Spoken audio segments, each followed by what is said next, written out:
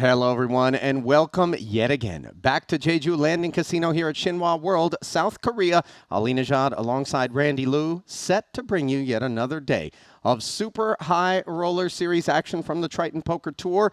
And what a tour it's been so far. A lot of themes beginning to emerge as we work our way through the festival, Randy. Of course, one of the first things we anticipated was China was going to show up en masse and in force. Event 1, they didn't disappoint.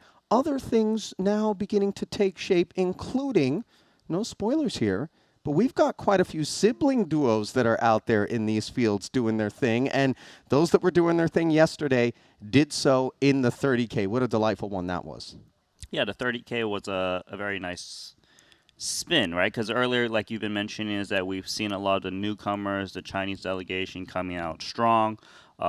In this final table that just happened, we had a lot of very well-experienced Triton, lots of champions, and some of the newcomers. So it was a big contrast the other day. All right, so for those that might have missed it, let's spend the first few minutes of today's pregame show, as usual, flashing back on the victor being crowned in the 30K. Take a look.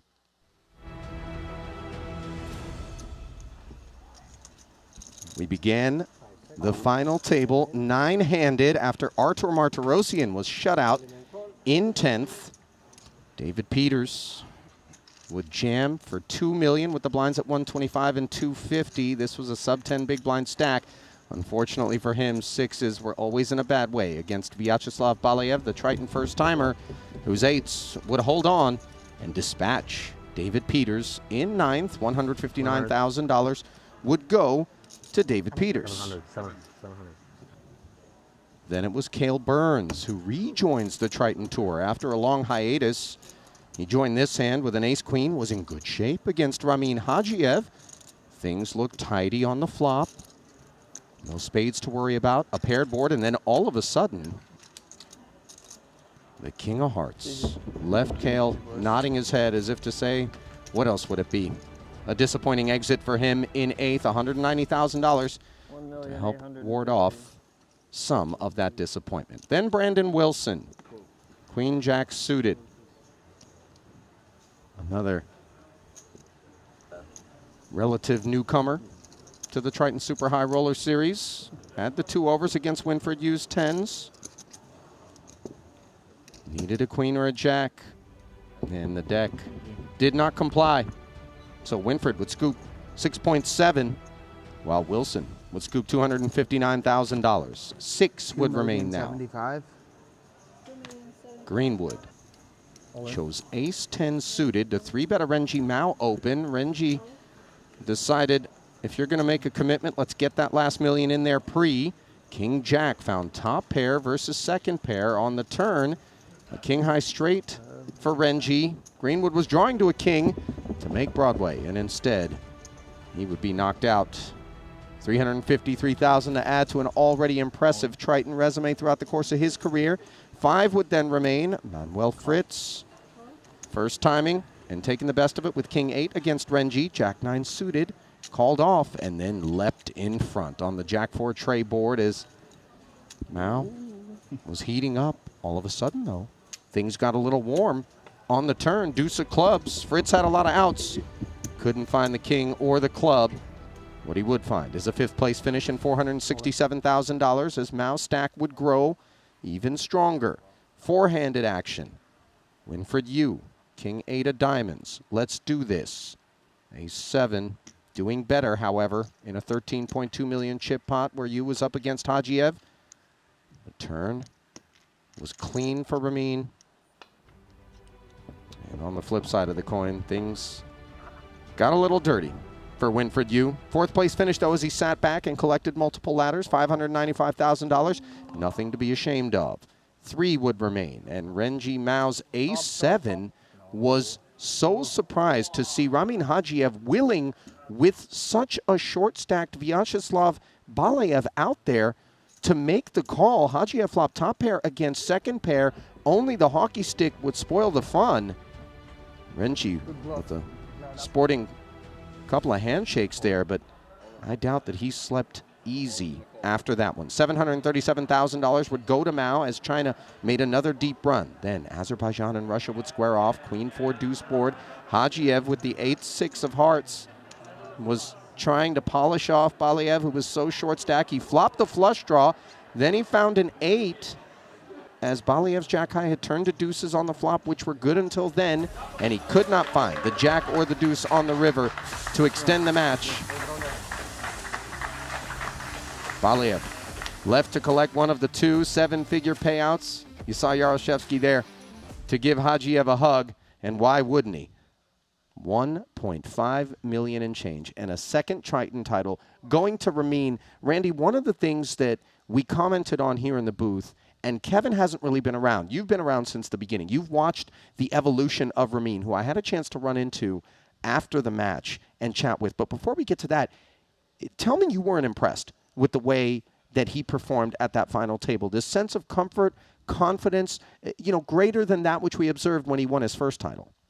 Yeah, I would say he has drastically improved. At this final table, he was very comfortable. He knew exactly how to use the chip lead. He was attacking relentlessly pre-flop. He was 3-betting like Queen 4 offsuit, something you usually only see very studied pros do.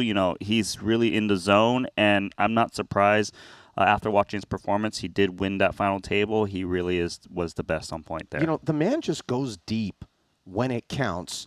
2 out of 3 final tables that he's been at, he's converted. And, this festival is such a contrast to his Monte Carlo stop. I mean, I don't have it up here in the Triton Poker Plus app, but, every now and again, you do have yourself a little bit of a struggle. Here in Jeju, though, that's not the way to describe how things have gone for Ramin. Let's not overlook the man who finished in second, though, Vyacheslav Baliev, here at his first stop, picking up a cool milli. A cool milli. Sure, he wanted the title, but when he got to heads up, he was such a dog in terms of chip counts, and I thought he played really well. He was willing to attack. The main pot he played was when he was aggressive with 9-8 offsuit against Renji. That worked out very well for him. But, to come out to your first Triton stop and get a 7-figure score and you only got second place, it's a good day. Look, if we're going to bring up Renji's name, let's not overlook him either. Finishing in third, that ace-7, ace-9 hand, that was a bitter pill for him. You could see it all over his face. Here at his second stop, played 3 events Jeju last year, things going better this time, but he really did wear his heart on his sleeve in that pot that knocked him out in third. Were you surprised to see the ace-9 with Vyacheslav so short stack be willing to get in? I think the hand is relatively standard. It was just more of a bit of disappointment. He came into the final table as a big chip lead. There was multiple other pots where it's just like, oh man, how did I lose it? And then when he got in 3-handed with ace-7 versus ace-9 that you just mentioned, he realized, man, I'm actually probably going to go out in third with this other player with just 5 to 7 big blinds. It's a disaster. You want to talk about realizations. Our Triton Rags, who have kind of been enjoying this private members-only club of sorts for some time now, I think that they realize that's no longer the case. This little playground of theirs, word's gotten out, and I'm talking about Manuel Fritz, I'm talking about Brandon Wilson. They both came through here, also making a final table at their first series. And again, we explore, as I touched on some of the themes, the competitive advantages that can be very short-lived, mind you, that the lesser-known opposition can sometimes have against the regular field who has so much data on each other. Yeah, you're 100% right about that. It's nice to go into tournament. We know these guys are very well-seasoned players, right? They just haven't visited Triton yet. I'm certain that each and every stop going forward, we're going to get even more of these newcomers come in, but, they're just ready to try to scoop a huge score. I'm also certain that in situations where players find themselves at some of these final tables, not necessarily being consumed with the idea that you need to do something glorious or magnificent or have some sex appeal to the way you approach things, can be super profitable. And I'm looking at Winford Yu, Randy, not the first nor the last time we've seen players who just kick back and just find tens, sometimes hundreds of thousands of dollars worth of incremental payout without so much as getting their hands dirty. That's true. You know, there's nothing wrong with playing tight. If everyone else is just kind of splashing in and getting eliminated, I don't really see why not. Cashing in fourth for 595,000 for the Triton OG, and keep in mind actually has 2 Triton titles under his belt, Yeah, he although in does. short deck. He was obviously, pardon me, hunting his first in long deck, number 3 overall. Everybody else, by the way, who we didn't mention, I'm talking about Greenwood, Burns, Peters, that was a crew that all had tasted glory in the past, a contrast of experience, let's call it, at that particular final table. So then, with that 30K done and dusted, as producer James likes to refer to it, we turn our attention to a strange kick it down, where instead of escalating to normally a 40K mystery bounty, which comes your way later today after we wrap up a 25K WPT Global Slam, we did dial back 5,000. Now, one thing I didn't touch on at all was the 25K, the first one that we had so far here in Jeju, smashed the record, 391 entrants in that one, right? Yep. We ended up with 389 in the second 25K. So my guess is we're only going up from here. You know, it's not as though it was a one-hit wonder 25K. A few days later, with maybe a few more, buy-ins having been dusted off your bankroll, everybody showed up, and the Triton Poker Super High Roller Series is alive and well, my man. You know, Ali, if me, you, and Dempsey registered that tournament, we could have got a new record. We should have actually approached, for being honest. I know it would have been regarded as maybe a little bit unethical in pursuit of that record, but listen, if Business Daddy wants to put the three of us in, we're happy to get us to 392. Just for future reference, we are available for such things, And if I make the FT, I will just sit back and ladder up. We can work out a deal. These things can happen. Let's get to the particulars, though, in where we're picking things up in this second 25K, the WPT Global Slam, Randy. Yeah, we do have 80 players remaining. Top 63 will cash. Main cash being $41,000. Top prize is $1.88 million, and second will get $1.185 million. So obviously huge paydays once again. Yeah, 7 figures, multiple, and we would expect some of this for the run of the rest of this thing. We do have 150K still on the docket, the 100K main as well. Don't want to overlook that. Now, diving into the Triton Poker Plus app for the first occasion, guess what? Another Triton rookie is up top. Pavel Plesov, 0 for 3 so far, $8 million globally under his belt. This man is studied. This man is to be feared. This man is sitting $3.5 million, not too far north of the man in second, who we'll get to momentarily. As I touched on the top of the show, thematic things. The Greenwood brothers, we'll get to that in a moment. Chen Dong, though, of China, 9th in the opening event, did play last Jeju Festival. He is in 3rd right now. And then I didn't even realize it, despite the fact that I'd mentioned both of their names on multiple occasions. I don't know if you peeked down in 5th and 6th. The Japanese flag flying strong. Back-to-back slots on the leaderboard for brothers Yuya and Shunjiro Kita, who have looked strong. Yeah, Shunjiro made one of our final tables, I believe, or got very deep. And hitting 5th, 5th, and 6th. Maybe they're going to try to one-up each other. Maybe there'll be a heads-up match if they can get to the very end. Who knows? There's still 80 players remaining, but it's always cool to kind of see the brothers doing good work. Yeah, Lucas, his brother Sam, finished 6th yesterday in that 30K. You saw that during the highlight reel. So we'll see if the Kita brothers can keep their slots toward the top of the leaderboard as we get down to the business end of this one. Bernhauser and Yang also in there. They're both rookies. Top 10 stacks for them. Obviously, a shout-out for the performance they've put in thus far. Still a bit of runway, as you pointed out, between now and the money. 17 slots between 80 and 63, where we do burst that money bubble. Blinds are going to start at 20 and 40,000.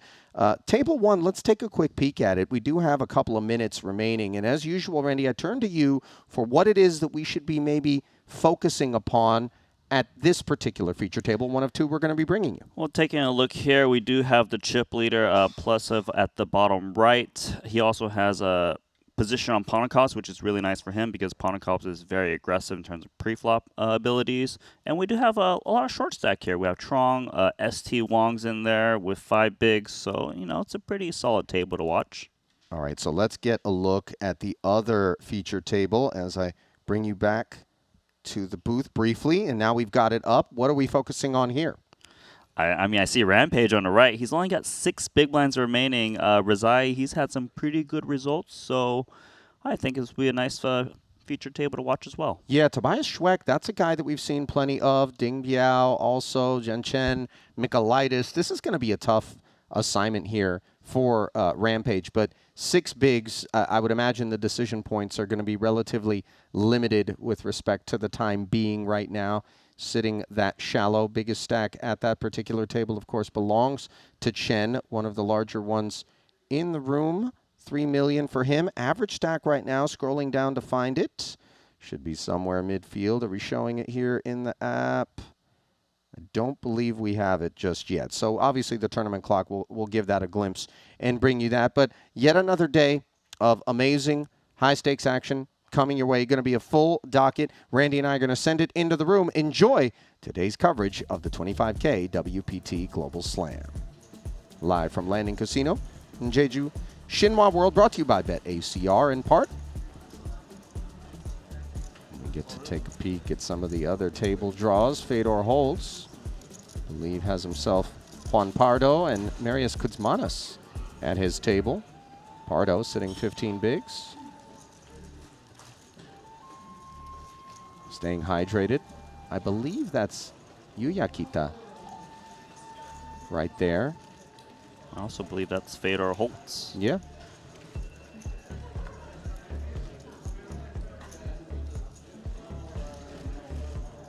How much is he working with? 47 bigs. Hello.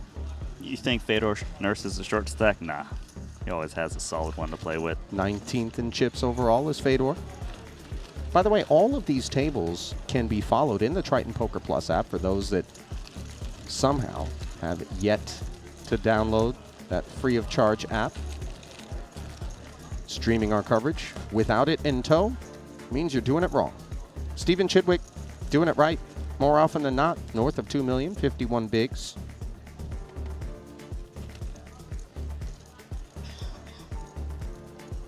Byron Coverman and Mike Watson seated beside each other. Sir Watts, 33 bigs.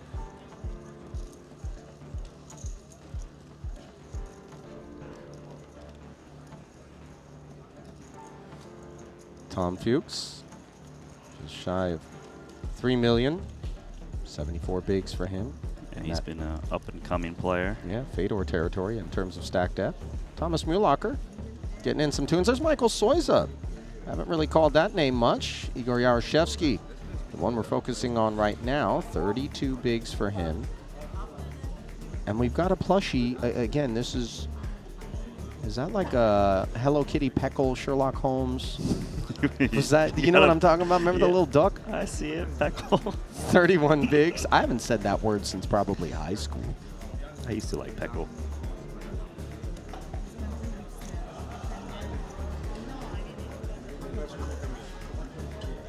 What they got over here? Victor Chong stretching out. Orpin Kistichoglu there. Looks like Kristen Foxen, Dylan Lind. How much is Orpin working with? 32 bigs. Respectable. I mean, kind of what one expects. You know, if you've just been coasting, that's kind of the territory that you end up in. If things haven't been going your way, conversely, you end up with 7 bigs, which is where Kristen Foxen finds herself. See if she can spin.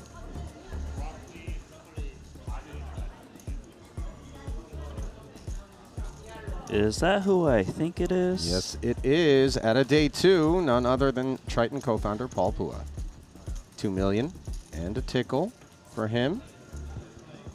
You know, this is one of the few occasions on which this deep into the festival, and I confess, I haven't been hanging out much, been feeling a little under the weather, so I've been spending most of my time in my room, but I've yet to hear any rumors from the cash games. Randy, you heard any whispers about gargantuan pots? I have not, but it doesn't mean it's not taking place. Oh, in fact, I know it's taking place. I just Sometimes we don't always leak that information out, This you is know? true.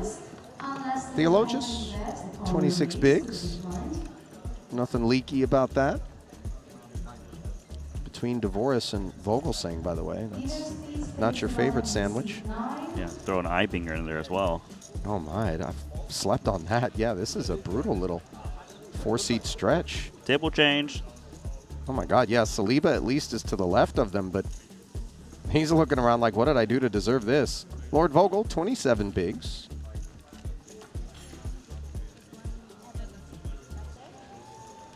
Saliba doesn't look like he's got a lot. Oh, maybe that. Oh, there it is. Is it the All water white bottle chips. hiding chips? 47 bigs. I stand corrected. Is that Elis Parsonen? It is. I confess I didn't anticipate seeing him in the 2-card streets. Normally, the PLO snipers don't show up till the 4-card part of the program, but looks like he booked an early flight. Come on, you think he's going to pass up on these record-breaking fields? It's tough. Calvin Anderson wasn't going to pass up. 2 million, 50 bigs. I'll tell you what, that 50 could turn into 150 in a big hurry. Or we could all of a sudden blink. Yeah, I mean, but that's just, you know, Calvin's one of those double-edged sword type of players. Really exciting one to watch. I certainly hope we get a chance to get him on the feature at some point. Pardon me.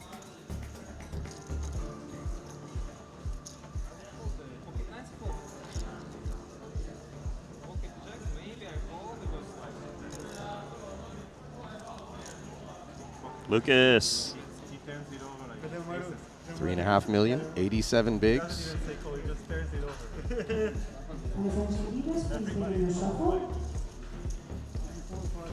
Anatoly Filatov. 160K. I think he bubbled the 30K Stone Money bubble, didn't he? I don't know, but I would like look you back. to ask him personally. No. What's wrong with you? Who else we got over here? Is that Brock Wisbrod? 21 bigs.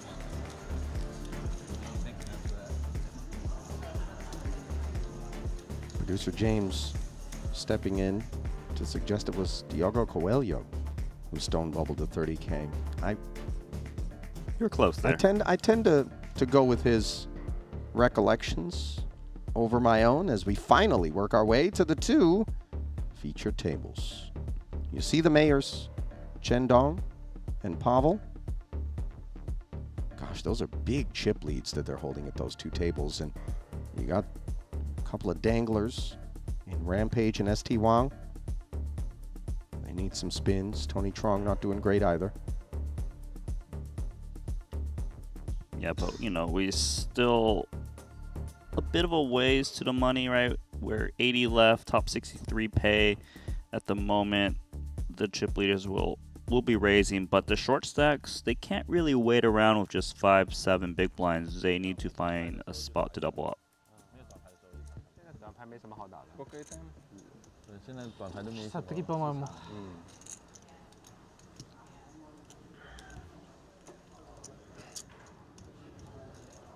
There's Kiat Lee. Onikovs. Patiently waiting for the green flag to be dropped. Полтора или сколько там? 25. Все, тогда поехали. Ну да, полтора где-то. Окей, no friendly poker, да? No friendly poker. There's 14 bigs for Kiat. You know, he came in yesterday with the chip lead in that 30K, and it all came undone. Kotelnikov, 41 bigs. He play like you. Thank you. Huh? Thank you. It's a compliment to me. Always flop. ST Wong on 5 He's bigs. Super high roller. Okay. No bluff, no bluff. He's got ace-6. First to act with 5 bigs. Kind of a marginal spot because he knows he's the big blind next, so it's pretty tempting to go with it. He's going to wait.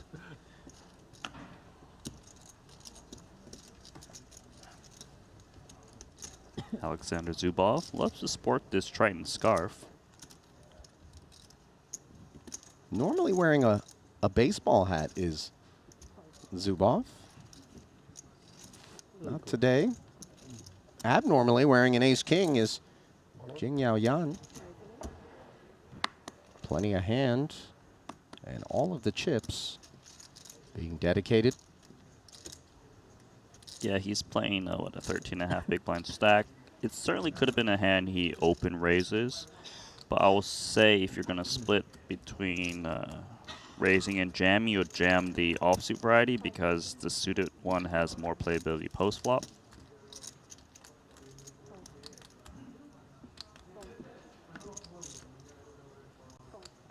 Nothing brewing thus far. And there we go. 我就是 A 吧。 All the way around it goes. 幸好我跟你说了一下。对。是不是有点巧？那天也是，我朋友刚好问我一个盘，刚好一回去他就刚好就抓那口。Excuse me, can I change? Tips.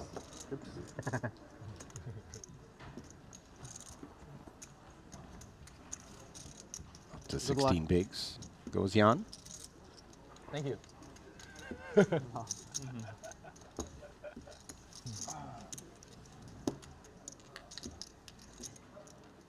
Cashed 52nd in the 20K. Did Jing Yao. Good for 34K. 1 for 4 so far here in Jeju. It's flashed.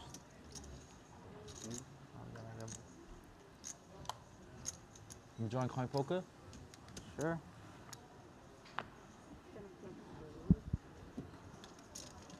Zubov. King, queen, under the gun. Offsuit.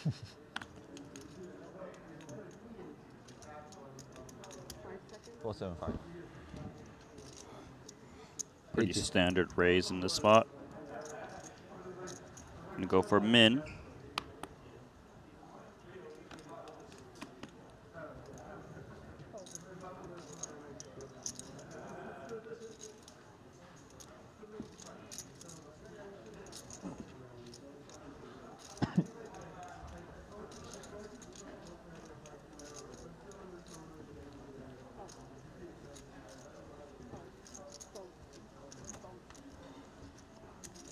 A7, was that suited?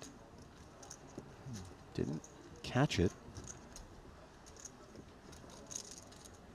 This is kind of grim for ST because he's already committed the big blind ante, and he's kind of end up folding. Oh, he changes his mind.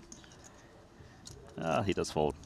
That hurts though, because he just put in 40% of his stack dead. He will have a good number of hands to look at free of charge after he gets through this small blind, provided that he doesn't get involved in this pot.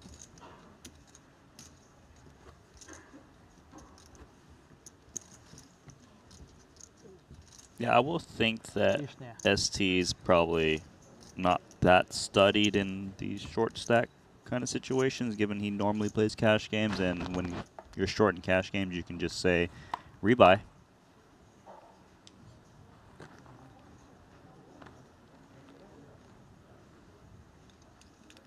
Ace deuce suited. You probably would raise this off of a deeper stack, but this kind of middling stack, I think you probably would have a bit too much raise first ins. So I do like that fold, despite it being a baby suited ace.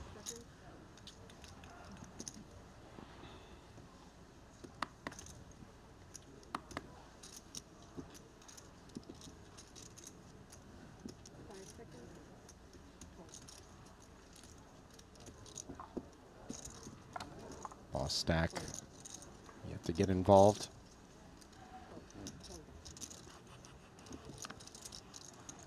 Well, queen 10's a qualifier. So ST in the small blind will jam for 130,000 total. Zubov wakes up with 9s. Coin flip. He's going to be very happy to see 2 9s. Yep. Nodding in approval. Will have to go up against 2 overs, though. So ST's time here Flip. on day 2 could be short-lived. His coin weighted in favor of Zubov, who announces flip. Oh, look at that flop. Interesting. Nines turning into blockers to the open-ender, but heaps of outs. Equities basically stay the same. Oddly enough, Zubov picked up a point. Now he picks up a lot more than that as a blank turn rolls off and leaves ST tugging at an ace, queen, 10, or 9 one time to keep his seat. And there's the ace. Broadway. Nutter butters. But obviously still a good chunk of work left to do for ST. Yeah, not too before he can get damaging comfy. to the Zubov stack.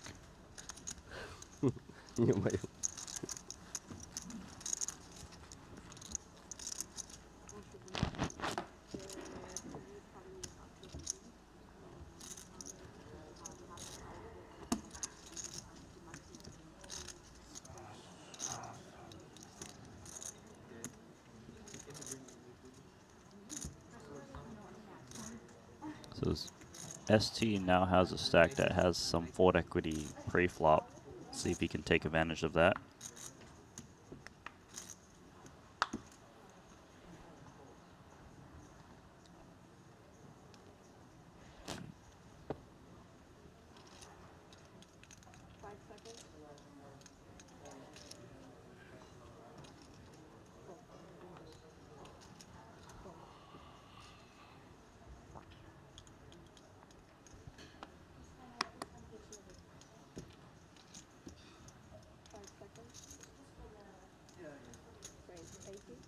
First opportunity to observe Pavel.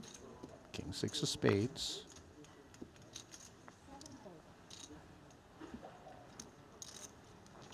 You know, I wonder sometimes when the chip leader fails to get going early, if they're not just waiting for a few hands to kind of take the temperature of what's going on at the table, if somebody wants to get speedy, if they need to worry maybe that if they do start raising, there's going to be a lot of people 3-betting him and just expecting he's going to be light.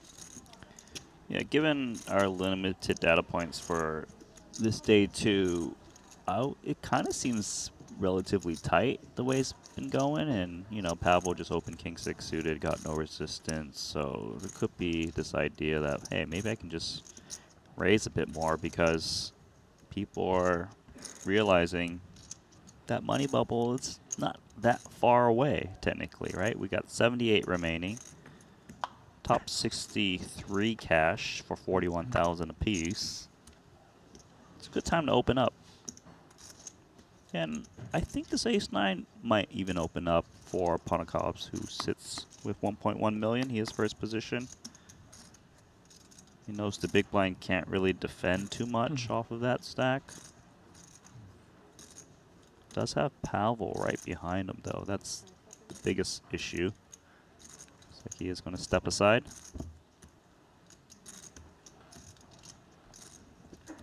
So like King 10 here, this is not like a standard open, but because of the dynamics, short stacks out there, getting towards money, he will be opening this, especially as the chip leader.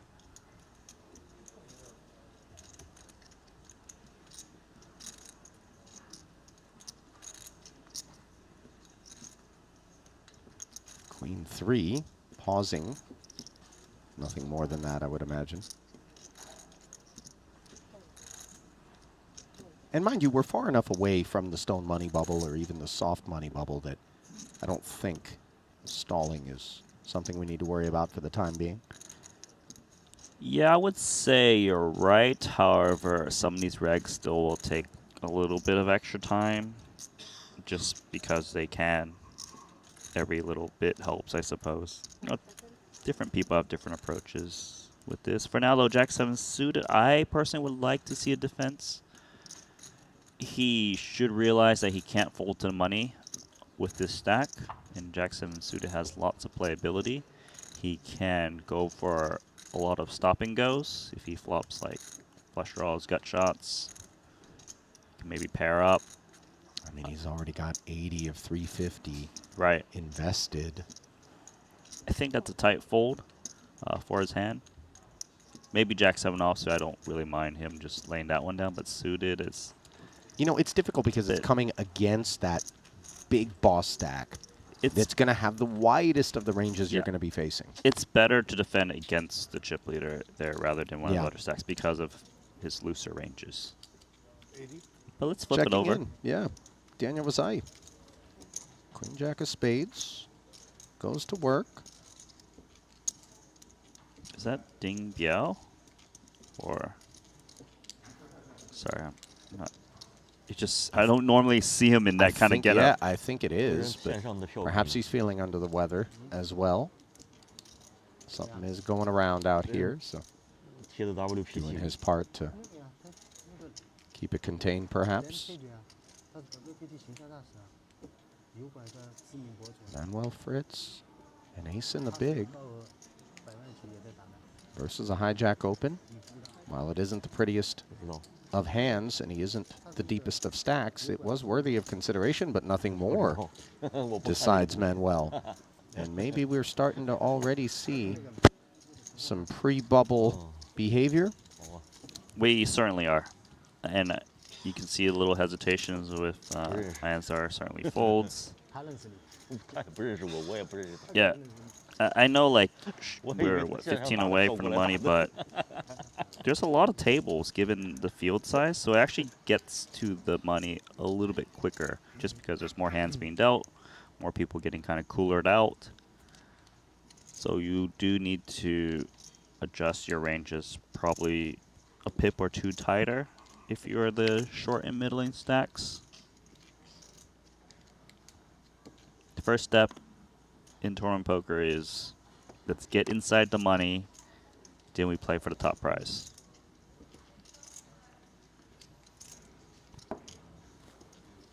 Well, we are already down to 78. A couple of casualties coming in the form of Clemens Reuter and Marius Kuzmanas.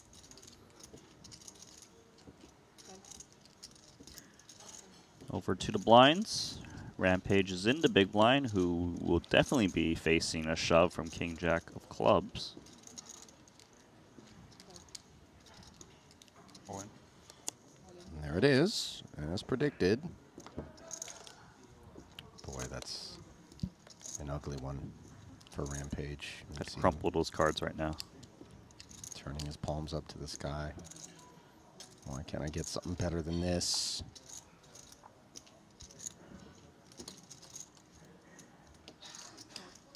It seems a bit loose to consider calling 10-6 offsuit here because 150K still has something going for it. And potentially a full round of hands incoming.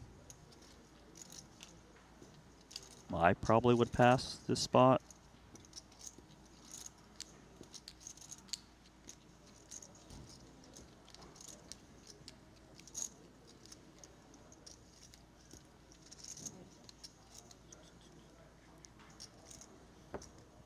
Gonna put more time banks into it.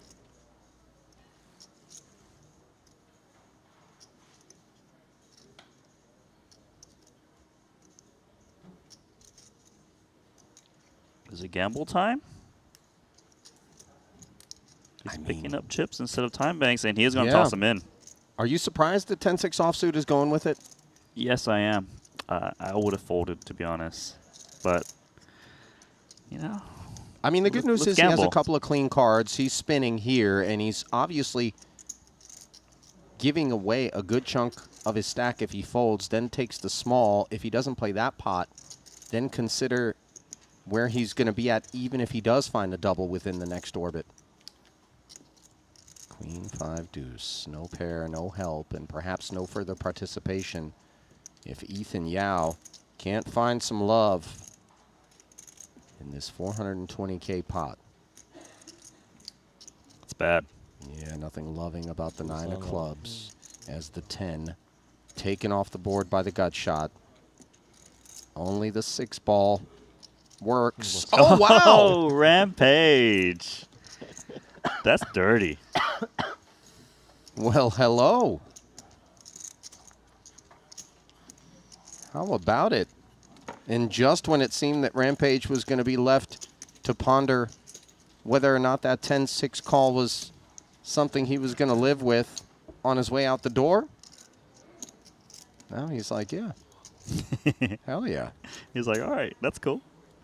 Yeah, and obviously one of the benefits of gambling there is that you're getting a better price because you committed so many chips. So now he has 420,000. Yeah, you know, we've seen it on many occasions, Randy. A player in that like single decision point stack depth who goes in orbit, maybe even 2 without taking a spot. Then by the time that third orbit comes around, if they do find a good hand and they do manage to double, they're sitting less than they were even, you know, at the beginning of those couple of orbits that preceded it. So you got to kind of balance your interests. Although for Ding Biao, there's no balancing required. Tipping the scales for 400. Solid hand for Schweck. 2 8s against a 10 big blind shove. I think he'd want to get this one in against all the smaller pocket pairs. 哦，完了。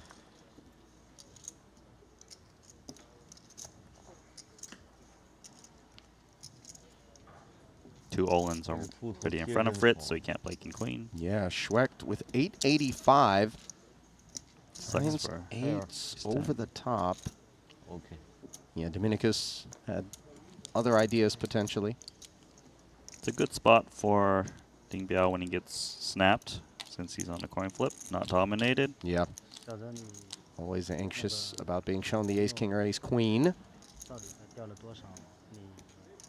Schweck pulls back 485, and we're off to the races. 900,000 in the middle. And Ding Biao not performing well on a 964 board, where his 6-outer remains just that. Well, the deck has been gracious to the shorties so far. Schweck with the prepay. I'm sure Ding Biao's not going to reach out and grab it until the river, and now it's official. There's no 8 on the river. 哦，这回进圈差不多问题 Leaves 不大 Ding。Biao taking his turn. Not to be outdone by Rampage.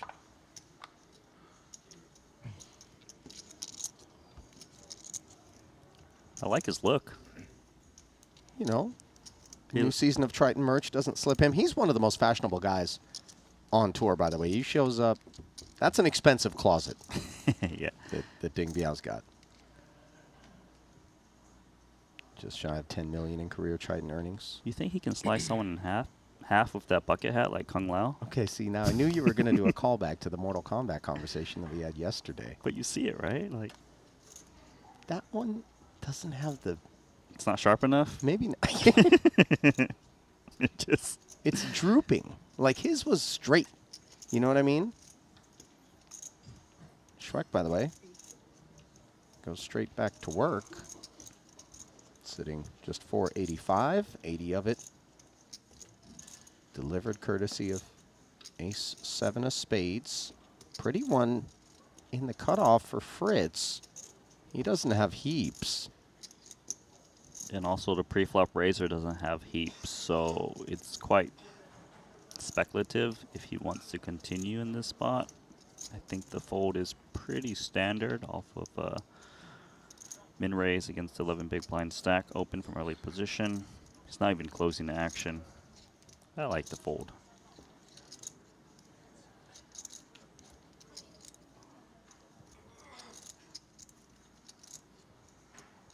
Yeah, you don't really expect light opens out of Schwecht, even if it is a min raise. Queen Jack kind of being interfered with in poor fashion by Schwecht's range, you would think. Chen Dong's got the appetite to play. He realizes that Schweck is not just nutted off of 11 big blind stack, so makes the call. 2 diamonds, 2 deuces, and a 10. Dong checks over. Quite a good flop for Schweck, just because the big blind is just going to check fold so much of their range on this texture. Only has to bet the min. So Schweck is going to chip up a bit.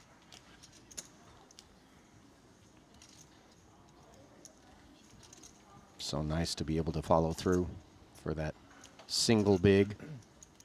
But obviously still not back to where he was before he got entangled with Ding Biao. By the way, Stephen Chidwick, up until the sighting of Adrian Favre Felix, was the Lone Ranger out there in the Alpha Mustache streets at Triton. But this is a very strong submission from Favre Felix. I mean, look at that thing. His is a bit more bushy. Doesn't have that little curl at the end, you know? No, this is a law enforcement mustache here. He'll Right. rough you up. You're getting a ticket. This is not a man writing you a warning. This is, you were doing 5 over, sir. I just, I regret to inform you. And do you have proof of insurance? No? Sacre bleu? Have to write you up for that as well. When was the last time you got a ticket, Randy? I used to get them all the time. Wait, do you have a driver's license I right do now? have a drive. No, I do. Yes, I do have one. I'm supposed to have an Australian one, but I haven't. See, I knew there was something, man. I had a read on my man. I was like, there's no way. Randy didn't go into the Australian Motor Vehicle Department, take a test. Because it's tough down there. Not so tough. The jam with King Queen. I fear the driving test. What if they have to do a hook turn? You know what that is? Listen, you fear the driving test. How about everybody else on your roadways the day you take it? They're the ones that need to be worried. I also told you about me getting the U.S. license, right? I failed that driving test 6 times, the written test 9 times, but I got the license eventually. I mean, listen, at what point do we just stop and ask ourselves, maybe this driving thing's not for me, Randy? You know what I mean? I got to tell you, if I ever come to Australia, I'm going to make it a point to have you drive us somewhere, and I'm going to live stream it. Live stream it. Just so that my life insurance policy has proof of how it went down. Randy Liu, ladies and gentlemen, an unlicensed Australian driver. Do you remember when we were in Rosvadov and I took Henry's car? Oh, you guys, I got to tell this story. It's so good. In between pots.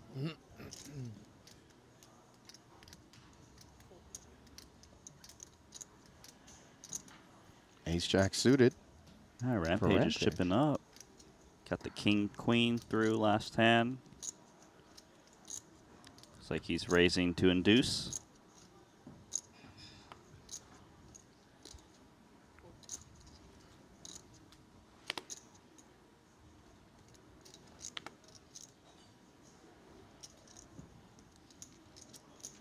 Pocket 3s for Chen. Says no thank you. Yeah, there's some big stacks behind him. Razai's got 2 7s. That Gonna be- can just reshove. Yeah, that's a different proposition, of course. In the small, just Ding Biao behind him, who he covers. Yeah, Ding's playing a 20 big blind stack, so he doesn't have to fret putting too much chips in there and, Ding wake up the hand. So this should run it. Razai jams, gets snapped by Rampage. Mind you, the only data point that he had was the 10-6 calling off. He was not shown the King-Queen, but he is being shown an Ace-Jack, which he is ahead of. Not by heaps, just 4 points in a 1,000,000 chip pot. Could this turnaround get even more meaningful for Rampage? Oh, the man. jack showed up, but a 7 along with it. And 1 pair versus a set. We could draw dead quite easily on this turn. And that's exactly where Rampage finds himself. What a tease there for Ethan Yao as the field issues the GGs. Picked up a couple of pots. Felt like maybe the spin was imminent, but Razai had other ideas. Meanwhile, in search of spin is Vietnam's Tony Trong. King 8 suited, jammed. Plessuv trying to find a customer behind him by flatting these 2 queens. 6 big blind flat is going to include some things that aren't nutted, I would imagine, right? True, but he's going to play his whole range as a flat in that spot because it's a bit too much for the big blind to like overcall, so he doesn't need to re-isolate. So nice fold from Kiat with the king jack. Yep. Not so nice spot for Tony, especially given we saw one king in the muck. However, at least Tony's got a gut shot. The problem is if he makes it on the turn, he doesn't have this pot locked up, and there's only 2 queens remaining. No gut shot, by the way. Oh, I thought he had the king jack. He's got a gut Forgive shot me. now. Maybe I was ahead of myself. For some reason, I conflated Kiat Lee's king jack with Tony's king 8, but you're right. Gut shot acquired on this turn. 7 was what he needed. Instead, he finds an 8. Третий вроде. Сколько раз выиграл? Short stack's going down. Yeah, just when you thought maybe resiliency would be the order of the day. Pavel brings us a notch closer to the money. Something Tony Trong isn't going to be a part of.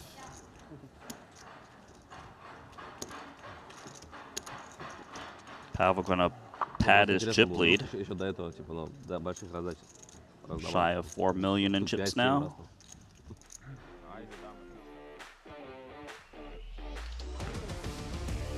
Well, the online home of the World Poker Tour is WPT Global, and it's where you can qualify for the next WPT Global Slam. Win passport dollars and use them to buy into future Triton events only on WPT Global. Download now with code Jeju for a 100% deposit match up to $1,500. Check them out today. You can also find Rampage there. Don't know if he's gonna be there immediately after this event, but you know, you'll find him. You can log on from here, right? I would imagine. Yep, I don't know if Rampage is gonna be playing after what just transpired. I hear you. Might not have the appetite, is that what you're suggesting? Would you? Yeah, you'll play anything? Maybe. I don't know.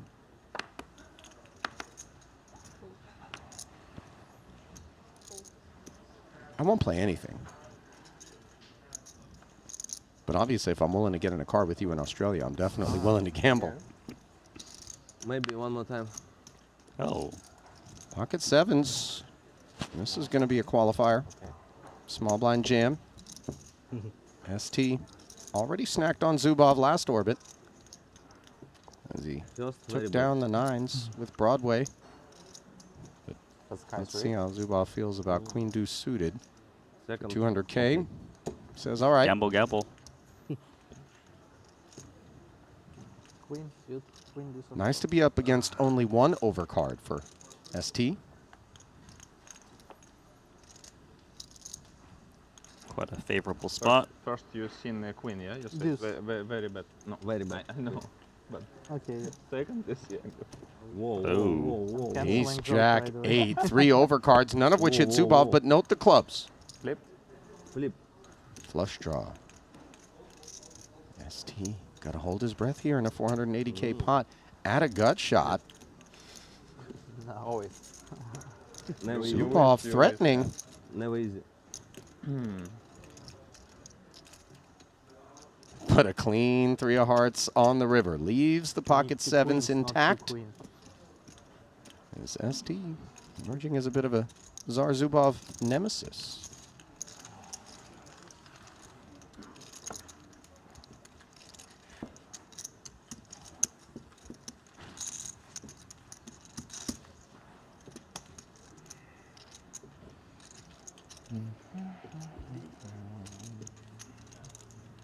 Проиграть все маленькие алыны, чтобы потом выиграть все большие. Заставляет задуматься. Экзон 13. Степом, да, на шее. Теория волн.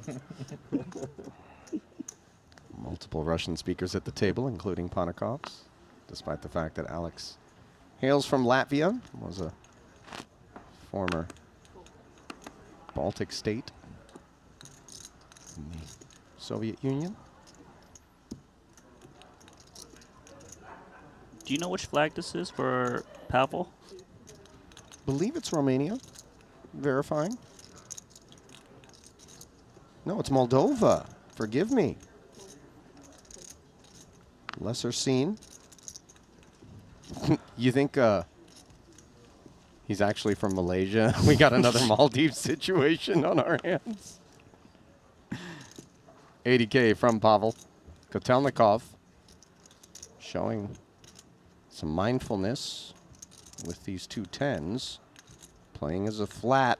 Pardon me. Yeah, that makes a lot of sense. He's playing a 50 big blind stack, and we're 10 away from the money.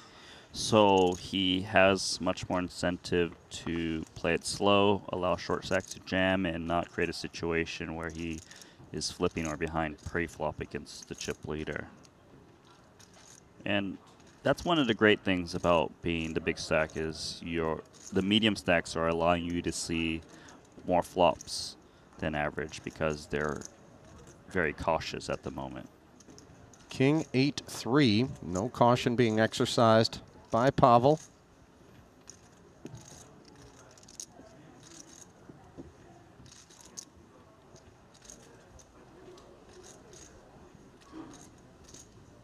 Relatively easy call for the two tens against a small price.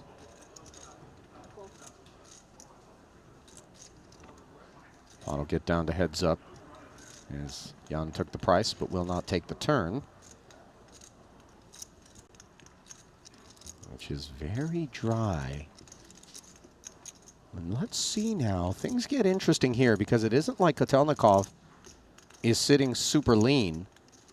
But I wonder how that plays out in Pavel's head with respect to how much pressure he can apply. Obviously, it's board texture now that does make things a little bit ambitious. You have to imagine that Kotelnikov isn't in there with dust.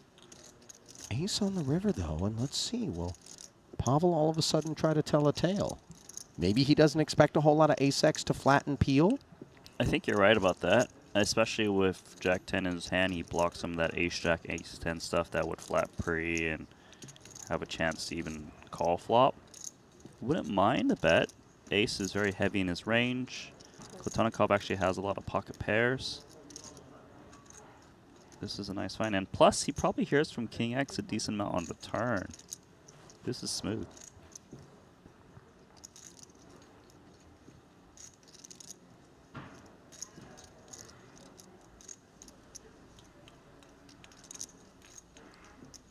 I mean, this is just a pure guessing game now for the two tens. Maybe you quite safely remove King X from the range as played. So it's simply, did my man actually open with an ace? C-bet into a three-way pot without that ace, and then value bet me on the river. Kotelnikov decides, yeah, he did. And for Pavel, a little bit of larceny. 8 million in earnings globally. Makes sense. Story checks out.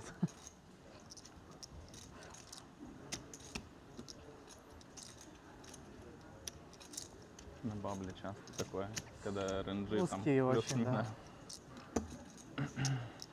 Ну да, бывает удивляют. Кто знает, узкорой. Откуда?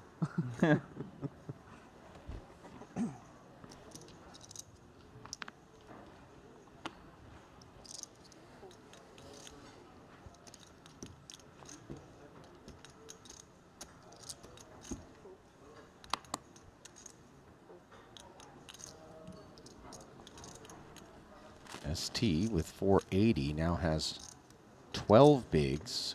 King 9 in the cutoff. Not enough. Zubov. Action on him. King Trey. Can't imagine that would be enough either. Bonnikovs is in the big blind with a decent stack that can defend, so not gonna open that King 3 offsuit.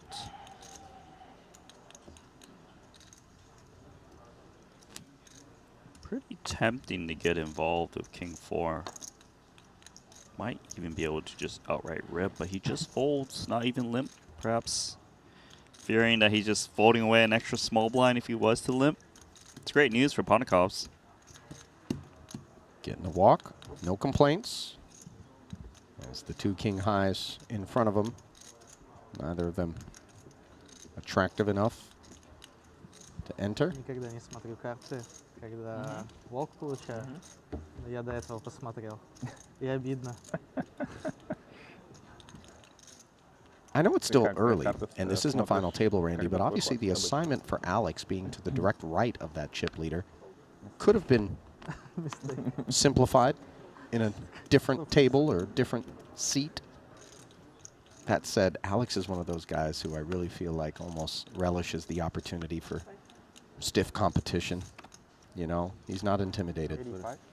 That's for sure. Yeah, he's not intimidated. He just plays what he's dealt. You know, if the table's tough, so be it. Nothing tough about this decision. Ace-queen suited for ST Wong. Royal flush ain't going to happen. As Jing Yao Yan has smothered spades, unbeknownst to him, on the button, sitting $500,000. Is this re-raise worthy? Do we flat it? Do we bin it, Randy? I don't like flat. I think that's the worst option of the three. I kind of prefer fold because I'm looking at how ST's been playing, what stack ST's raising off of, which is 12 bigs. It's relatively strong because ST should have some open jams off of 12 big blinds in the hijack. I like fold. Plus, we have to respect ICM. You know, there's 10 away from money. Looks like he's going to go for a shove. And we're going to have to run this ace-queen versus king-jack. Oh, pass. Well, if he was going to get in, this is the way you suggested that he should do it. You see he sheds an ace behind him, but not the big boss one, as ST has woken up. Suited? Yan covers by 20K, Randy. It's going to be a literal crumb. Half a big. If this pot doesn't go his way, which of course is what ST is rooting for, given that he's covered, king 9-4. Yan jumps in front. Need that ace. Stays in front on the turn as no backdoor spade draw to be found for ST. And no ace either. So the yo-yo comes crashing down. ST Wong, the victim on this occasion. As with his departure, the field whittles further. Do have an all-in from Michaelitis with an open and a straight draw, and he's up against top pair of Manuel Fritz. Michaelitis covered. This one was a jam from the small blind and a call it off from the big pre-flop. And Fritz's 10s have held as he's going to wash down this pot and wash away the hopes of the Lithuanian, who is the most recent casualty. A number of them have transpired. I touched on the first two in Clemens Reuter and Kuzmanis earlier. Then it was Juan Pardo, Joe Chong, Hao Hui Ma. We saw Rampage. We saw Tony Trong. Saw ST, and then just now Michaelitis. 71 remaining. Clock still paused. They're flying. Has been paused for like 63 paid. It's There's just a us lot of catching short up. stack Okay, yeah, yeah. still out there. Right, I thought the clock is. Oh, they're waiting for us?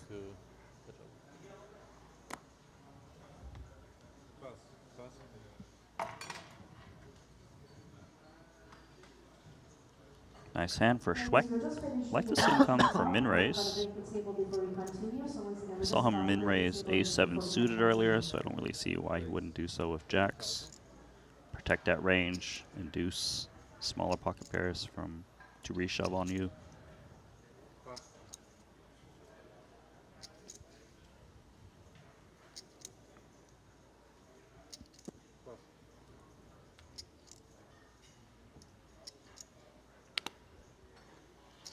Probably going to see has him been defend. quiet, Randy. We saw him defend 6-4 offsuit against Schwecht earlier against a similar stack size, so I don't really see why he would fold ace-6, but he is. Wow. So kind of different.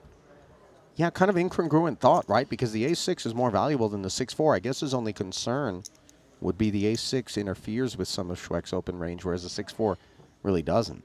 Yeah, I think that's precisely why he folded.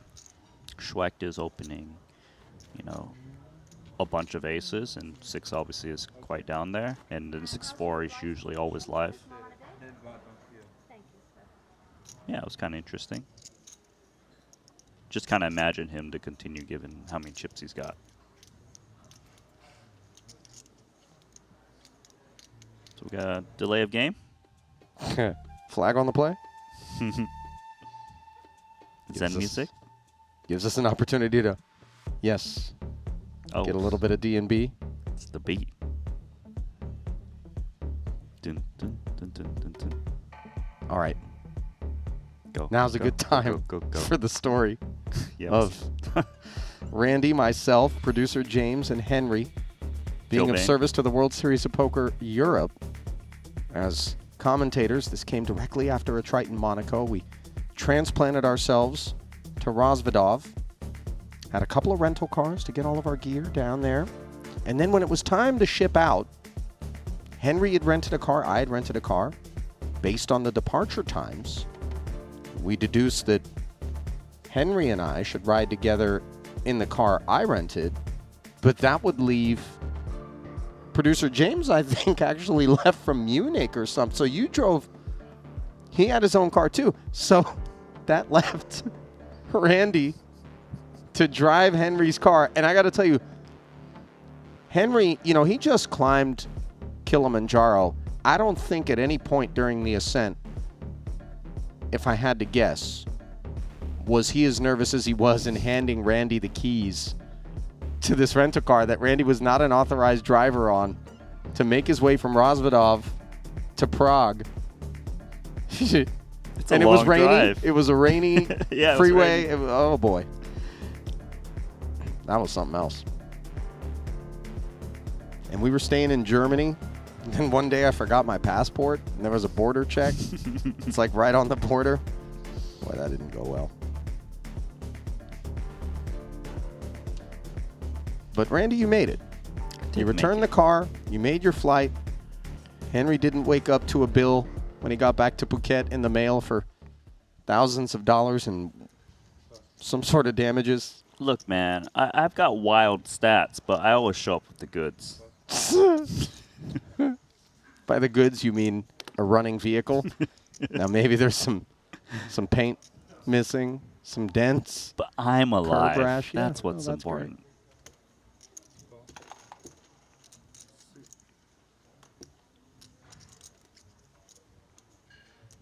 King Queen here for Razai.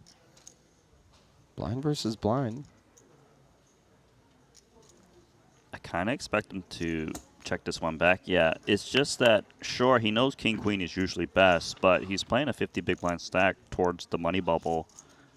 Why open the door against a player who does cover you? So we go to a flop. Gut shot for Chen Dong. Checks it over.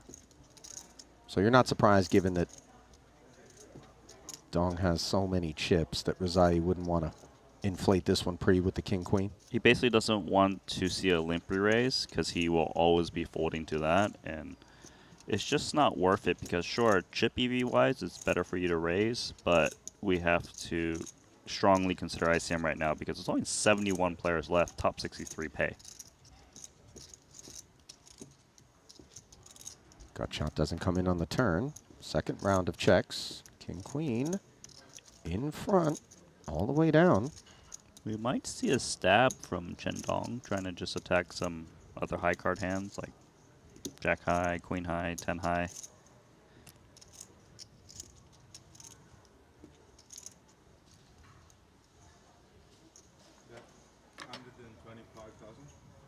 I think, oh, if it was a small bet, Razai would definitely call with King Queen High, but against this sizing, Yeah, this is full pot plus.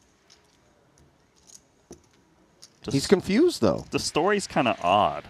Like, how is he all of a sudden firing full pot? Why didn't he bet the flop or turn if he had like a 7? Or why didn't he bet the turn if he had like a draw, like a 10-8 that got there?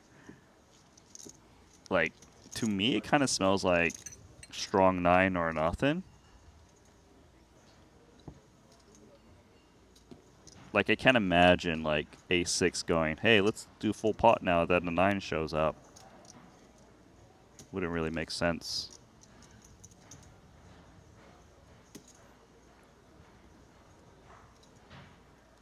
I wouldn't mind a call, actually. This would be wild, man, if Razai could find this. It also doesn't hurt his stack if he calls and is wrong.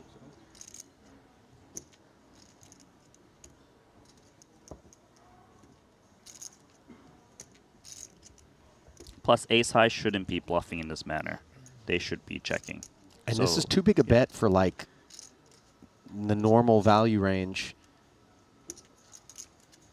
because the 9 overcards the 6 and 3, I think that's unlikely. That's a great call of King Queen High.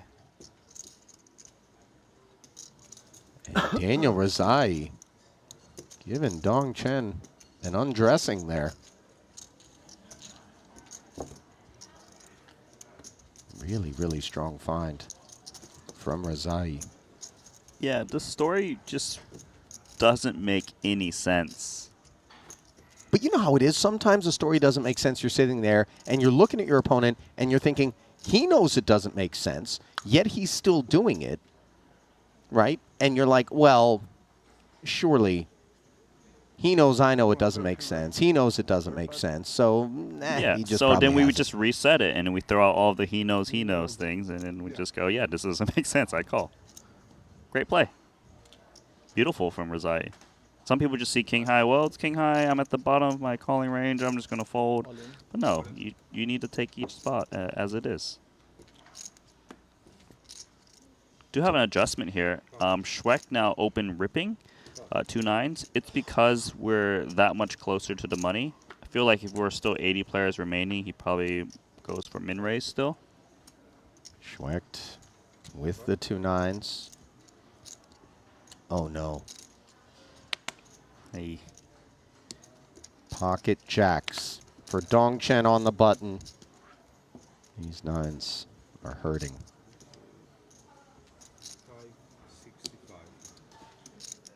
Should be smooth calling the 2 jacks in this spot as he would play his whole range. Just big trouble, Schweck.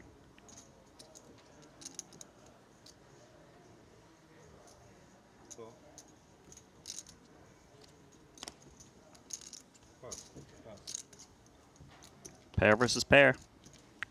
Predictably, these 2 hands, the ones that work their way to this flop.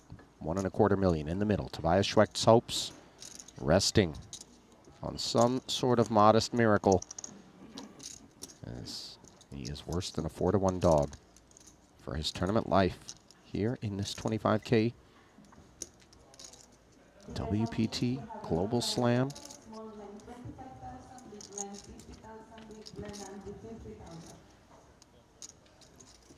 Nina does not make a cameo on the flop. Queen 7-5.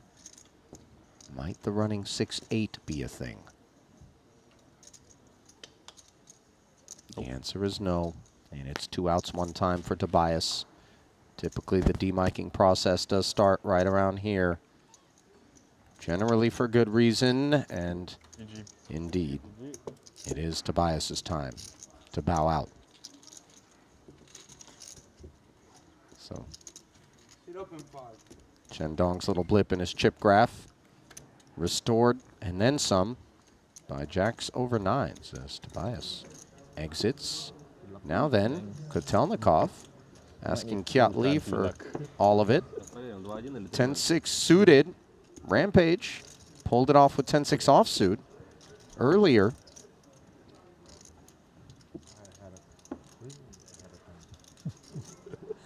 Queen 9 ahead. 3-2 favorite. 1.5 million in the middle.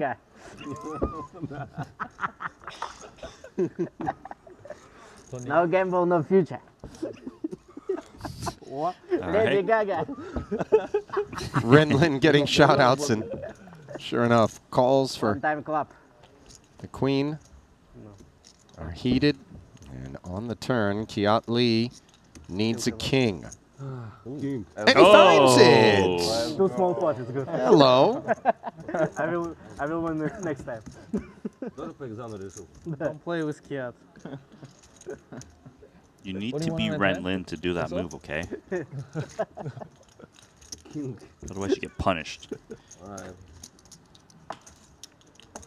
Do you think he's got it trademarked at this point? Like, I mean, Lady Gaga's an actual artist, so I don't think he could between them, but not club. Yeah, I don't think he's getting All royalties. in player. And everyone says Lady Gaga. Professional.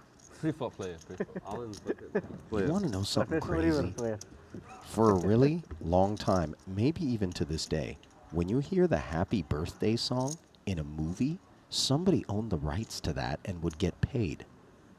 I think it's public domain now, but I'm almost positive there was Some point. There was a point at which you had to pay royalties if you just the Happy Birthday song.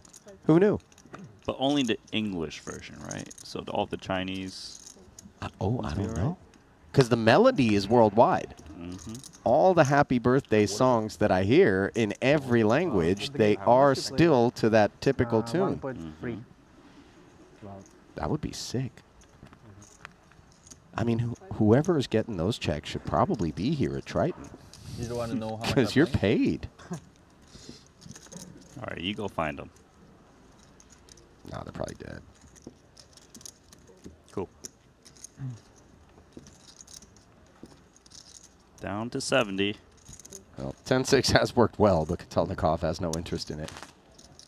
7 away from the money. Will Jokro, Race. the actor by trade, who Race. did debut on an episode of High Stakes Poker recently. Oh, I did see him there. Oh, he's an actor? Is that what you said? Yeah. Indonesian background. That's cool. Play any cash game? Kind of movie. Yes. I would love to. Crime? I confess I don't know. Dylan was playing last night. Doesn't seem like a rom-com type. I haven't spoken to him yet. I don't know. I could see it. He played Maybe on- he's like the I John was at Cusack of 40. Indonesia. Who knows? I would love to. Yeah, we mentioned about the Kita brothers. Here's one of them. Well, you can't spell Kita without a K, and Yuya's got a couple of them. Up we go to 100. Do you prefer like normal? Set holding mine or opportunity for the threes. Blinds have crept up to 25.50, I only mind race you. with one time, like the progressive one, which is the second. We out in there? Yeah, just very Pavel short. in position. We were not supposed to play. Seeks a peek. 2 4s. Gonna preserve those chips rather than try and set mine in position. Wouldn't have fault him. He did call though. How's the progressive like? 3 you get double? Yeah, 3, 4. Gonna be tough for It was like Pavel to find a 3 as the 7-3 offsuit mucks. 200, 400. And the split Great was shape 1,000, for Yuya, 2.5. but that could change in a hurry. 200K. Very short game. Ace 10 deuce. We were not planning to. Pesky, but how often do you anticipate flats contain ace X from Pavel? There are some. However, some of those ace-x will be looking to 3-bet pre just When because there's he has the chip lead on Yuya Kita. For now, though, playing passively just because multiple streets of poker, you don't really want to be looking to inflate at the moment. I could see 3 stabbing with 3 to a wheel. Maybe get some better pairs to fold. It does check. Yeah, it goes knuckle, knuckle. Now a Broadway gut shot just in case the kings are no good.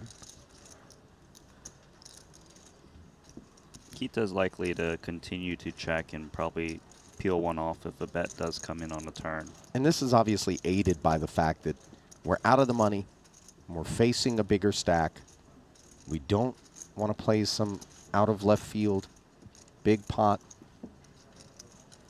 Plus, it's also very hard for Kita to get called on 2 streets by worse. He is going to go for a bet, though.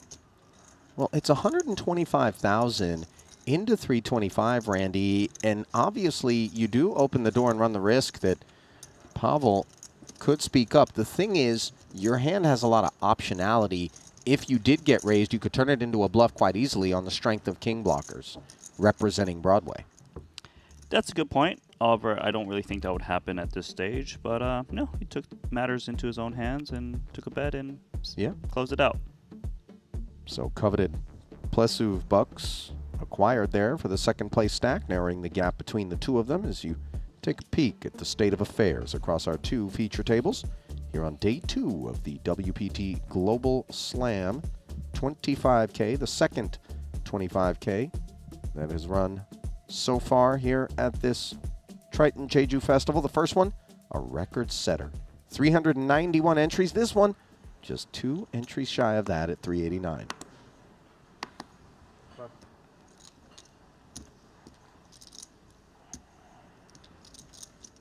Doctor.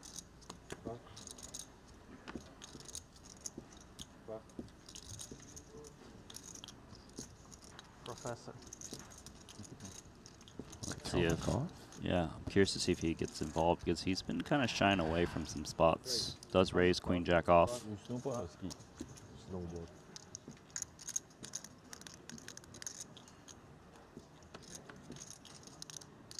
But I just 2 years started like not last year but the year before.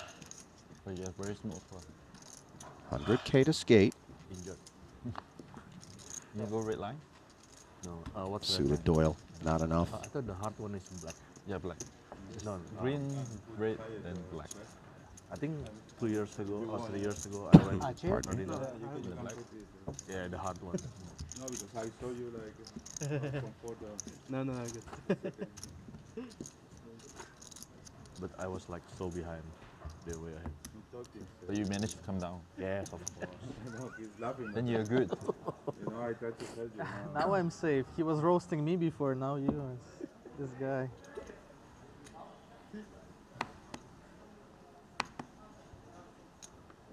Jack 10. Position a little bit too early for Ponikovs.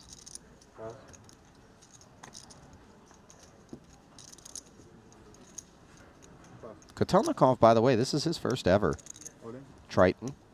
Finished 6th in the 20K 8 max for 305. 1 for 3 so far. This is his 4th event. Kiat Lee, Oh, this is his umpteenth event, but it could be his last hand in this one as the hijack 225 flatted by Jokro. Credit to him for trying to invite trouble.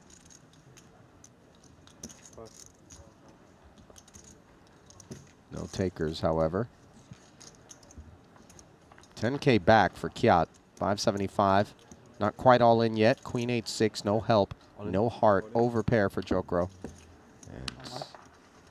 And he asks for the rest. You see Kiat recognizing, pardon me, that this ain't a great spot. Oh, sorry. usually going to be a happy ending for this scene for Will. I was hoping to go check.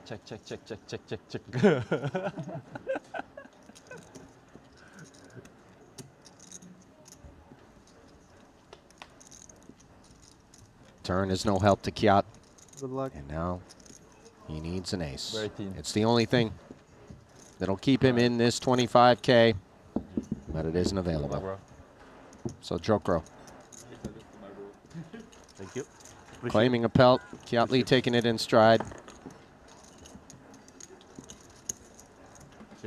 You know, the all-black suit arriving right after you get showered, Yeah. it does feel a little bit like an Undertaker, you know, pallbearer kind of thing, mortician.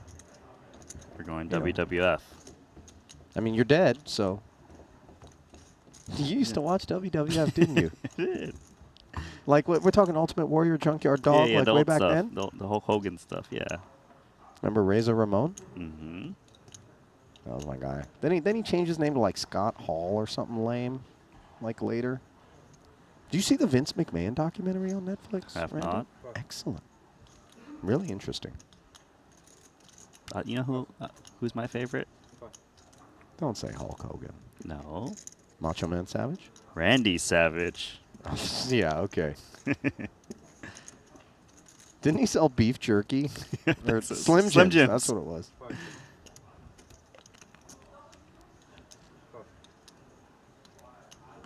People still like pack arenas for that stuff, dude. Slim And Jims. it's freaking fake. That's the craziest part. I mean, I know it takes athleticism or whatever, but you know, everything's scripted. They're actors. Yeah. Yeah. Well, no acting here. Legitimate hand with which to raise for Kita. See if Ponikov's wants to grapple. It's kind of interesting because he most certainly would be defending here if we in a normal situation, but towards the money, I could definitely see him just stay away. Yeah, he's going to respect the ICM at the moment. Folding is right.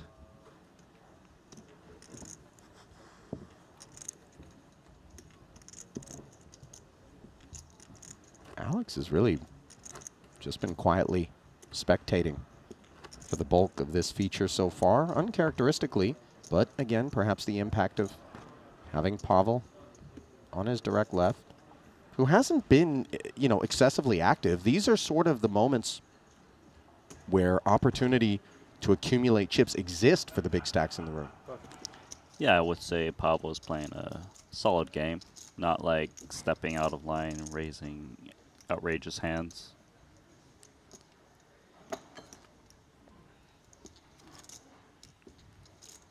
You know, earlier I said the name John Cusack in reference to Will Joker, and the chat is all over you, Randy, saying that there's a less than 10% chance that you know who that is. Chat, I feel like you might be right about this based on the look on Randy's face. Do you know who John Cusack is, Randy? I've seen the name. I can't name a movie. I'm going to try Notting Hill. That's Hugh Grant. Hugh Grant is kind of John Cusack 2.0, I suppose. So Where he became the rom-com guy. I but was back right. in the day, Say Anything was the famous John Cusack movie. Sleepless in Seattle. Was that it? Nope. Okay. That wasn't in either. That was At least I'm getting Tom the movie Hanks, titles I right. believe. Yeah. Here's the thing, man. You walk by a poster at your local theater. That's the extent to which you're familiar. We're going to get there. Kiat Liu Chun apparently has the sense he's going to get there. 10-9 offsuit, and up he goes. He's not sitting particularly deep, and this isn't really the kind of hand category that we expect is going to seek participation. Randy, you surprised at this open? I will say this is out of line. A lot of players would not be opening 10-9 off of 20 bigs at this stage. So he does get defended by Razai. It is bottom pair, open and straight draw with backdoor spades against the top pair. And even this c-bet is a little bit uncharacteristic with what we have going on. He has a very strong draw. He shouldn't want to get check raise. He won't be by the queen 7. But, you know, it's very clear that Chun is looking to play for the top prize, not just a little min cash. So top pair, defended pre, became that post, check calls. Chun with bottom pair and the open ender unimproved on this turn. Pot at 485. Promptly checks back. Spades arrive on the end. Chun does have one spade in hand.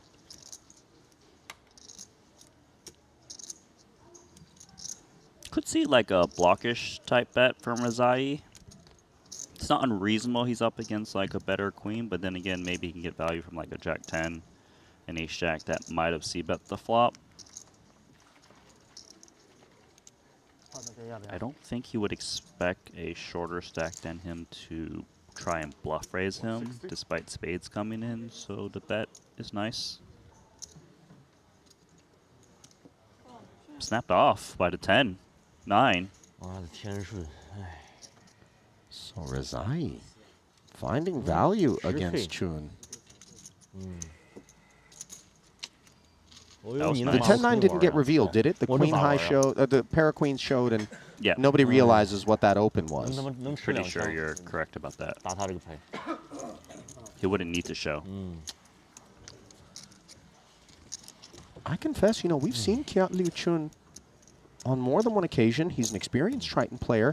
That pot stands in contrast to kind of the normal procedures that I'm accustomed to seeing him involved in, Randy. I'm not sure what to attribute that particular I'm not exchange so sure to. either. Yeah, and the speed at which he called the river, like he Yeah. didn't even think about his opponent's range and what they might bet with there. He actually blocks the bluffs with the 10. It was a little bit odd. Maybe just, you know, kind of fell out of the zone for a second. We're all victim of that. Yeah, and I'm looking at Kiat Luchun's kind of Triton resume, and this is his 5th stop. So he has a lot of Triton experience, 739,000 in earnings. That said, you know, the bankrolls and the net worths here do have some range to them. And we often wonder whether or not in some of these proverbially preliminary events, something from a 15 to a 30K, let's call it, people aren't out there being a little splashier, experimenting with things that they wouldn't otherwise. And I don't know that that's what we witnessed just now from Kiat Liu Chun. Well, you know what's the interesting part is this is his 5th Triton stop, but this is his very first event he's played here for this Jeju stop. So he's kind of warming up. Meanwhile, Jack 5 warms up to a 7-8-9 board where it's a gut shot in 2 directions. Ding Biao, however, all over this thing. A pair and an open-ended straight flush draw after defending his big.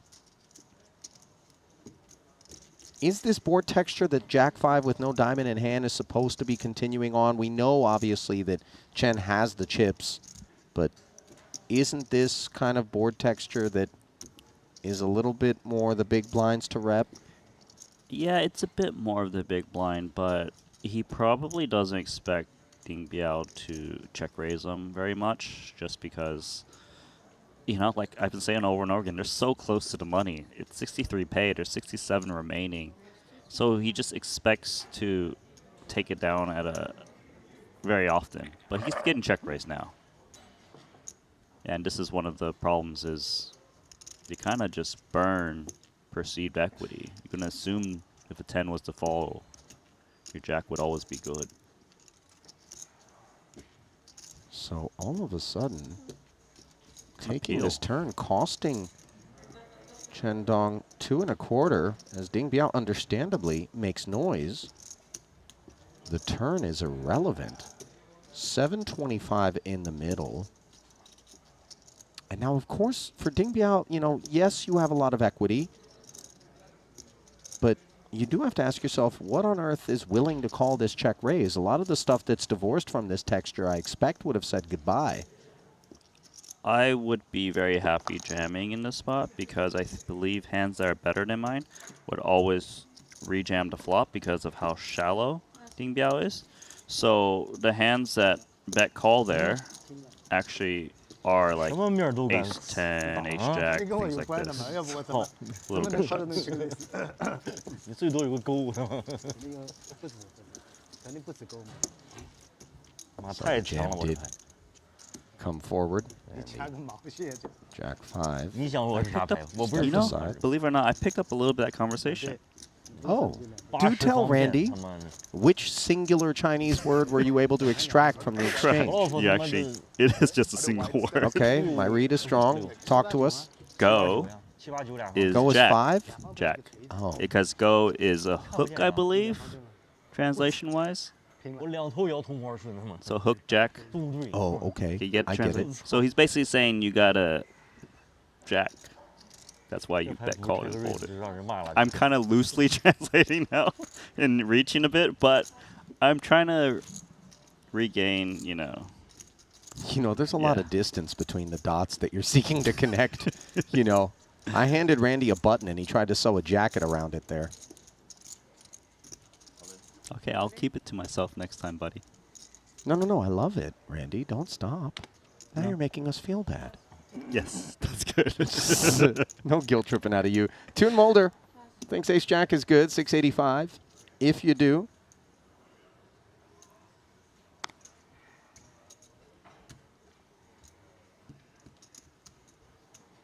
Ace 9. Ding Biao looking over.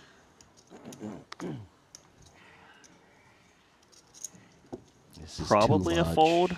Yeah. I think if we weren't 4 from the money, we can strongly consider it, but Toon Motor can't really go hard with just open ripping 来了你， off of 13 and a half. 来了你一口。 Sure enough. Concession from Ding Biao and Far Felix. 纵队两头摇头的话， Mulder, part of the Dutch delegation, who've really been 石 absent 钩给你了吗？ for a 石钩我要 number 是没追， of 我 festivals. 买花吗？石钩。 Of course, a lot of their 这个没有玩的大肯定跟我有关系。没关。 absence is attributable to the tax situation for Dutch professional poker players. Yeah, it's been a while since we've seen Toon Mulder. Yeah, Tom Vogelsang also here. Mm-hmm. Been a Don't while think since we we've saw him. seen Kevin Pocket though. No.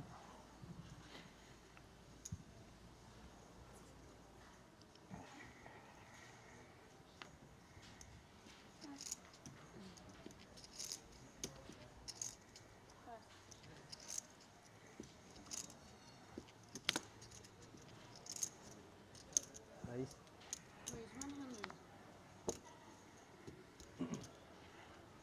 Dong Chen, ace-3 offsuit, hijack open. Rezai with medicine.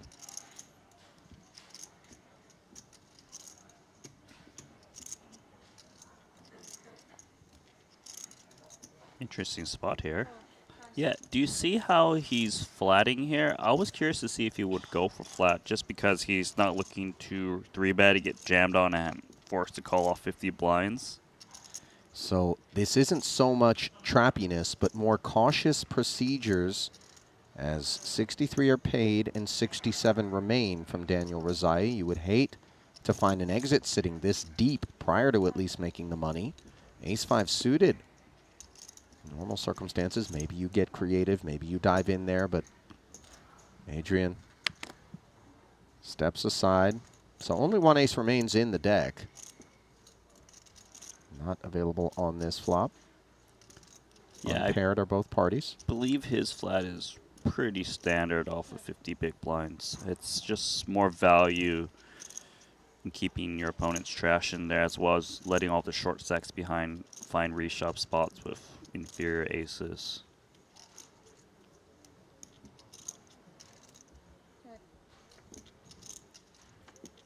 Both players check. Board pairs, and now opportunities for the ace-3 to chop potentially. A 7 or a 5 were to roll off. Now remember, Dong Chen got a taste of what Daniel Rezai is capable of when he tried to overbet bluff, blind versus blind. Got called by a king high. There's no doubt that that's on his mind. In what way it's on his mind is unclear. Sometimes you want to pound a flesh, you want to get even with a guy. Sometimes you recognize, okay, I have a player to my left. I'd better proceed with caution. Looks like it's the latter, not the former. Yeah, I'm more likely to go for revenge on someone if I have positional advantage. But, you know, he's directly out of position against Rezai, so he needs to just, you know, play cautiously. He does have ace high. It doesn't win at showdown too often, but it might. It's like a king jack, jack 10, something like this. Especially, you have this very similar spot where you just check, check, check. I don't think he's all of a sudden going to turn his ace-3 into a bluff. So, nice result incoming for Rezai.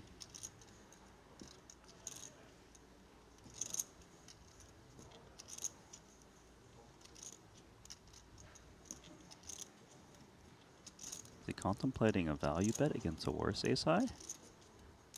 That would be so unnecessary to open up the action, though, would it not? It's okay if you open up the action because he's so deep he would never get put to the test and 150. enough to be in a bad spot. You know what I'm saying? Look at this. What a find from Rezai. Comes with sub-half pot, and this is a value bet. Make no mistake. Yes, because he always expects Chendong to bet any pair by the river with this run out, especially with the board pair out there. And maybe he doesn't expect a whole lot of King X. Yeah, he's basically targeting like ace-jack, ace-10, this type of stuff. And look at that. This is going to be insulting. Mm-hmm. He's good. A second helping of Rezai's poker acumen being served up. And I got to tell you, when you're on the receiving end, not once but twice, of the spots that Rezai has taken the better of against Chen, it does discombobulate you out there. There's no question.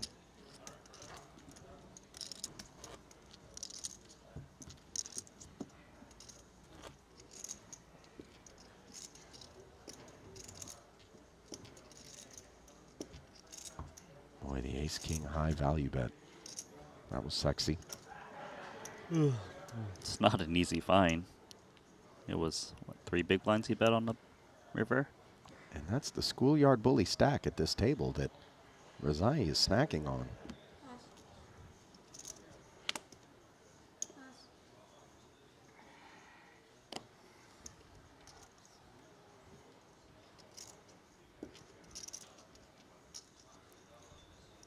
Do see a gear shift from Razai, opening king 5 offsuit in the hijack, realizes the situation. Well, obviously, with Chendong out of the way, Razai is clear to attack. And apparently, even when Chendong is in the way, he feels pretty clear to get in there. Manuel Fritz, ace jack. I could see this come in as 3-bet. I could even see flat just because he's got a healthy stack. He's going to go aggressive, which is the standard play.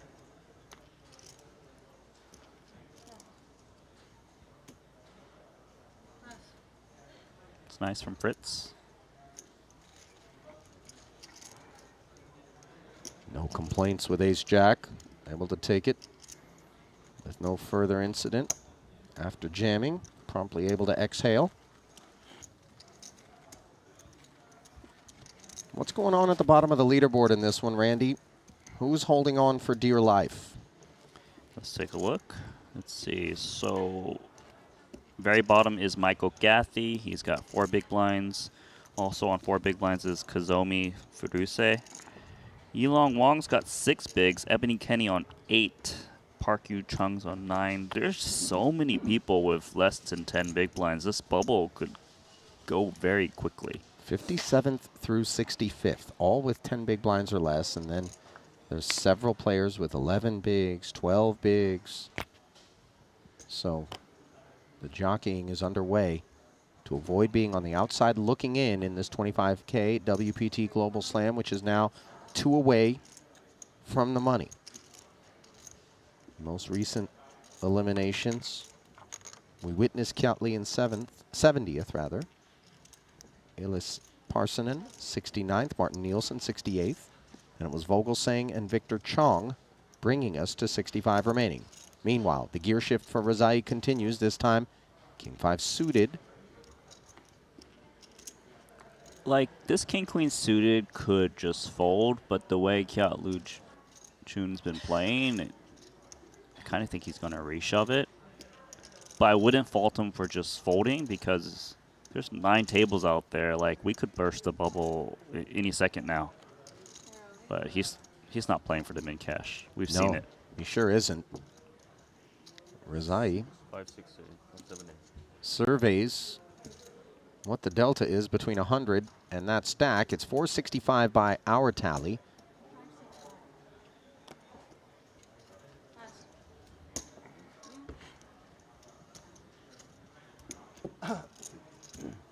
Razai does bin it, expectedly.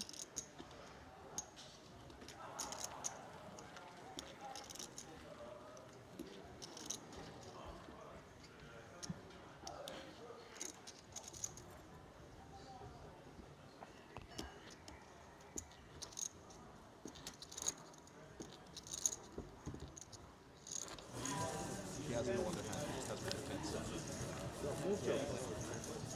And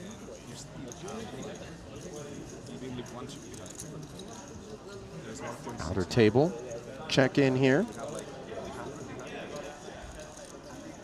That's Actually kind of close. Shunjiro Kita, the other brother from Japan. What's happening over here? Is that Calvin Anderson? Yeah. Got a healthy stack. He's got chips in front of him. Looks like he's flatting against Leon Sturm. Trying to effort some particulars as we're taking this one in real time alongside you. So we do see a flop. Of course, if you scan that QR code on the top right, that'll help you follow along.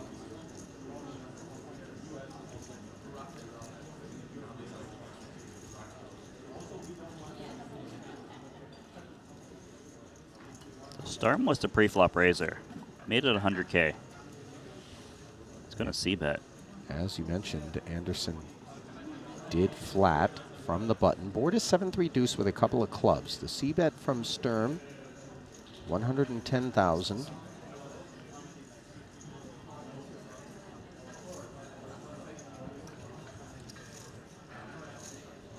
He makes the call. Stickiness on this texture could be some cause for concern, although Calvin's the kind of guy that could just be floating, sensing Sturm isn't supposed to be interacting with this board, which becomes two-tone, courtesy of a 9 of hearts. So it's 7-3 of clubs, deuce, 9 of hearts. Yeah, I would say it's hard to range Calvin Anderson. So I don't think it really saw much clarity with that flop c-bet.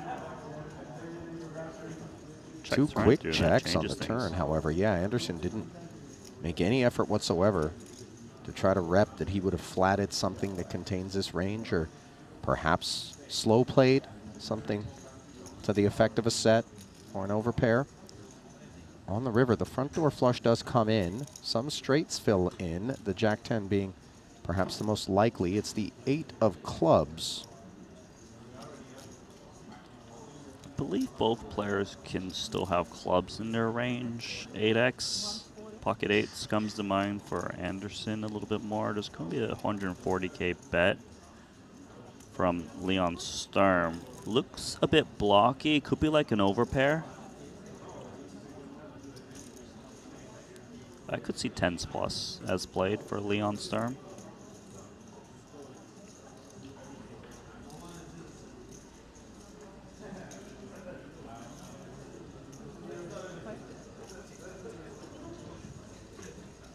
Calvin got, he's grabbed more than 140K. My goodness, 140 the lead from Sturm, and Anderson makes it 565.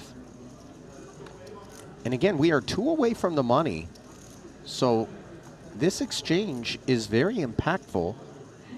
And against that backdrop, we expect the genuine article to be present more often than not.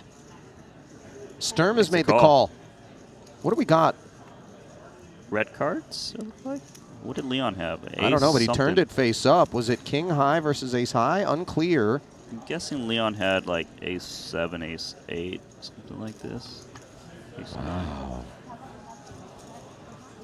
It was ace 7. That was good for one pair. It was king jack of hearts for Anderson. So he could have fired on the turn. But so strange for Sturm to have had a 7 in his range. It was specifically that ace-7 offsuit, mind you.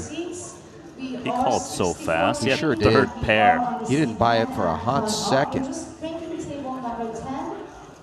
And that river bet was genius. I mean, he knew like Calvin Anderson's going to raise me with anything. Listen, I'm feeling pretty disrespected if I'm Calvin Anderson on the receiving end of that one, because clubs, which were unblocked by Sturm, could very well have been a part of what was going on. As you heard the announcements being made that we are on the stone money bubble. That means hard hand for hand is upon us. Anderson on the back end of that exchange will, by the way, still have 18 bigs. So it's not the end of the world, but obviously it wasn't a pleasant moment for him as he was introduced to Leon Sturm.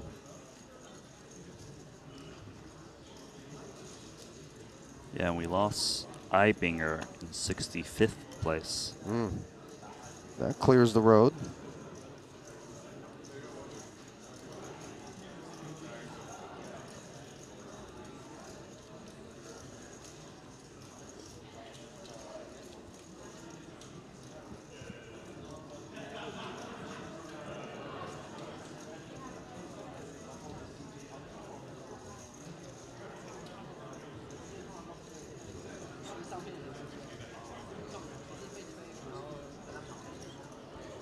Glancing about the room.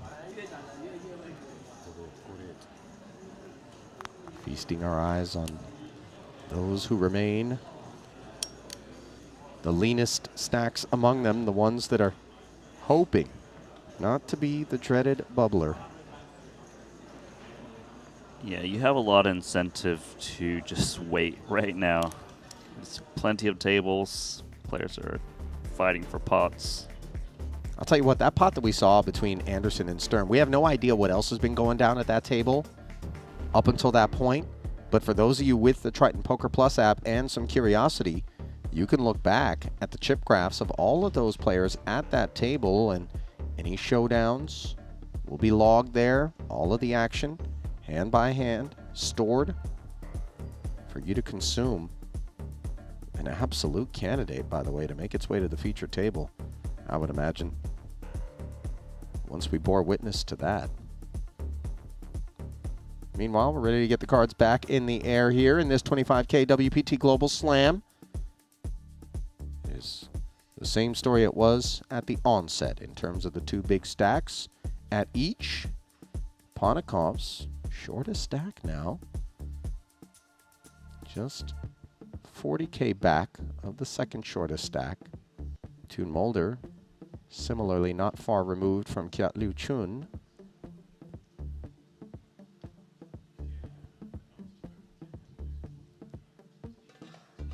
None of these stacks obviously rate to A, be looking to get themselves involved at present, just given the stone money bubble factor, and B,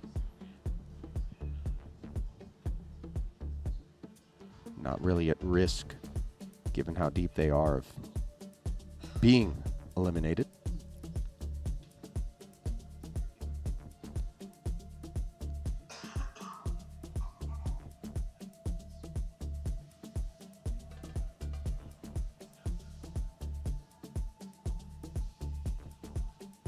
$25, $50, and $50 as we await resumption of the action. 41,000 if you can just survive one more player. No shame in folding right now. Randy, do you listen to music while you play online? On occasion, but I find it quite distracting, to be honest. You do? Yeah. So on the occasions in which you do listen, what do you listen to? It ranges. Sometimes it's top 40. Sometimes it's Dead Mouse 5. Dead Mouse 5? Yeah, you don't know Dead Mouse 5? You talking about Dead Mouse, Randy? It's Dead Mouse 5. You know, it took me a second, but I'm with you. So you do like EDM? Yeah, it's all right. Would you ever go to an EDM festival? Only if you're there. So you're saying that if we happen to be at a Triton, Triton EDM, where there's some sort of festival not far from where we are, you're ready to go? if you're there, buddy, I'm there. You know what the problem is? We're going to show up looking like tools because we're going to have like Triton hoodies on. Everyone's going to be in like these crazy outfits, you know? Hey, let's get a game going. Yeah.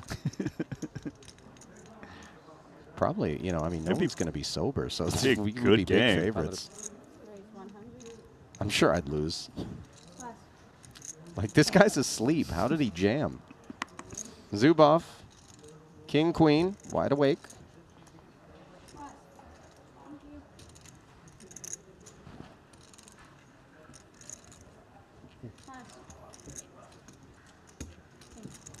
Doesn't get any action.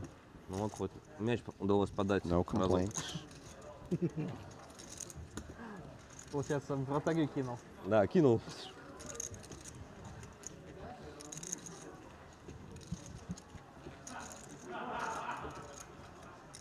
Но Take я a little отвлекся. peek, shall we, at Zubov's Jeju thus far. 2.2 million in career Triton earnings across 6 caches, but 0 for 4 here at this festival. This is his 6th appearance, first joining us in 2022 in Cyprus. Played a single event back there. I'm lying. My wife is watching. I just want to tilt her. Look at the mischievous Alex Ponikovs. He really does have a terrific sense of humor, by the way, does Ponikovs. I miss the Miami nightclub owner tracksuit. Remember the one with the neon fluorescent, like... Yeah, I know it. I wonder if he's going to break it back out for us at some point. He may have retired it. If he really wants to okay to tilt his tilt someone wife, else's wife? he can do the no-look all-in. If he really wants to tilt his wife, he should just have some random girl sitting behind him on the rail. Oh, you're going that route. No, and then when she calls, he looks at his phone and then puts it back down. Don't do that, Alex. We know your wife and we love her. Ace, King, 5. 2 10s for Tune Mulder. Performing well, unbeknownst to him. He was the razor on the button. This is a big blind defense from Razai. So Tune could choose to rep if he wanted, but obviously he has just 560. Every chip so precious here on the Stone Money bubble. How much will he invest? In a C-bet? 85, he says. Razai says, don't worry. Do keep in mind that Toon Molder opted to min-raise the button there. He's clearly willing to try to get the chip table stack, big stack, to attack him and call it off on Stone Cold Bubble.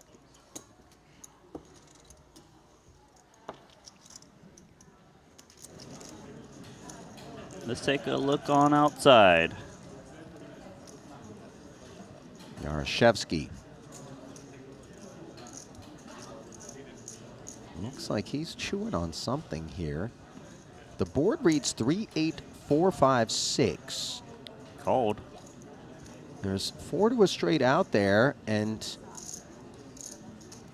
it was Tom Fuchs who would barrel 325,000. And indeed, Yarashevsky did make the call and is collecting the pot. Did you get a glimpse at... I didn't see what he called Yarashevsky's with? card, but I saw he threw the chip over to Fuchs, and the chip was thrown back as Fuchs was bluffing. Interesting. Looks like it was Yarashevsky with a pair of 6s on 8, 3, 4, 5, 6. Wow. Took down the Queen Jack off. Hard working now. It's okay. I know how to do it. Experienced.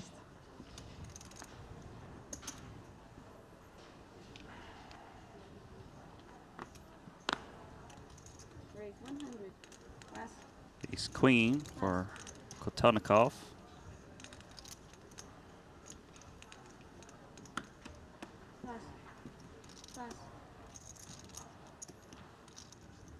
Min-raise open. King 10 suited for Ponikovs. Yeah, the wife's not going to be happy if you play this one, Ponikovs. Well, listen.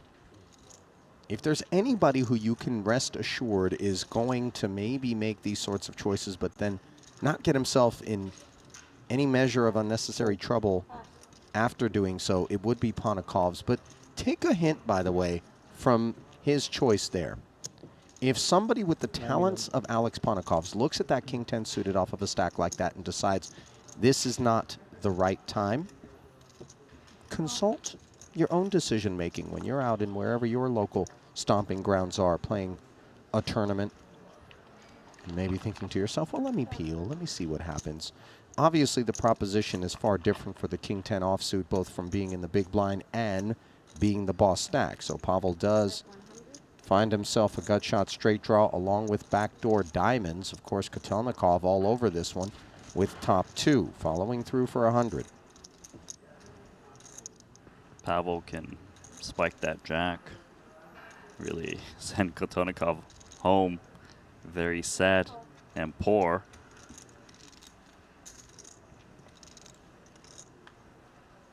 It's a good turn card for Pavel. Picks up a pair and, of course, the nut flush draw. It's even better for him because I wouldn't expect Kotelnikov to fire the turn with the flush and straight coming in on Stone Cold Bubble. I know the ace-queen is very vulnerable, but it seems he doesn't even have the option to bet because Pavel is going to lead out tiny. Kotonikov is pretty much handcuffed to call, even though he usually has the best hand because he's far from nutted. So the 80K lead, freezing Kotelnikov. He has a good bit of hand, but unblocks the diamonds. Has to be respectful of the situation, and this is so nasty, Randy. Fourth diamond. Rolls right off. And the rich are going to get richer. You know, in a weird way, I feel like Pavel, provided that Kotelnikov was going to bet the turn, which isn't necessarily a given, but saved him some chips because the sizing from Kotelnikov could very well have been bigger than the 80 that Plesov dialed up. Yeah, I see where you're coming from. Just trying to... You're right. Kotonikov probably got a little cheaper. I don't know. It's hard to say. I don't think he would have bet the turn. But regardless, though, I agree. Pavel assessed the situation correctly that Kotonikov is never going to raise him on a turn. So he just bought himself the super cheap river with that great combo draw.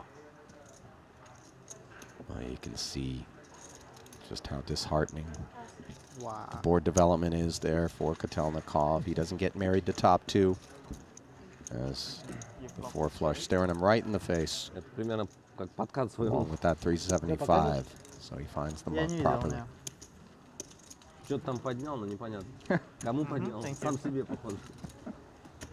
Да, флоп хороший такой.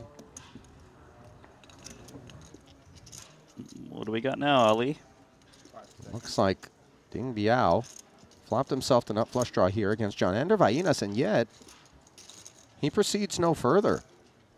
This was Vainas opening to 100,000. Razai and Ding Biao both called from the blinds.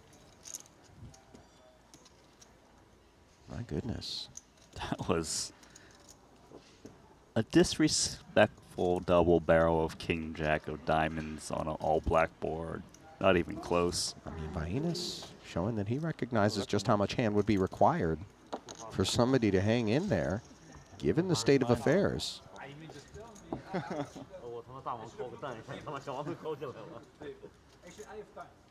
No, no, don't worry. It's fine, thanks.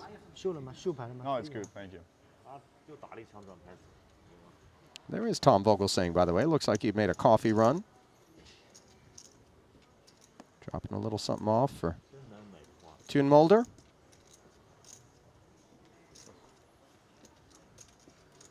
Ace King as the deck drops something off for Kiat Liu Chun, who's been active.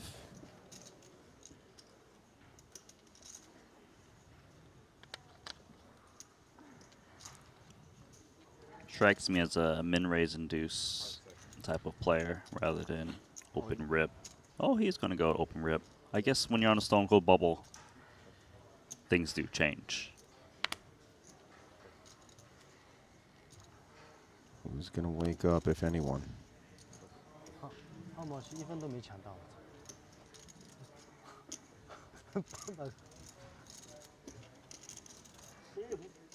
No customers. This orbit will be brought to you by that pickup. 服了。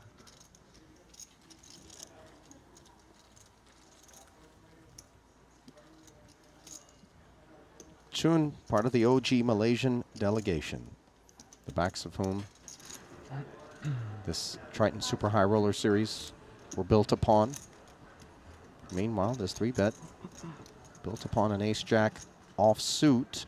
Yuya Kita cut off opened to 125,000 before Ponikov's Это примерно как wagged his finger.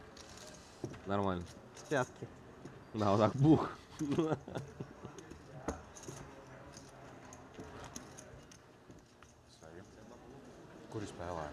Outer table. Yurashevsky, once again. Cards in front of him. And another pot. Yeah, found that bluff with a pair of sixes. Dug in. Well, looks like he's adding. Yurashevsky, 92 big blinds. Once again, look, Leon Sturm and Calvin Anderson going to war. There's a tell you what, story out there. it's something else to observe Calvin Anderson, man. He really is just one of those exciting types of players. His chips don't collect dust. He's being put to the test pre-flop right now. Anderson made 145,000 with the big blind being 50K. Leon Sturm in the big blind reshove to put Anderson all in, and Anderson has 970K back, and he folds. Feels like Leon Sturm is really just giving it to Calvin Anderson. Yeah. Gotten the best of him on the 2 occasions in which we've paid visits. Yaroshevsky, who we saw moments ago, by the way, sitting on a 2nd place stack overall. Pavel still the leader. Shunjiro Kita in 3rd. Chen Dong in 4th. Luke Greenwood in 5th.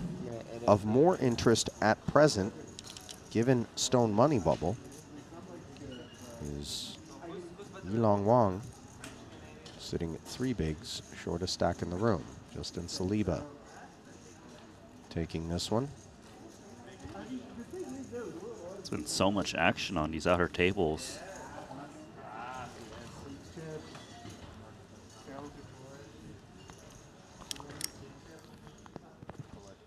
Если раньше лидишь, то не тяжело. Нет, если раньше, да.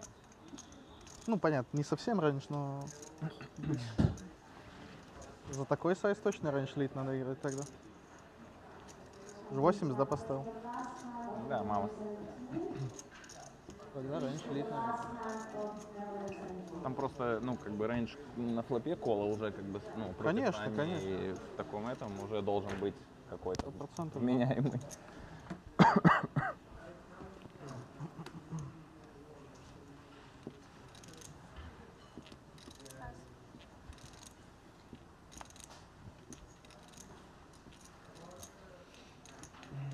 So earlier, Randy, you speculated that Will Jokro, who just folded under the gun, was a rom-com guy? Is that No, I what you said were crime thinking? first. Crime. Okay. So No. like police procedural. Yeah, yeah. That's the sort of films you think he's involved. I could see that. That's a really popular genre when it comes to Asian films. Yeah. Are they still making the God of Gamblers series? don't Remember think that? so. Back in the day, Chow Yun Pass. Fat. My favorite. Those were good flicks, man. Like, he can turn, like, the 4 into an ace, you know? Like, he Oh, can yeah. rub it, you Yeah, know? rub, yep. Jing Yao Yan, by the way, turning 50 into 105. Given the ace-jack, which is in great shape against a chip-leading Pavel. King-jack offsuit, and he'll play in position. Granted, he is dominated. Yongjia Lin has an ace in the big, sitting 775, though, far too deep to really look for trouble. I kind of like fold because the opener's in early position and he's dominated a lot. He is going to come along, but I wouldn't have mind if he just folded there. Yeah, I don't think either of us are going to be critical of a choice to sit back and watch this one. But hey, the timing is great. 9-6-4, top pair, finds the side card after being dominated. This is a really bad setup for Jing Yao Yan. Granted, he covers slightly, but ace of diamonds working overtime. Looks like he's going to follow through with a C-bet. 160. It's a very dangerous C-bet to make into 2 players on this texture, especially off of with Pavel flatting, who does have a pair a decent amount. He does fold.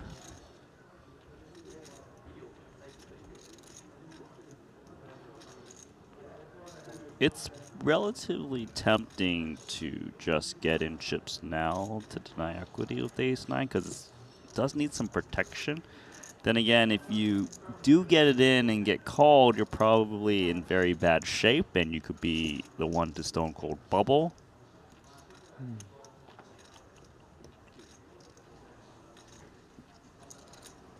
Have you booked Monte Carlo already? I'm sure he's No, I book. would have been happier committing chips You against not a coming? big stack, but against Jing Yao Yan, I'm who's playing a coming, 20 but big blind stack, never like that's in advance. the strongest range. it contains overpairs on this texture, you know? Jan, by the way, cleared You mean in the hurdle that he would have been more concerned about, that being somewhere else, Pavel, because I like walking given obviously that he covers putting in the lone steps, remaining like opponent. But enjoying this the view. is in part why it is that you're not going to defend that big blind more often than not. You see Sometimes top pair, top kicker, just check folding, Randy, and those ideas are asynchronous. That's an If you insane go uphill, fold. it's, Yeah, I totally don't different story. know why But he sometimes- defended some point, the yeah. big to just So check one- fold top pair, Yeah. top kicker. I mean, a little further. This is why you fold pre-flop. Correct. If you are scared of overpairs, or if you're scared of big aces, I can't get behind that one. no, I would agree. If you are going to bother to defend your big blind and flop that clean, you know, granted, you can sympathize with why it is that you have concerns, because leading into two players, not one, Win package, yeah. out of position against a chip leader, no less, you do start to get worried about some monsters under the bed. Book today. But You know the stars really have to align perfectly for him. What, he's going to hope that it checks to Pavel, who bets, and then he's willing to continue because it's the big stack? I don't know, man. yeah, Can't do that. that was definitely a big surprise. Like, is he Well, never money, right? expecting a C-bet from the pre-flop raiser? Think about how insanely fortunate Jing Yao Yan Why is is the clock still? to be hauling that pot in. If I Stole told him, it. if I ran out there and told him that ace-9 just check folded to you, he would be Isn't speechless. it like hand for hand? Like, Meanwhile, no one going to be speechless oh, so the clock is when bearing witness to Pavel activating here. This is absolutely prime time for the chip leader. We play punish. fast, so we don't play slow. Let's see how Will Jokro will play. I like this flat. I can really get behind this off of 30 bigs. He's so healthy, pretty much guaranteed to make the money. No reason to inflate. His tournament life is more valuable than the chips right now on the Stone Cold Bubble. Top pair, top kicker. Heavily under-repped. Pavel. Plenty of chips with which to do some storytelling here. Trying to leverage the money bubble. 90K, the price point. And Jokro's just not looking to do anything other than take a passive line for the time being, at least. Yeah, my opinion is just check call down. Most runouts, assuming no 4 flush comes in. But he says check raise. Which is kind of interesting. Because if he's willing to play big pots, I'm not sure why he didn't 3-bet pre. Regardless, though, he's probably just going to win it here. You know, I'm surprised by this, though, because let's just say, theoretically, that Plesuv were to 3-bet. If you're Jokro and you end up playing a big one and getting showered on the bubble, it's disaster. Mm-hmm. Now, granted, ace-king heaps of hand in that particular spot, but Yeah, it was a curious play. especially given his willingness to flat it pre. You Yeah, know, that it that's what doesn't I'm line saying. up. That's what I'm saying. Like, I assumed he was flatting pre just to call down posts, but not try to make a situation where maybe he accidentally gets it in. What would be this usually 400k But okay, bounty? won the pot regardless. Actually won a 400. little extra C-bet. I think it was 5. 5?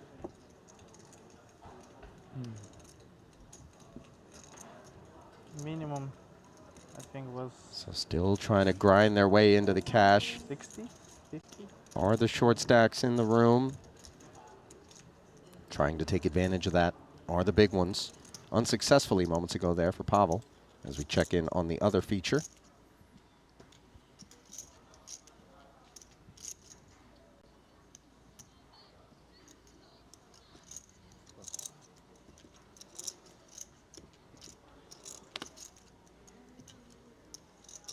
Ace-6 off. Boss stack. Making noise. Perhaps relieved that Razai's not going to be involved, given he's 0 for 2 against that man. He's like, I'll take anyone on but Razai. Well, we saw Vainas muscle Ding Biao off of a nut flush draw with a disrespectful 500K on King High. Yeah, from what I've witnessed from Bainas, like he's a very tough customer.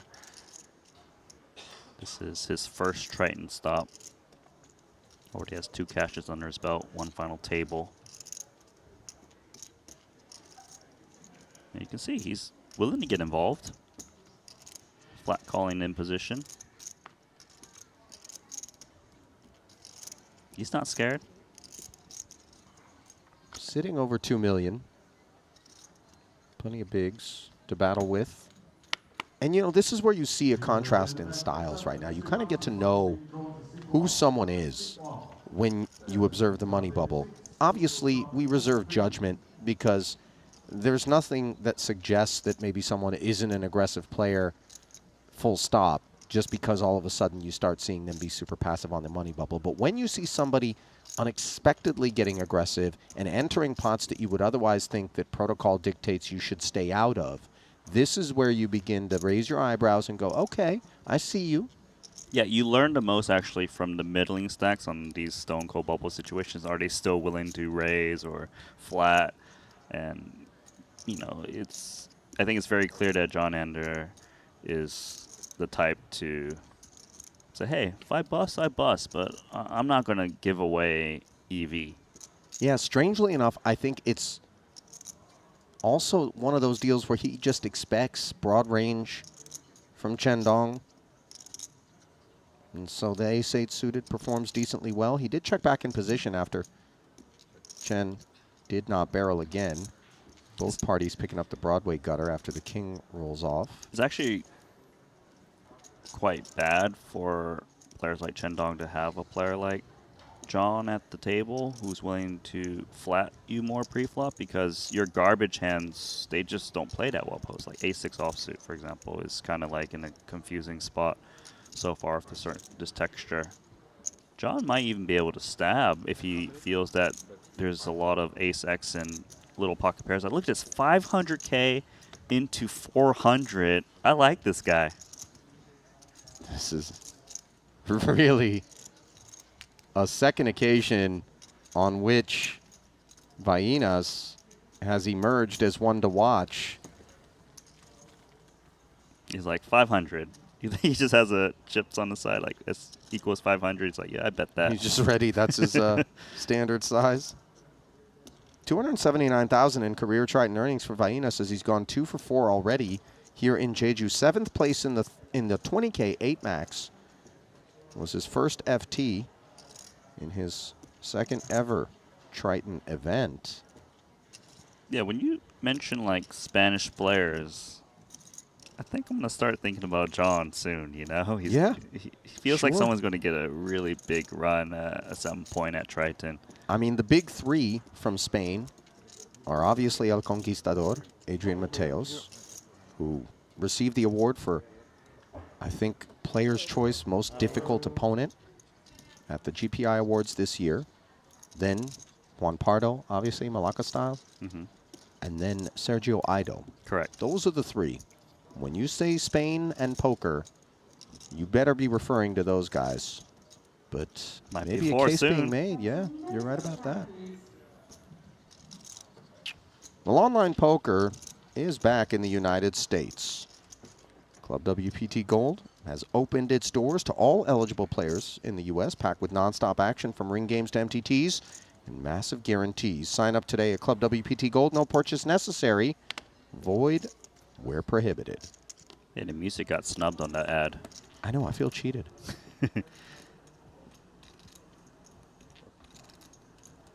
Flipping back over to the other feature.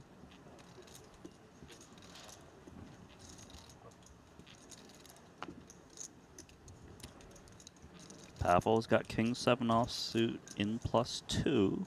Let's see if he's gonna open. Yes, he will.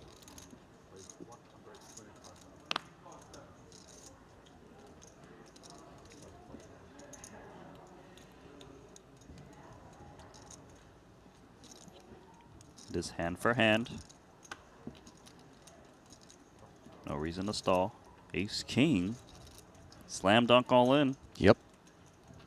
He's playing 20 bigs. It's different where Will was playing 30 big blinds, more to risk. But here's, I'm sure he's seen Pavel open raise plenty of hands. I mean, already he too. loves that the slam dunk all in is coming over the top of Pavel being the opener, right? Because there's other guys that if they open off of a leaner stack, even though you might have them healthily covered, their range is going to be a lot more narrow. You nailed Ace King it. is Ace King, obviously, but Yeah. But just can't really see why you would do anything else but jam. Definitely not 3-bet small to induce. That would be a bit intense.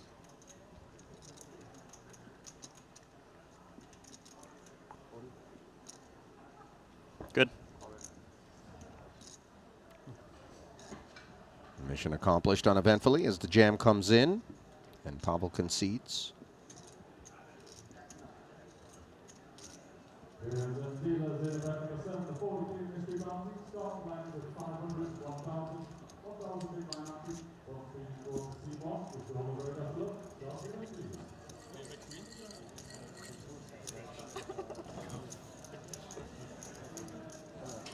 What have we here?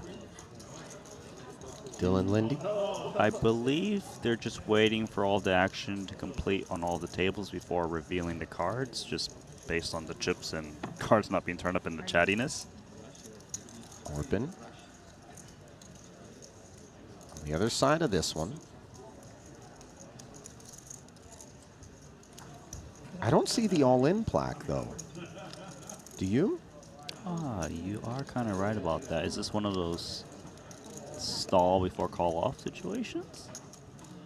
Because there's a lot of chips out there. See, Dylan's got a lot of chips. There's a matching stack-ish. Who's covered then? It's not Dylan. He's got a lot of whites in the back. Gonna assume it's Orpin. You know, this hand is actually waiting to be revealed. There's the plaque. Yeah. We, for some reason, didn't have it out there. Dylan opened the button to 1,000,000. Calling it off out of the big was Orpin with 690 total. Behind, 750, if you're counting the big. Now we got one in progress somewhere else in the room as the boys wait for the conclusion of action. All right, so not sure who Polo's up against. Is that Fritz? Believe it is. No, it's No, it's Boyka. Alex Boyka. Oh, I haven't seen him in a while. Okay, actually. so this is Rokai Shawi Mehdi, who made it 120. Boyka out of the small 3-bet to 475. Mehdi made the call. You see the flop now, 7-6-3 off. Boyka check call, 255K. Backdoor heart draw arrives in jack form. Boyka promptly checking. So Boyka's got 1.2 million back. Medi's got 1.4 million, so similar stack size. Obviously, this pot is inflated. 1.6 million chips in the pot.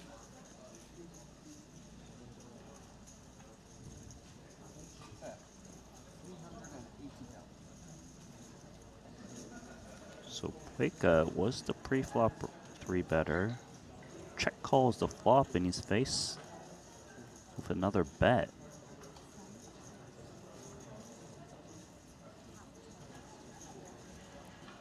Feels like, I don't feel like Boyka's range is defined. It could be some loose 3-bet like a 7x. Could be like ace king high. Maybe some overpairs. Looks like it's more the ace king high territory as he just folds. And the 380 getting the job done there. Mehdi gave a little wink. I don't know if you caught that. Making it look like he might have got away with one. Of course, it's a free roll to make your opponent think that, as you get to live rent-free in their heads. Pardon me. So we come back over for the particulars.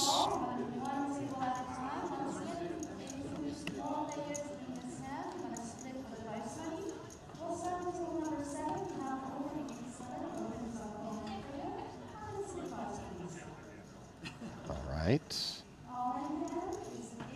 He see. tells them to roll them over. It is ace queen for Orpin, and I see a for 3. Dylan, is it queen 3?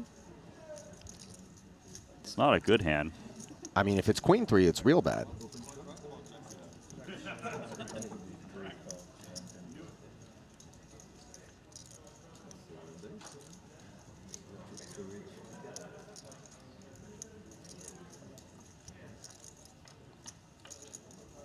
Okay, here comes the flop. Jack 3 suited. Yeah, 10-9-5. Ace queen, hanging on. Orpin trying to avoid the bubble. Oh, dampness. Dylan finding the open ender, but not finding. Trouble on the end as Orpin makes aces. And everybody, disappointingly, returns to their seats, still not in the money. One player's happy. His name? Orpin.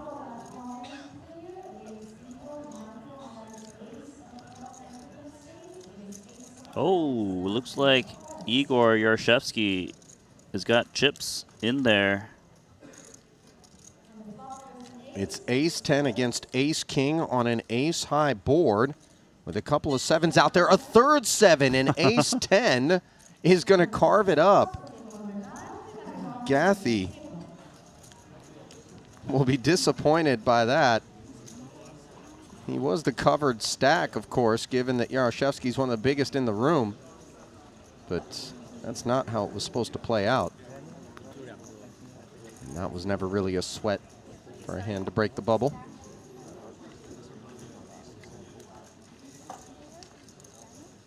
Players can't be happy. Okay. Third time's a charm?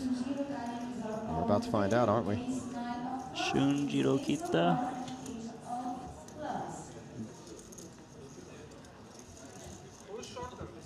Is Dvoris on the other end of this? Looks like it. Ace 9 of clubs. He is the all-in player.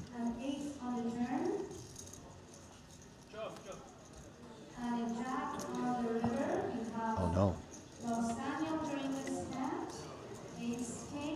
Kita with the ace king. Always had the better of Dvoris. And Shunjiro is all smiles as he has done everyone's bidding, eliminating Daniel Dvoris, who will exit in the 25K WPT Global Slam on the wrong side of the bubble. Everybody guaranteed 41 dimes now, Randy. Yeah, and looking at the hand, it seemed that Dvoris had open raised to 130K. Shunjiro Kita 3-bet to 225K. And Dvoris didn't believe it. He reshoved 1.3 million with ace 9. Are you surprised?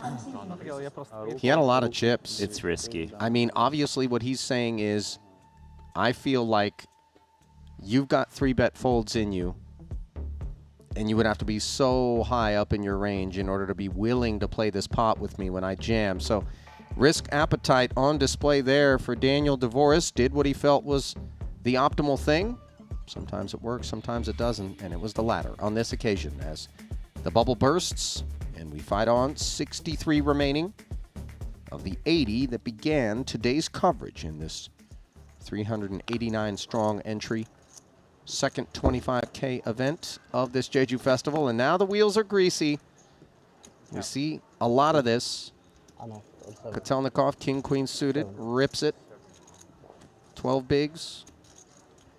Young Jialin, who left us slightly breathless, defending an ace-9 in a three-way pot and then check folding top pair on a clean board, asking for the count before folding ace-8 suited. Now, to be fair, we don't know whether or not Lin would have won that exchange versus the ace-jack. Definitely was a big favorite to do it, but I think in his mind, he feels quite all right, having cost himself an extra big blind, of course, with the pre-flop decision, but here he is in the money, and that was always the mission. That was the mission. First step done. And rewarded with 41,000 at the minimum. Не, ну я даже не пропускал потом. И хлоп. You fold king jack? Katonnikov is all right with it. No, в suited ace. Good race, no good. По воскресеньям.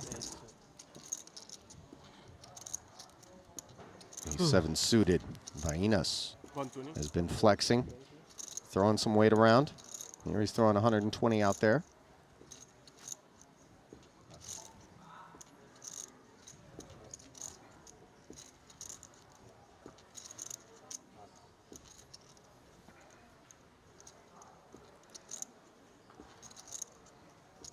Ace 10 for tune motor. I've seen this hand mix in many different ways. Could like sometimes 3-bet jam, sometimes 3-bet small, even flats, and maybe even folds if your opponent is quite snug. It's really all over the place with this kind of Ace 10 offsuit.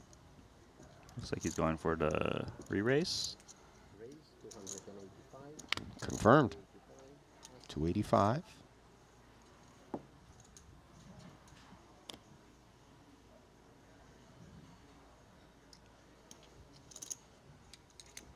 Action's a bit heavy for King Queen suited to want to get involved. Plus, the original opener, John's got Rizai covered, so wow. That is an amazing find, Ollie. How? Betting to 450,000 is Rizai out of the big blind. And the decision is swift for both Vainas and Mulder. You know what it could be a little bit of? Rizai is probably clocked Vainas, and he feels Mulder has as well. So what he's doing is going, okay, we know Vainas doesn't necessarily need to have a hand here. I know Tune thinks that as well. So he doesn't necessarily need to be as up in range as one would normally anticipate the 3-better to be. Let me, with all of the interfering attributes of this King-Queen, go to work. That was a cool play. And like he had the perfect sizing. It's pretty much just min-click it. Because he knows Tune Motor has got a hand that's never calling the 4-bet. It's either all in or fold. He knows what to do. Rizai has really looked good here on the day, on the occasions in which we've been at this table. There's been multiple data points where Rizai is really just He's in shown beast how mode. good he is. Yeah. Like, these aren't simple spots. Like, No. what, he value bet ace king high. He called the river of king queen high, and here he clicked king queen suited in a spot where most players just toss it. Like, no, I'm out. It's okay.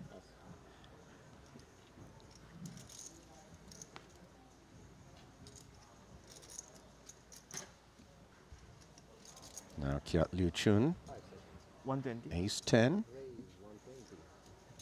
Obviously, his willingness to be active before the bubble burst suggests that now that it has, that theme will continue, perhaps in even more robust fashion. Reasonable open from the hijack. Ding Biao, ace deuce.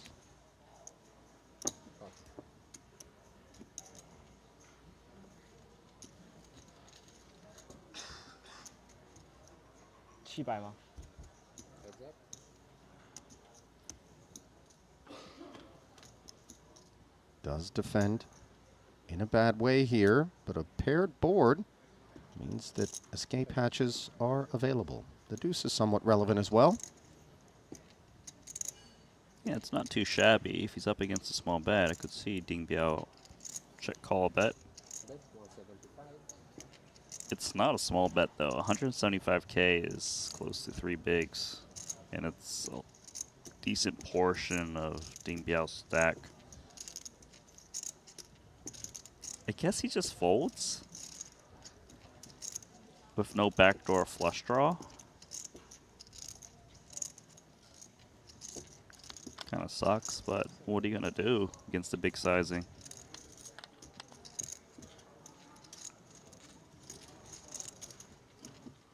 $175K, follow through and take it for Chun, as Ding Biao doesn't want to venture out into the murky waters.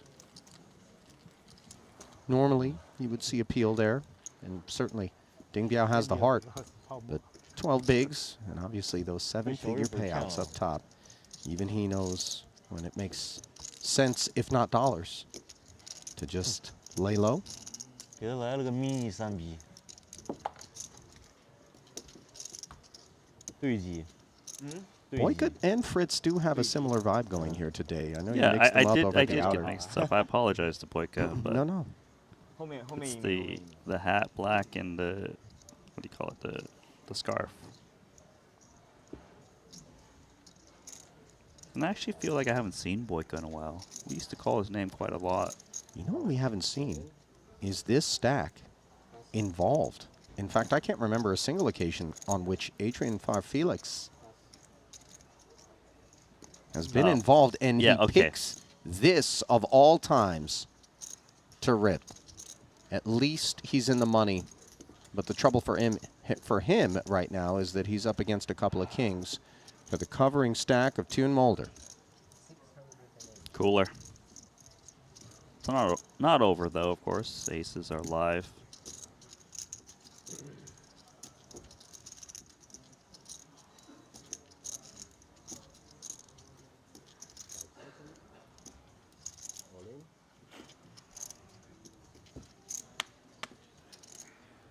One ace down.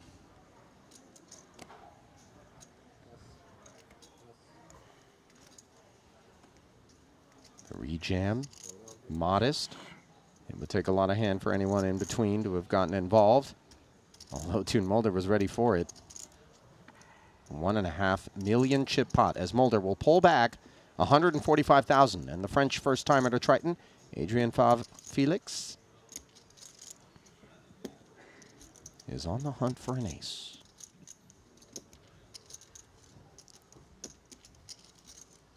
Centers himself in anticipation. Mulder not out of the woods. Here comes the first hurdle. And it's cleared by the kings, which now are blocking Broadway. On a queen 10-6 board.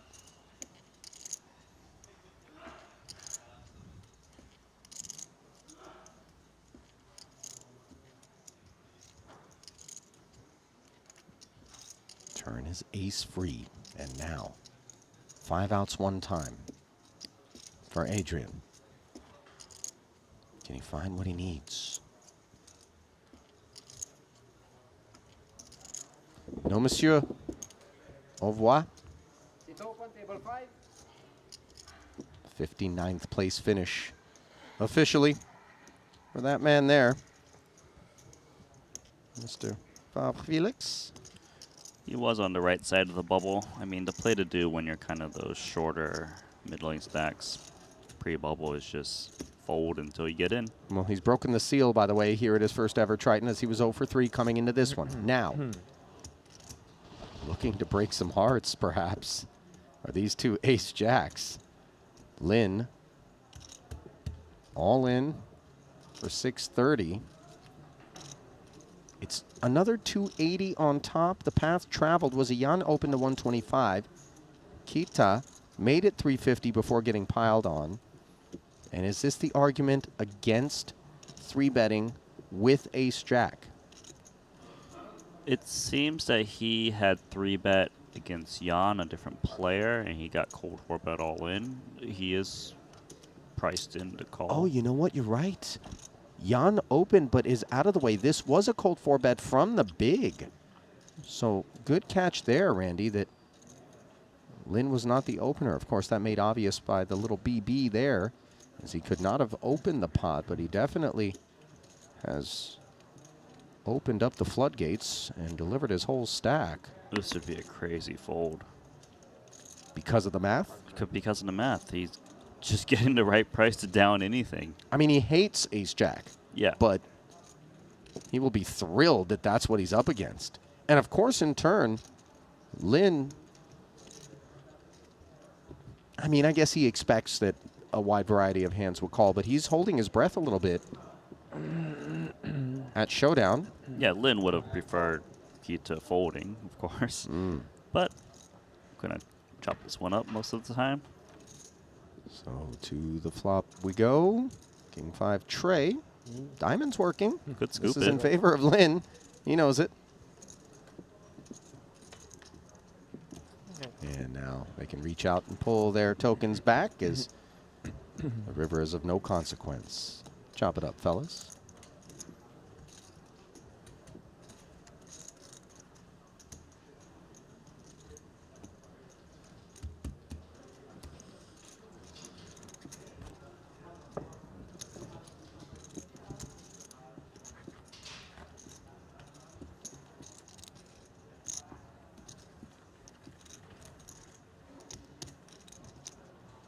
Efforting the particulars on those who Wellenboog 135. have been hauling in these 41K min caches.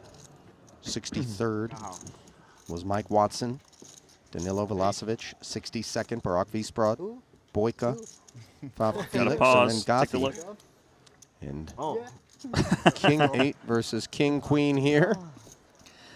Wow. Chop it up. Late. This one caught me off guard. I fold an 8. No harm, no foul. Yeah, I fold. King Biao jammed the button. I don't need 8. I have 8. Fritz made the call. You think Fritz is enjoying the laughter on the other side of the table? So this table is on a back to its original table, which is right behind the column. Okay, so the first floor, second table. Okay. Thank you. All right. King Biao cheating death there with King 8 versus King Queen. 为什么不帮你还8呢？我也有8，我8很难8。哎，不推也不行，什么不能 open 呀？推了有机会把 A 小推走。差一点。 Believe Sonny just came over to 这个 advise 牌太大了。 this crew that they will be ceding 10K future table duties 10K 不抠了。 to another table.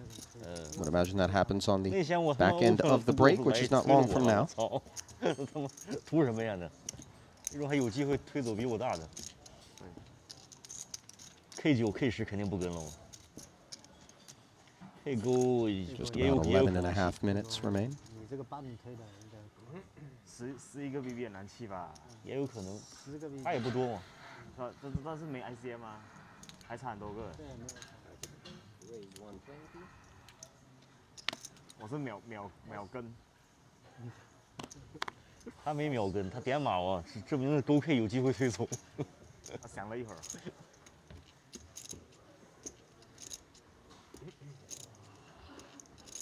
Mulder, in raised with the ace-10, has Vainus in a bad way.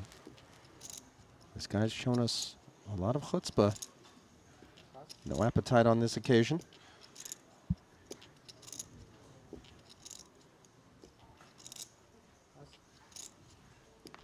Do have a suited queen for Kiat.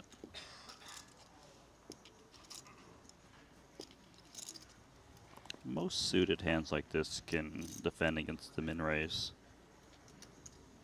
See what develops.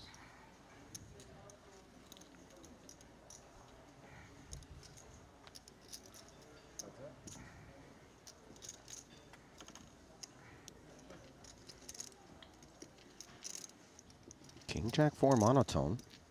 Neither player with a spade.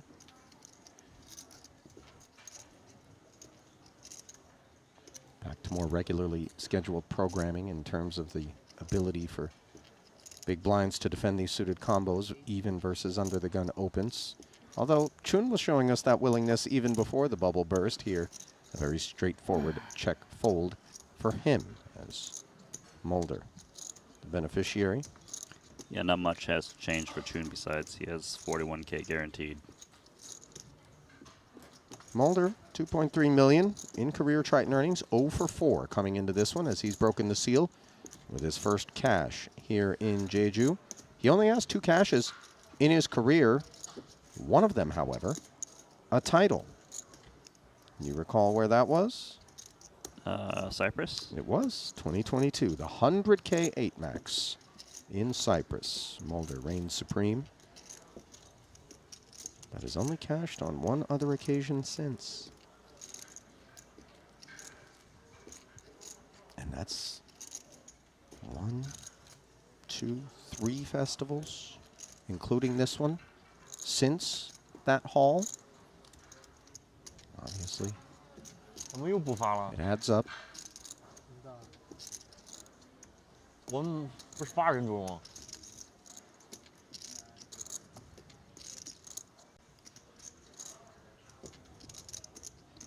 Bit of a stall.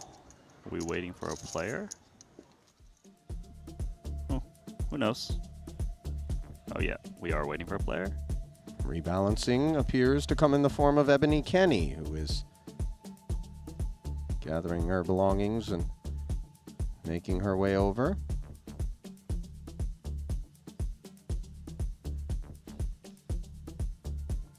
Cards back in the air as she gets situated.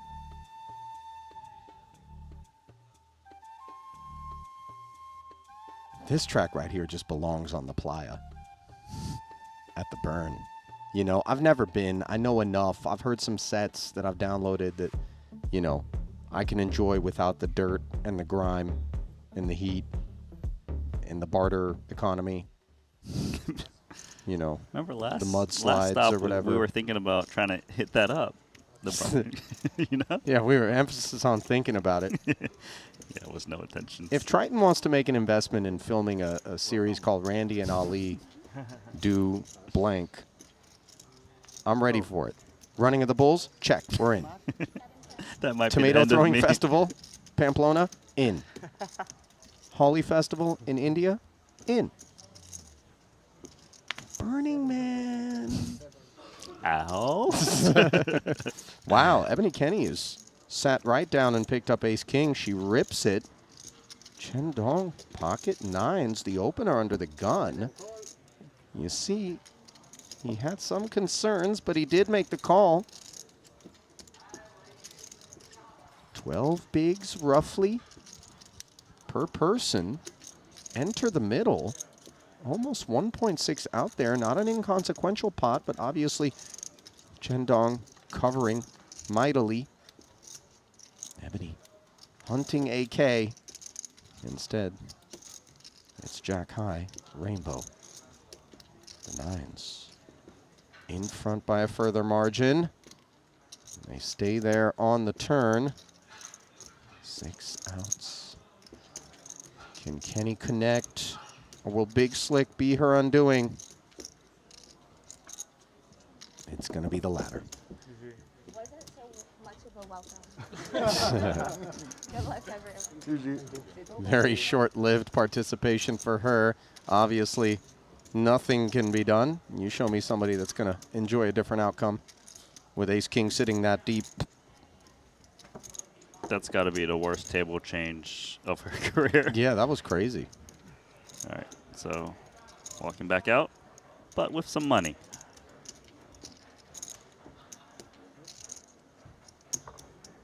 Anyone else want that seat? You know, I don't know that Seat open. you're allowed to ask what happened before sitting down. I have had that where, like, I'll join a cash game, and as soon as I sit, I lose every pot for, like, the first 2 orbits. And I'm like, yo, who died here? You know what I mean? Like, I was on the list for a long time, clearly. This person didn't rack up, right? And they're like, So, like, no. Yeah, they felt it. In my younger years, and when I was in college, when I went to Cache Creek, I would watch the blackjack tables, and I would just see some guy just lose like 10 hands in a row, and he would leave, and I would play the next hand. You're the sickest pup I've ever met, and I love you for it, by the way. And guess what? I lost a hand. Randy's walking by looking at the digital roulette readouts and going, oh my God, black 12 times in a row? Just YOLO on red? Yeah. 120K with the ace-7 suited. You're such a creature. I really love it. Chen Dong. Spade smothered unbeknownst. A pretty suited connector in the big. Just defending here. Ding Biao's supposed to be pretty strong, given his willingness to open from early position, sitting in that 10 big blind territory. Maybe an ace-7 suited is toward the lower part of that range. 5-5 tray, not what the defender had in mind. Let's see if Ding wants to c-bet here. Should be c-betting just to shut out equity. 7 of spades is especially nice because it blocks some of the continues, mainly 6-7, 4-7. These hands might defend the big. But he checks it back. So maybe Chen can steal this one. Well, this turn card does give any ace high a wheel draw. What it doesn't give is queen jack any help. Yeah, a lot of checkbacks contain traps or ace high, so he can't really stab into Ding Biao with queen jack.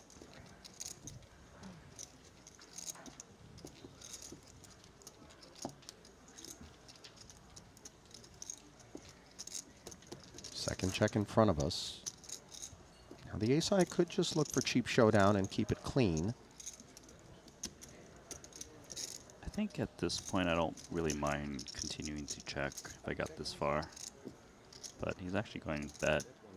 I guess he always expects a better hand to fire into him to protect against the wheelie stuff. So why give your opponent one more chance to hit a 6-outer? That's a great observation there. 150K delivered and then returned along with newfound tokens. Well, if you're looking for tokens, they're tough to earn these days, but one way to emerge victorious is to get into the solver streets, and what better tool to utilize than GTO Wizard. We invite you to check them out. Their ICM and PKO solver, some of the best around. Whether it's a knockout format or an intense final table, GTO Wizard helps you handle ICM spots like a pro, make smarter decisions in the critical moments that matter most. Check them out today at gtowizard.com, the #1 learning app for poker players.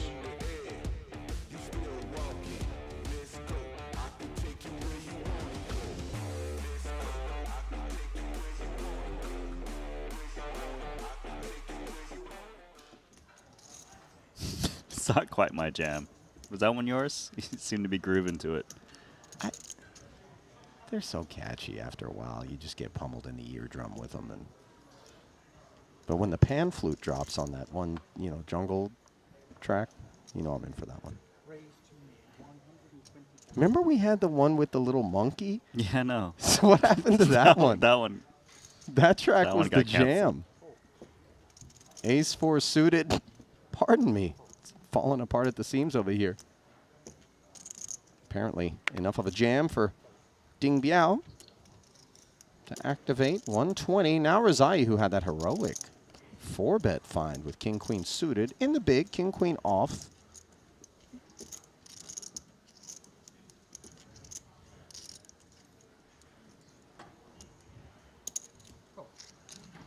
Defending. We're leaving the each other. Ding Biao's been in a lot of pots despite his shallowish stack, and he's got a little trouble here making bottom pair against the top pair of Daniel Razai. Razai happy to check and allow Ding Biao to maybe probe here. A lot of probing on king high textures from early position. They got a lot of ace king, king queen. 4 needs a little bit of protection.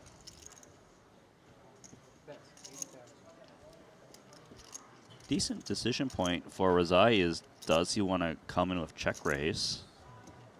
His hand is worthy of getting chips in by the river against a shallowish stack.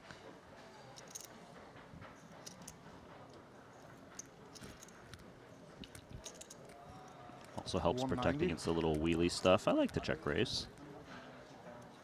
80 becomes 190.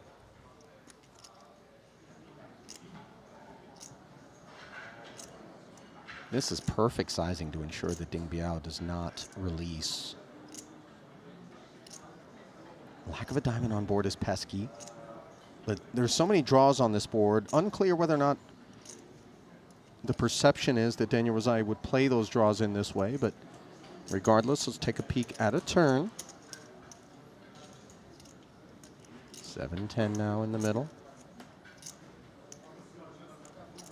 9 of diamonds.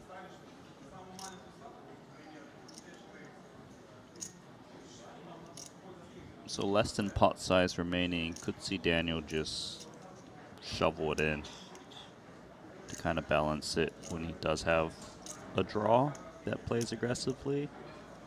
I'm sure there's nothing wrong with betting small too, but there's not much left in there. I guess he's so far up in his range, he doesn't mind his opponent having a chance to put in chips bad.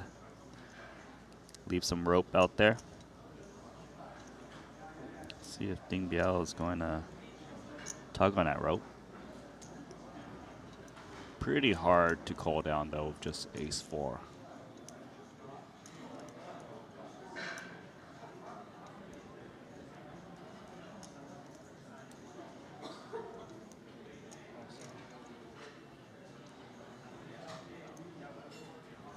$215.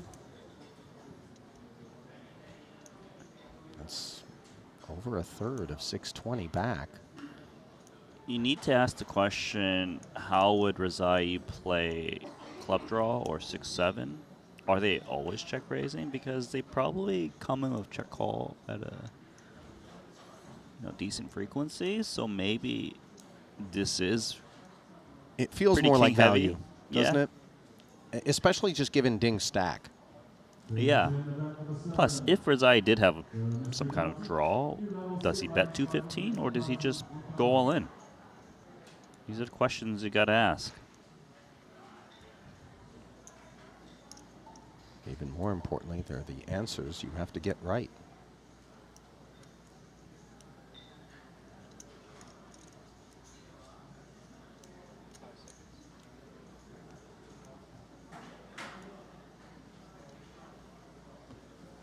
He's out.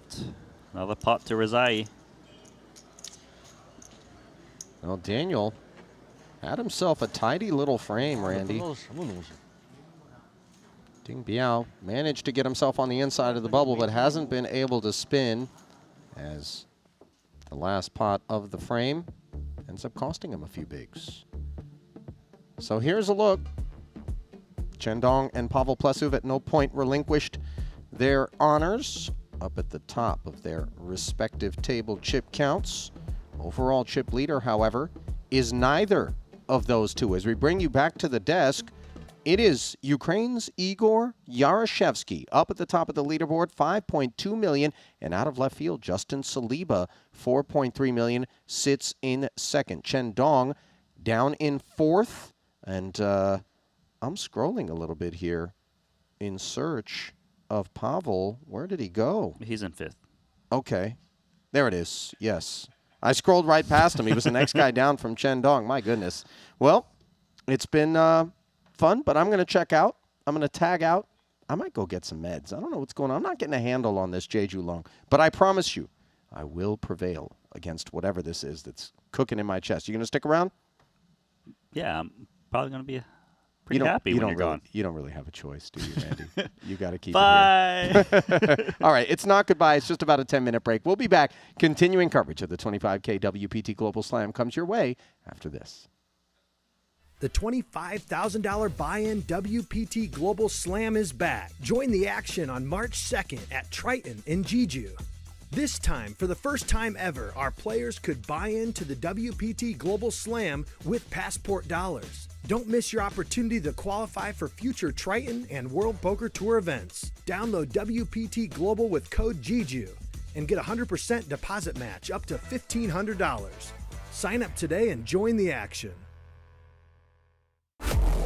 I've played against the best, I've won on the biggest stage. But what if I told you, it's not just about luck or talent? It's about using the right tools. GTO Wizard is the fastest and most efficient way to study any spot in poker. This is how you level up your game.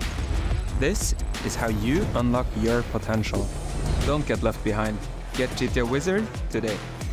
Beat the best, crush the rest. Looking for the ultimate platform to place your bets on the biggest sporting events?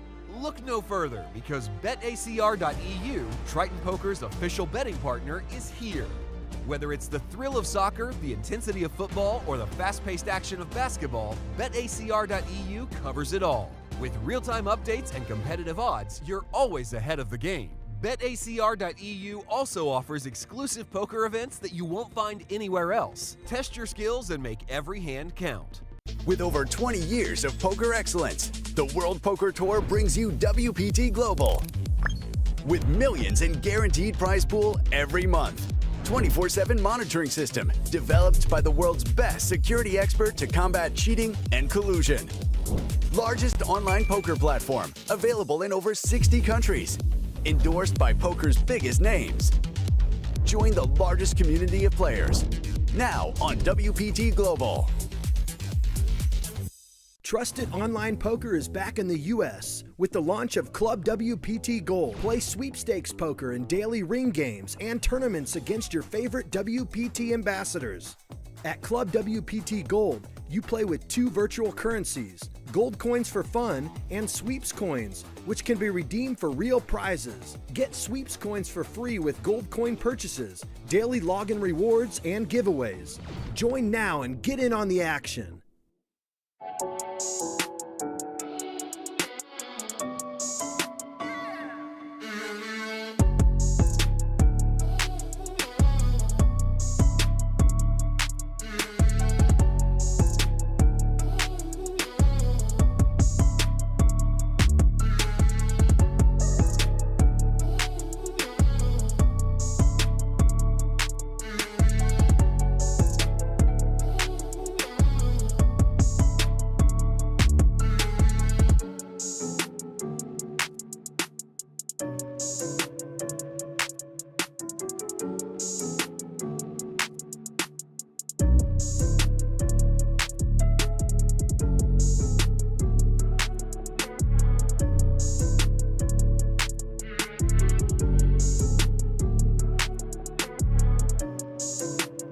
His car. Oh, you guys. I got to tell this story. It's so good.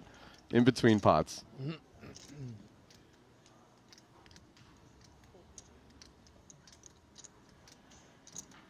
Ace-Jack suited. Rampage is chipping up. Got the king-queen through last hand. Looks like he's raising to induce.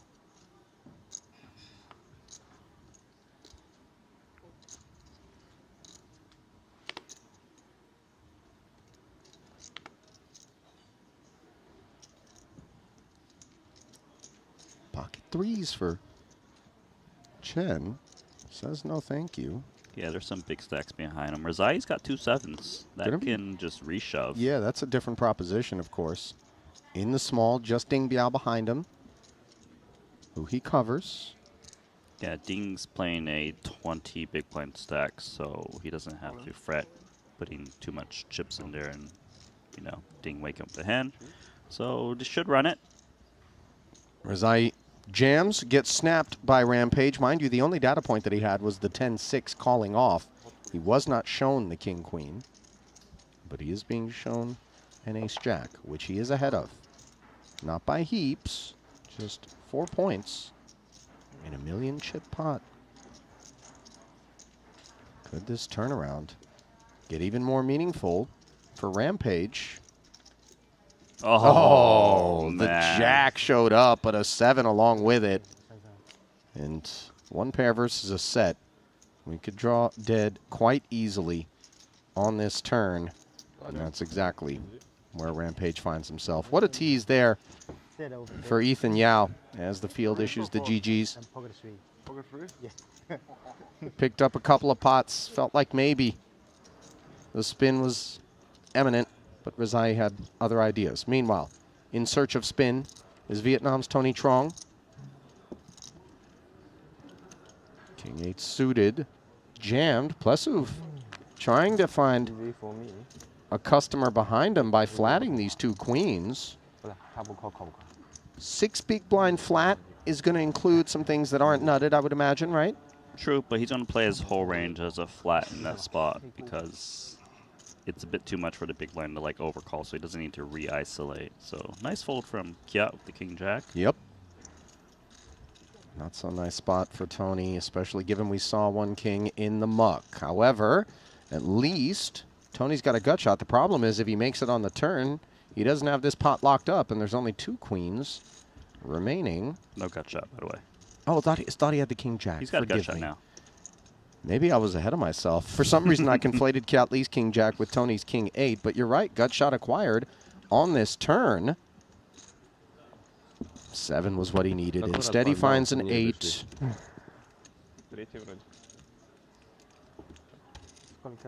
Short stacks going down. Yeah, just when you thought maybe resiliency would be the order of the day. Pavel brings us a notch closer to the money. Something Tony Trong isn't going to be a part of.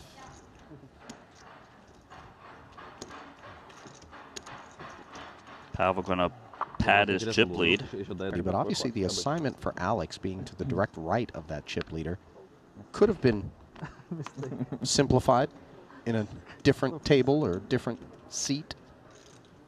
That said, Alex is one of those guys who I really feel like almost relishes the opportunity for stiff competition. You know, he's not intimidated. That's for sure. Yeah, he's not intimidated. He just plays what he's dealt. You know, if the table's tough, so be it.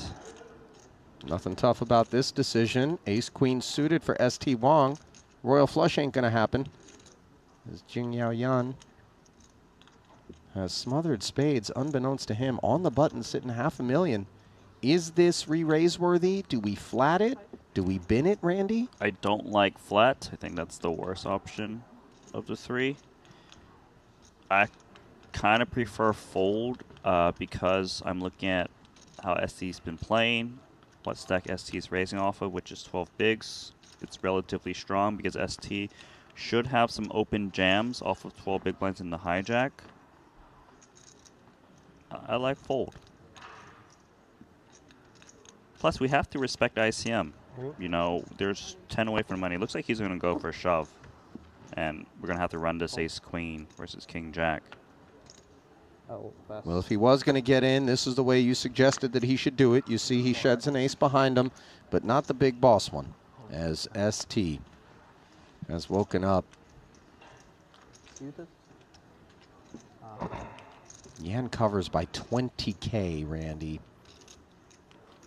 It's going to be a literal crumb, half a big, if this pot doesn't go his way, which of course is what ST is rooting for.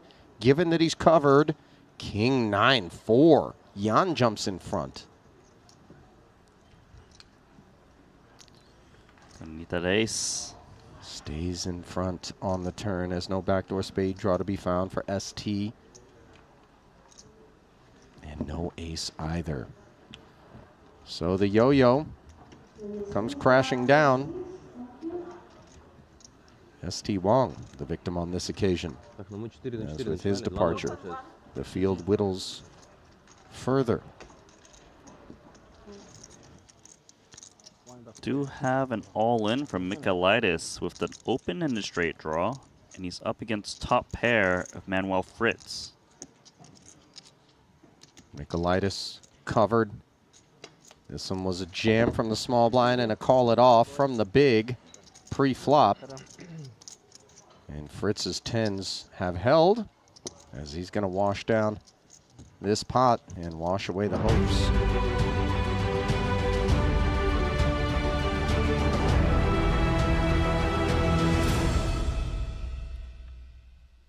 Welcome back to continuing coverage of the Triton Jeju. I'm Griffin Benter. This is Randy Liu. We're covering the 25K WPT Global Slam. There's just 52 players remain. At least hit the table when you're going to say slam. Well, I wanted to ask you actually if I could just maybe try to pick you up and just slam you on the thing. Thanks. But I might break in half. Yeah, no, we don't want that. We need you, Randy. We need you. So Igor Yarashevsky with the chip lead at 5.2 million chips. That's a great situation for the Ukrainian, who's always a threat in these Triton events. We can see Justin Saliba, the American, in second. Chen Dong there in third place. We got our feature tables over here. Table 3 in the blue. Anything stand out for you here? Obviously, we can see Greenwood, Filatov, Feder Holtz finding a lot of time on these features.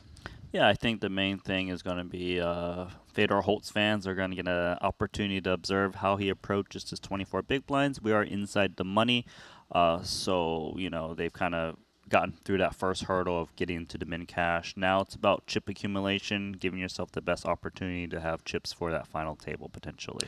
Yeah, and another player who's holding one of the chip leads is Leon Sturm on that red table, who's an incredible player. We've seen him, play what you can widely considered to be perfect poker sometimes at this, level. Very, very well respected. Calvin Anderson, someone, I'm very familiar with, sort of cutting my teeth growing up in the online streets.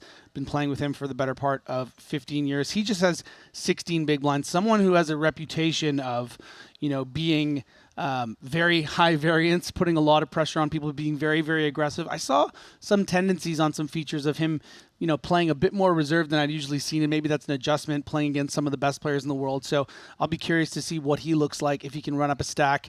Dmitry Danchev, just 6 big blinds on that blue table. So again, with these Tritons, a lot of familiar faces and a lot of people that, if they get some chips, they're going to be really tough to deal with down the stretch. Yeah, I'm really excited for that red table because of the Sturm and Calvin Anderson dynamic. They've been going hard at each other on the outer tables. Anderson was caught bluffing, so that'll be a fun one to watch. Yeah, and let's not forget David Coleman. We spoke a lot about him actually just yesterday. He only has 8 blinds on that red table. He's going to be the shorty over there on table 2 as we get a look at some of the outer tables that fill out this landing resort casino. There's Kristen Foxen having a little dinner.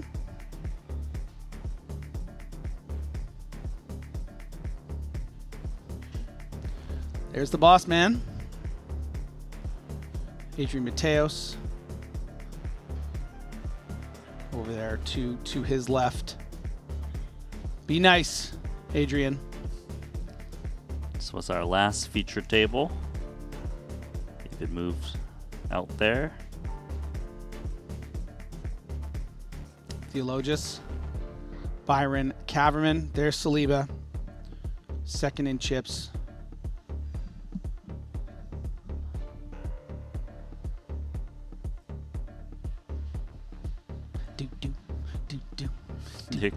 You feeling it? I am feeling it. I there like we this go. tune. It's good. That's why I work for this. It's the calm before the Sturm. Before the Sturm? Yep. Well, Leon Sturm's on the red table with 50 big blinds, 4 million chips. Yeah, and you can see some of those short stacked in that single-digit big blind. David Coleman on the red. Liu and Danchev on the blue. Lucas Greenwood. Don't call me Sam. Lucas Greenwood. One of the brothers. Great to see him build up a nice big stack. That is good for a top 10 stack. And someone who's, by his own right, one of the top Canadian players in the world, but certainly a little bit overshadowed by his incredibly successful brother. It'd be nice to see Lucas have a big score here in the 25K Global Slam. Well, his brother did just final table the last event. Yeah, setting the bar high. Gotta try and outdo him. Yeah. Really fascinating family of brilliant men. Oh, man. Oh, no. Bad for Anderson because Wai Long Chan's got 2 aces. Oh, no. And you can't ask for much more coming right out of the break. You just think, oh, this is great. Going to be up against a couple queens, maybe an ace-jack. But, nah, just the blades.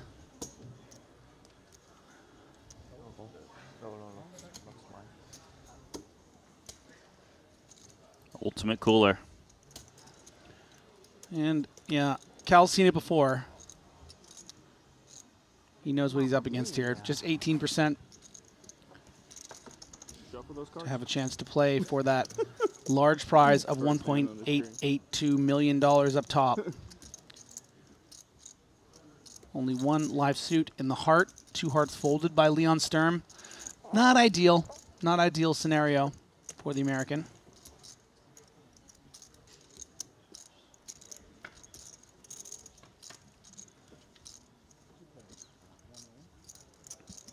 Still needs to find that king to stay alive for Anderson.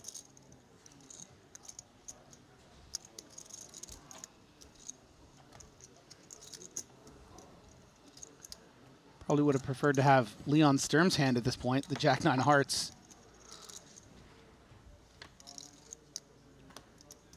And that's going to do it. Okay. Nut over nut. Full house, no good. Yeah, 8s full of aces. Just clips the 8s full of kings. Unlucky for Cal, but going to be nice for him to get on the board here.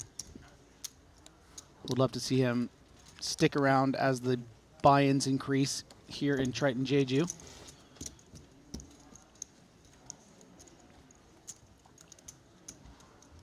This one going to be Anderson's second cash of the festival. Thank you so much. His first Triton stop.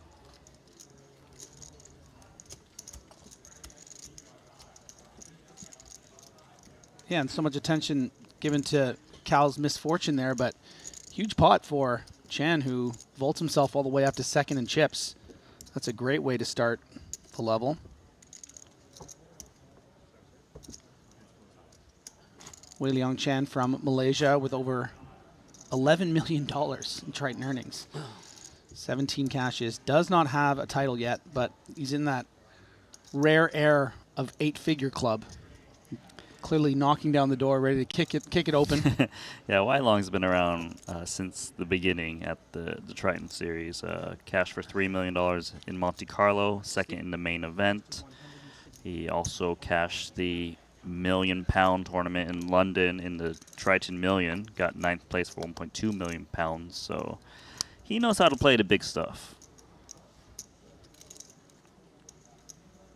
Yeah, and what that does mean is that 3 of our top 6 stacks all on this red table, and then 2 stacks that are sub 10 big blinds. So really a story of the haves and have-nots. Even Zavor Rotnich, just 13 blinds. So 3 shorties, 3 big boys.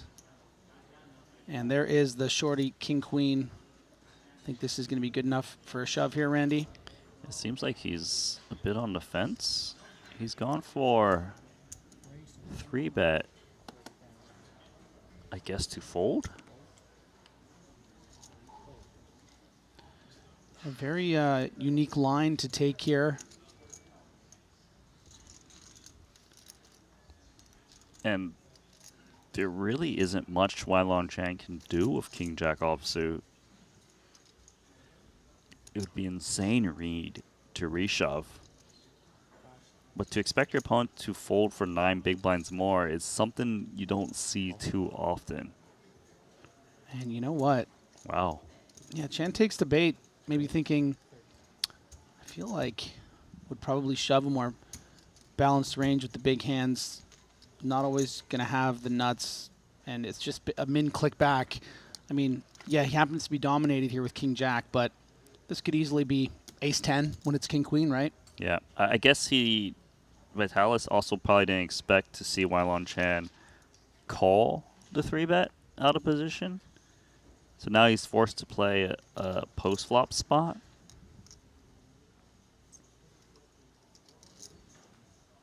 I would think, though, he would believe that Wai Lon Chan would always jam good pocket pairs pre. This is tricky with sub 1-to-1 SPR. I would worry if I were Vitalis.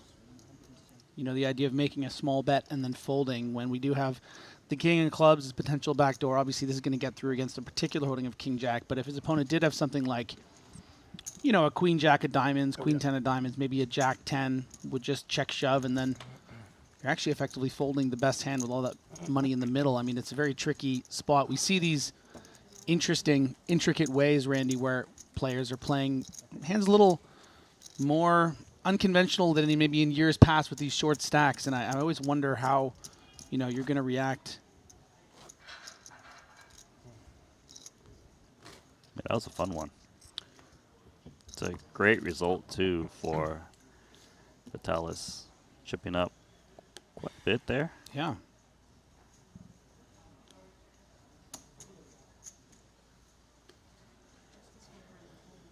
As we do focus on this red table 2, as mentioned, 3 short stacks, 3 big stacks. So expect to see some all-ins between, now that Vitalis is up to 20 big blinds, maybe not so much him, but we do have the 7 blinds of Coleman.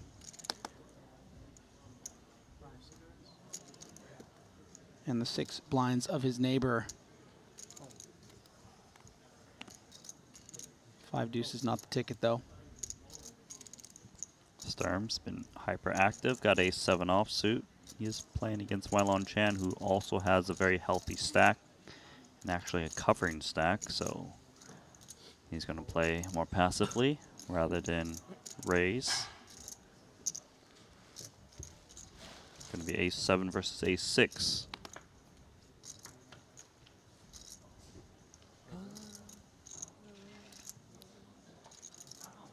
Better gut shot acquired for Weilon Chan.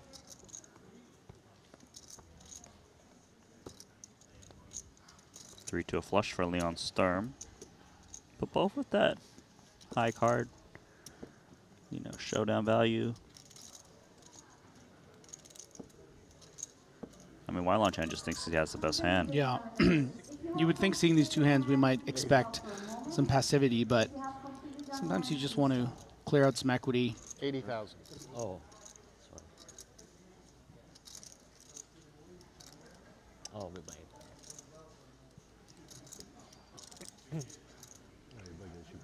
Huh?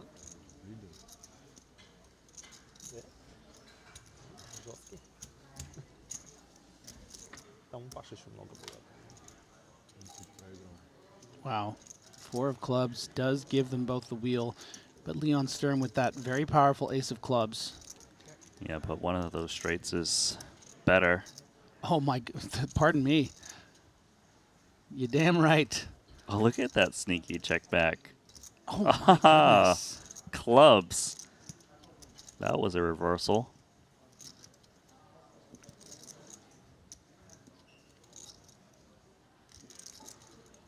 Uno reverso on the river. Man. Leon Sturm with that Service. nut flush.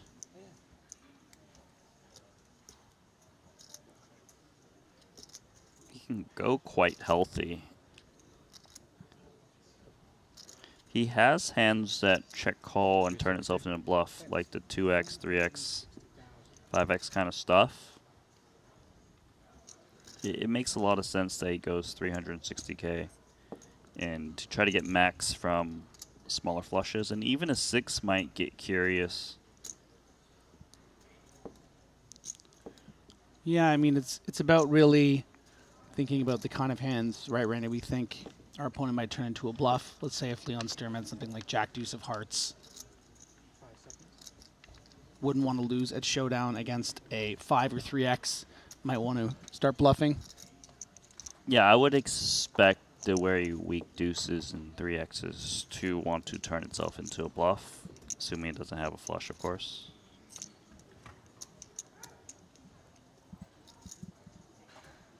Guess Weilon Chan's asking, would Sturm go for this size if he was attacking?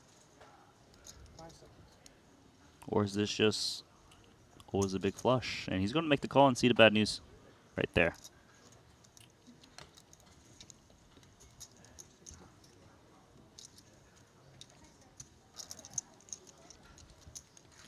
And just when we saw Chan get up to second in chips, that's going to bring Leon. They're sort of going to trade places. Two.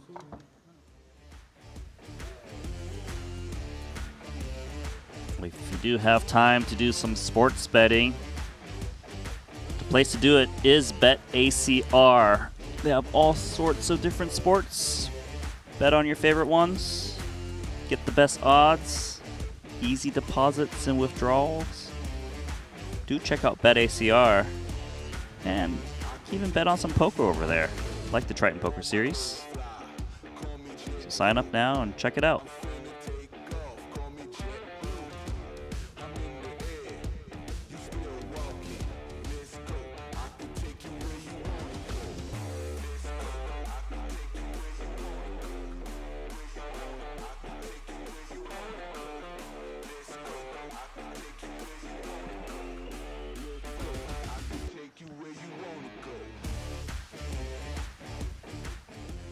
Get the cards back in the air on the next hand. Why not green? You don't want to be like us? I like to be polar, outside the norm.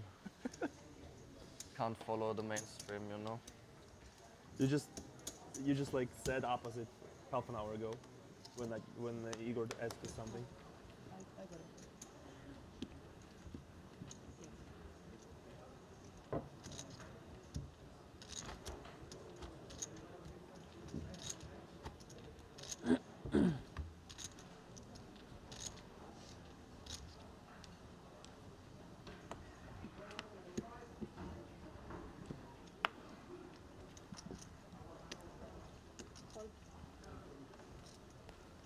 10 suited for Dimitar Danchev.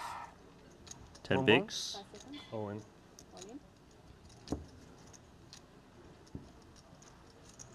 Oh, he's ran into the aces Yeah. of Yu Hong Lu. 10 big blinds practically on the nose here for Danchev. Really hoping to get this through. How much It's is never the first one? 8, 10, 9. good 8, 10? when you see a call. I guess the silver lining is Lou with just 5 big blinds, so Called, like, it's only going to cut 400. Danchev in half. Greenwood with a bit of posturing. I mean, I think he does need to consider this because he's probably thinking he's breaking even with Danchev's range, you know, losing to lose. 3 people behind to consider. Yeah, I kind of feel like this is a fold. I think it's a pretty clear fold, but I understand why he takes pause. You know, you talk about those notches, right, Randy, where it's like maybe 9s, 10s. You feel like you really got to go with it. You got to consider the other ones. Yeah. Us. Good fold. 8, 9. Good fold. Pocket Ten. queens. Double We need domination. to space this time, not one. We'll see. 8, 9, 2. We'll see. We'll see. No, we'll see if I would, Because if we I need a lot win, of help. if I'm going to make the best move. I probably won. 9, 7, 0. Oh, then I made a great fold. You see? 9, 7, 0. Sick game.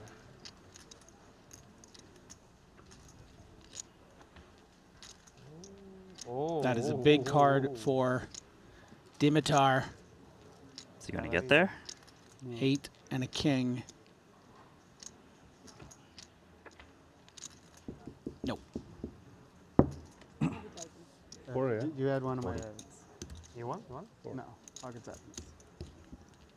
Ah. I think, Pocket 7. so, There's Coleman.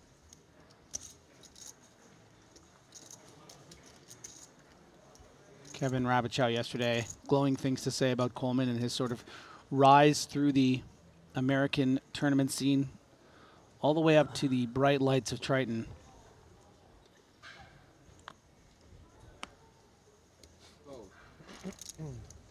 I've heard very good things about Coleman.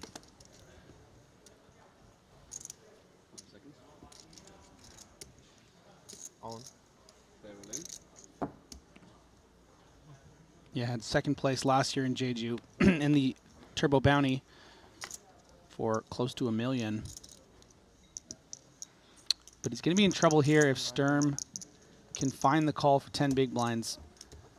A bit, you know, it's hard not to think about the Greenwood hand when you see it here. Of course, the Greenwood hand a bit different with the 5 big blind calling in between. But you can see when it was tough for Lucas a little bit to fold in that spot. What does that mean for Leon Sturm when you don't have to worry about the high up in the range Big player in between? fold. But yeah, makes that big fold and very huge, not only because huge for Coleman, not only because he dodges the sort of 82-18%, but a 3 being folded by Paul Pua. So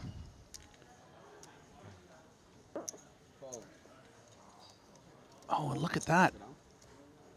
Yaroshev goes for it. Yaroshevsky thinking that this ace-5, I mean, such a powerful hand. When you're up against something like a king-queen or king-jack, some Broadway combos, rarely when you're up against a pair are you flipping, but in this case is. Sturm's so mad right now. Yeah. Yeah, with 1-3 dead, for Coleman's sake, you really don't want to see an ace or a 5 on the flop.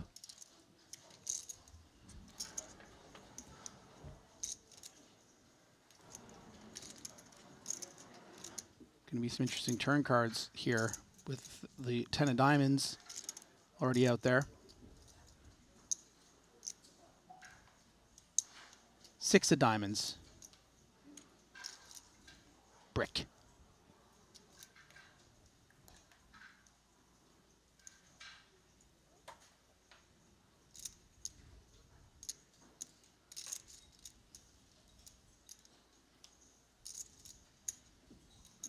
Double up for Coleman. And kind of want to see. Sturm's confirmed Yeah, that. I want to see Sturm's look. He's not going to give anything away. No. Doesn't want people to know he folded 7s in that spot. Better pair. Information is power. There was a situation yesterday, I'm not sure if I was on with you or Kevin, Randy, where someone remarked about having 10-8 suited in early position in a situation where we were thinking the raise was a bit loose, and he decided to tell the table, and I thought that was a lot of information about what his ranges were looking like. I think it was under the gun. Just Canadian bully.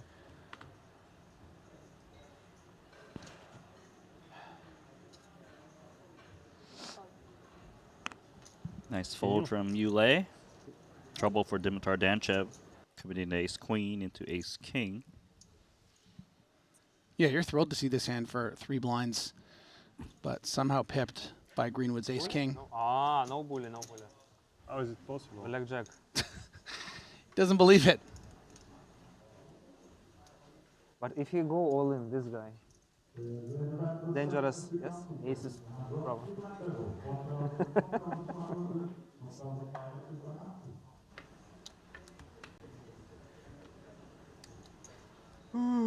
Jack. Spades working in Danchev's favor, but a long way to go. Spade, yes. Of course. Oh, good game. Double up. That is a lot more outs. Yes. No, this is exactly the right amount. Chop out. Yeah. Told you. Cooler, second nuts first. Luck strikes. That's because bully. Or the Ace tournament king and veteran, king. How much you have? Danchev. Ace king? Nice. Someone that I've covered a lot in my commentary career. A lot of success. Does have one Triton title with $3.8 million in earnings. Ace queen, my favorite hand.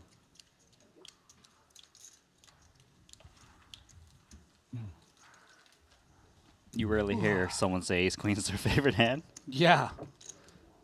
Very surprised to hear.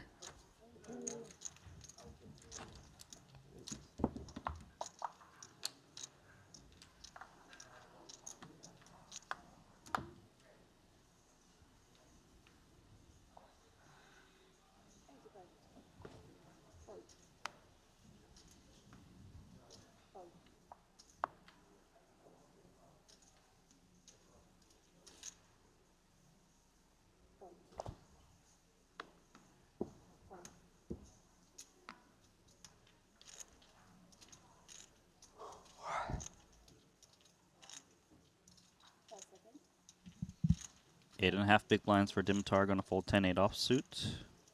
And just the 7 deuce. Oh. 7 deuce. Everyone paying their respect to Fader Holtz.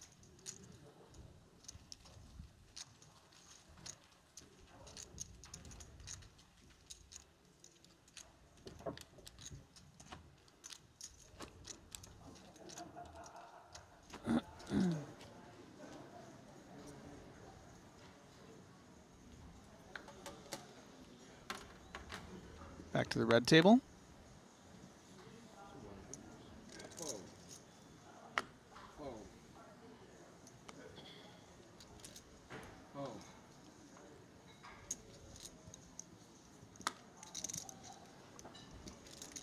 Queen Jack for Calvin Lee, who's in the cutoff. Relatively standard open, but folds it. Very surprising. Curious to see, does it have to do with the makeup of the stack and the blinds? So, it's interesting, right? 5 seconds. 7-6 offsuit for Vitalis. Unclear how deep the big blind is. Yeah, the big blind's about 8 big blinds effective. So, 5 seconds. raising this queen jack would have had to call off, and it representing more than half of his stack, maybe he decided this just wasn't the spot he was interested in. And hey, big hand in the big blind. Would have been flipping against it, but Play all in. Fold. Vitalis tried to get a free flop there. Hard to do so. I mean, let's analyze that fold from Calvin Lee a little bit. I mean, you have the tournament chip leader on your direct left, You have 17 big blind stack in the small, and then an 8 big blind stack in the big blind. I think it's it warrants a conversation about making a tight fold with queen jack off. It seems a little too tight for me. Yeah, I agree. Yeah, but because it's not like the big blind is always going to wake up with something that can play. He often just has folds still.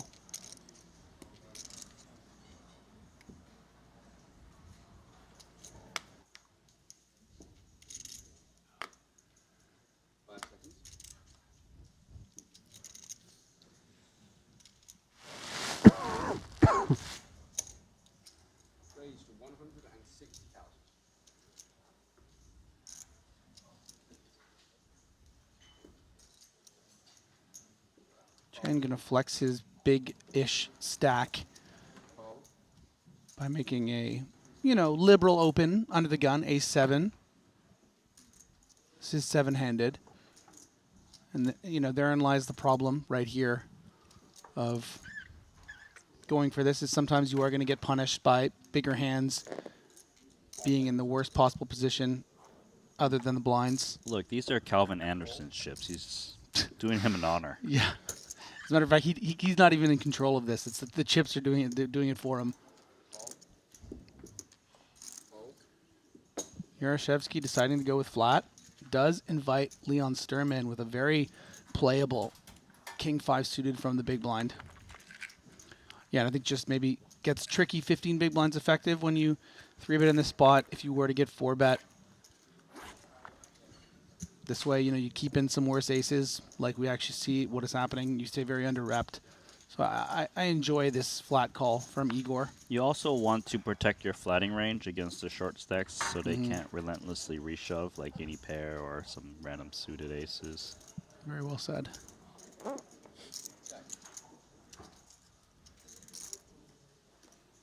Tricky decision point here, I think, for Weilong Chen. I mean, you technically have the strongest range. You have that ace of spades.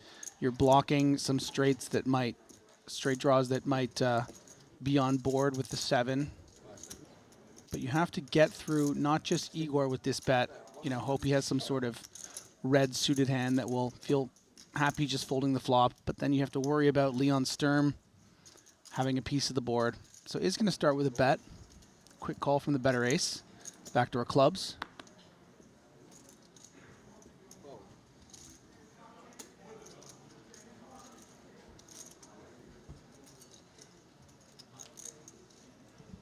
Do see backdoor clubs showing up. Weilong Chen does pick up a chance to chop it up, though. The board pairing. Yeah, he's pretty respectful of this flop call, though. Because it was 3-handed, I think, it does strengthen Igor's range in that you don't expect a ton of king-jack, king-queen type floats unless they're maybe clubs in hand. We can see, of course, it is the ace-queen of clubs, and that river is quite huge.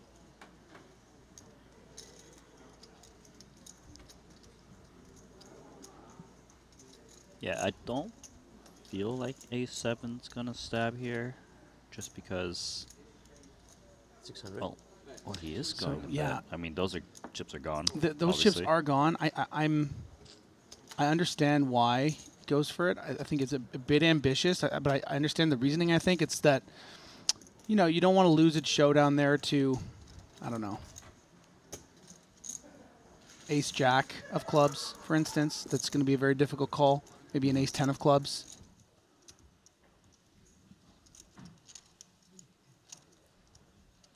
Do we got a little mystery going on? Ooh, Seems so like it. mystery. Blind versus blind. There it is. Mystery Hand, sponsored by WPT Global. So it's pre-flop raise 3x from Greenwood from the small blind into Anatoly Filatov. And Anatoly's got top pair. Decent kicker. That kicker does have a little straightiness characteristics to it. Yeah, if you're Filatov here, you're just hanging on for dear life, hoping for a sort of brick run out and hoping Greenwood doesn't just blast, because it's kind of your job to call it down. Playing 25 effective. Shouldn't be too surprised to see Lucas coming off a C-bet in a pre-flop raised pot on ace-high texture. So, not much clarity at the moment for Filatov.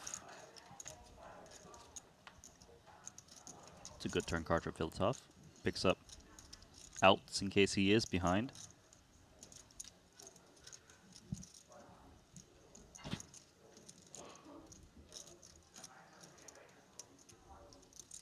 Does better get a bit scary though, doesn't it? If Lucas finds a big bet here.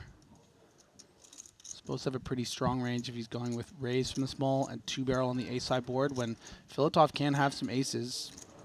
And not just ace-9, but 550. look at that, yeah. An ace-8, ace-6. Like, this is pretty strong barrel here. I would be very surprised if Lucas Greenwood had just something like king-jack off here, right? Seems a bit counterintuitive. Bit brave to be betting into this board. Yep. Spades makes the most sense. Maybe like 10-9. Going for multi-barrel. Yeah, I wonder if Greenwood raises the 10-9. Maybe the suited combo sometimes, but offsuit more limp, right? Yeah, I hear you. Filatov has to call as played. It's a blank.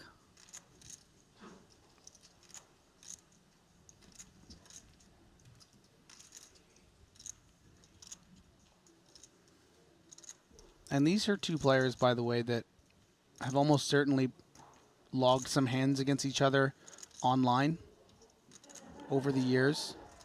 Maybe as long as even 10 plus years ago. Something to consider.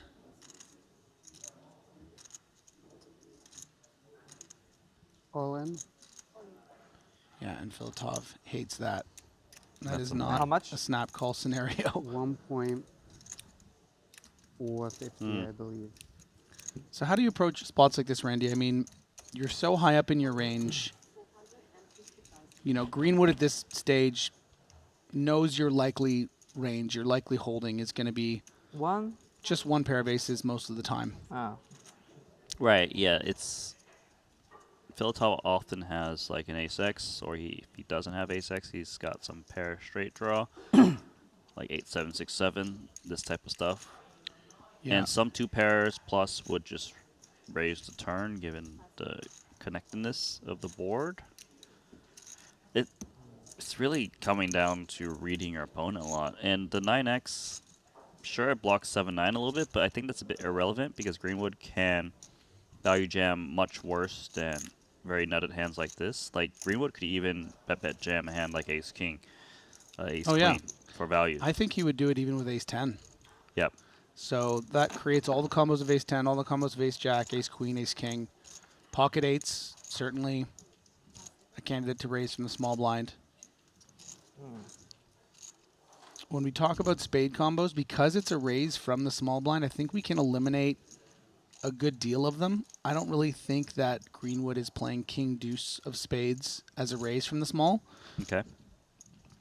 So you're thinking like if he's bluffing, it's like what, king 7 offsuit, something like this? That's the struggle. I just think he has it here. I really do. I think something like king jack of spades makes sense. King queen of spades. Okay, something strong enough. If it's the spades, it's like It's the the top ones end of that it. like he's really raising for value. It just gets tricky when you start raising, you know, the big little combos. Pre-flop, you really want to see a flop with those hands, and Yeah. maybe safer to play as limp calls. Kind of believe he's got it too. I'm just not sure what.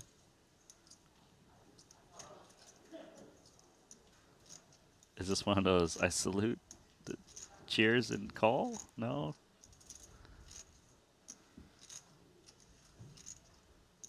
Okay, we both get to pick a hand. I will take all the combos of... You pick a hand, all the combos? No. Like, I'll take all the combos of ace-queen, and you take all the combos of something else. sure. He's got ace I mean, you king. should take ace king. Yeah. It's a But- flip. It's a clean flip. You ever Yeah, I- bluff? He bluffing sometimes.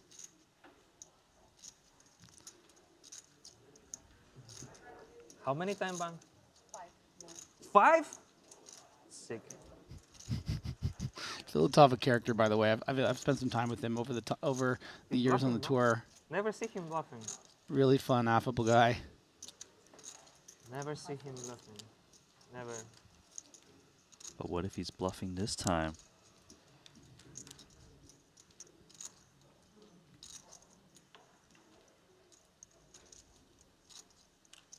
It's nice to be right if those are the cards that we see, but it's also fun to be surprised if we just see, a rogue bluff, like a 7x type hand.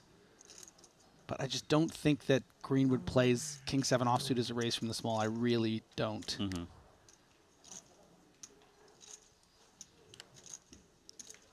Even Queen 7 spades, I feel like limps. Yeah, I hear you. I know what you're saying. Like Mhm. limp tends to be the more of a strategy for the suited hands from the small. Limp call, basically pre. How many now? 7. This doesn't count? Shit.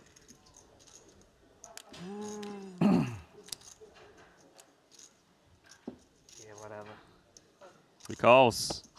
Ooh, wow. Wow. He's bluffing sometimes. Unbelievable. Canadian bluffing. No way. Sick. Canadian He's not bluffing. right? But he's bluffing. Amazing. Yeah, the table can see that. Or not. Yeah, that's a Makes me feel good about my bluff. that's a great bluff from Lucas Greenwood because I mean he made a believer out of me. He almost made a believer out of Filatov, and 500. yeah, I'm sure made a lot of I just believers can't of fold, the right? people at home. No. I can't fold. I'm calling station. The calling station never fold. That's the way they work. Mm-hmm. Huge pot for Filatov, But they don't bust. going from Okay, 18th that's in so chips all the They way don't up bust, they to don't bust. top You raise, they don't bust. top 6. Okay. No pay jump. No worries. No problem. The king high flush draw, 7-8. And you hear the post-mortem from Greenwood yeah. saying Nice. his hand unblocks the spade draws, Yeah. unblocks yeah. the pair straight draws. The He's hoping to 7-8, fold yeah. out. If Filatov had 7-8 suited, for instance, not even spades, like 7-8 just is going to call twice, fold river. Yeah. Yeah, so Filatov has a lot of range that calls twice, right? So if he doesn't call ace-9, he's folding probably a bit too often because clearly he doesn't make 2-pair plus Yeah, I mean, that much.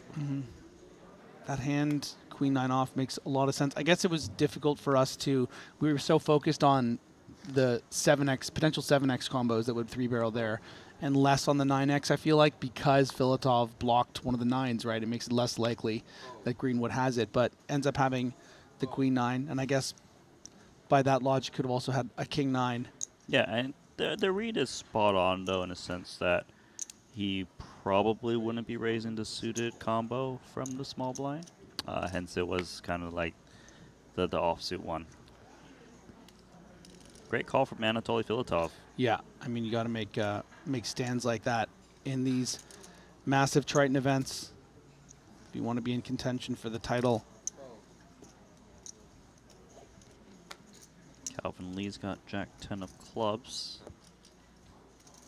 That can hang in there and might even reshove on Leon Starm. Big blind versus cutoff. Plenty of stack for fold equity. I do like the reshove line in general, but he's getting snapped off in 0.1 second. By King Queen of Hearts.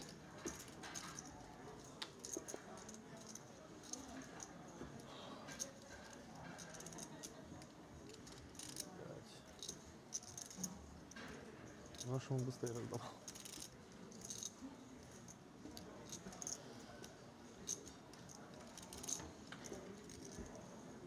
To a flop. Bricks.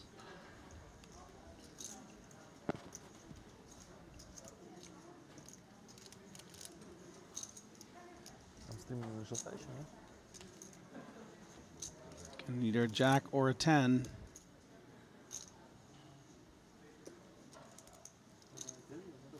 You can see how the situation's being. Jack hits the river. Oh, there we go. Calvin, 2.8 million in chips now. Kind of looks like he checked out of that pot. Yeah, it's funny though, seeing him make that queen jack offsuit fold at the cutoff, but in this situation, shoving the jack 10 suited, it's a good example of how situations are so much more important than hand strength sometimes. Expecting a great deal of raise folds from Sturm there. Sturm just happened to have it. Got lucky on the river. Jack 5 going to limp for Bernhauser. Jack 4 suited for Yulei. And nothing for either player. Ace-high texture.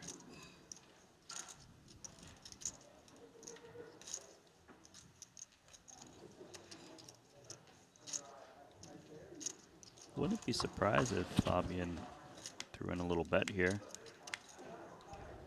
Holding out random hands. Gonna try for 100K.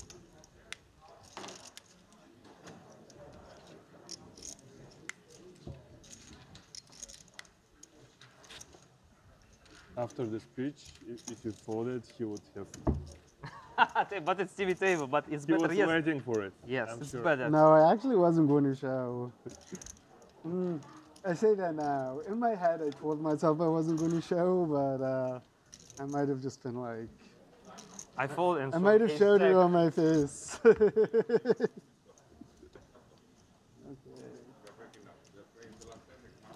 We have break? Oh. Because after this hand, I need to go to bathroom. What's wrong? What's wrong? Someone's coming. Ah, all right. So full table. Yeah, they bust so slow. I even use like all my time banks. Still no pay jump. Still more than 15 minutes. One more busted. 39. Good catch. No, I didn't even realize that. I was too tilted because I just lost the spot, but that's good to know. Good thing I got dealt 5-3 off and 2-4 off the last 2 hands. Some funny commentary Yeah. from Lucas there. He was so, by his own admission, I mean, I don't know about tilted, but just a little, distracted by this huge bluff that went wrong.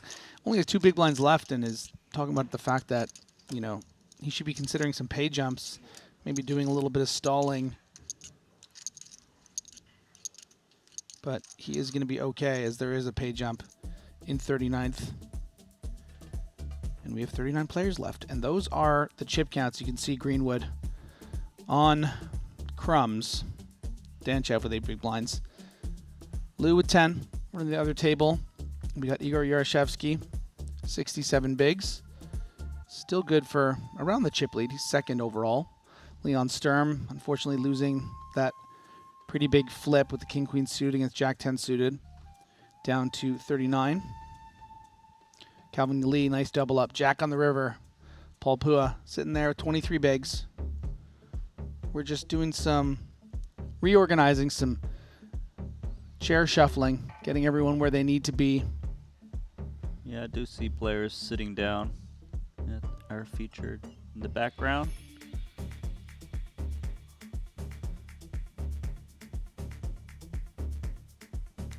Oh, there's our player that we're looking for.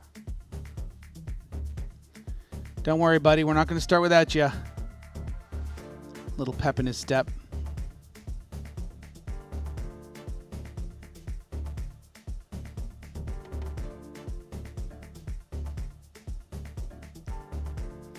No headphones for you. Now we got to mic him up. Put on your mic. We got rules over here.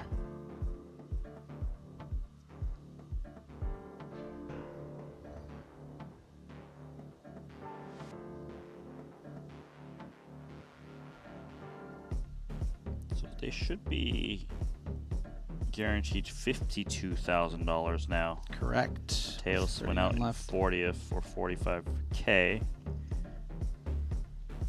Yeah, we've also lost Dylan Lind, Joey Weissman, Brock Wilson, Byron Kaverman. 4 Americans in a row between 41 and 44. Some other notables that we've lost. Chidwick, Ding Biao, Calvin Anderson, as we saw earlier. As there are our chip counts, now our tables are filled out, full 8-handed. Let's get the cards in the air.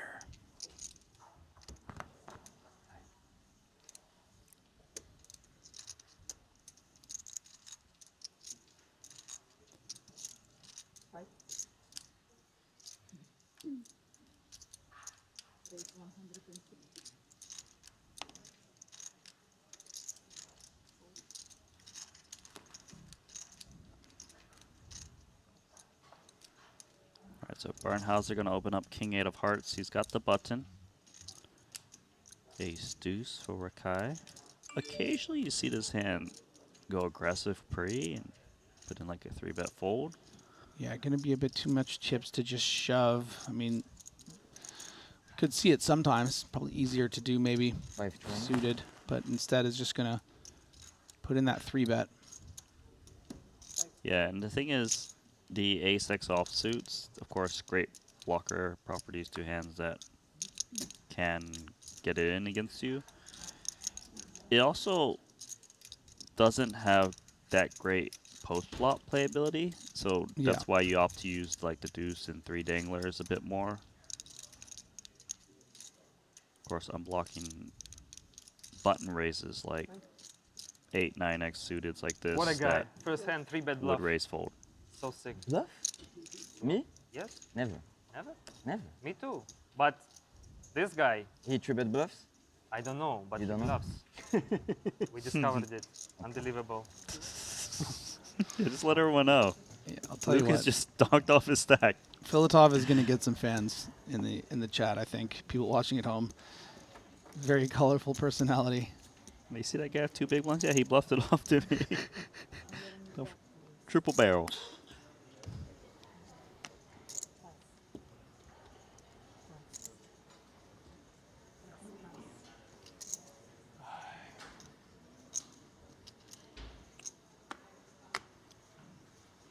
Pua wearing one of those new beautiful Triton shirts. Got one myself in white. Looking at his, I almost regret getting the white. That one looks nice. Maybe I'll get a black one from back home. You can double down. Yeah. Yaroshevsky, Queen Jack of Hearts in the small. Going to play for effective stacks of Vitalis, who has the big ol' ace queen. No hesitation there. Excellent spot. Yeah, the Latvian. This is going to be his first Triton cash at his first stop. No luck so far in the first 4 events. This hand will go a long way to determining how big that score is going to be.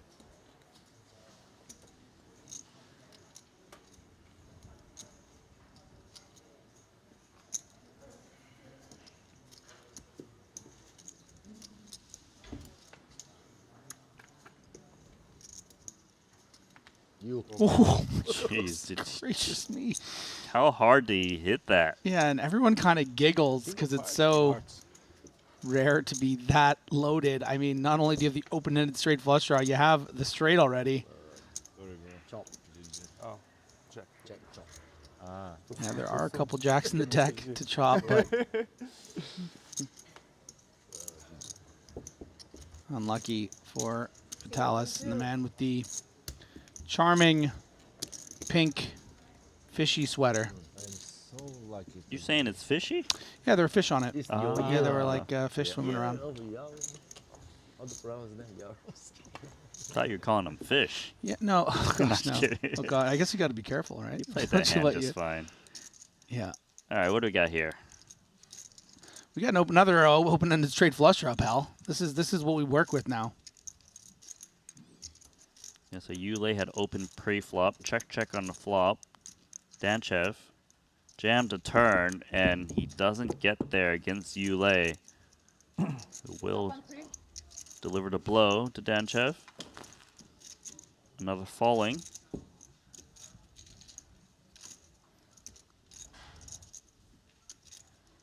That check back from Yule actually worked out perfectly as he picked up a pair and Danchev picked up a combo draw to semi-bluff with. Go big blind? Yep.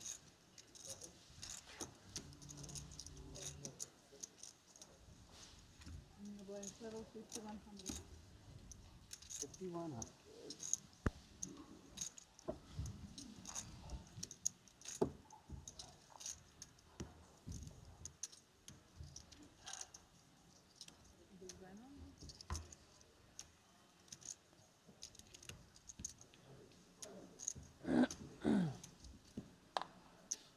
Dimitar Danchev cashing for $52,000 in 38th place.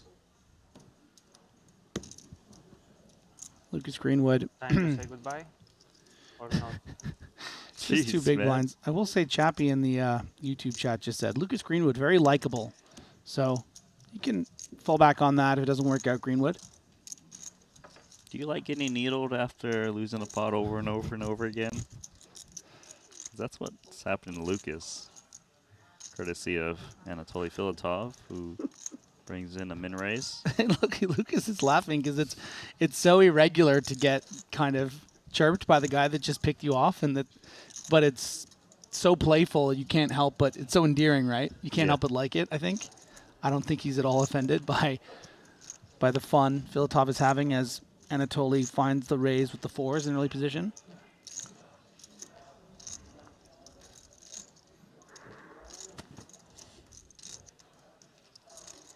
Queen nine of spades for Mehdi on the button.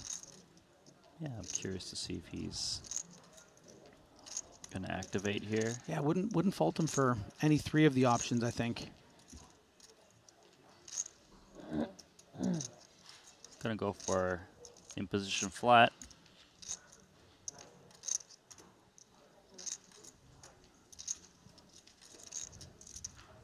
So interesting, actually. That was, I think, maybe what contributed to this call, because it is a bit loose, right, against an early position open, is the dead small blind, right? So just one person to sort of worry about. It kind of makes you the small blind player, but in position. So I think it's interesting. Do you agree with that? Do you sort of know what I'm saying? Yeah, I know what you're saying. Less people behind. One less player to maybe squeeze you off of your hand. Let's see. Checks over to Mehdi. I don't think we can rule out Filatov having ace-X in his range just because he didn't c-bet, as Filatov was out of position, so it does check through.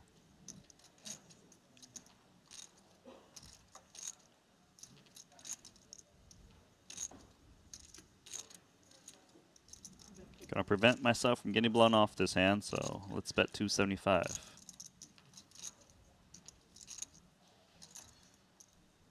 This bet actually does get better pairs to fold. Yeah, I was thinking, like, what are the pairs that, sevens certainly would just fold, right? I would call. I peeled my first card, and it was a king.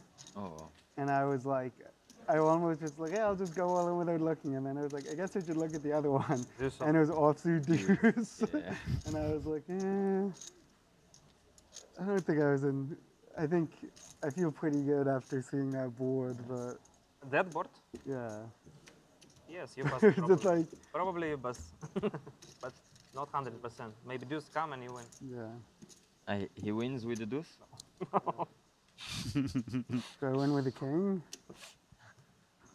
Okay, this one's an easy fold. And next one, easy call, yes? Next one, I don't have a choice. Oh, next one, easy call. Easy, I'll win. Next one, I'm just... And look at that, Mehdi gets 2 buttons in a row. That's nice. It's sick, I don't even get my answer. Try to steal some blinds. It's a Fedor Holtz big blind. That usually isn't easy to steal. Remember that. Next hand. Nah. Half a big Stay blind. away. You gotta be very tight. There's only half a big blind in the pot. Nice little Maybe shove the whole spot table will in hand to here, bust I you. think. Or to make you He's just so shallow. Yeah, a bit of fold equity. You'd be jamming much more than this with Jack 10 suited, blind versus blind. So can he fade? The snap, he cannot. Ace deuce versus Jack 10, but you know, Jack 10 suited is not too far behind. Which one you pick? Jack 10. Yes. Pretty fair fight. Ace deuce also good, huh? They're two very pretty hands, you know. Diamonds. I like diamonds more than Two. clubs. Then spades. Oh, 999. Very good for fade or Very German holds. board. Whoa, straight. And look at the outs increase. Oh, maybe queen. Really.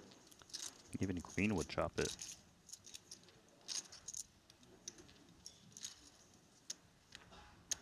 That's a break.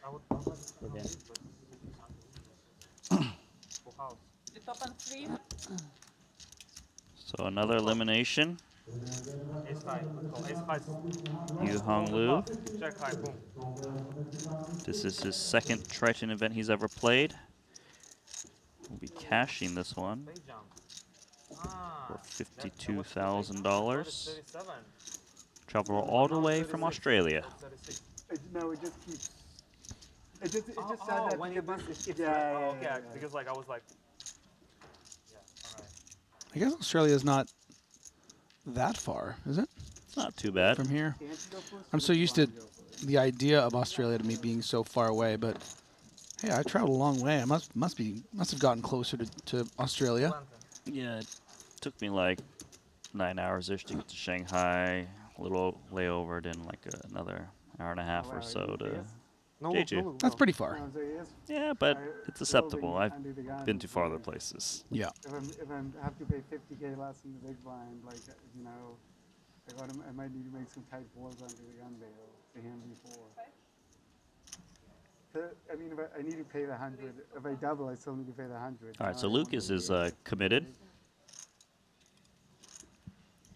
But we know that already, given that Anatoly Filatov has been announcing this over and over again. Bernhauser looking to take out Greenwood. Wow. What a Can't ask for much more to be actually ahead.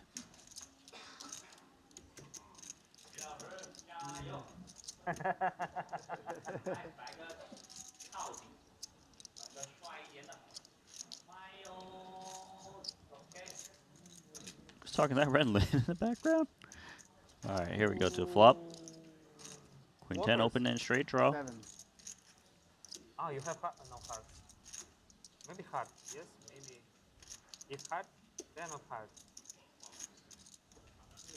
Brick on the turn. Greenwood wants a way back into this tournament, and it has to start with this river card. We've seen crazier comebacks. Hey, yeah, that's not it. So the Queen 10 gets there. One last chance to needle him, Filatov. So Lucas Greenwood does go out in 36th place, but does it like any man would want fighting, you know? Like a knight, just getting out there, like a gladiator. He really went after that big bluff. Filatov was equal to the task.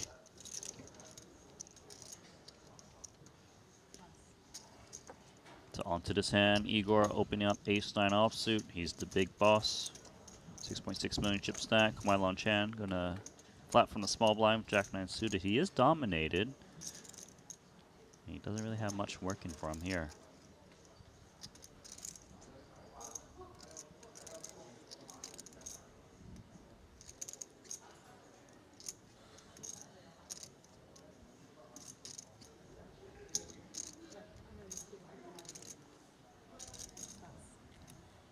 Chip leader continuing to build. Now sitting on 7.2 million. Justin Saliba in second only has 5.465 million in chips. Quite the separation. Once again, he's got that little Triton miniature trophy.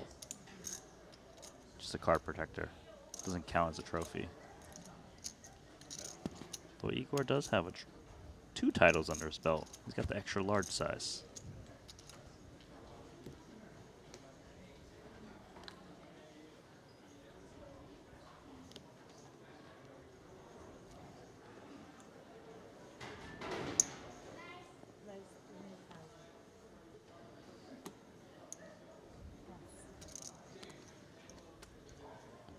Ace-8 offsuit this time for Igor.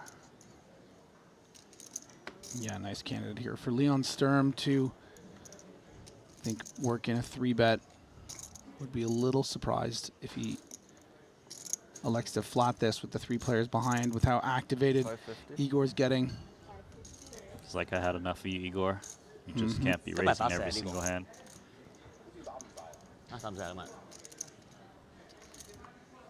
line 都好高喎，打唔使咩？哦，打得細啦，打細嘛。而家全部廿幾卅個大麥嘅。See if Igor has appetite to put in a 4-bet against Leon Sturm. It is a little suspicious that Leon is 3-betting his under gun open, which is a very narrow range of value. Especially off of 30 bigs. 1.2. Yes. So nice. I was just genius. Hoping Igor just make a stand. It's just too coincidental. Like, can Leon really have a hand I can get it in with me? 3-betting my under the gun. The ace blocker. You know, you tell yourself, what is Leon going to do every time he gets dealt, you know, Queen Jack here, or pardon me, King Jack specifically, right? Or King Queen. Or a suited raggy ace. Yeah, King Queen as well. Well-deserved pot. Really, really nice. And it's just, it's so advanced. It's so nice. I mean, you know, if you play tournaments for a living, in a way, it's a bit standard. But having said that, you know, it's like you're allowed to 3-bet the King Jack when someone's opening Ace-8 and like get it through. You know, you're playing within the rule set of kind of like, I'm going to keep you in check a little bit so you can't just raise indiscriminately, and then to just say like, no. I'm the chip leader of this tournament. You're going to need to put the 5th bet in with your King Jack here. And Leon's not prepared to do it, and you don't blame him.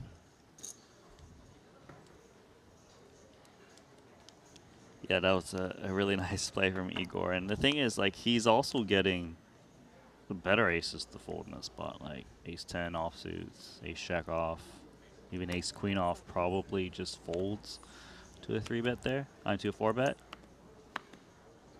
So really well done. It's just so hard to pull the trigger, but when you do, it feels so good when you get it right.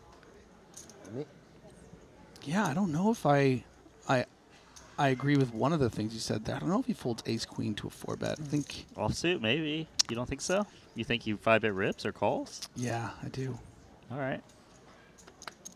I mean, I just think it would be. He's probably more likely to flat. Yeah. That's the thing. It's like, what's your plan? Like, if you're going to 3-bet Ace-Queen with the intention to fold to a click, then you can't 3-bet it, right? That's more what I'm speaking towards. Than I understand how scary a 4-bet is when you're sitting there with Ace-Queen for 31 big blinds, but nice flop here for Paul Pua.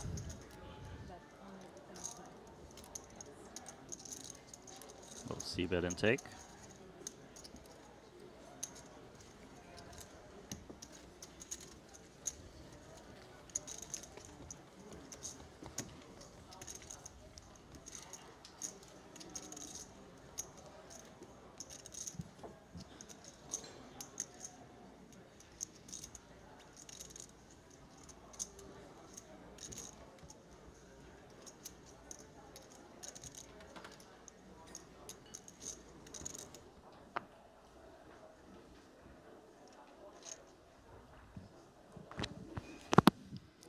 Over to Table Filatov, who's earning some fans and a few detractors with his table chat, and you know, at least in the comments on YouTube, mostly positive.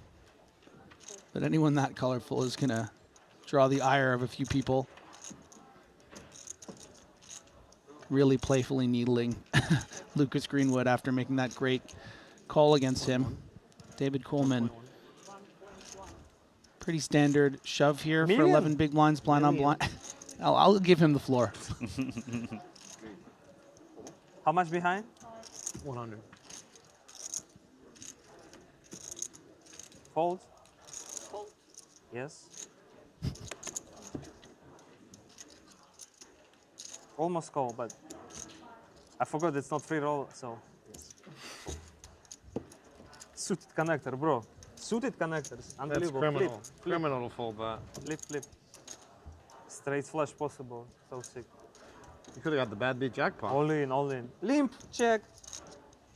Straight flush, something, maybe pair. If he limp, you check. Yes. Suited connectors, you all in? Yeah. All in? Not in this mood now, but. No, not this mood. Now check it. Chill. You check. Always you chill. see your flop. Okay. Good to know. Take note. Maybe min raise. Tricky. Then he all in, I fold. Chip dump. Yeah, definitely not what he's going to be doing with No, 7-6 raise half suited. stack. He all in, I fold. Well, Fedor's Guys, gonna pipe down. playing aces. Fedor's got aces.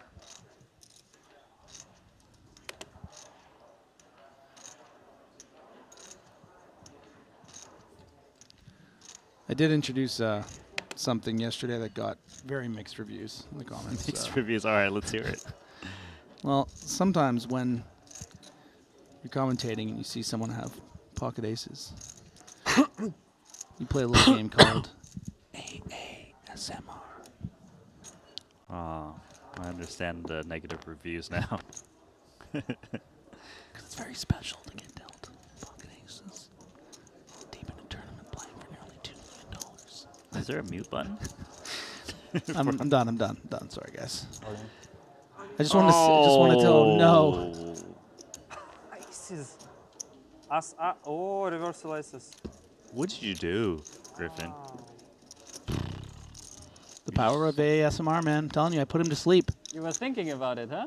Yeah.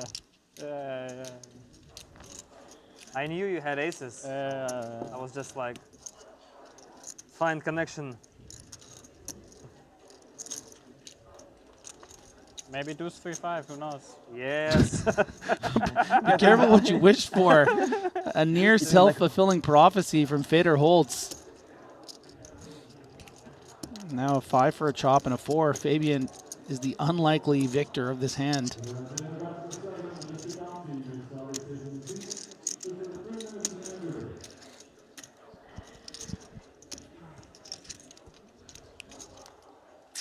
Not going to do it.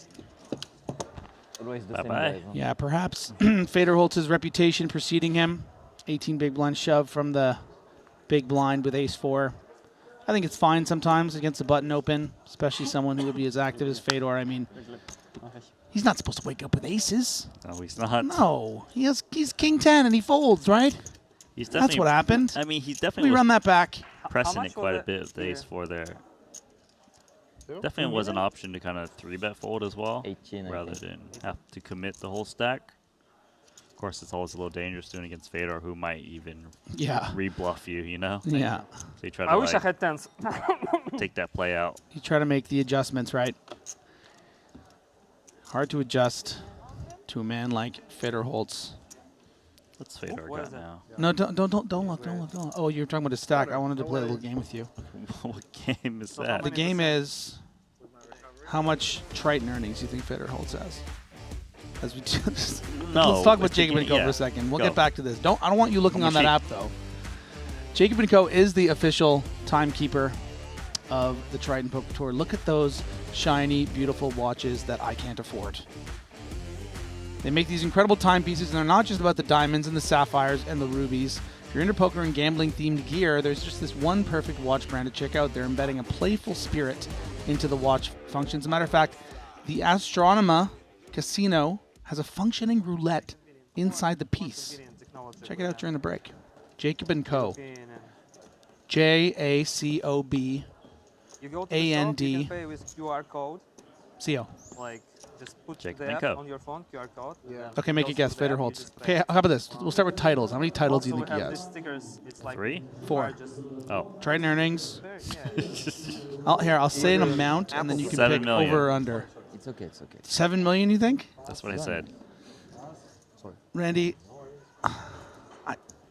I didn't mean to ask this question to embarrass you. I asked you because I thought you came to all these stops, and you had one of those, like, you know, beautiful minds, like, you know, Russell Crowe in the movie. Like, you would just know the number. So how far off was I? You're very far off, man. So was it You're 11? like a little. No, man. Like we're like flirting with 20 million for Fader holds. Oh. Yeah. Yeah, I'm so just so wrong. We'll never play this game again. Don't worry. I'm sorry. I'm really Thanks. sorry about that, guys. I know you guys love Randy. You're not sure about me. I didn't mean to put him on the spot there. That was really bad. 7 million. My God. Fedor, not in this hand, but Anatoly Filatov with the 3 deuce suited. How dare you? How dare you? Also outflop Yulei, but a lot of ways for you to win.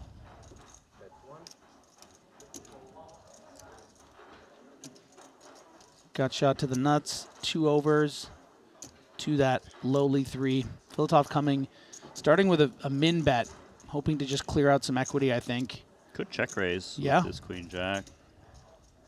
Gonna play passively, which is good for Filatov.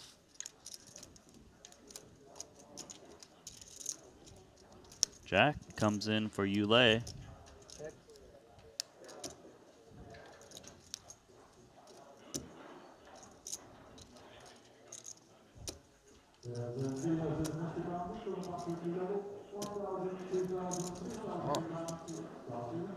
So Filatov on a multi-barrel. I assume this is with intentions to Bad boy. blast off on the river if it's a blanky type card.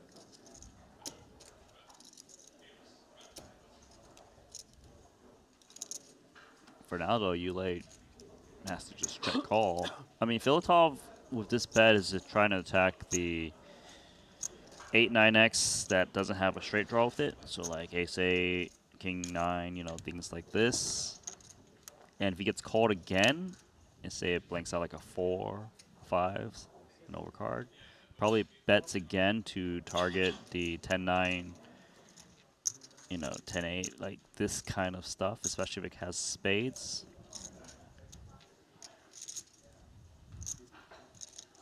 So 6 on the river. I think Filatov bets once more. Nope, he doesn't. So I guess he just knows he's done here.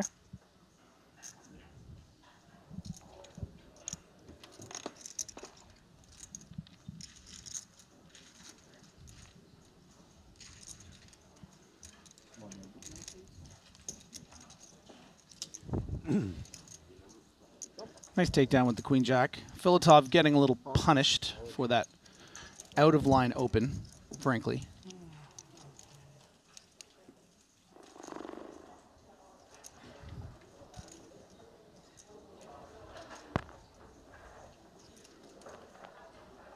You're breaking a table, I assume? So we're gonna break some tables here. We'll be back with the action here in Triton Jeju. Give us 3 or 4 minutes. We'll be right back as we get these tables sorted out. You have 50, 70. The $25,000 buy-in WPT Global Slam is back. Join the action on March 2nd at Triton in Jeju.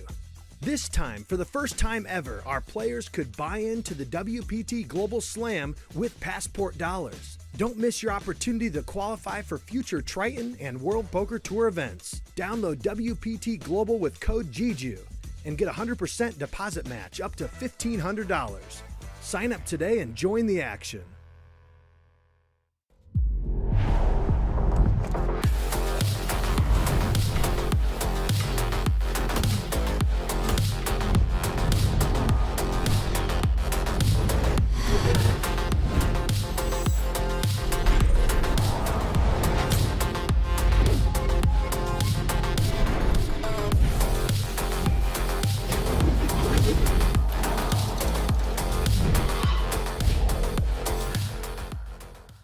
Looking for the ultimate platform to place your bets on the biggest sporting events? Look no further, because BetACR.eu, Triton Poker's official betting partner, is here. Whether it's the thrill of soccer, the intensity of football, or the fast-paced action of basketball, BetACR.eu covers it all. With real-time updates and competitive odds, you're always ahead of the game. BetACR.eu also offers exclusive poker events that you won't find anywhere else. Test your skills and make every hand count. With over 20 years of poker excellence, the World Poker Tour brings you WPT Global. With millions in guaranteed prize pool every month. 24/7 monitoring system developed by the world's best security expert to combat cheating and collusion. Largest online poker platform available in over 60 countries. Endorsed by poker's biggest names. Join the largest community of players. Now on WPT Global. Trusted online poker is back in the U.S. with the launch of Club WPT Gold. Play sweepstakes poker in daily ring games and tournaments against your favorite WPT ambassadors.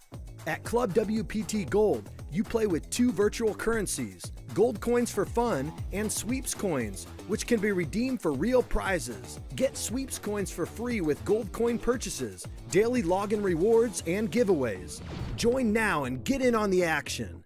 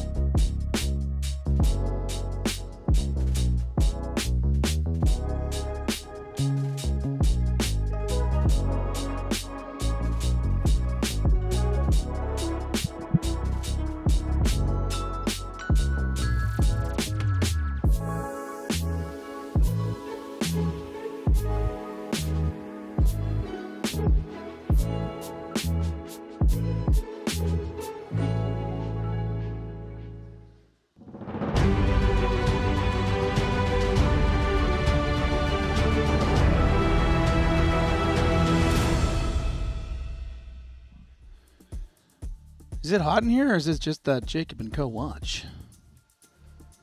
That's a beautiful advert. I'm Griffin Benger. I'm here with Randy Liu. We are covering the 25K WPT Global Slam. These are our 2 feature tables, blue and red. Michael Soiza, a regular here on the Triton Tour. Chip leader of the blue table with 55 blinds. Feder Holtz, after winning that nice pot with pocket aces, right behind him. Anatoly Filatov with 39. We look over at the red table. We got Yarashevsky, our chip leader, with 70 big blinds. Calvin Lee, nice little double up with that Jack 10. Leon Sturm slipping a bit here, Randy. Paul Pua, 17 blinds. And Chung on the bottom with just 6 bigs. Really small size. Sorry? It is a very small size. It's better than no 32 remaining now. Is it on me? Yes, it is. Still 52,000 guaranteed, but very specific. We're on a pay bubble. 61.5 goes to those who can make it into the top 31 players. 5 seconds.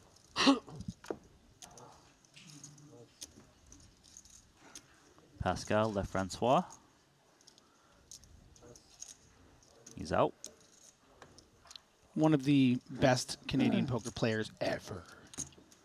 Pascal Lafrancois, hailing from Quebec, I know someone which is better. where I live. I know someone's got more accolades. Talking about me?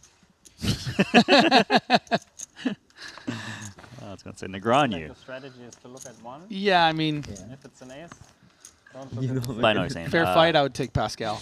Pascal's very good. I know that. He used to play cash games. Yeah, you know what? Maybe I'll make a little. Maybe I'll make a little top 10 list for you. Of Canadian. I Of can't even name Canadians. 10 Canadian poker players. I can.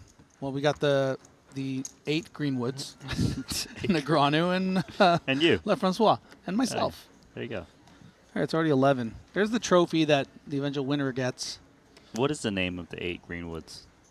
Well, there's Lucas, there's Sam, and there's Max.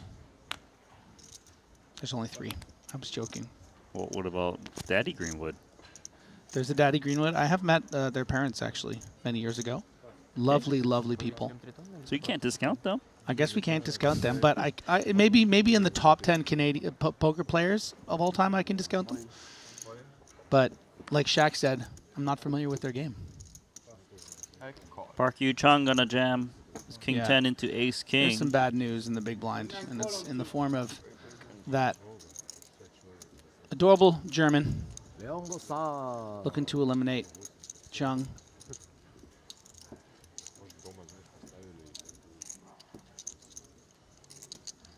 Pretty much a cooler. 5 big blinds jamming the button with King 10 offsuit. Very standard.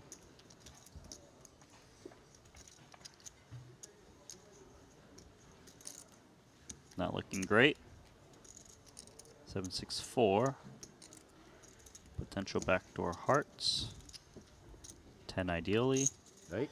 And backdoor hearts have shown up. Or 10.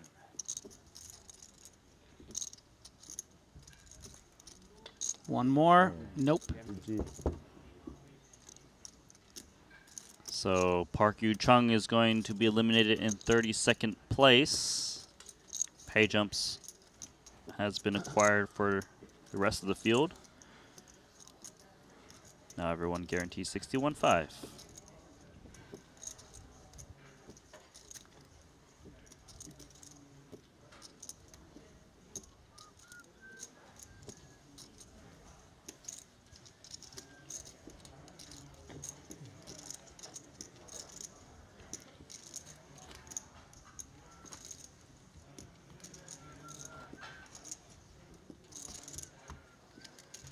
Worth mentioning as we take a look at the, or I take a look at the leaderboard. John Ender Valanis, all the way up to second in chips with 59 big blinds, and the reason he's of note is the man hailing from Spain has already featured on 2 of the 4 final tables here in Jeju. So going for his 3rd final table, very, very impressive performance so far. That's a correction, pardon me. 7th in the 20K, 32nd in the 25K. 32nd is the new final table. I misread it as 3rd. How big is this table? God, this is just it's massive, dog isn't days. But has cashed twice for almost 300 grand. So is having a good series. Good spot for Yang Chong Xian. Yeah, Calvin's not going to love it, raising under the +1, 7-handed. But you got to protect these opens with calls sometimes. 1.2. Yeah, I think that's the key part you mentioned, is that he has to protect his raising range, otherwise he will get jammed on relentlessly. And Ace 10 is all right. You know, he could be up against the medium pairs. In this case, though, he is in big trouble. Yongdo, of course, great position to get a decent stack if he can hold against the Ace 10. Deucey and a diamond, and it's all right. Safe.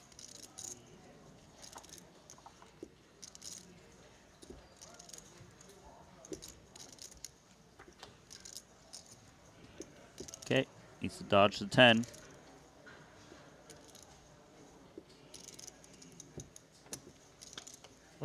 Oh, brutalized. Walk that one off. Running good. You running good, Calvin. Confirmed.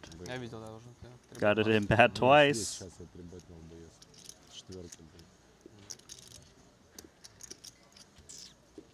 Yang Chong Xian is going to be out in 31st. Good for 61.5. Better luck next time.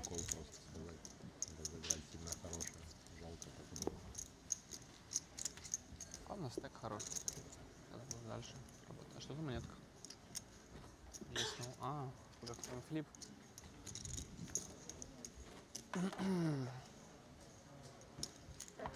Можешь воспользоваться, если надо.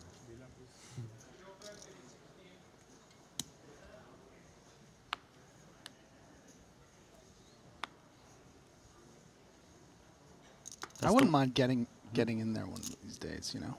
You've never played Triton, have you? Take a look at my resume. I've got a lot of caches under my belt. Really? I'm serious. Oh my God.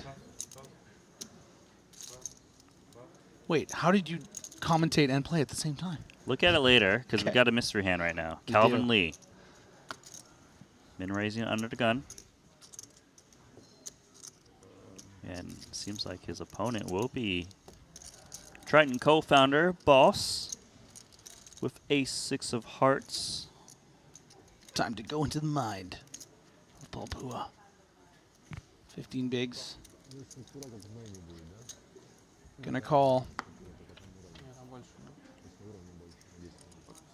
Oh, dynamite flop. Bottom pair and nut flush draw for Mr. Pua. It's a lot of hand right there, but you know, something that is, it's pretty vulnerable if he doesn't improve. Even something like an 8 of clubs is not so fun to see. So reason I think to play it aggressively, Randy? Yeah, but there's also good reasons to just keep it slow and check call is, you know, you make a flush, your opponent barrels away. Like, he can't really play it wrong unless he just check folds, which obviously is never going to happen. 650. He is going to go for check raise to 650K.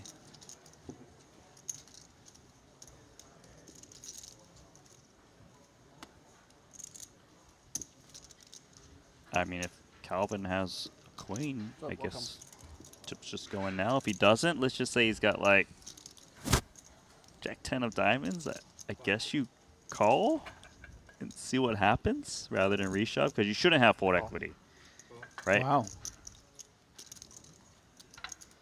Is just gonna call, creating a pot of 1.85 million. Paul with just 795K back. Presumably we'll just put the rest in, but It's not the end of the world putting it in here, because you probably hear from a queen a decent amount on the flop, given you only have 795K back. Kind of want to charge that Jack 10 kind of stuff, or King 10, yeah, I King think Jack of Jack 10 will diamonds. call the flop and fold turn. I think a queen could just call the check raise. And I think a 9 could as well. Queen more is sort of like a trappy, like. Yeah, he's going to make I'm a gonna- call. yeah. What's Calvin got? King 10. Wow. Wow, he got in so good, Paul. Didn't expect to be a hit. Still got to dodge. Always a big smile on his face. Loves the game and would love a non-jack king or 10. So close. Nice hand, Paul. Yeah, and actually a really nice hand. You know, if you just check shove the flop there, I think a black king 10 might just be able to fold, but kind of gave him that price to try to peel it off. And yeah, he kind of winces there, thinking like, maybe I can fold the turn, but it's tough getting such a good price. If you know your 10 is also live, I mean, you're pretty committed.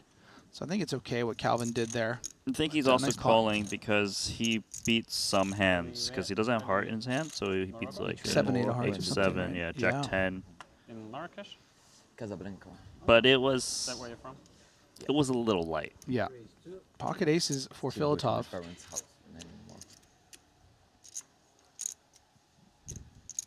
Supposed to be a nice city, huh? It is. It's the most developed city in Morocco. It's like the economic hub. So pretty cool. Will. Ooh. Joke draw. Ooh. Okay, so what happened here? Filatov raised under gun. It got over to Will joke said draw, raise? and he said raised and tossed out Yeah, Mike. 200K. It should be a min raise. Yeah, I'm pretty sure that will be the ruling, but we'll have to see. Pretty sure the raise is going to be 300. Yeah, only 300 though, which is, Not the end of the world.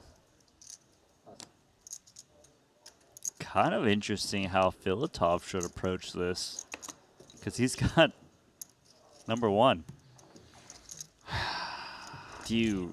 Yeah, look, you know what's What do you think, Griffin? So this is what I think. I think that because we can see the cards,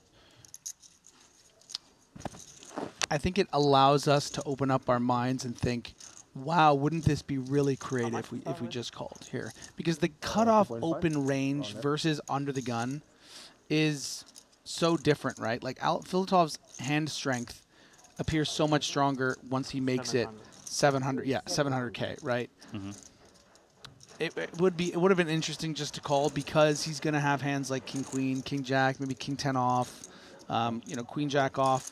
But you know what? He's going to get another 400 because he gives that great price. And, Jorko has a pretty high up in his range hand for the cutoff. I mean, he's getting – this is nice. He's defending his misclick. Yeah. Right. He doesn't want to get abused in that spot. And there you go. Flop. Brilliant. Wow, this is so disappointing because I easily could have just not been the situation. Yeah, I think you need to put in the fourth bet and you need to give a great price because it looks like you're just sort of taking advantage of the, these spots don't come along very often. I mean, how does Will not lose all of his chips now that he has top pair? Strong kicker. That's brutal. But he still has 5 outs. Huge spot here for Anatoly Filatov.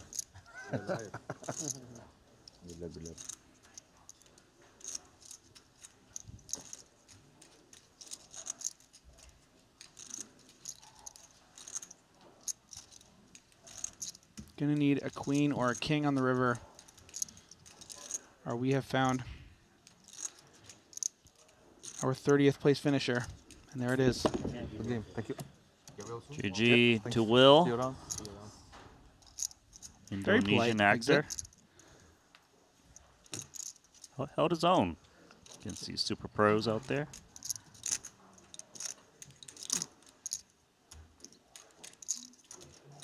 Good timing, huh? You don't have to count. Misclick. Yesterday was same spot. I opened aces under the gun. Sean Winter, he wants to call, but he put 17,000. It was like 6-12, so it should be raised, minimum raise, 18. I said it's raised. Then they discuss, no, call. Okay, I see bet. Okay, call, I see bet, then they ask Floor. Floor said it's raised, but it was significant action. And he had ace-jack. And he said like he would shove if I re-raise after this kind of stuff.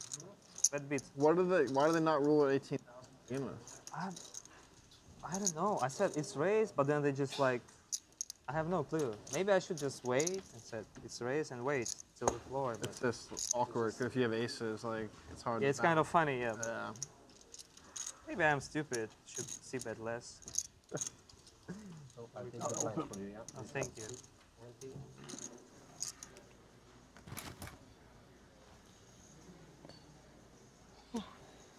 Okay, let's flip it on over to the red featured table.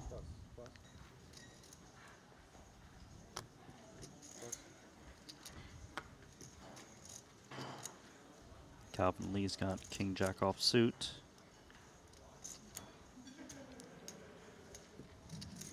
Some tough customers in the blinds. Igor Yarashevsky with the chip lead in the small. And then Alexander Shilko, who we've been really impressed with the last couple of days. But both of them get rags and throw their cards in the middle.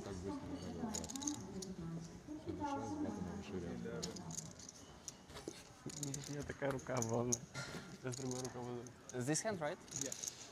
50,000, 125,000. Blinds are up. 50,000, 125 with a 125K ante. Against you, I will make some pause on the button. It was a joke. Doesn't it? 250,000.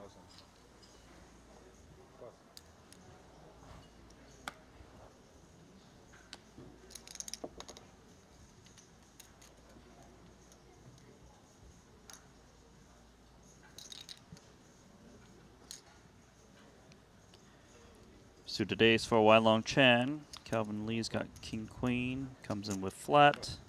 Off of 20 bigs. Saliba's got ace 9 offsuit. Monster stack. 100% темп. 100% темп показал или нет? 75. Could see him sprinkle in one more chip. Yeah, weighing some options here. I think it would be quite tight to fold, but I understand where the consideration would come from. You know, if you're up against another ace here, it's often going to be a bigger one. But having said that, you know, I think Chan is going to be opening some aces that are suited and worse, as we can see, is actually the case, and has technically flopped best here. So Saliba finding himself as the favorite. Wylong Chan gonna c-bet his ace, trying to charge these Broadway. Pair gut shot draws.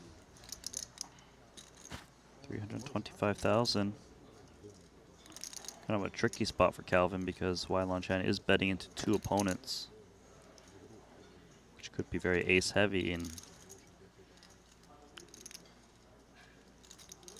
just often a little bit of interference from the c-better from early position.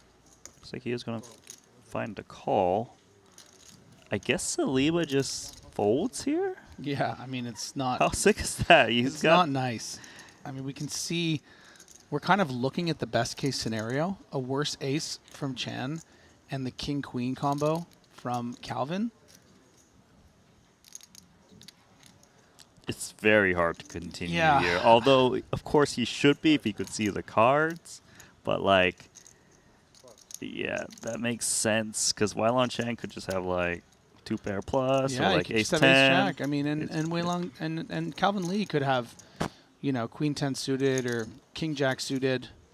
Yeah, Even, wow. yeah, even when he has king queen, I mean, that hand has equity. It's not like ace 9, the hand just ends and ace 9 wins, you know? Mm-hmm. And ace 9 is on pace to be live, too, right? Because the 9 could play. Very fortunate, Chan is, that the best hand being folded, because now suddenly he's an 80% favorite going to this river. And this pot is quite significant, right? Like, I mean, this is now 1.6 in the middle. Time to take the free card for Calvin. Shouldn't expect to get a better hand to fold.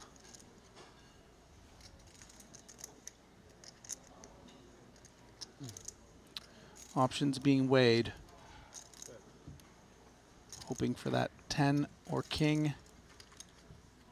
Would probably have even taken a queen, but is not the case. And is Chan gonna get a little... This is, if he finds a value bet, it's really nice. Yeah. Practically targeting king-queen specifically. Specifically, yeah. And also maybe price setting against something like an ace-10 that'll just snap instead of value betting maybe a bit more on the river. Okay, Is that a yeah. fair... Can see that. Let's see. What's he go for? Still quite healthy, actually. It's 750,000 into, it's like half pot? Yeah, that's a very knows where he is bet, you know. Knows he would have heard from queen 10 on the turn, unblocking all the pairs. Expects would have heard from a bigger ace, either pre-flop or on the turn. I kind of wanted that one to check through, and then we just put the camera on Saliba. Yeah. No, like... Don't worry, he's probably listening to this on a break right now, realizing what a fool he was. He's already broken his phone. How could you fold there, man? You're top pair 9 kicker. No, we agree with the fold. It's just a happen to find yourself in your best case scenario, but you can't know that. Justin Saliba making the correct fold, which was also wrong in that particular spot. Yeah, so is it the correct fold then? Depends how results oriented we want to be. I like to be results oriented when I can. It's more fun.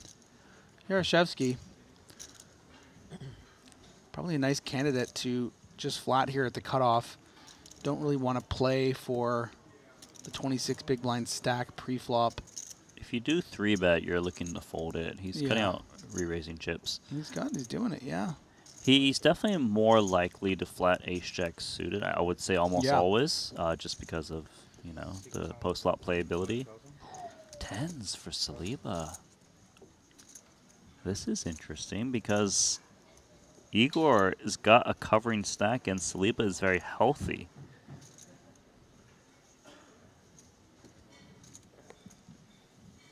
I guess he 4-bets? I don't know, it's weird because you also don't have great blocker properties, right? I mean, he might just make another very snug fold. I mean, I know it's a very big hand, but the collision effect downside of this spot, the how valuable your stack is. Yeah. I mean, this is like top 5 stacks. I mean, look, the way he just frowned, he's folding. Yeah. Big fold. Yeah, and I have to imagine Pua's going to probably follow suit, but it's not a huge raise. Might consider flicking in the chips, but... Wow. And speaks to the power of a 3-bet with a hand that we hypothesized would, you know, at first as more of a call, but when you really start to think about it, the power of 3-betting it, if you don't think that Pua is going to 4-bet shove light on you very often here, which I think is a fair assessment, you can get some... You're not going to get squeezed behind and be in this weird spot. Sometimes you're going to get better hands, apparently, like 10s to fold, right? 10s, 9s, pocket 8s, or something like that. 10s especially that might have just squeezed. Interesting. That's a really, really cool hand. If you want to get your chance to play some fun or very difficult spots, do check out WPT Global. Can download it and use the code Jeju for a 100% deposit match up to $1,500. Have the opportunity to win passport dollars and use them to buy into future Triton events. Do check it out, as you can only do that on WPT Global.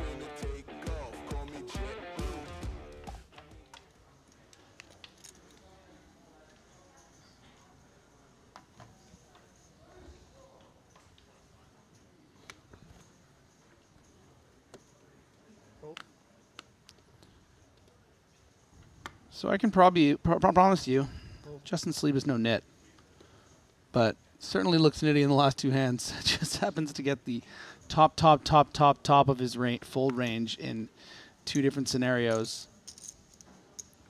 So you wouldn't expect him to fold jacks, right? Even though it's very similar, to be honest. I mean, it's almost the same okay, hand. You want to know what my actual answer is to that question? Of course I want to know your actual, not your hypothetical answer. I think that some of the time you fold jacks there and don't tell anyone. I see. So it's one of those, You if sh- I'm you on the probably feature shouldn't. table, I go with it. If I'm off the feature table, you probably shouldn't, but I mean, you don't really fold the jacks. But I'm saying it's not outside the realm of possibility. There are scenarios you see a raise in a 3-bet and, you know, jacks being folded. I think that 10s was probably the best hand he should consider folding, but I think maybe consider folding jacks but don't is what as weird my as it answer. sounds, I'm just thinking about it a little bit more, and it's kind of better to 4-bet 10s than jacks, because jacks, if you 4-bet jacks, you're blocking the hands that are 3-bet folding, like the ace jack off, the king jacks, you know, kind of these things. Interesting, yeah. And actually you can, and I think what makes 10s maybe more attractive as a 4-bet is you feel more comfortable folding for 5 million all in. Like can you make it, so what, it was 250 to 625. If you make it 1.45, you can still fold your last 3.5 if it comes 5-bet shove, which it wouldn't have, by the way, the ace jack. I mean, we think we can assume would fold. But then it becomes the question of, well, why are we even 4-betting if we're just going to fold it pre? We're turning this hand into a bluff. This doesn't even have blocker properties. Yeah, then so I don't think you would 4-bet fold it, just because you would be better off 4-bet folding a hand with blocker properties. Yeah. So that speaks to why I think he did decide to fold the 10s. Maybe it's good. Maybe it's good. But you can also say, you know, if you assume Igor is obviously going to be bluff 3-betting / medium merging ace jack type hands pre-flop, that you're basically saying that it's when you put in 1.5, you're saying I'm going to play for Pua's 3.1 here comfortably. You know, True. so I don't think you're going to get you're going to it's going to be Ace King plus that's going to come back at you with Igor. Yeah. Fair. Interesting hand.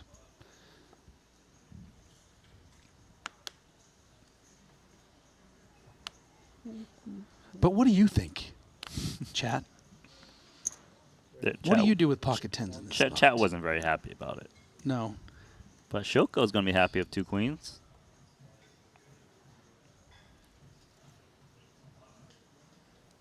Playing a 20 big blind stack, +1 versus UTG. I guess you probably come in, 3-bet small because you do have 3-bet folds off of this stacks. Yeah, still nothing you can really do but make this look very strong. So I think Igor's going to be very prepared to fold one of the best hands that he would fold. But you never know. I don't know. Igor did put in that cool 4-bet earlier with the ace-8 offsuit against Leon Sturm. I know it's a very different scenario, but it just goes to show that he's always thinking and trying to figure out. It's a puzzle, this game. Yeah. Oh, look at this discipline. He's out. He knows.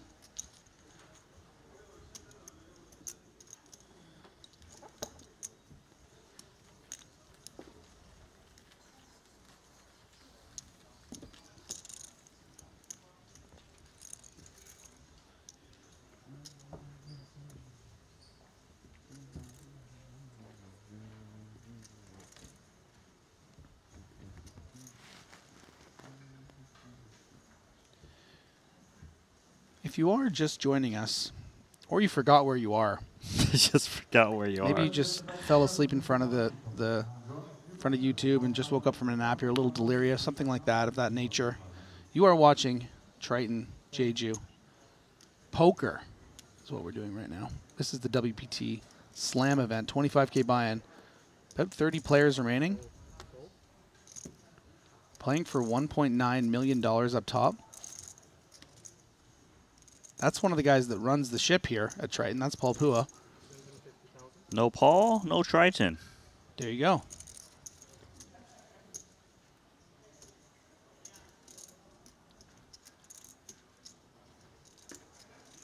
Actions on Godspeed. Calvin. You think he's like, if I attack Paul. I just learned I have the amazing skill of being able to read words backwards. You can't do this to the Triton co-founder, can you? You shove the better hand? I mean, I don't think Paul can fold. You got to protect your open here. About 13 big blinds, maybe more like 14. You don't love it. It is half of your stack. You'd rather call something like, ace 10, ace jack, so that you're not up against. I mean, this is tough. I'm putting the money in here. Yeah, I can see Calvin jamming a lot of unpaired hands. Oh, yeah.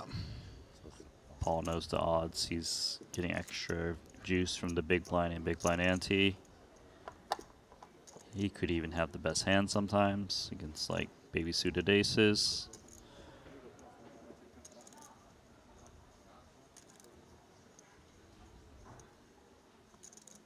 I'd say most of the time this just is one of those. I hope I win, but I call.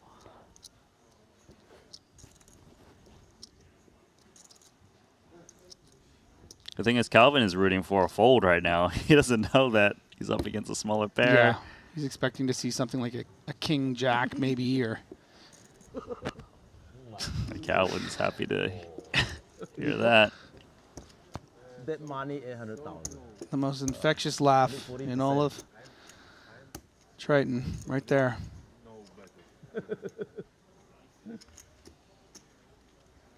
Sixes versus fives. Leon call fives. Leon likes to gamble. Leon Sturm saying he would have called the fives. And Double up for Calvin Lee incoming. That money 800,000, 1.4 something more. 40%.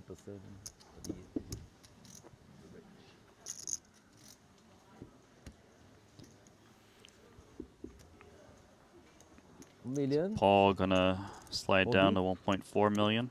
30. Calvin's been having a rocky day. Triple. So do you have a rough idea when dinner 好 breaks? 接近啊，唔知佢，佢啊應該去啊。死錢都80萬咯。 Calvin loaned those chips to Paul temporarily when he called down to King 10 high. Okay. Got a little interest. 8巴仙就夠啦。咁你如果煙筆我哋領先啊？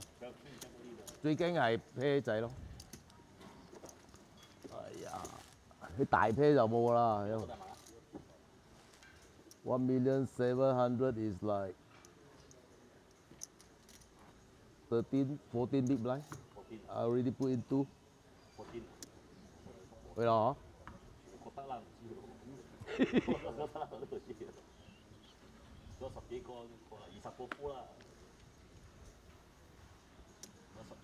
哎呀，Pocket 4 maybe.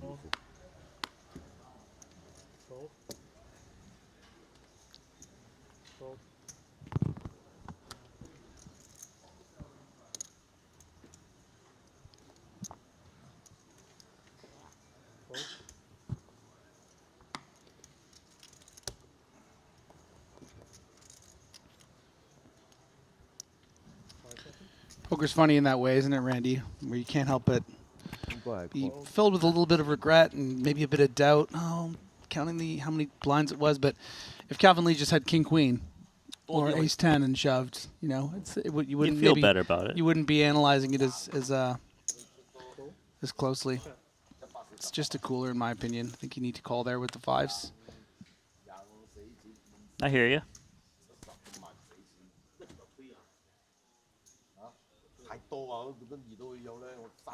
Gonna be bottom pair versus open-ended straight draw.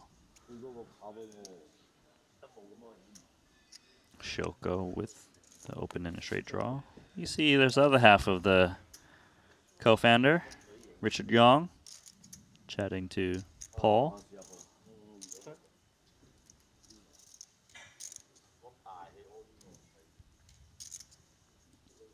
Igor continuing to check his pair. Feels like Shoko is more likely to stab at some point if he held a smaller high card. He is still going to stab the king. 130. I wonder if he bets again unimproved with the king 7.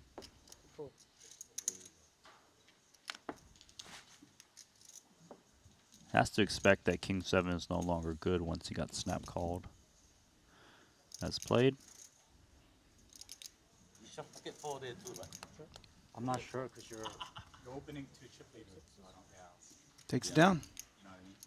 Yeah, I guess he figures a pair wouldn't fold on that board development.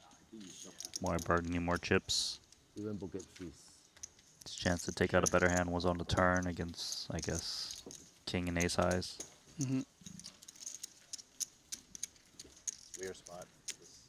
I don't think you're super light opening, I don't think you're raising and, Super light? Like What? you'll have folds too, but I'm saying A lot of folds. Yeah, Button. Yeah. 30 Super OD. light?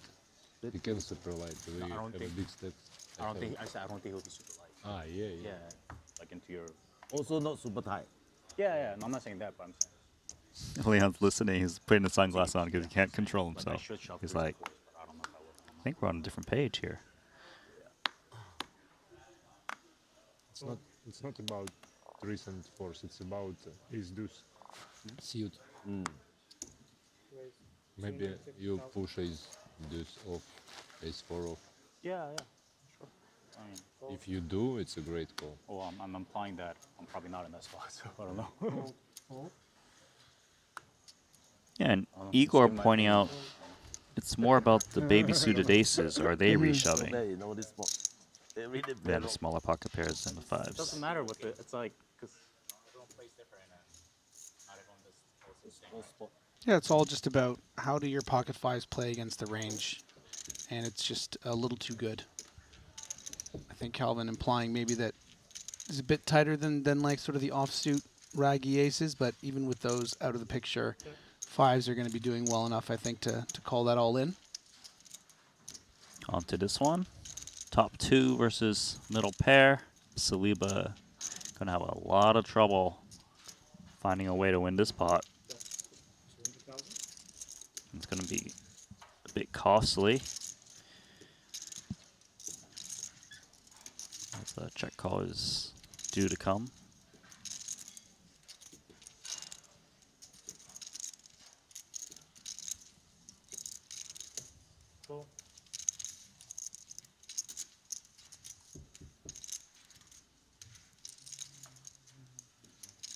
Brick City. What a dream for Wei Long Chan. He has so much of this board. Yeah, and I doubt Saliba is affected by it, but, you know, it's got to go through your brain a little bit, the fact that you keep on having to fold the top of your range, you know? I mean, oftentimes you are going to have to get defensive with mid-pair when you have the weaker range against an aggressive opponent who, you know, could have ace-king here, could have king-jack, but, you know, the jack blocking a lot of these draws, your ace-jacks and your king-jacks. Yeah, he is going to reach for calling chips. Finally, he's had enough. Yeah, I would much rather have 10-9, even though it's a worse kicker, because you block less of the broadways that would double barrel. While on Chen is set up really nice spot to even consider jamming. While on Chan's bluffs are mainly that Broadway stuff. Ace King, Ace Jack, King Jack. Yeah, he has set this up. You can see how calculated the sizing is so that he has exactly 2 million to shove in this 2.375. And I think Saliba is so good about the kinds of cards he needs to have to make a call like this, and maybe, like you suggested, Randy, prefer maybe to have something like a 10-9, 10-8. Yeah, because you don't have to be worried about a better 10 value betting in this spot. It just would make it would be just ridiculous, right? So, You want him to have all the jacks. Yeah. Because there are no flush draws at any point in this hand, Mm-hmm. you know, you don't have to, you get to discount any kind of, like, you know, if that was a second club on the turn, you could say, oh, ace 3 of clubs is going to bet twice here and shove, and it's going to create more bluffs, right? Having said all that, there are some rogue, like, you know, 3 barrels with range advantage we see, like in the way that Lucas Greenwood blasts it off. Yeah, occasionally it's like a pocket 2s, 3s, 4s kind of thing. Yes, If they do yeah, open. If exactly. they open. It's hard to say if they would in +1. I really don't like holding the Jack of Hearts here. Yeah, big time. Because I feel like King Jack is a huge mandatory bluffing spot.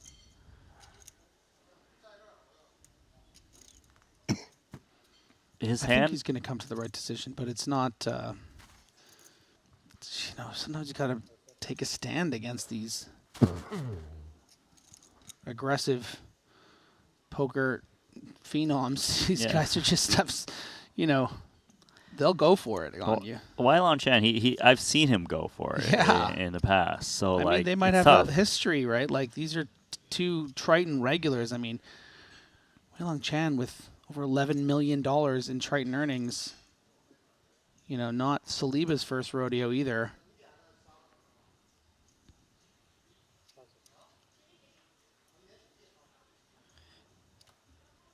He is going to fold. Yeah, good fold from the American. But very costly pot. Loses Yeah, but in a lot of way, I think loses the minimum, right? I mean, of course, sometimes you can fold the turn, I guess, but it's very tight, right? Yeah. But in that spot, like Wylon Chan, he can still value jam one pair, like ace queen, aces, kings. Pascal Lafrancois over on our blue table. I'm seeing on the app here. Is that a piece of Lego? Just doubled up. Like the Duplo ones? Do you see it? Yeah, I'm not sure. But there it is. Yeah, it's actually, we are seeing. So Pascal with 9-5 of hearts. Defended pre-flop. Came 9-6-4. They got all the money in. Top pair against King High flush draw. Bricked out. Really fortunate turn of events for the French Canadian. How'd he hold on that board against King 10 suited? Yeah. 9-6-4-2 Every spades. now and then. That's when I get mad at the poker gods. Like, seriously? Like, why deal it to me? I like to order 2 big. Yeah, Got to consider TMOS sometimes, Randy. Too many outs syndrome. Is that really the acronym that I people use? I just acronymed it. Yeah, what do you guys think? I'm TMOS? workshopping it. Yeah, TMOS. I don't know, man. Too many outs syndrome. I mean, you've heard the expression before. You're the first one that got diagnosed with that syndrome. They need to check your head too, buddy. Yeah, maybe.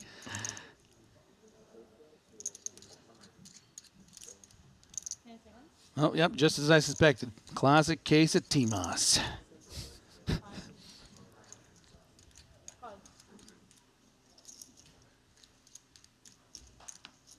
Okay, Pascal versus Yule, round 2.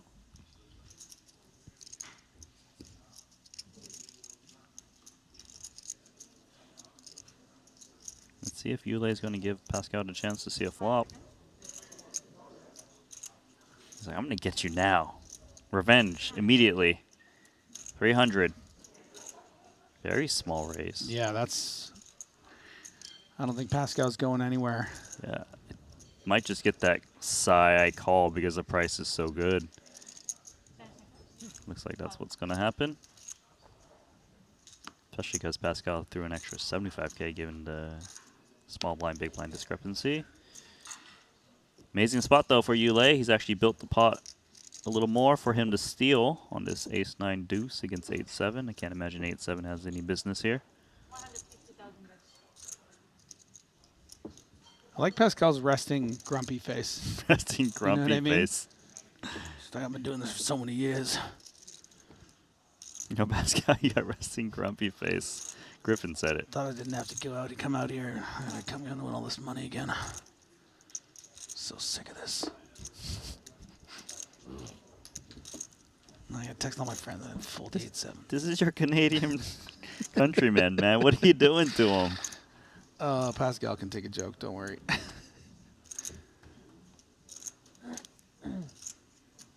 Can he, though? He looks grumpy. No, he's a sweetheart. Yeah? Yeah. Really, really, really nice guy. But he'll certainly play with a little bit of a chip on his shoulder in like a positively competitive way. So it's kind of, it's fun to tease that sort of table image.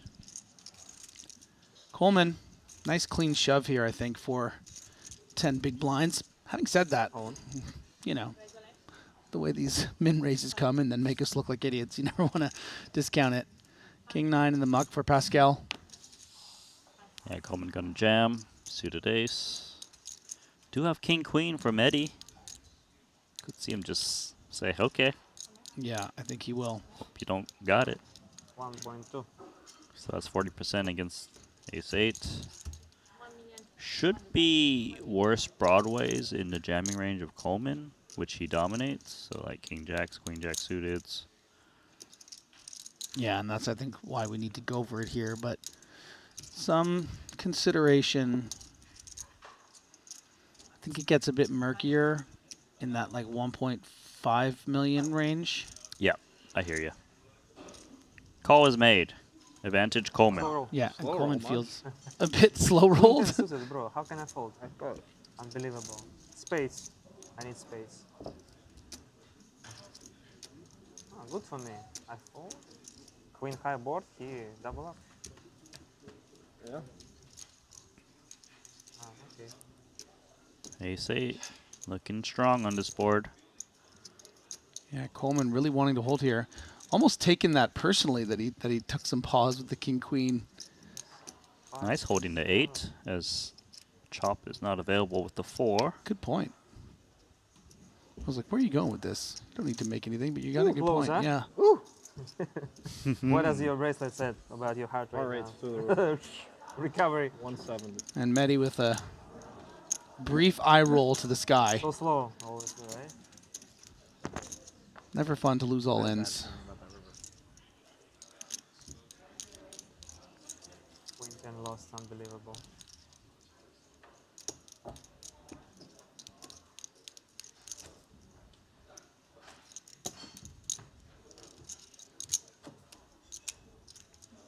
Marco, how are you? Okay. Good? Yeah. Great. Okay. Okay. So far, so good. That's not okay. It's not that good. What is it? Not too bad? Not that good.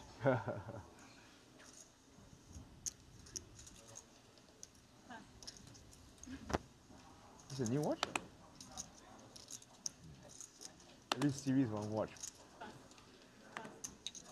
Gotta find the lucky one. So far all been lucky, right? You're collecting the lucky ones. Luck is to be interpreted.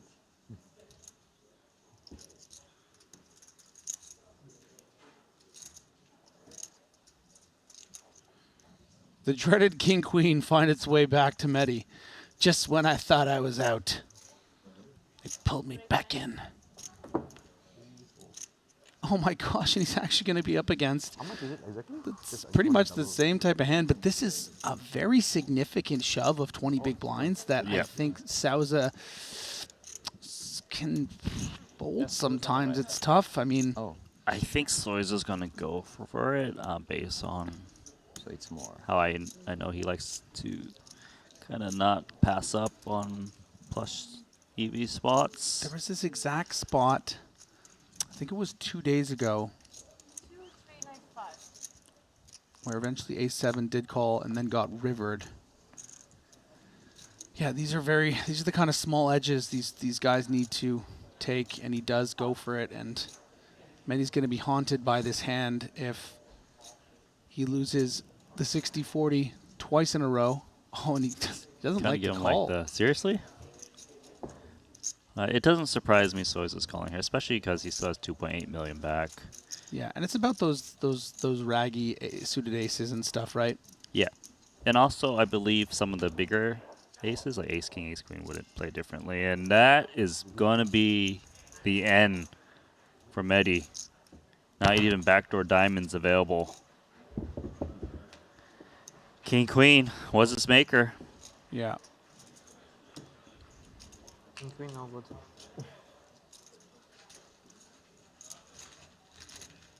I think some royalty is going to be visiting his dreams tonight. Yeah. They're the king and the queen, huh? Oh, don't forget about us. Just going to find himself waking up in Buckingham Palace. Kings and queens not working out. Mehdi, unfortunate. Called off 10 big blinds. King, queen couldn't win. He's like, all right, I'm going to attack for 20 blinds. And that's rough to go out now. You know, like he had 30 big blinds 2 hands ago. And it's not fair. Not like he's this. Out in 26th place. Brutal. Soiza jumping all the way up to second. One of the prominent Malaysian players. 2 titles and near 13 million in Triton earnings. Pass. Could be poised to make a big run. Yeah, whenever you see Soiza make deep runs, like he usually has a really big stack. It's because he doesn't like to pass spots like that. Yeah. You know, he's always going for it, and he's extremely annoying player to have at your table because he just fights for every chip. How much you have Pascal now? Francois, queen 9 of diamonds. Like 7.5 to 8, I guess.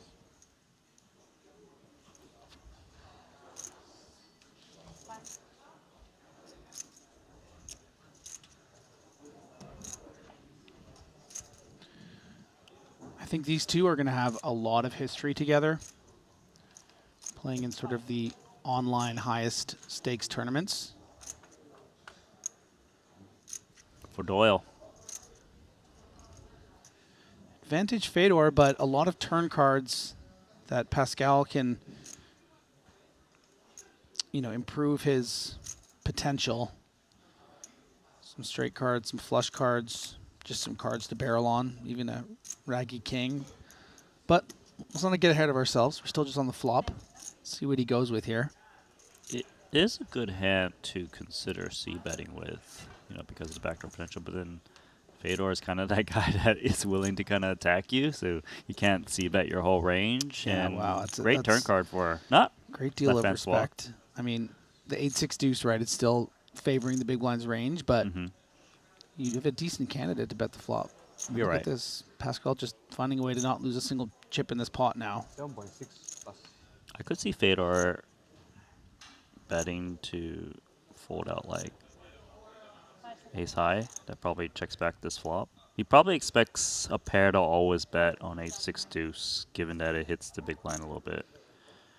Yeah, he wants value from ace highs here. You know, if ace queen wants to play this as a check back, probably going to call this 250. Yeah, I just don't really see how Fedor is ever behind against like that stack size opening off the cutoff. Yeah, I mean, I guess pocket fours or fives could check back, flop, and then call turn. Obviously a small part of the range, and gonna end it there for Fedor.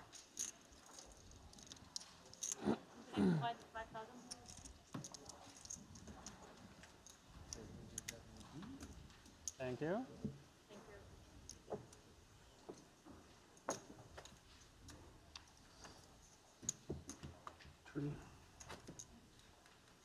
Safer? 350. 350. 350, yeah. Yeah. Thanks.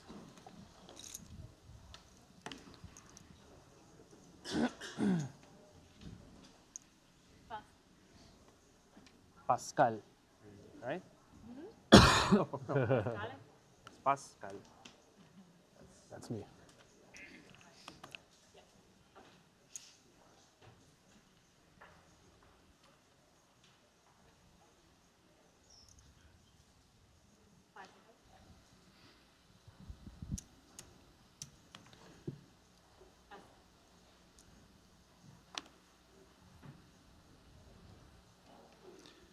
Cowboys.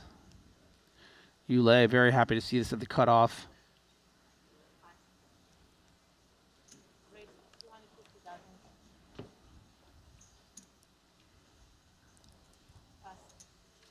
Is he gonna get action?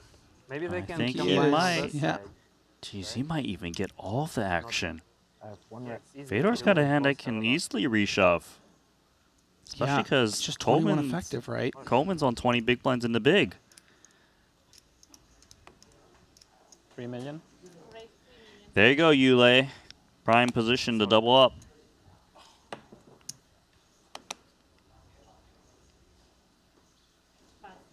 Holding. Holding.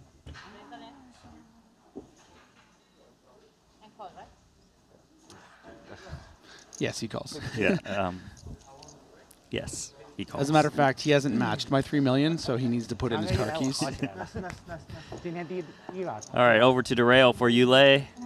Say sweat this spot. Heavy favorite.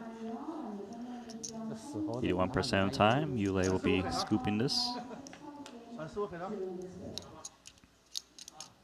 On pace on this flop. Some fun turn cards, but not that many.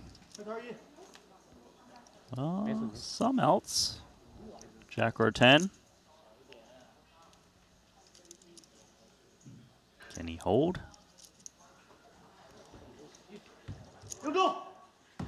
There we go for Yule, up to 4.8 million in chips. Fedor Holtz down to 2.2.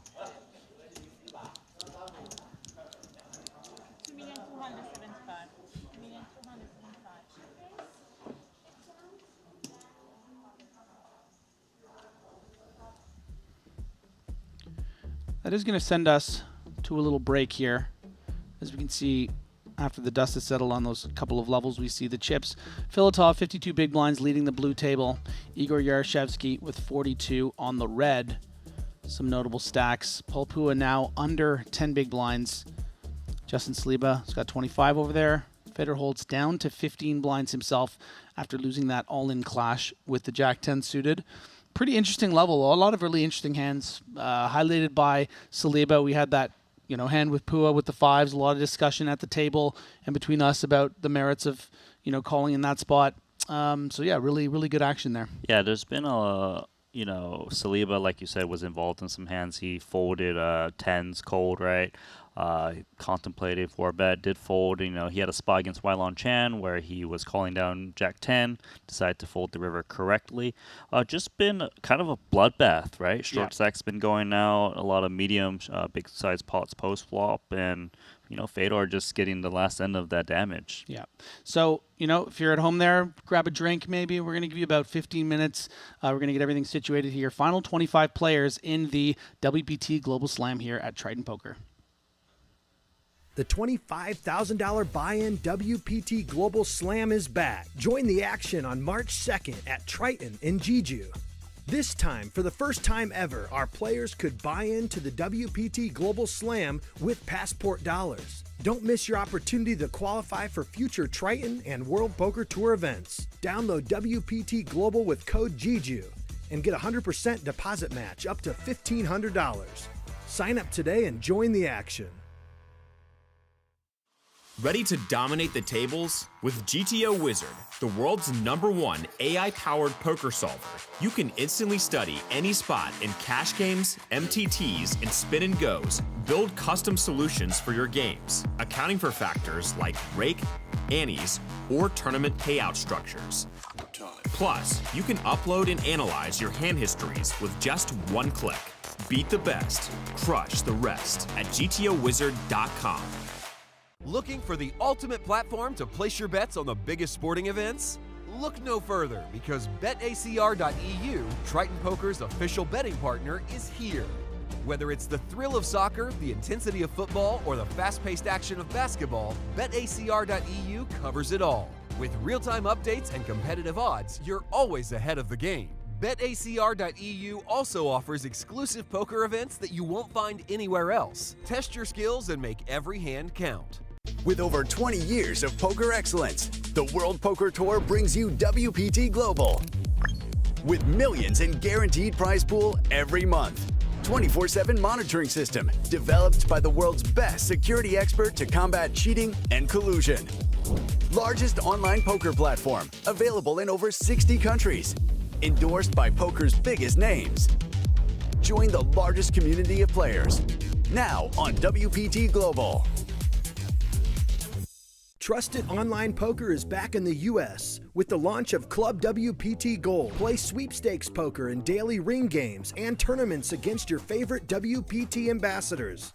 At Club WPT Gold, you play with 2 virtual currencies, gold coins for fun and sweeps coins, which can be redeemed for real prizes. Get sweeps coins for free with gold coin purchases, daily login rewards, and giveaways. Join now and get in on the action.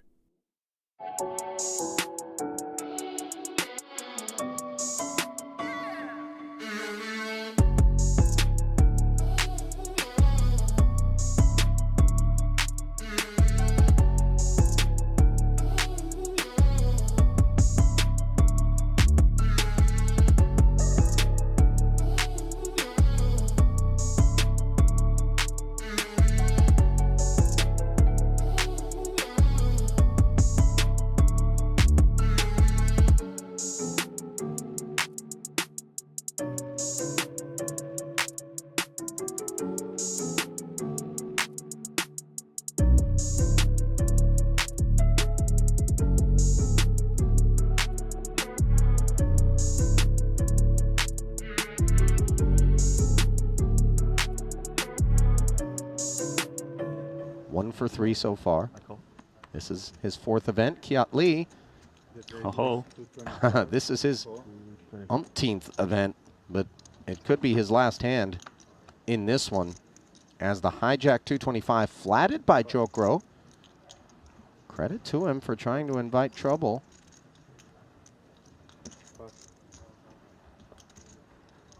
No takers, however. 10K back for Kiat. 575. Not quite all in yet. Queen 8-6, no help. No heart. Over pair for Jokro. And he asks for the rest. You see Kiat recognizing, pardon me, that this ain't a great spot. Usually going to be a happy ending for this scene for Will. I was hoping to go check, check, check, check, check, check, check, check.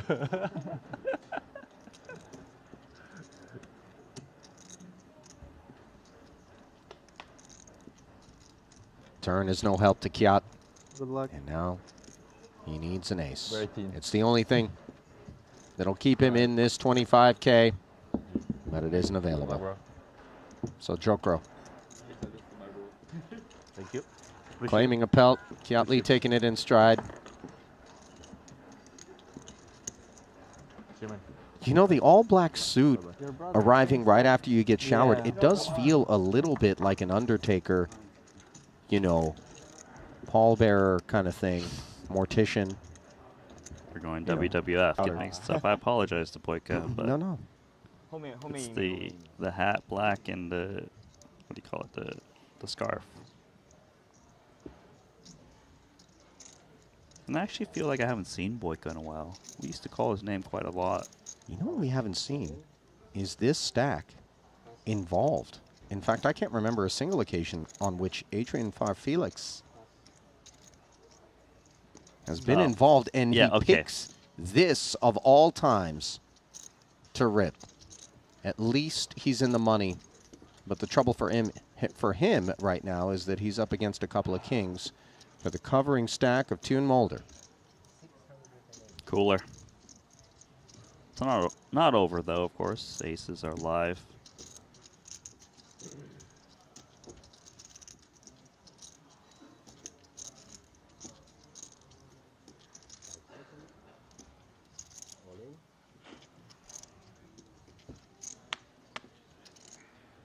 One ace down.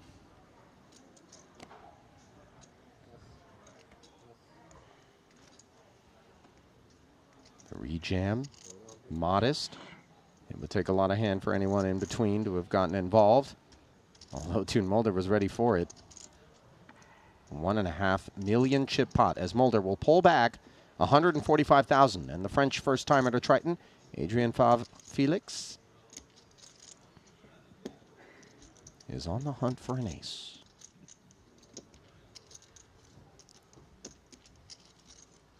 Centers himself in anticipation. Mulder not out of the woods. Here comes the first hurdle. And it's cleared by the kings, which now are blocking Broadway on a Queen 10-6 board.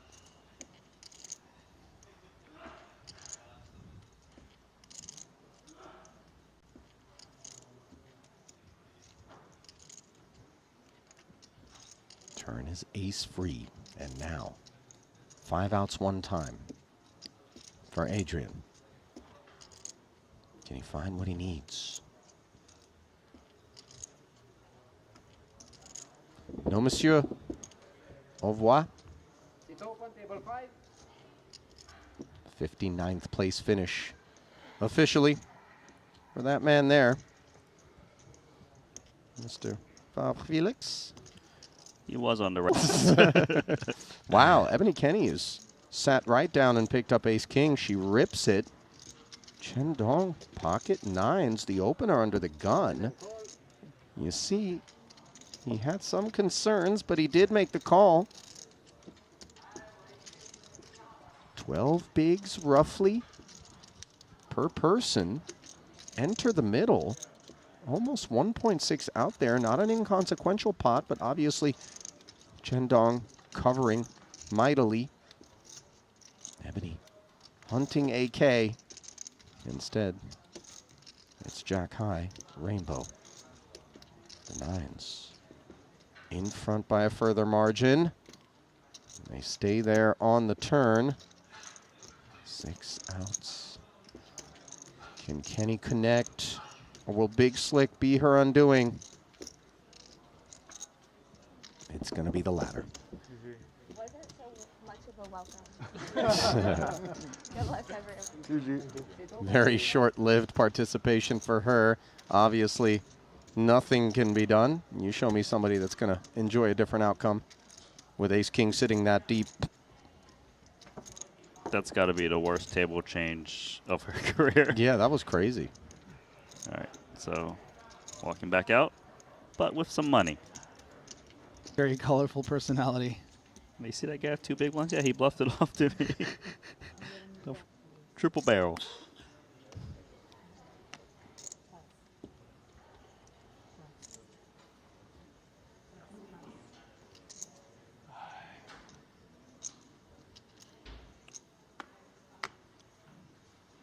Pua wearing one of those new beautiful Triton shirts. Got one myself in white.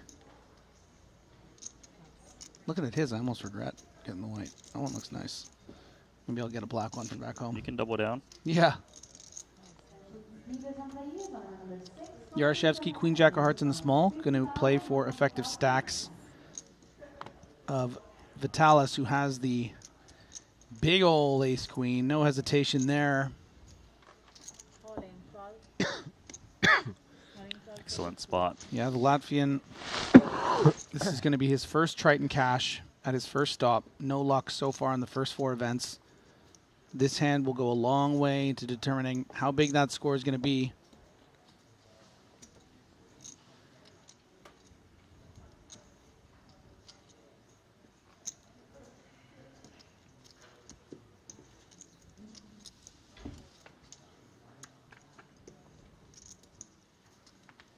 Oh, jeez, gracious me. How hard did he hit that? Yeah, and everyone kind of giggles because it's so rare to be that loaded. I mean, not only do you have the open-ended straight flush draw, you have the straight already. Oh, check, chop. Yeah, there are a couple jacks in the deck to chop, but unlucky for Vitalis and the man with the charming pink fishy sweater. You saying it's fishy? Yeah, there were fish on it. Yeah, there were like fish swimming around. Thought you were calling them fish. Yeah, no. Oh, gosh, Not no. kidding. Oh, God. I guess you got to be careful, right? You played that hand just fine. Yeah. All right, what do we got here? We got another open-ended straight flush draw, pal. This is what we work with now. Yeah, so Yulei had open pre-flop, check on the flop. Danchev jammed a turn, and he doesn't get there against Yulei, who will deliver the blow to Danchev. Another falling.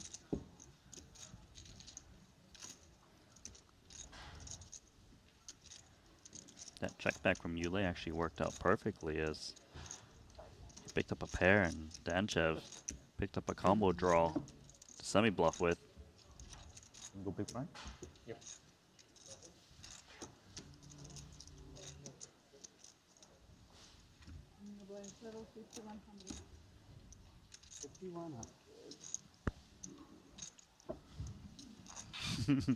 Go in with the king.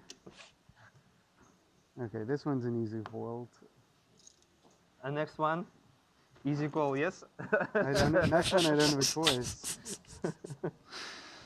So next one, easy call. Easy all in. Next one, I'm just...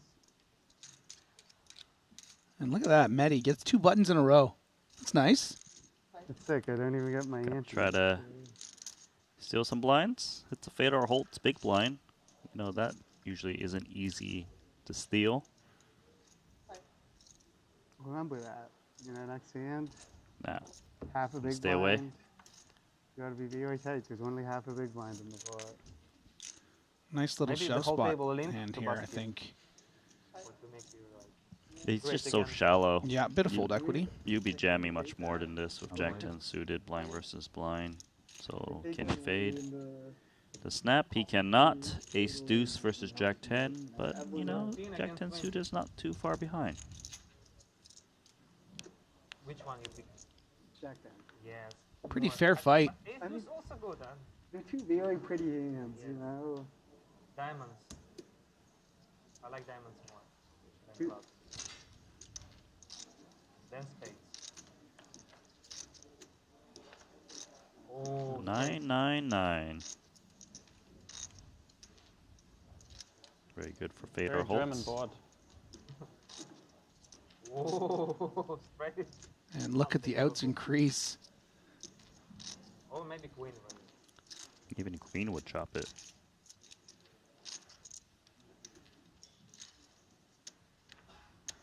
That's a break.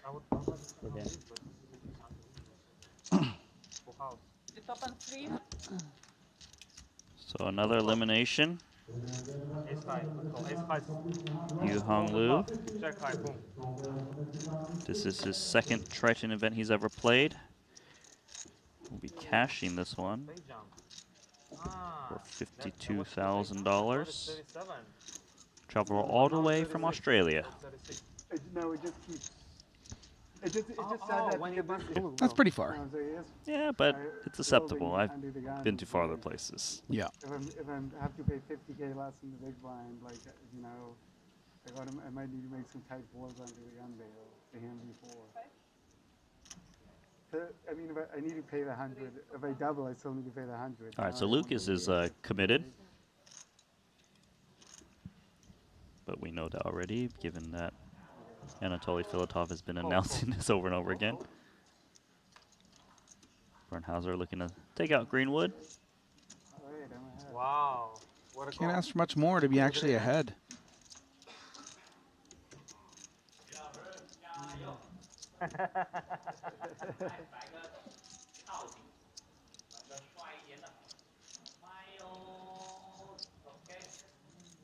Who's talking that red lane in the background?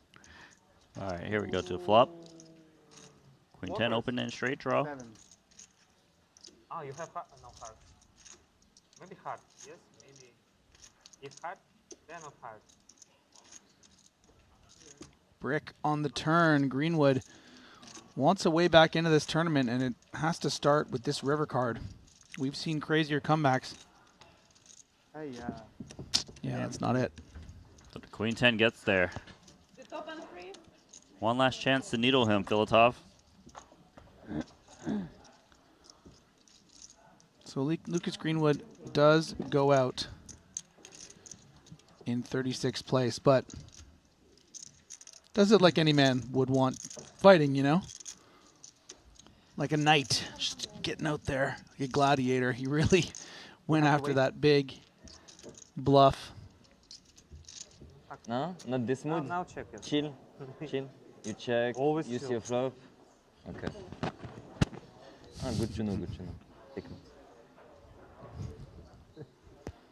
Maybe min raise. Tricky. Then he all in, I fold. Dump. Yeah, definitely not what he's going to be doing with No, 7 raise 6 half suited. stack. He all in, I fold. Well, Fedor's Guys, gonna pipe down. playing aces. Fedor's got aces.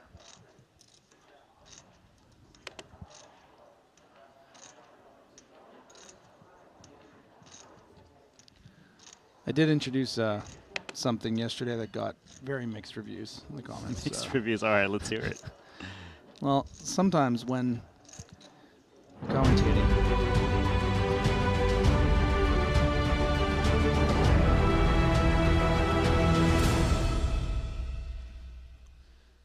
welcome back to Triton Jeju 2025.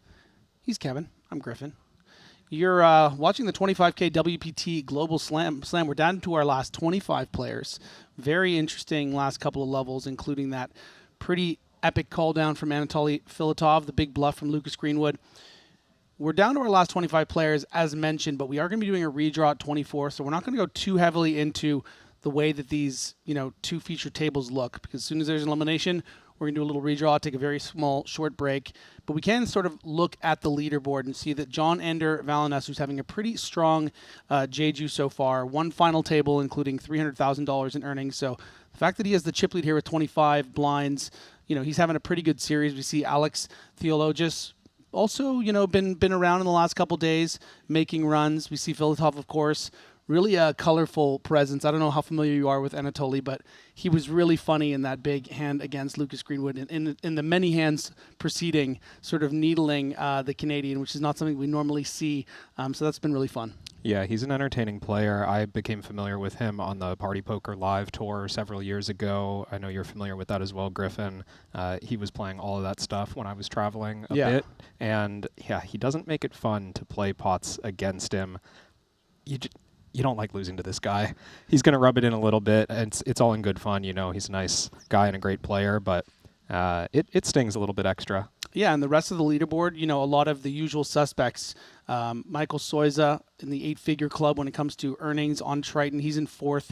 5th, Igor Yurashevsky, who we were covering a lot in the last couple of levels. Orpin in 6th place. We got Tian Mulder, Leon Sturm, Justin Saliba, of course, Fedor Holtz, who had quite a bit more chips until he lost that big all-in with Jack 10 suited before the break. So a lot of familiar faces, and we are going to be playing down to just 24 here, and then we'll jump right back in with the new tables.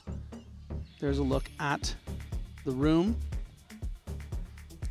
Sometimes when you're just one spot off a redraw and everyone knows it, a little bit of gamesmanship happening around the room, a little bit of eyes on the other tables. Oh, who's going to be the first one out?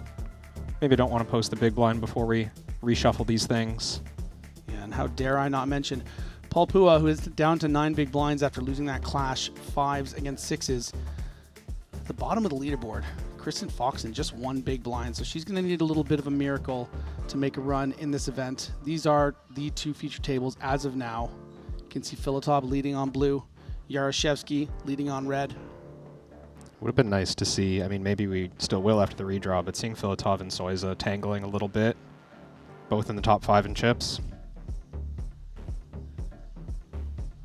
David Coleman, who we spoke a great deal about yesterday, also still around. You can see him there in seat 1 getting dealt his cards right now. Pascal Lafrancois, one of the great French-Canadian talents, going to be the first to act. It's a redraw at 24, yes? Yeah. Yeah, didn't he hear us? There's a delay, Griffin. You know this. I actually don't believe in delays. I think it's fake news. Thank you very much. Next, you're going to tell me the Earth is round. Oh boy. Thanks, man.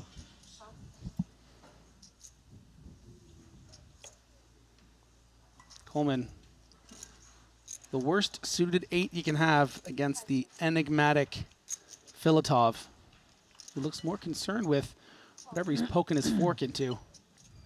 Look like a big potato. And nothing I love to do more than bluff right after taking a big bite of food as if I don't care about this pot.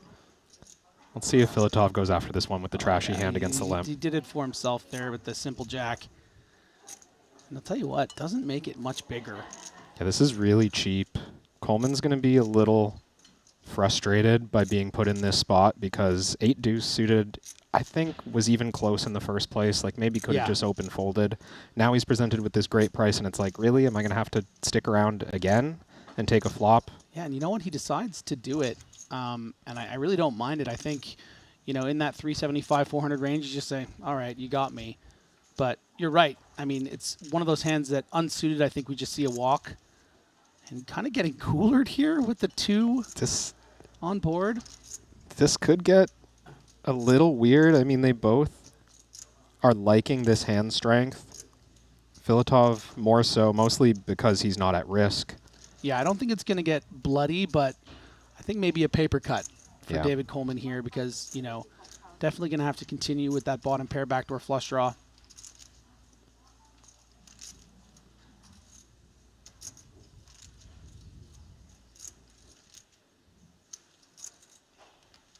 Always interesting on these really dry board textures playing really shallow. Sometimes you see players do a lot of check raising, and I wouldn't rule out the possibility that 8 deuce suited makes its way in to try and clear out bluffs, but Coleman does just call, and he's going to know that there are some pre-flop bluffs that make a pair of deuces or a pair of threes, and now even a pair of fives.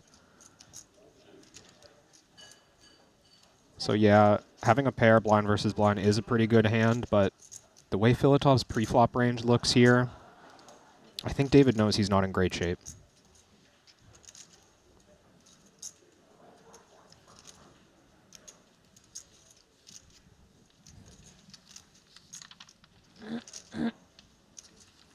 And reaching for chips is Filatov.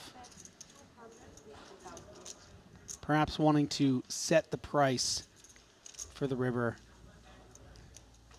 It's curious to me a little bit. I would love your input, Kevin. Yeah, I would be really surprised to see a size like this as a bluff. That's the first thing that jumps off at me if I'm playing this hand as Coleman. It's just kind of counterintuitive to have a trash hand and decide to give such a good price. You would normally leverage, oh, I can threaten your stack in this situation. All my good hands can put 2 million into the pot, so why not go a little bit bigger? I think there was a way for Coleman maybe to get away based on that, because I don't think we see ace-king high doing it, but it's possible that could have been on his mind. Oh, he's going to get a little bit slow rolled. It wasn't unbelievable value. Coleman's shaking his head. He can't believe he got 2 streets out of him there. That turn bet seems a little nonsensical to me, just based on sort of breaking down Coleman's range. But we see this sometimes when the player with more chips knows that they're not going to get fought back against. They know they have the leverage, so setting the price for themselves. And if any of you are looking for a chance, I'm not going to try to segue that one. That was so good. No, price it's setting impossible. Thing? Just, No, you had you can play poker in America. Online poker's back in America, and that's on Club WPT Gold. They've opened their doors to all eligible players in the United States. You can sign up now. No purchase necessary. Void where prohibited. So I have a question, actually, from that advert, if you don't mind. You might have some insight into... Well, I just want your opinion, really. Yeah. Do you think that that was a photo shoot with Phil Ivey, Rampage, and Wolfgang? David, you almost missed your button. All together, like best pals? Well, yeah, you saw the 3 of them, like, super pumped. Do you think that that was a photo shoot, or do you think that was they cut them in? I think they were... That was probably taken at Shinhwa World Theme Park right after they got off the teacup ride together. Okay, I think they came out. I did hear about that. They were. Yeah, they had a great Ivy's time. idea, actually, to go on the teacup together, which was strange. Apparently a huge fan of that particular ride. Yeah, not a fan of heights, but just loves to be dizzy.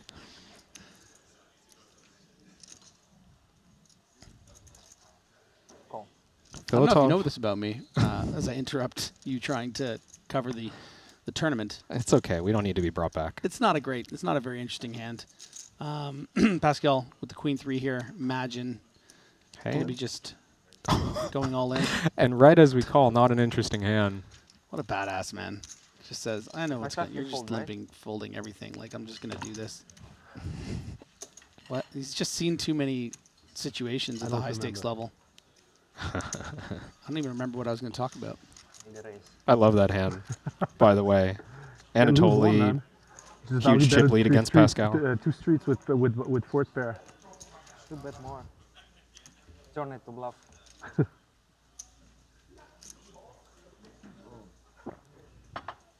So what I was going to say is I actually was a part of Team Ivy back in the day. Did you know that? I didn't even know there used to be there a was Team a Ivy. Team Ivy. Yeah, when he was working on getting a site together.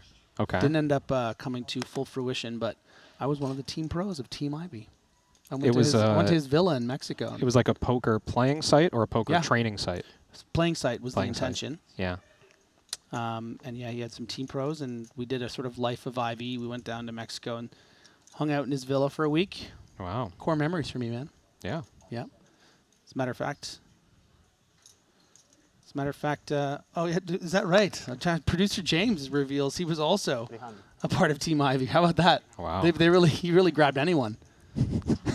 But yeah, after having hung out with Ivy for a week, I remember seeing him in Montenegro, and I didn't have the gumption to say, hey, like, do you remember me? But he recognized me, which was that was pretty sweet. I mean, you would think You spent a week together and you Yeah, thought he but wouldn't I recognize don't know, you? It's like a Ricky Henderson. Do you know the Ricky Henderson story with John Olerud?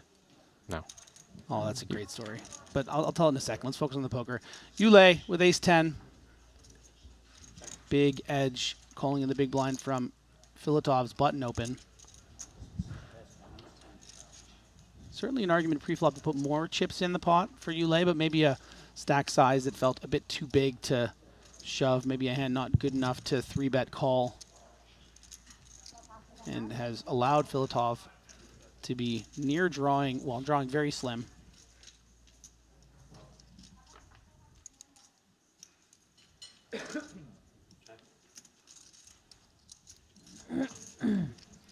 And this 7 of hearts. Yeah, this is the kind of turn card we normally see the pre-flop aggressor go after pretty hard.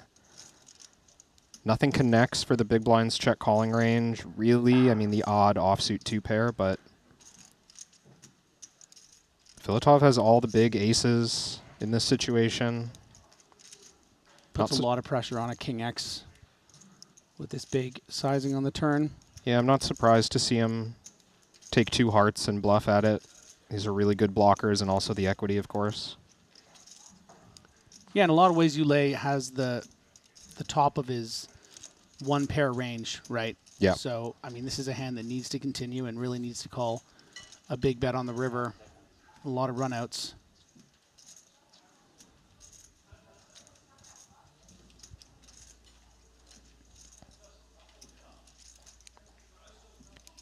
And, you know, sometimes in these spots, players will start to get a little concerned about the equity of a draw coming in, start to think about protecting their hand.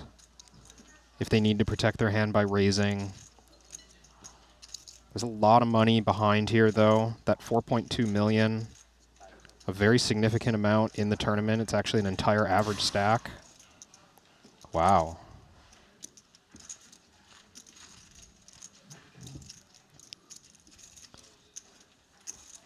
And we see a huge fold there, not wanting to deal with the chip leader, not wanting to deal with a river bet. Yeah, and in the interest of not sugarcoating it, I think quite a significant mistake from Yulei there. Even potentially beating value, Filatov didn't go that big. Yeah, you could have ace-9, ace-8 It was there, a big protecting, bet, I mean, so I'm not expecting like a king. But yes, I would think 2 streets with a weaker ace definitely possible. Yeah, as they do get their racks, as I believe we have lost a player in 25th, so we will go on a bit of a break for them to reshuffle these tables a bit. There are the chip stacks. Calvin Lee now leading the red table. And let's head to commercials for a couple minutes. We'll be right back here on Triton Poker. The $25,000 buy-in WPT Global Slam is back. Join the action on March 2nd at Triton in Jeju. This time, for the first time ever, our players could buy into the WPT Global Slam with passport dollars. Don't miss your opportunity to qualify for future Triton and World Poker Tour events. Download WPT Global with code Jeju and get a 100% deposit match up to $1,500. Sign up today and join the action. I've played against the best, I've won on the biggest stage. But what if I told you, it's not just about luck or talent. It's about using the right tools. GTO Wizard is the fastest and most efficient way to study any spot in poker. This is how you level up your game. This is how you unlock your potential. Don't get left behind. Get GTO Wizard today. Beat the best, crush the rest. With over 20 years of poker excellence, the World Poker Tour brings you WPT Global. With millions in guaranteed prize pool every month. 24/7 monitoring system developed by the world's best security expert to combat cheating and collusion. Largest online poker platform available in over 60 countries. Endorsed by poker's biggest names. Join the largest community of players. Now on WPT Global. Looking for the ultimate platform to place your bets on the biggest sporting events? Look no further, because BetACR.eu, Triton Poker's official betting partner, is here.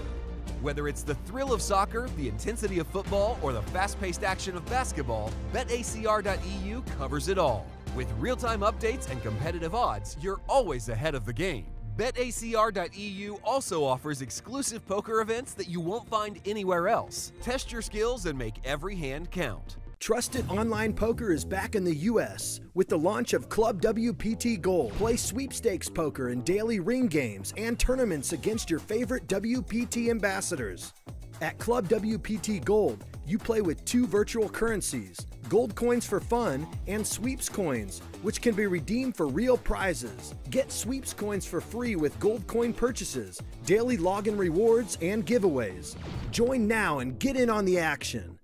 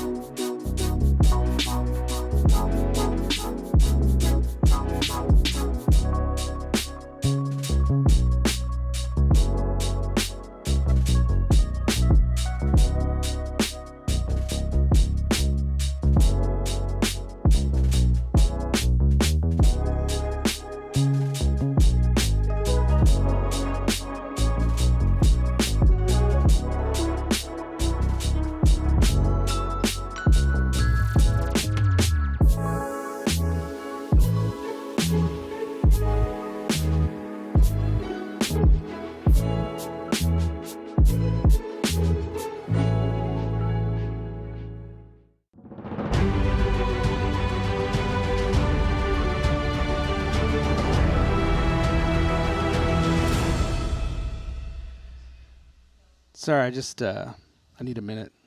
That fold, that ace-10 fold. You doing okay? I'm gonna, yeah, you know, Kevin. Time and counseling, I find, heals all wounds. But that was tough to watch, I think, for us here in the booth and the people in the chat. And look, poker's a really tough game, and you're playing the highest stakes against the best players in the world. They put you a lot of pressure. I think it was a little bit of brain fog there from Yulei. I think that was a pretty glaring mistake.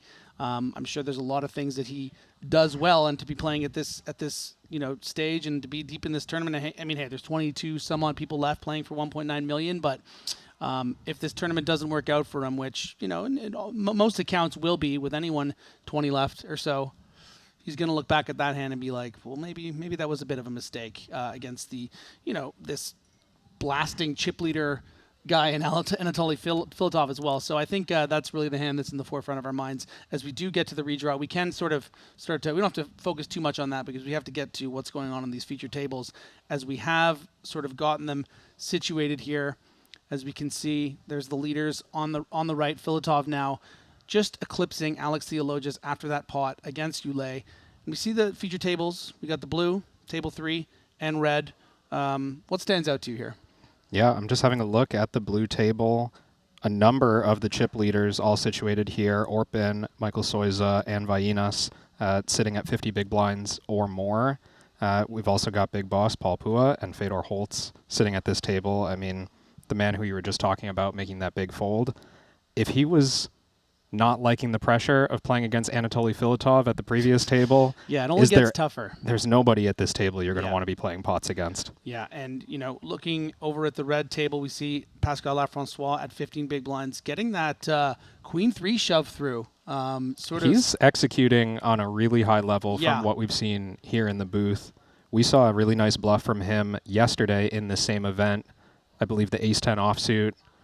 Low equity bluff got Alex Boyka to fold pocket nines. I mean, he's a poker genius, honestly. I want to also mention Kristen Foxen, who had 1 big blind coming out of the last break with 25 left. Finds herself now with 7 big blinds. Coleman on 10 blinds. So a lot of sort of shove stacks there. You see Chan with just 9 big blinds as well on that red table. So we're going to get some eliminations fast and furious, but it's the blue table that really stands out for me. A lot of really heavy hitters. And as we take a look at the field here, Filatov, big smile on his face.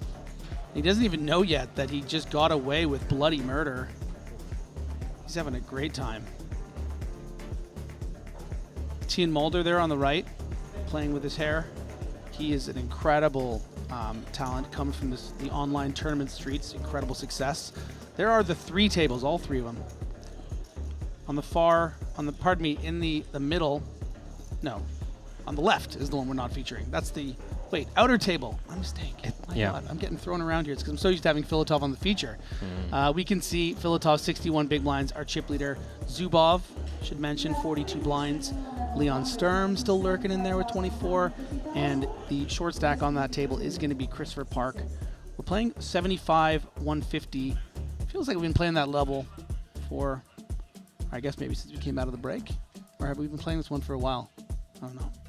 I mean, we did come out of a regular break, yeah. Yeah, Should have been a new level. Should be. Probably still there for a little bit. So a little play here.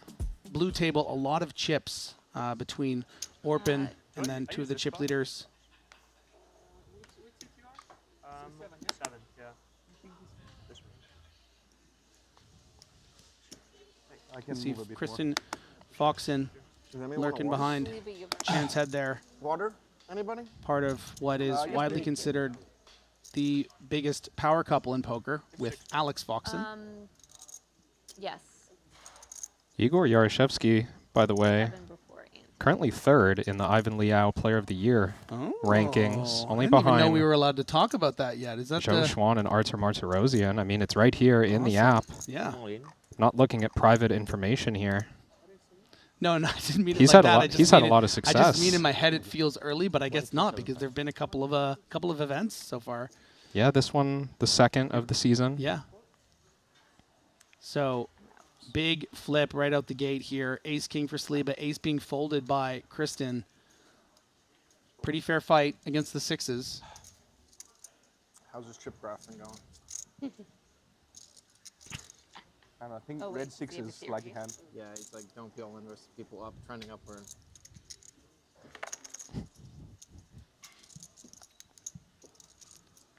Saliba had a couple of very tough spots in the last few levels, having to fold sort of the top of his range 3 different times. Now finds himself in one of those unfair flips where you just feel like you're going to have the range crushed, and then you're up against the pair, and you're like, oh, I vey. Give him a jack or a 10 for the sweat. Oh, that's no sweat. And a dejected Chan recognizing the slim chance can need any one of those black sixes. It could happen. Good game. Not today. Thank you. Not so like hand. Everyone pays their respects. And we are down. That was a weird one because we were both trending down. He just lost a big. We are down to 21 players. So I had to stay quiet because there was no like clear trend or. Justin Saliba, ladies and gentlemen. Yeah. World class. And we are officially on a See, we pay all jump. end up 20th this place is way. going to pay You know what? 90,500. Let's just be superstitious and So something to consider as potential all-ins maybe flying. We did remark on some of those short stacks between 15th and 21st, 5 to 15 blinds. So there'll be some all-ins.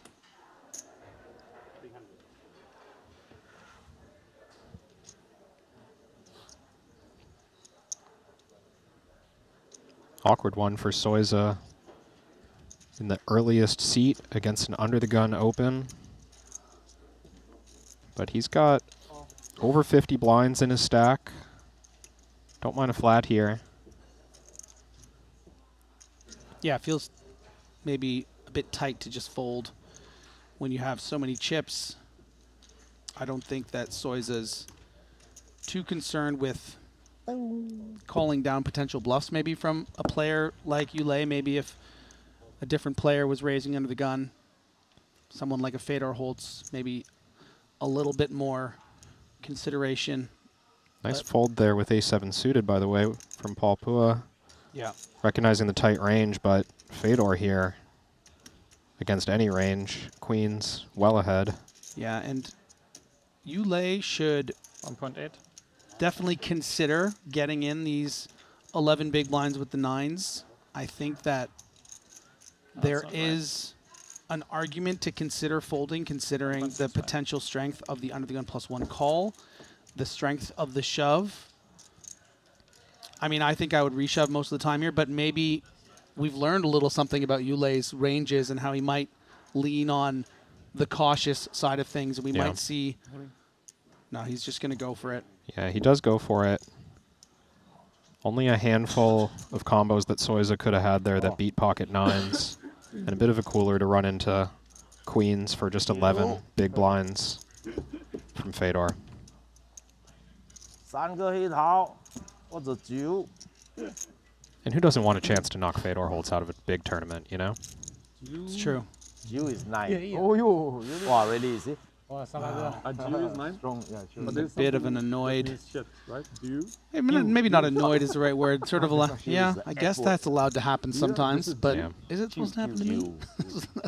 that's what I took from it. A 10 though reminds Fedor that maybe he finds is a way to invincible. win. Yeah. Maybe it was more of a like, yeah, okay, give him a chance, I guess. And he 8 king queen, and the 8 of course comes out. And he doesn't even flinch. He just says with his face, "This is my life." To them, it's a big difference in pronunciation. You just can't hear it. You know, I'm not used to it. The way you deal the cards, I don't see the cards, so I had to look at their reaction to it. Oh, that's funny. Didn't even get the sweat, but finding a way. There's like 4 pronunciations for each word in Mandarin. Yeah. Yeah, the same And they word. all mean like 4 different things. And in Cantonese, 9 pronunciations, 9 intonations of the same word. And rough luck there for Yulei. I mean, if it just feels like maybe Ohne euch wär's nicht möglich once you gewesen. flop that 9, they're like, maybe this one, I can have this one, you know? Yeah.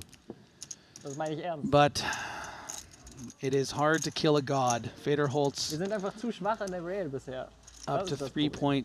3.9 million now. And he is going to be dangerous down the stretch. You should have killed me when you had the chance.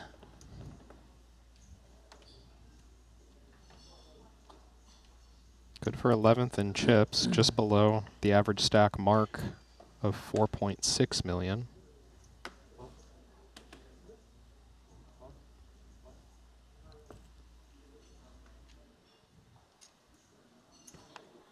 Just now, sitting the seat. John Ander, one of our chip leaders. But we're not really interested in him right now because we're going over the other table.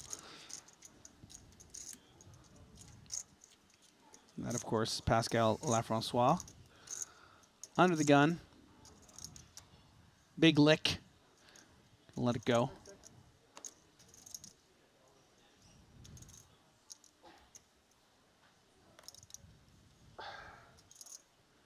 Queen 10 suited for Theologus. Someone we learned, I believe it was yesterday, that is completely unfeeling when it comes to Oh, yes. what happens, right? Yeah. You were there for that with me? The part of his brain that yeah, feels he's just like, he was in some ups and flip downs. someone said like, oh, you're hoping to hit your card? And he's just like, no, I feel nothing.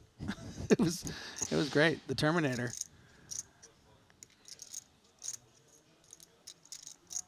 Foxen taking some pause, maybe considering a pay jump, all within the rules. I did mention that pay jump between 21st and 20th.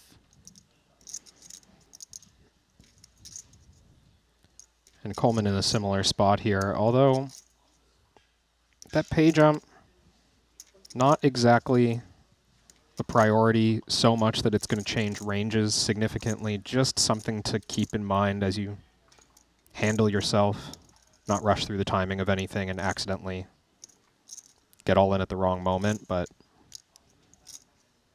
I don't think it's going to change that much about how they play their cards. You love these 4 to a straight flush, right? You mentioned this yesterday, I think. Like when someone has Queen Yeah. 10, King Jack to suited. Who doesn't? It's just, it's very We're aesthetically almost there. pleasing. We're almost there. It's nice to look at. And Igor plays it as a 3-bet. I would imagine playing this as a mix when it's suited, because we're never folding, and sometimes we want to make sure we see the flop, right?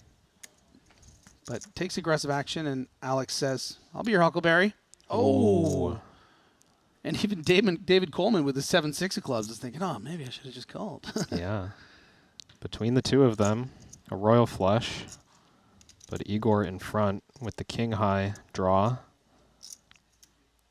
You know, I'm slightly surprised to see Igor going after the tournament chip leader, but at this stage, he sees no reason to completely shy away. Defaulting to aggression seems to be his style over this series.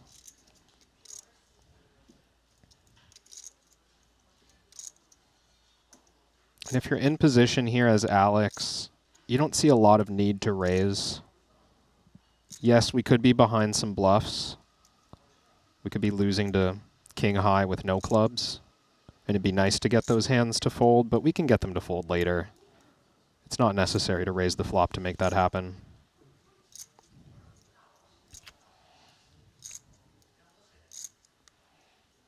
And now we don't need to make king high fold. With Alex picking up a pair, this could be dangerous for Igor. If he had a hand like ace-queen or ace-king that he was 3-betting for value, would he shove the turn in this spot, or would he extend the hand with like a check raise or a smaller second barrel? I think that's what he's kind of going through right now. Yeah, and some concern, I think maybe the 10, as far as a potential 2-pair combo if Alex has, say, ace-10 suited pre-flop, if you're trying to fold out some of the aces on the turn on a shove. Yeah, he'll have ace-10 suited and pocket 10s for sure. Oh, yeah, exactly. And I don't think we get a call from the wheel suited aces or the ace-8 suiteds, right? So Igor really nice. Oh, he does just jam. I mean, it's definitely the play we want to make with our exact hand. Yes. And I think that we do elicit some big folds from, say, an ace-jack here. This is tough for Theologus. He doesn't expect to be ahead that often because he has the queen of clubs himself. What club draws really exist for Igor? Maybe 8-9 of clubs. Yeah, and just disaster if Igor turns over ace-queen, which is, big part of his range here. Yeah, against ace-queen, we would only have 11 outs. Against ace-king, we'd have our live queen, so we'd at least have 14 outs there, but this is not straightforward. It's full pot, which means even just for chips, we need 2-1, rather 33% equity. Do we think that Alex calls the flop with all of his pocket 9s, or at least some of them? Yeah, I think that's... So that's another reason to the shove. I think that's a good fold. I do think he would have pocket 9s with a club. I think he might actually... Then with the flush draw and check. Wow. Yeah, I think he might fold the flop with 9s, no club. I'm not sure. So a little bit of chatter between them. I'm wondering if Igor was reacting to the comment of him saying what he had, like he didn't believe him because he had the king-jack of clubs. Yeah, I think. I mean that exact setup is so unlikely. Both players kind of thinking, if you're. He was right, and there's an earnestness to Theologus about when he's talking about the hands. We saw the other day talking about the early position open he made with the 10-8 suited. That's right. And jumping into this interesting hand as we see the action, pre-flop, Valinus raising under the gun +1, a bit of a loose open, but with all those chips, why not? Paul defending in the big blind, out flopping, and it's checked all the way to the river. So actually, can really expect, as Pua checks, does Valinus think this 8 is enough showdown value, or does he want to potentially bet out a jack? But is that credible, having checked all the way down? Would have bet an ace on the turn, presumably. I do still kind of think it's credible, because if you think of a +1 opening range, just how does he have a weak hand right now on this board? Like, in what combination? Because he's checked it down. He would have bet a king. Exactly, because he's checked it down. Yeah. How could he be here with worse than queen 8? It's tempting to just, by default, if you're trying to play a tough strategy, I've got the bottom of my range, I guess I should bet. I mean, it's a logical way to construct bluffing. And I think Pua will recognize that it's just pretty difficult for Valinus to have anything worse than a 9. Okay, 7. Yes. Pretty much, yeah. Although and there he goes. He calls out. He calls the one hand that kind of makes sense. Maybe maybe not thinking queen 8 suited even opens. Yeah. Yeah. You call? He bet. Oh. Bet, right? All in 2? All in 4. All in fold. And that would have been the size. I like that Vainas is saying he was thinking about all in because realistically, if we check down there and decide to reopen, Flop, you bet I we fold. probably had pocket jacks. We check down, we river to set. Well, Yeah, that's what we're going to I guess we just go for all of it, right? Yeah. King 8-9, right? So maybe a bit of regret. Maybe you bet small. But then again, you're also trying to fold out a jack by repping pocket jacks. So if Paul has a jack, he's going to be like, well, you're repping this thing that I have. Yeah. You don't have queen Could 10, even- you would have bet. You don't Yeah. have a king, you would have bet. You don't have an 8. It's interesting. It's fun jumping in on a hand on the river like that and trying to break down the thought process. What have we got here? Looks like a lot of pre-flop action on the outer table.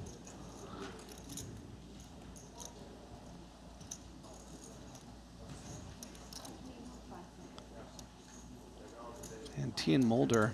Can see the cards up in the Triton app on table 1. Yeah, those are mucked Filatov cards in with front of pocket Filatov. queens and Mulder with pocket aces. Wow. Just a pre-flop battle. Yeah, and a new chip leader, and a very dangerous one in T and Mulder. Famous for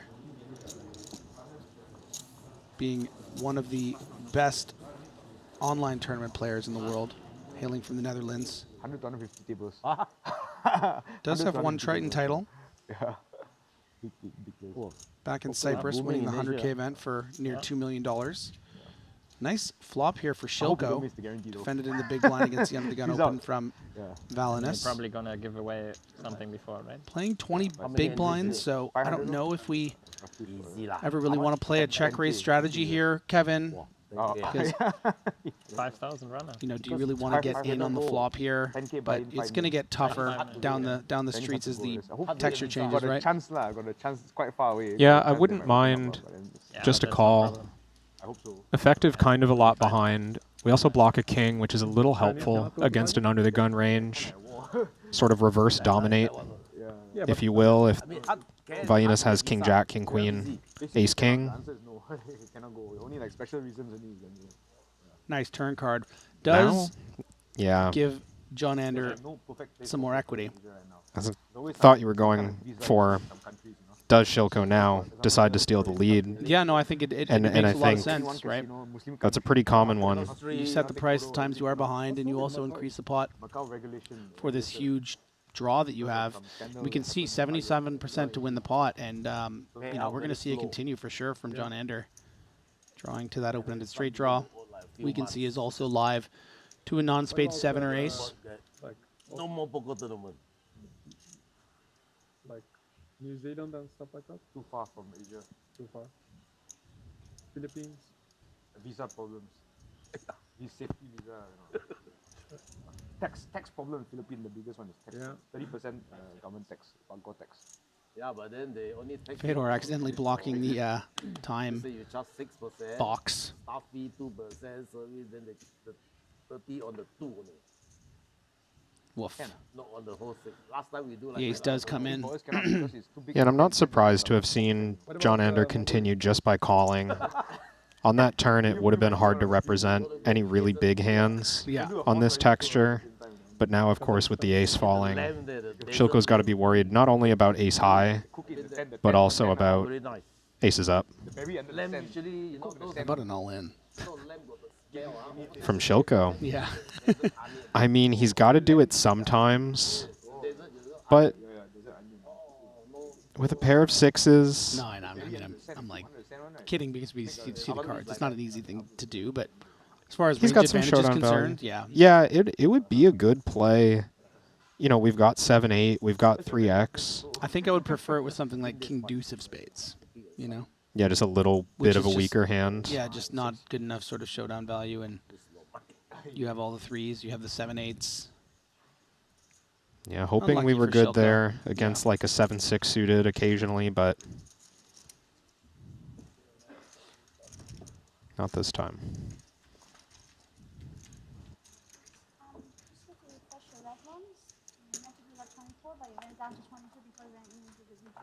What happened now? I guess the problem there too is we don't have that many 3s from the big blind against the under the gun open, right?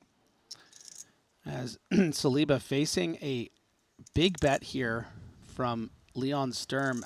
I mean, we can make some assumptions about this hand, not only because of what we see is on the with the bet, but also on the left there we can see Saliba opening, Leon making the call on the button, Saliba check calling, and check calling again.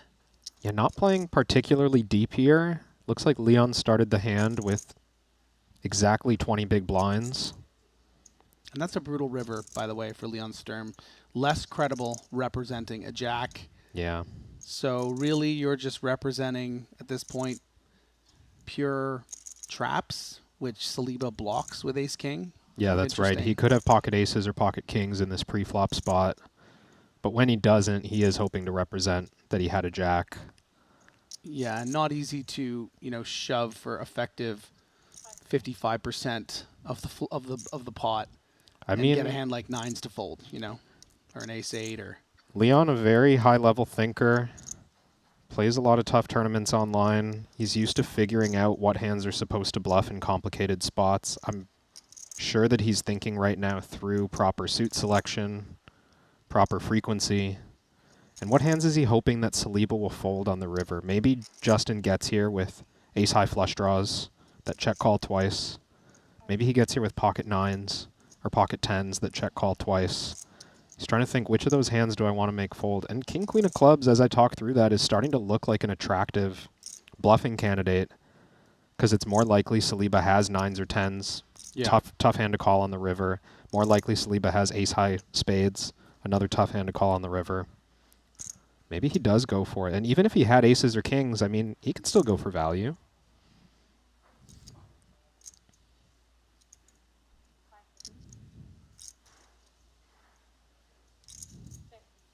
He does give it up.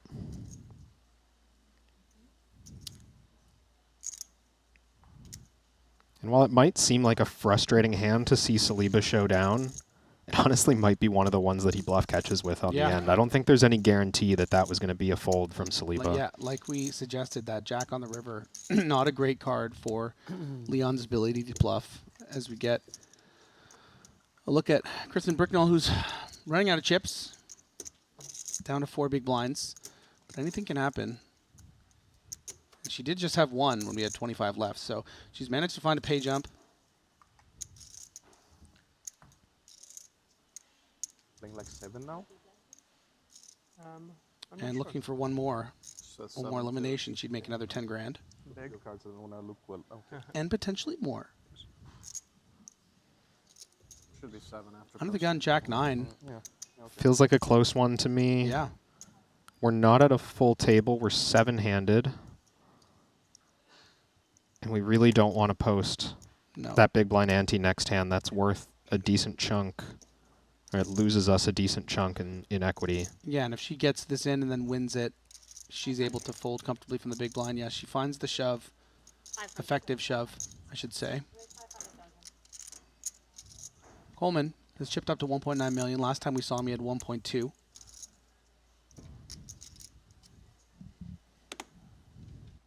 Good luck.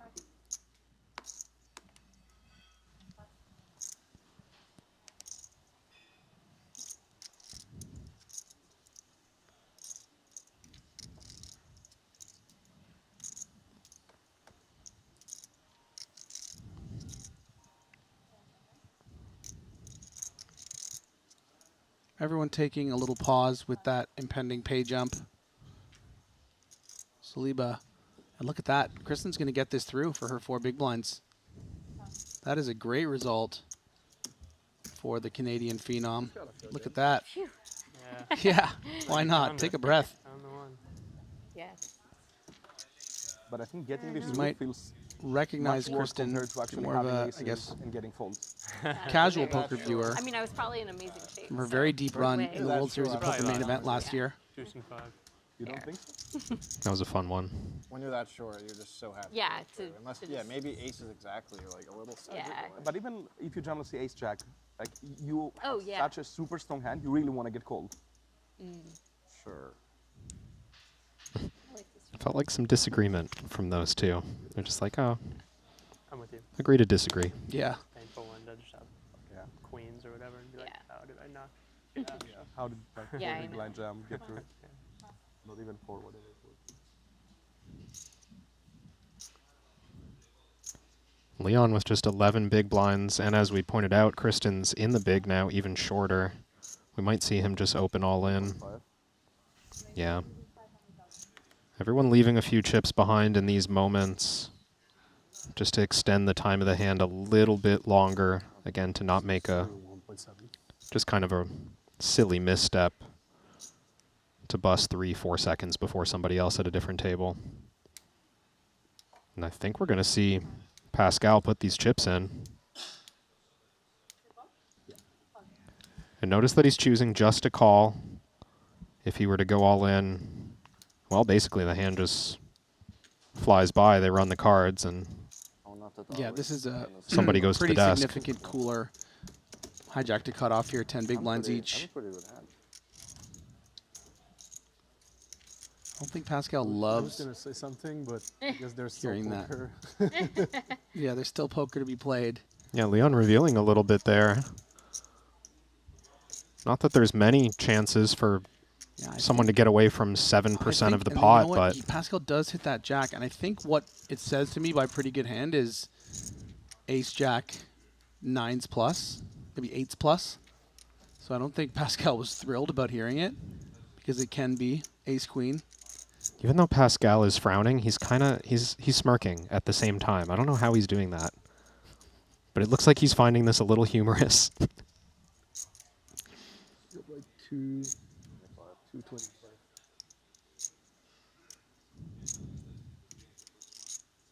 You might not bet the entire 225, right? Well, Pascal verifying that he covers, so he knows he doesn't need to spend extra time. Yeah, queens or kings, and Leon is going to take a huge lead in this pot, but right now, good fortune for Lafrancois. I believe in Leon. I think it's coming.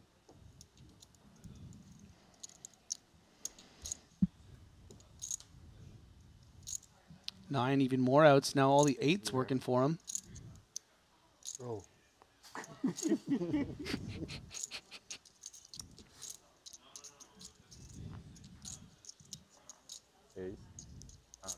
not good. 4 spades, not going to do it. GG, Leon. Leon Sturm is eliminated in 21st. Seems to be deep in every one of these things. One of the best players in the world, but ran into another one of the best players in the world. Both of them got big hands, and sometimes that's just how it goes. Pascal chips up. Hope Leon didn't forget his whale. It's just sitting there. I feel like he's exited. Leon, go back. How do you feel? Yeah. Oh, I think they told him.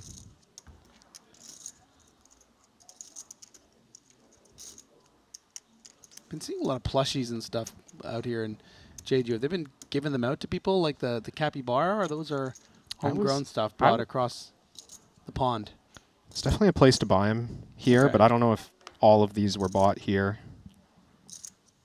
or if they're traveling the circuit. Interesting comment here from Tony Coe saying, feel bad for Leon Sturm. He's probably the best player left. That's a big claim. Yeah. Amongst, I mean, he might not even have been the best German left. As we do have Fader Holtz, but obviously not taking anything away from Leon.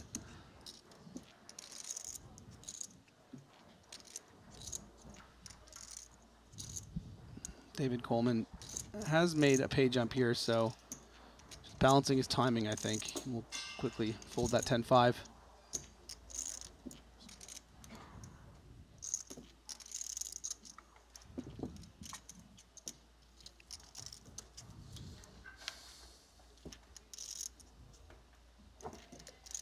Actually, just looking down at the level clock, I think that was a little bit of stalling to try and get the blinds up on his button. Can you call a service? About 1 minute left until the blind increase. Yeah. Yes, I don't know why it switched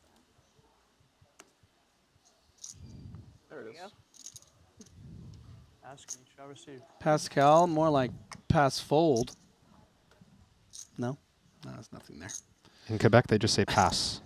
That's true. They don't say pass. No need for the fold. You know that. You know, we've both won an event in Montreal.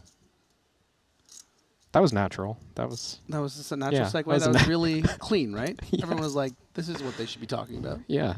No, I was just thinking about you were bragging the other day. You were braggadociously talking about beating Pascal Lafrancois, heads up in a high roller in Montreal. Thank you for bringing that up. Presumably hundreds of thousands of dollars, at least 150 Canadian, which is like at least 40,000 US. Yeah, it's like $175. I won a little tournament, a little Montreal casino tournament for 50 grand. It was pretty great. I didn't know they had tournaments there. Neither did I. It's a pretty small cash room, isn't it? My friend randomly heard about it and convinced me to like buy his action, even though he doesn't really know what he's doing. And I was like, let's go. We'll have a good time. And then I won it. It was great. Yeah. A little photo on Facebook and stuff. Nice. I hope he's not watching this. Me saying that he doesn't know what he's doing. I mean, poker's not his trade. Yeah, okay. Oh, there's not like there's that many people watching. Yeah. Just a few thousand. It's not like, yeah. Odds are in your favor. Are we in the 4 digits? Shit. I thought it was like 600 people. Oh, 6,000. Oh, okay. I mean, his parents might be watching. Jeez, what have I done? Foxen gets a great shove spot with the King 10. Down to 3 big blinds again. But going to have some hands to run it up, and this is a great start for that. Over to Coleman. How much is it? 6. 6. Yeah, and you know what? It's got 150 in there. So I guess it's actually 4 big blinds. Yeah, I don't think the blinds went up yet. Right. Yeah, he's going to go for it. It only represents, you know, not that much of a stack. He's going to think that he's live against something like an ace-5 or maybe even be ahead of a queen-10, queen-jack type hand. So getting a bit unlucky that he's fully crushed. But I think he'll take the ace-jack he won and then lose this one, right? What can I do? Have to call. I don't. Overbet. How can I call? Flop. King 6-9 rainbow. I only flop, you're out. Turn 9 river jack. Don't do her like that. That's messed up. Even Pascal feeling a bit bad about this one. A 6 and a 9 will still give. And there is the 9, the drama. Kings and 9s with a 10. Have a go, Kristen. You see how that went? You rooted for the chop. Sorry? Remember? Yeah. For the chop. Yeah. Yep. But he didn't have it all in him, you know. Where do you lose call, Alex? Because he said bring a 9. Players really tracking the superstition outcomes aggressively this series. Always the drama around. Yes. You were trying to determine if calling for a chop is good or bad luck. I was thinking that too. I was like, 10 wins it, and then you see no 10, you're like, game over. Yeah, I was like, wait. Just get half pot on the turn. Then everyone is happy. Huge river card for Kristen. I mean, she can do a lot of damage with a double up like that. Perfect.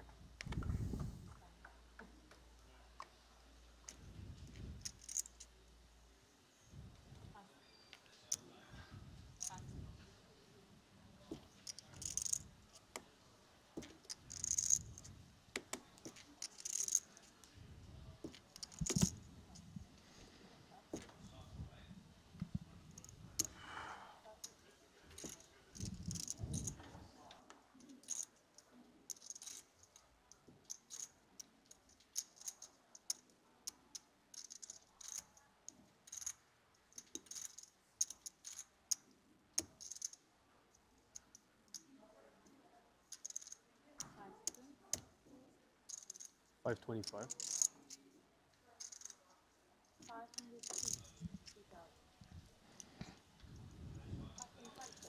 by 25. Pascal wanting some King 3 revenge, playing this as a raise, and all options on the table here for Theologus, except fold. Might just shove for the 20. Oh, it's actually more like 16 effective. I think I just like shove here. Yeah, it's kind of interesting if you classify King Jack as whether it's ahead or behind the value hands Pascal's representing. I think it's sort of neutral. Yeah, like it's neutral. It's not ahead when called, but it's not doing terrible. And hey, maybe your opponent's raising a worse king or a worse jack. Yeah, having a bluff dominated here definitely in favor of the call. And on ace high, Pascal stands to have a lot more top pairs than Theologus given the action. We'll see if he decides to go for basically a range bet or 300.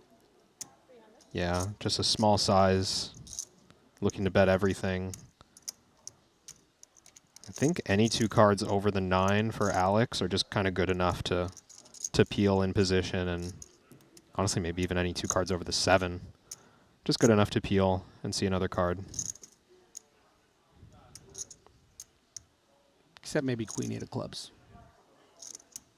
Yeah. Huh? I like to be sticky. Oh. I might hang around for one more.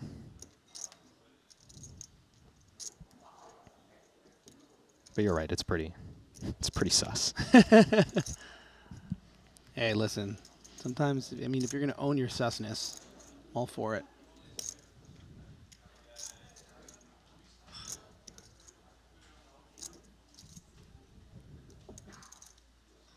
That was actually one of the first observations I made about you behind your back when we met. I said, I guess he's nice, but low-key sus. On God. It's just... That's what I said. I swear. You brought that up like 4 times, and I still literally don't know the meaning. Of and on I'm God? just refusing to Google it. It just means, like, definitely, I think. It's like it's the new gen thing, you know?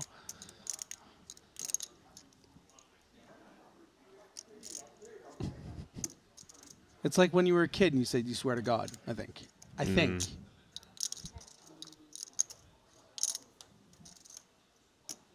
It makes sense. Yeah. Just don't talk with any cool kids. That's also an observation I made about you. It's probably for the best at my age. How old are you? 35. Okay.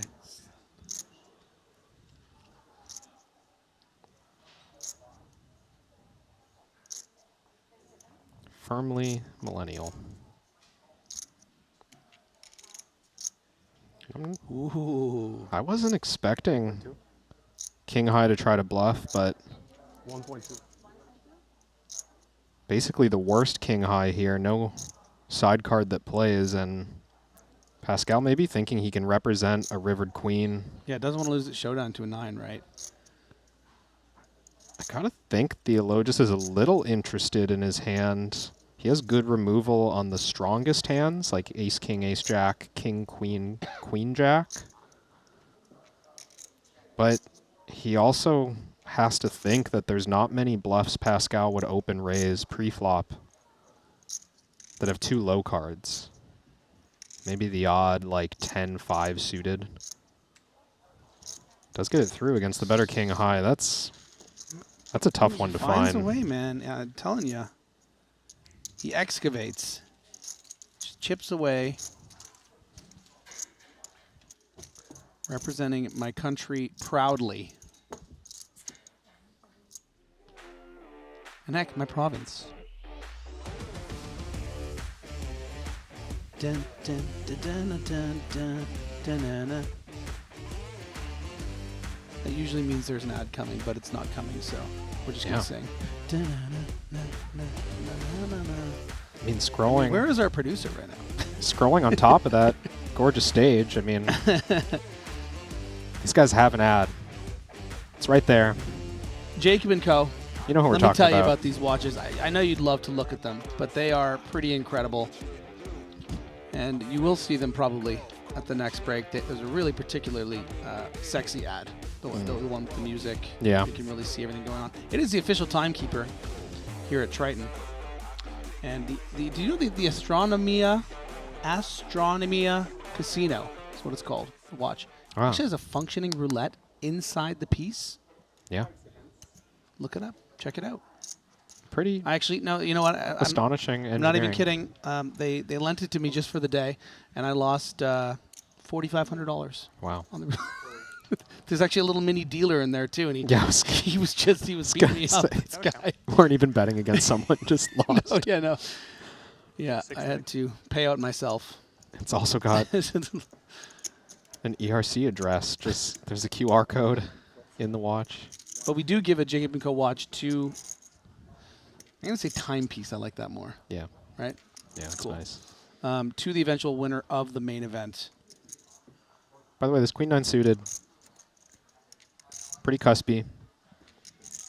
Only 7 blinds in the hijack. 5 seconds. Saliba's in a pretty healthy chip position as well. He knows he's got some equity against the range, never crushing. He could be ahead of Jack 9 suited, maybe 10 9 suited. Yep. But not a lot of those hands. Flipping against pairs, 40% against a hand like an ace. Yeah, and he's getting just about the price to take 40%, so as long as he's not dominated, he's got a reasonable call. 5 seconds.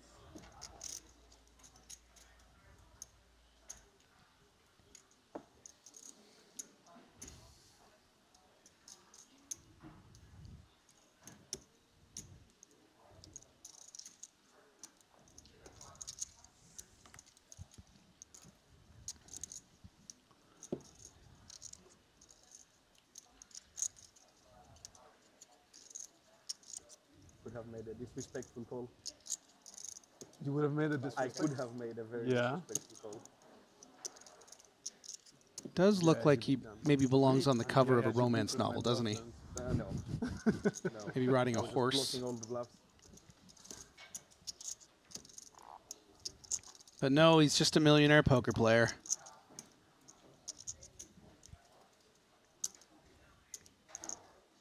Saliba using a lot of time here. And I gotta say, these kinds of decisions, like, it's hard for call or fold to really be worth that many dollars in either direction. So Not what I want to see. would like to see him just kind of, you know, either spin the wheel, I pass. Yeah. It's okay. It's a lot of, those time chips are pretty valuable. He does eventually make the call. He's in pretty reasonable shape.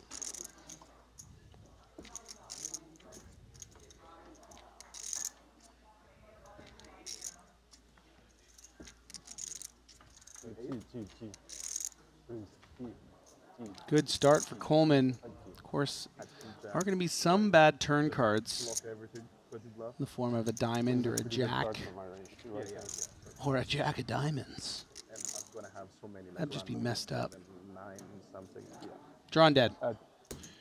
Nice double up for Coleman.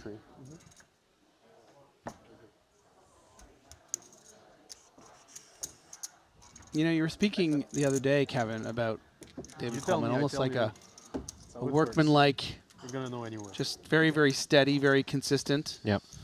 And stop me if this sounds a bit esoteric or something, but also not I wonder, you know, with like that origin of name stuff, you know, like how you hear like Schumacher, or they come from a line of shoemakers. Yep.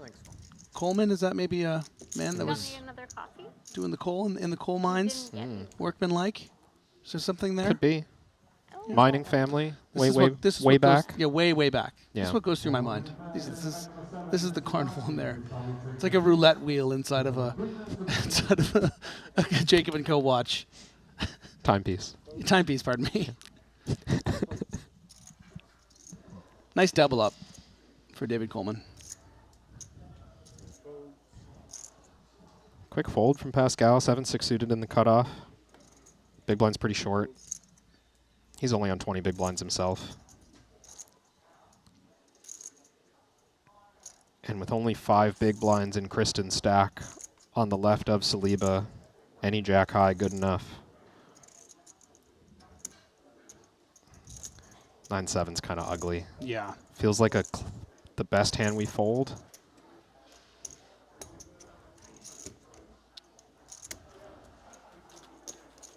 Kristen's just happy to be here after that river You have to turn come turn closer. 3. Does You feel that have way. your like muscle top on today. Is there ever not a muscle top with this That's guy? true. A little bit of a wince from our hero, Justin Saliba. Just how close that queen 9 suited Here, spot Alex, you can was, have and it. I was. because maybe he got the bad result. Yeah. Maybe a bit of a tinge of regret. I don't want that. I was giving him a little bit of a hard time on the time bank usage. I just think that's a symptom of caring so much about making good decisions at the table, you know, similar to David Coleman, like we spoke about before. Yeah. Just takes this game really, really seriously. Wants to make good plays. Lighten up, you know? No, I mean, these guys are, this is their craft, right? More casual, I guess. It's easier, I think. Fair enough.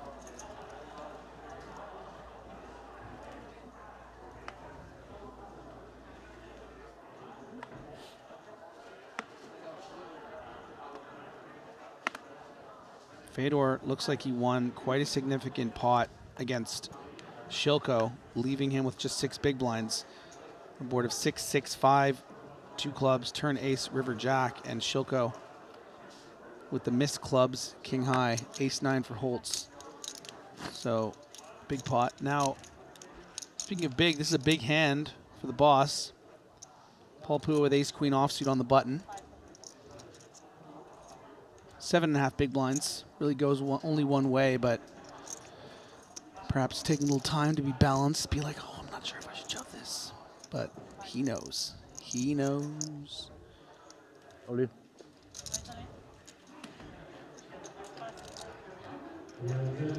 No customer.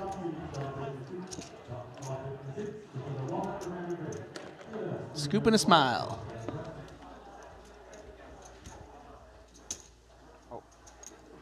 Even better like this.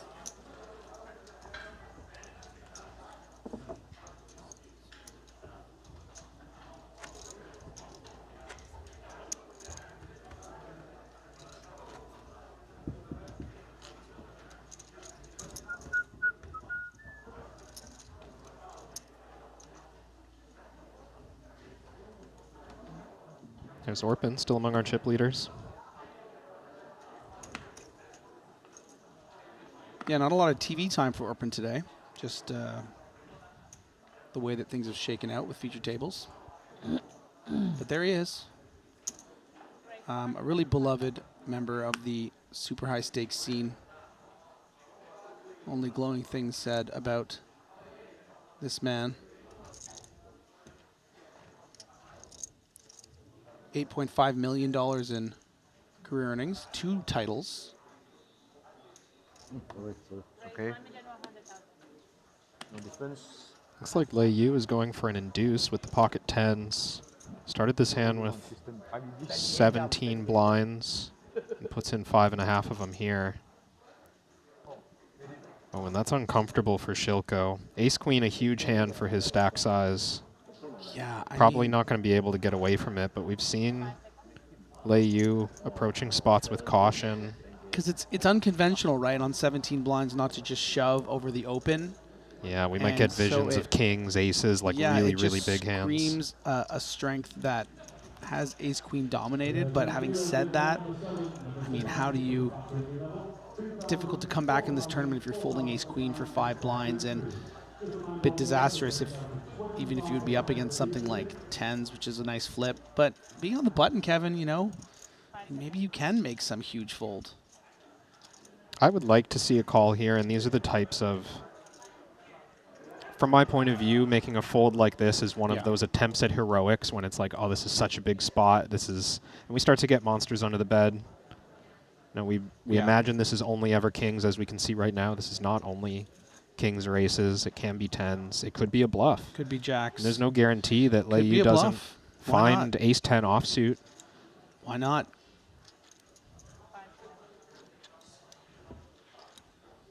Shilko really has a feeling, though, that this is a strong hand. We're not on a pay jump. And curious, Kevin, if Shilko has the information about that absurdly tight fold He that might. Yulei made. You with the wonder if ace-10. you wonder if he checked his phone like a couple minutes ago and just got that hit of information. Wow, this guy just made. Oh my gosh! And would you believe it? John Ender Valina's vindicated is this massive fold with ace queen. I mean, assuming it doesn't come ace high. Wow. That's wild.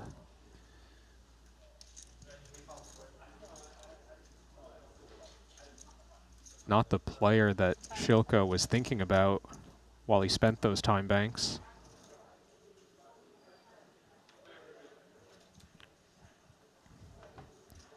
And covering the whole table, I mean, there's a world in which John Ander just takes this pot down and we don't even go to a flop.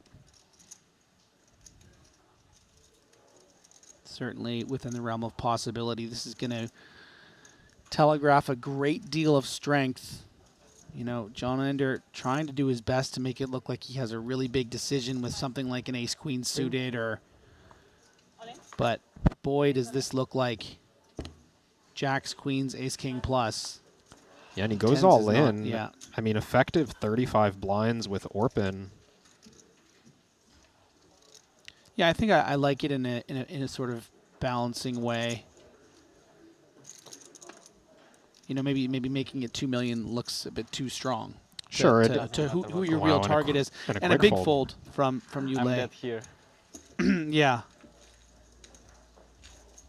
Do you think there's any chance that Shilko saw something to his left from John Ander preemptively, or do you Small think that this percentage, was but- entirely based on Lei Yu just having a tight image? Non-zero chance, but yeah, I think it was much more about what he was. I mean, it's so hard to deducing pick from up a Yulei. read like that in just a quick moment. I mean, I like- could do it. But Shilko. But, you know, that's why I'm in the booth, because I'm too good. Just made one too many of those plays, and they Yeah. kicked you out of every game in the Yeah, world, there right? you go. Yeah, they're like, oh, this guy's. Yeah, I don't like to we talk can't about it. We can't bring him back. No. Keeps folding. I when made have them sign kings an in the NDA. small. That was the deal. It's like, as long as we sign an NDA, I'll stop playing. Foxton finds the shove with the jack nine. She got it through earlier, actually, with 4 blinds under the gun. So this is her get it through hand. Coleman now up to 5.8 million after that big double up with the ace king. He knows it's a bit too late. Would have loved to have had it in the big blind to call. One more player to get through. Oh, no. You're in Yeah. trouble. Pascal gonna call this one. Yeah. And resigning himself to the call, and he's going to love what he sees. And the artist formerly known as Bicknell, Kristen Foxen, all in for her tournament life, 24%.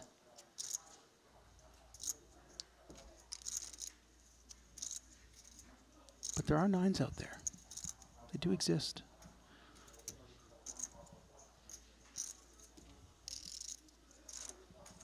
Can she go 2 for 2 in all-ins against LeFrancois?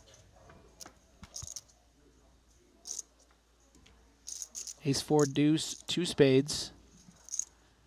Jack of spades working in Kristen's favor. Yes, it's a spade. 3 opportunities. Only a 9 or a 5. And we have our 20th place finisher. There it is. She does get the pay jump. We haven't had an elimination since Leon Sturm. Yeah, action moving slowly since the redraw. Yeah. Widely regarded as the best female tournament poker player. Going to retire in 20th for 90 grand. But she'll be here all week, I'm sure. It's like 3 times in a row. What? That we're we're gonna move after. Oh, this. we're not moving. She's Oh, bouncing. She's okay. bringing it back. I thought we're moving.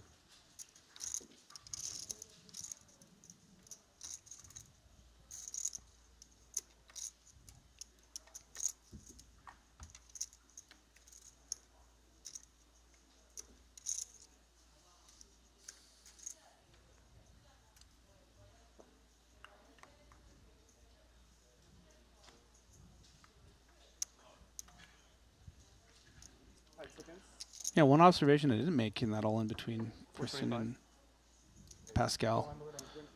That was a countryman on countrywoman situation for me as a Canadian. Mm. You don't like to see it. We're supposed to be nice. Big situation here between Saliba and Coleman, because Coleman has a candidate to 3-bet, and Saliba definitely has a candidate to continue to that kind of action.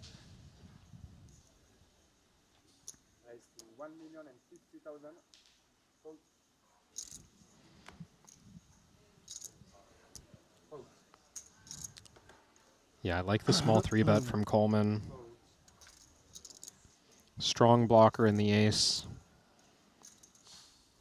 Reasonable playability if called. Welcome. I think it's unclear if Saliba's preference here would be to jam or to call, but I don't think we fold this strong of a hand at this price. He's got to think about... I think I would expect to see a shove more often. Yeah, he's got to think about whether he interacts better with the bluffs. You know, does Coleman bluff with king-jack offsuit, queen-jack offsuit here? We want to keep those hands in, or is he mostly like ace-x hands that we want to get out? Yeah, I just think Coleman is going to 3-bet every ace, suited ace combination between 2 and 9 and fold to a shove. And then... I mean, some would flat, I would say, but for sure that's a common... Wow. Okay. And again... choosing the route that we didn't predict. Yeah, I don't really like it, but I certainly can appreciate. You know, these chips that he has right now are very, very valuable. This MyC, we're starting to get into the nitty and the gritty. 19 left, but especially the sizing. I mean, it's a 2.5x. Yeah, you got to protect that open with that hand. I don't agree with the fold. Yeah, I don't like it, and sometimes we see players adjusting a bit too fast in these structures. We're 20 or 19 left, excuse me. It's a long way to these top prizes right now. Yeah. We're not in heavy ICM land just yet. Yeah, just folding too many hands if you're prepared to fold that. Then, you know, I don't mind folding the king-queen off. You can even fold the queen-jack suited, queen-10 suited if you really want to be, you know, cautious. Yeah. King-queen suited, we're getting into, listen. Yeah. That's a pretty big hand, man. That's a big hand. That's a big hand. Valanus now, 11.5 million. He is our chip leader.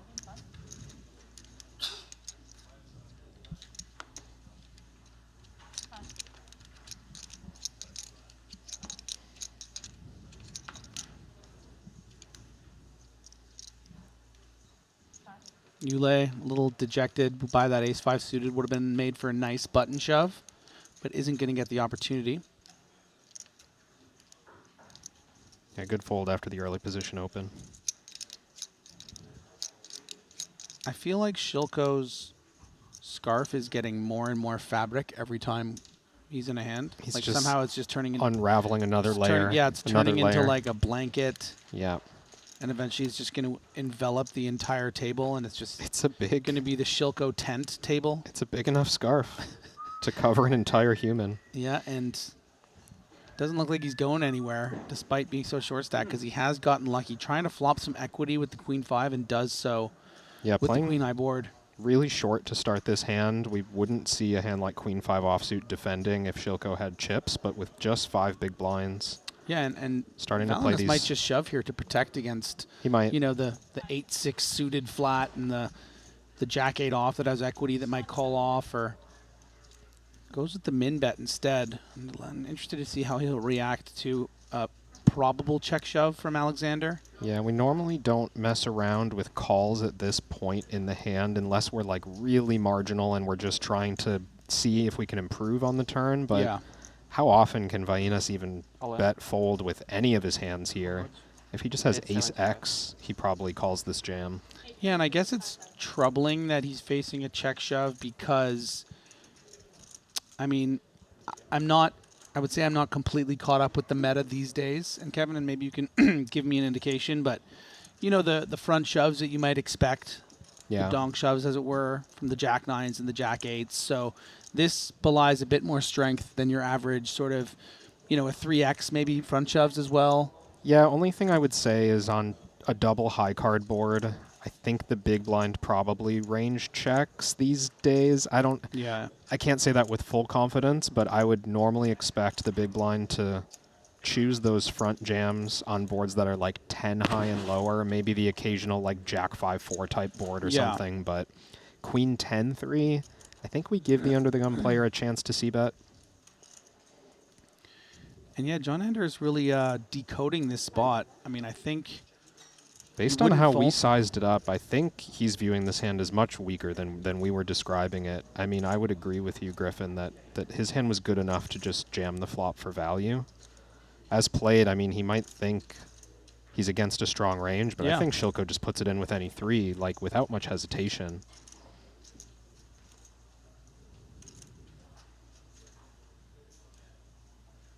He might be finding a way out of this pot and making a remarkably...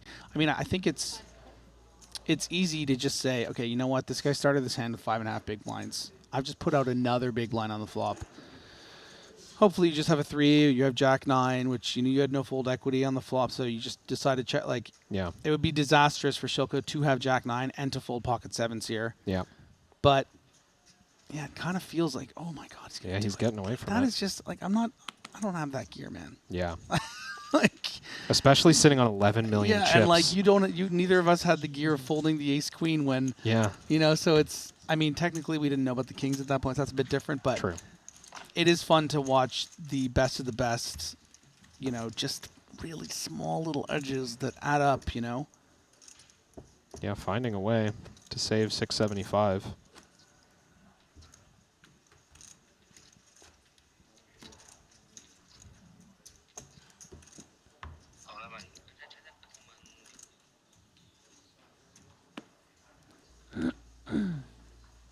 Live listen there at Paul Pua's phone call for a second.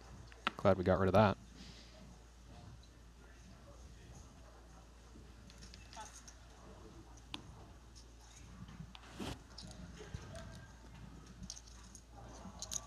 Couple of 6s for the man from Turkey. 425.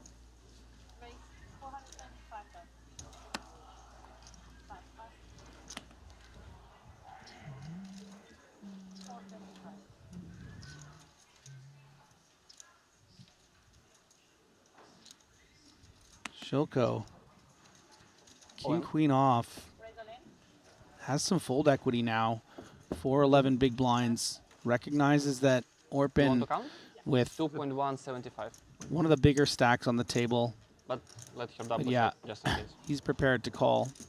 You know, you got to sort of protect these opens by making the call and hope for a flip.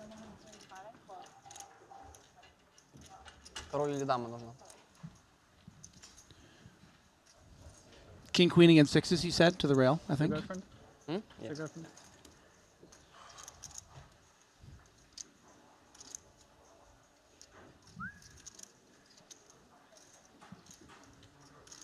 Does she know what to root for? I said king and queen. Nice. Ooh. We need a lot of help. Yeah. Paul wants the drama as he laughs because it's against his friend Orpin, right? And that's going to do it. Another impressive run from Alexander Shilko. Did everything he could to stick around, but he's going to be our 19th place finisher. And nice pot for Orpin.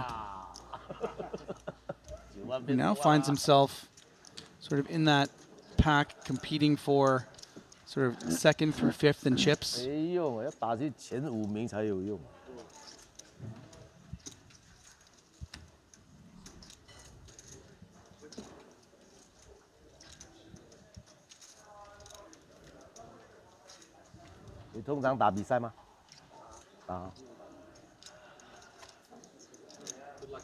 Thank you.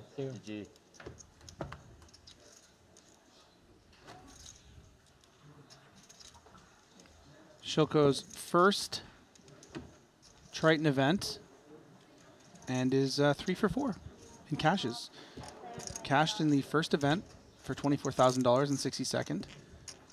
Got 9th for $178K in that 25K just a few days ago, and adding another 90,000. So, you know, no massive, earth-shattering score yet, but really hitting singles and doubles, and that adds up. That's important. I mean, I would hate to come all the way out to Jeju and just brick everything, you know, except the last tournament like some people do. Yeah, I would hate that. I mean, can you imagine going through a whole as we series look at Kevin Rabichow's with Triton history? And there are the tables right now. Red table, not a lot of chips, but, well, a decent amount of chips, but just all very bunched together. Igor Yaroshevsky leading it with 39 big blinds. Justin Saliba at the bottom now with 23. And some shorties on our blue table. Valanus, the chip leader, 54 bigs. Orpin now up into second place on the overall leaderboard with 8.2 million. Feder Holtz right there with 6 million. And Paul Pua and Yule with 10 and 7 blinds respectively.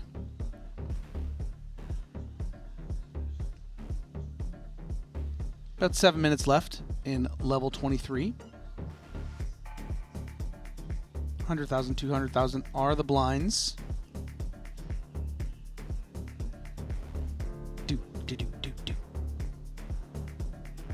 really do get into the break music eventually. It's good. It's good. It's good stuff.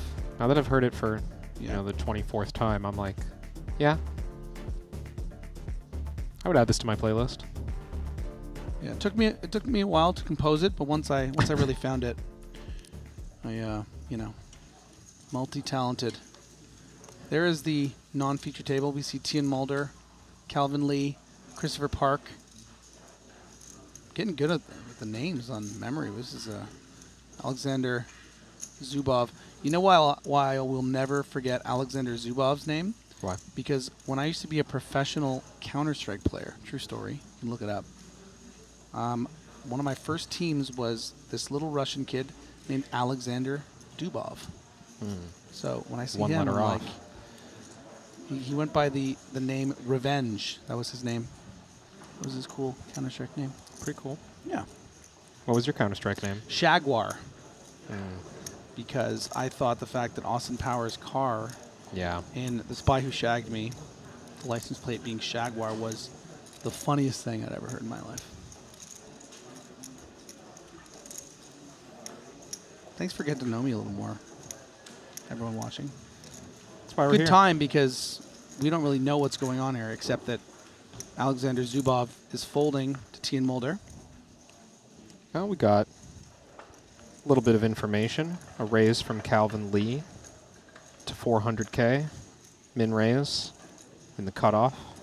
A 3-bet from Tian Mulder on the button.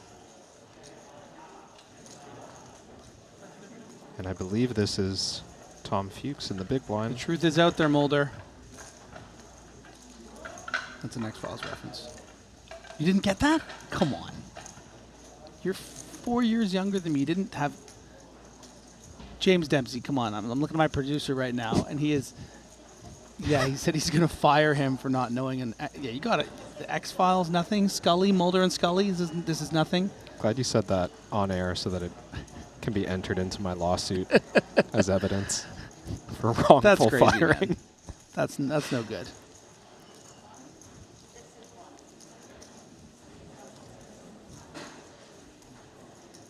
I mean, I'm seeing some outrage right now in the YouTube chat, by the way. I mean, I'm assuming because it's in different languages, but it seems like we have some X-Files fans. And we do get a showdown here.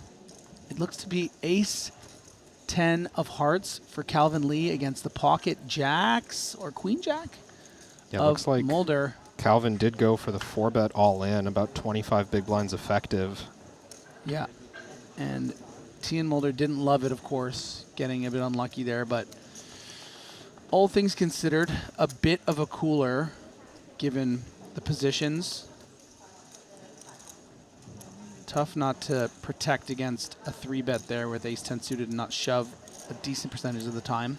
Yeah, close decision, Assumed I would say, properties, between right? call and jam. I think calling definitely on the table, but we're getting down to the stage where you don't want to play too many pots out of position. Understand the shove.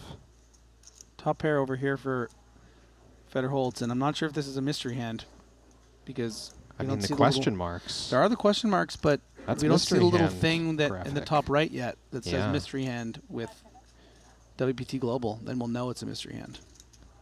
Well, we can just try. we can get just pretend it's started. okay.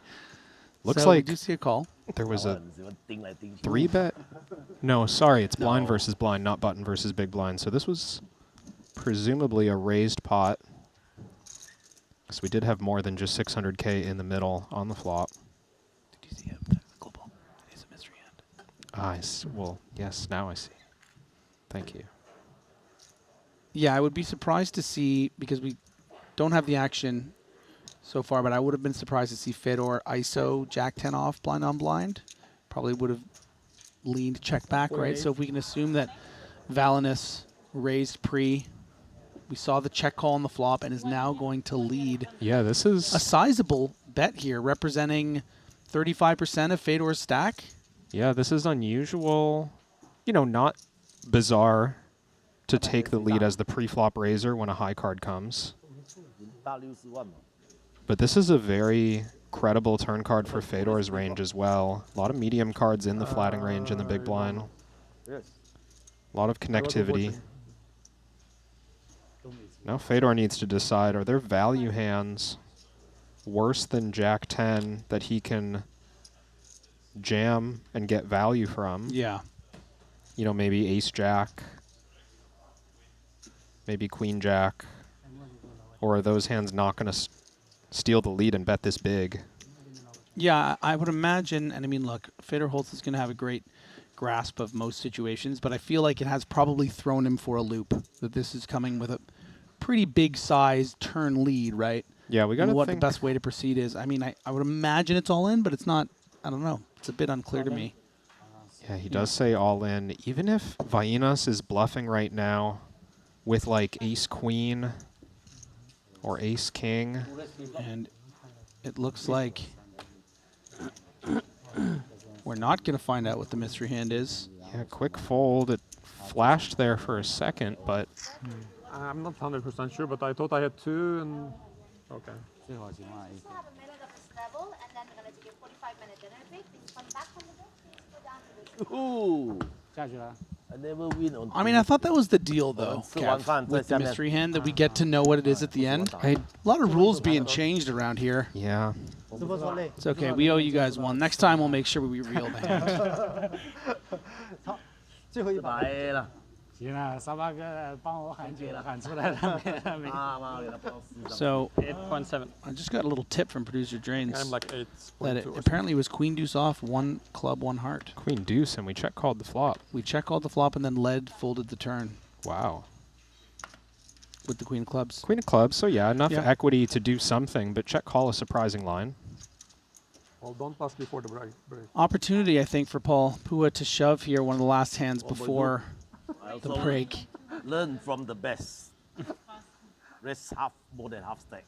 Yeah, so he's following the lead of some of the super high roller regs.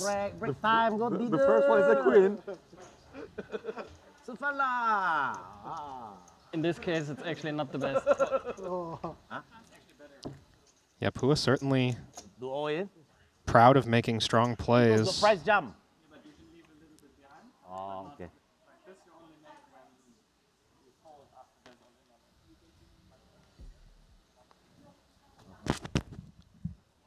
Bragging a little bit there as he drags a pot on the open jam on the last hand at that table.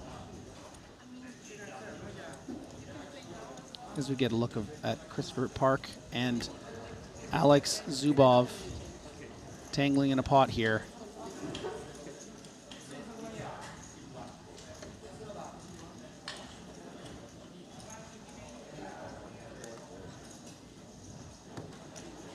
That sounds like a verbal declaration and an entire board of 10-7, Queen, 8-5, 3 hearts. The hearts coming in backdoor.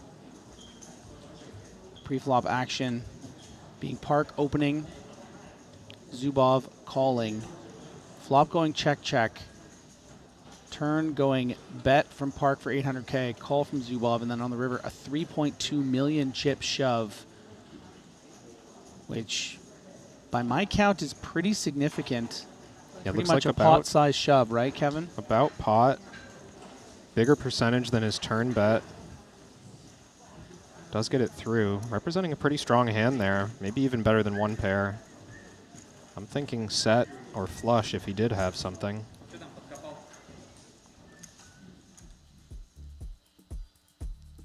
So that is going to do it for now as we take a look at the remnants and the chip stacks we're looking at.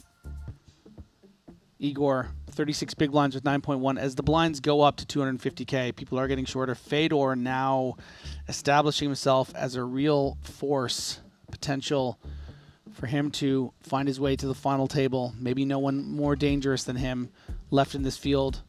Paul Pua surviving there with the 10 big blinds. And yeah, I mean, a lot to process, a lot to talk about. Some big players going down, including Kristen Bicknell, Kristen Foxen. And yeah, we're going to go on a fake dinner break. And what that means is we're not actually going to go on a dinner break. We're just going to go on a little break, 3.5 minutes. We're going to jump to the future and get Ali in here and take over for me. But yeah, that was some great poker. Really fun, really interesting. A lot of different hands, a lot of things to talk about. That was good. I mean, something really quickly, we're seeing some tense play at the moment. I want to call out the fold to the 3-bet by Justin Saliba, King Queen suited, a spot that we both thought, Griffin, would be a pretty straightforward continue. Yeah. And not to mention, although it was correct, the fold for just 4 big blinds from John Ander Vainas with pocket 7s. I mean, pressure definitely starting to get to some of these players. We're only 18 left. I think people are starting to feel it. Yeah, I think we're seeing some cagey play, and we're seeing some examples of how a lot of these players, don't just fall victim to the you kind of have to put the rest of it in here. You kind of have to do this. I mean, even Yulei's 3-bet fold with pocket 10s. I mean, you're sitting there with 17 big blinds and pocket 10s. You take it, right? This is someone raises, you shove, you're out. But finds the 3-bet. Someone else wakes up behind. We talked about Shilko's fold with that ace-queen. Yeah, I forgot about that one. I mean, there's a lot of these different little intricate things these players are doing to make sure that they're still in the tournament. And it's just going to be really exciting to see as we play down to that final table. Are you sticking around with Ali, or are we both getting bumped here? I'm here. You're here. You're going to do your thing? Okay, well, that's great. So we're going to throw to a little commercial here, just 3.5 minutes. Stick around, and we'll be back for continuing coverage of the Triton Jeju 2025. The $25,000 buy-in WPT Global Slam is back. Join the action on March 2nd at Triton in Jeju. This time, for the first time ever, our players could buy into the WPT Global Slam with passport dollars. Don't miss your opportunity to qualify for future Triton and World Poker Tour events. Download WPT Global with code Jeju and get a 100% deposit match up to $1,500. Sign up today and join the action. I've played against the best, I've won on the biggest stage. But what if I told you, it's not just about luck or talent. It's about using the right tools. GTO Wizard is the fastest and most efficient way to study any spot in poker. This is how you level up your game. This is how you unlock your potential. Don't get left behind. Get GTO Wizard today. Beat the best, crush the rest. Looking for the ultimate platform to place your bets on the biggest sporting events? Look no further, because BetACR.eu, Triton Poker's official betting partner, is here. Whether it's the thrill of soccer, the intensity of football, or the fast-paced action of basketball, BetACR.eu covers it all. With real-time updates and competitive odds, you're always ahead of the game. BetACR.eu also offers exclusive poker events that you won't find anywhere else. Test your skills and make every hand count. With over 20 years of poker excellence, the World Poker Tour brings you WPT Global. With millions in guaranteed prize pool every month. 24/7 monitoring system developed by the world's best security expert to combat cheating and collusion. Largest online poker platform available in over 60 countries. Endorsed by poker's biggest names. Join the largest community of players. Now on WPT Global. Trusted online poker is back in the U.S. with the launch of Club WPT Gold. Play sweepstakes poker in daily ring games and tournaments against your favorite WPT ambassadors. At Club WPT Gold, you play with 2 virtual currencies, gold coins for fun and sweeps coins, which can be redeemed for real prizes. Get sweeps coins for free with gold coin purchases, daily login rewards, and giveaways. Join now and get in on the action.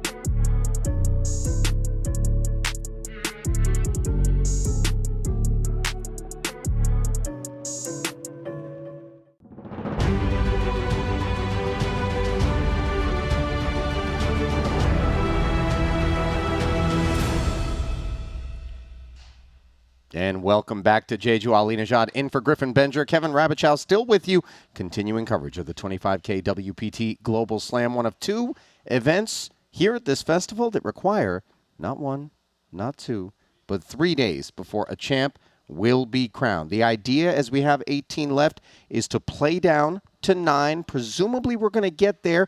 Was getting a little bit of intel from Kevin as I pop back here in the booth with respect to what's been going on. And the most recent development, of course, as we dive into the Triton Poker Plus app, Kevin, we got a new chip leader. Calvin Lee has dethroned Igor Yarashevsky, 10.65 million in front of him, but just 43 bigs. Does this feel rather lean for a chip lead at this stage in this tournament? Yeah, this is starting to get down to the point that we're used to seeing, honestly, in these tournaments, but at the start of day 2, this particular 25K was playing pretty deep, effective, so I'm a little surprised to see the chip counts come down this low. Calvin, took over the chip lead just by playing a big pre-flop all-in.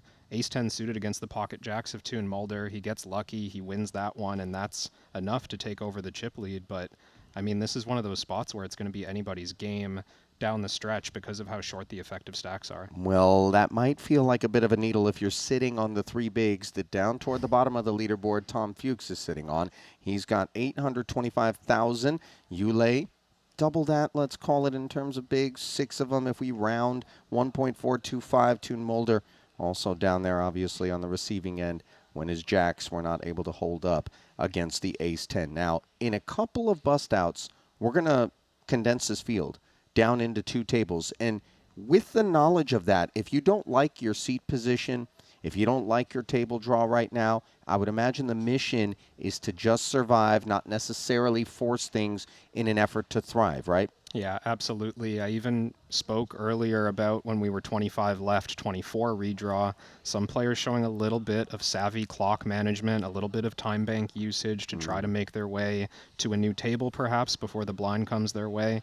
When we're playing big blind ante format, that's an important consideration for a lot of these players who understand the ins and outs of when the redraw happens and what that means for their equity going forward. Now, one of the things that I'm observing here is, of course, the continued presence of one of our co-founders, the boss himself, Paul Pua, 14th in chips. And what that means, ladies and gentlemen, is that we here in the booth are going to have a very blatant rooting interest. Obviously, Paul, without whom none of this exists. So, our apologies in advance if we're pulling for him. I don't think anybody's going to be upset with us. That's for sure. Average stack right now, 5.4 million. That's good for 22 bigs.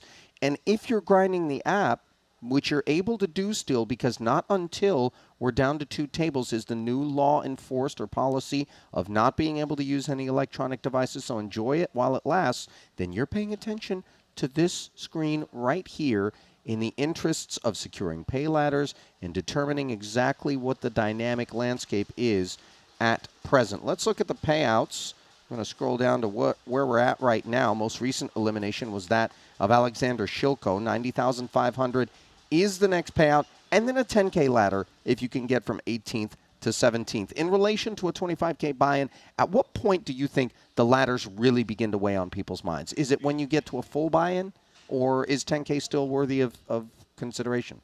I mean, honestly, it's always on players' minds while we're in the money, even leading up to the money. These payouts are on everyone's minds. The little details do matter. I was saying the way that we play our hands, not really significantly impacted by those 10K type ladders, even a full buy-in. I mean, we're playing for a lot of money up top. The ladders that happen at the final table are what really, really make a difference in strategic play. With 18 left, I think you're just going to see players using their time wisely, kind of paying attention to, okay, if I'm all in at this exact moment rather than 30 seconds from now, is that going to cost me $10,000? Because that would just be irresponsible. Well, let me ask you this. With not one but two seven-figure payouts, yet again, up top, 1.185 for second, 1.882 for first. How much does that weigh into maybe some of the cuspy situations you're thinking, this stack is so precious just because of that top-heavy nature? I don't want to necessarily take a spot. Yeah, I mean, I might at this stage I might think the opposite, right? Let's take every spot because we're playing a cash game right now. There's 1.8 at the end of the road. I mean, is it that big of a deal if I lose $10,000 vying for 1.8? No, not really. Yeah. Different ways to look at the same situation, and I would imagine it will inform us as to what types of characters we are dealing with. And you're looking at all of the characters right there on a single screen. 125, 250 with a 250K big blind ante. This is what we're playing, brought to you by BetACR. You see Calvin Lee, the newly anointed chip leader, Yaroshevsky in second. Nice that the two of them are not at the same table, of course, having to contend with one another. And Fedor Holtz, perhaps, as the third place stack, even more thrilled not to be parked at either of those other tables. So interesting that the top three stacks are distributed across separate tables, able to do their bidding independent of one another, unfettered. We're going to start with Toon Mulder, Tom Fuchs and company. This is where the lean ones are. 8 and 4 bigs respectively for the Dutchman and the German.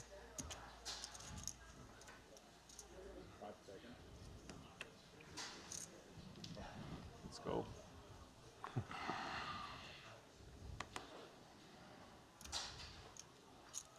Tom Fuchs excited for the chance to open the button first in, only sitting on 3.5 blinds. His only chance to play a hand like this. King 3. All in for his final 825. Look at Christopher Park lamenting that he's the man in the big blind upon whom eyes are cast right now. Yeah, and you can get away from a couple of hands, even for just 3.5 blinds, and I think this is one of them. I do really mean just a couple of hands. There's very few that we can fold for this price, especially from the button. Chris decides even 5 deuce is worth it. He's going to be happy to see one of those cards as a 3. Sometimes better not to look. Put it in. Don't look. Fair race. Я бы выкинул. So begrudgingly, the call comes forward. Ну такую, да, выкинул бы. Скорее. It's suggesting that closing your eyes and just clicking call is a more comfortable procedure in a spot such as this. Oh, good game. No? It was uncomfortable for a moment with the deuce in the window, but then the Cowboy mounted up, and Tom Fuchs back in front. Anti-sweating a deuce or a 5. The 5 no longer an option. Just an ugly duckling would ruin the fun for the German. And no such issues on the river. Back to business. Here we are. Well, for so why Park. you look if you call 5 deuce? That's a good question. It's going to hurt his feelings. So when you look, you should all find that much. between But you can see some the balls, impact I on Tom guess. Fuchs' emotions. Quite immediate. What's the point? As he retains his seat, we flip it over for a mystery hand at the other feature, where Alex Theologus will keep his cards to himself, as we will speculate as to what it is that has him raising it up to $500,000 from the cutoff. We don't need to wonder what it is that's got David Coleman interested. The ace-king suited, taking us to the third floor, almost 1.4. Yeah, and as we're getting down to these final couple of tables, small 3-bets getting a little more in favor, even playing just 17 blinds effective. This is typical hand selection for Coleman with the ace-king suited, super premium.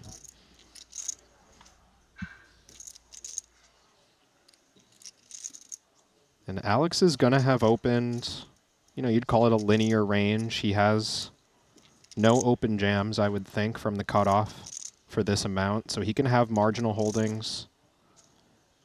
Maybe he looks at a hand like pocket eights or king jack suited and thinks, well, I guess I beat bluffs. I guess I lose to value, so maybe I continue with a call.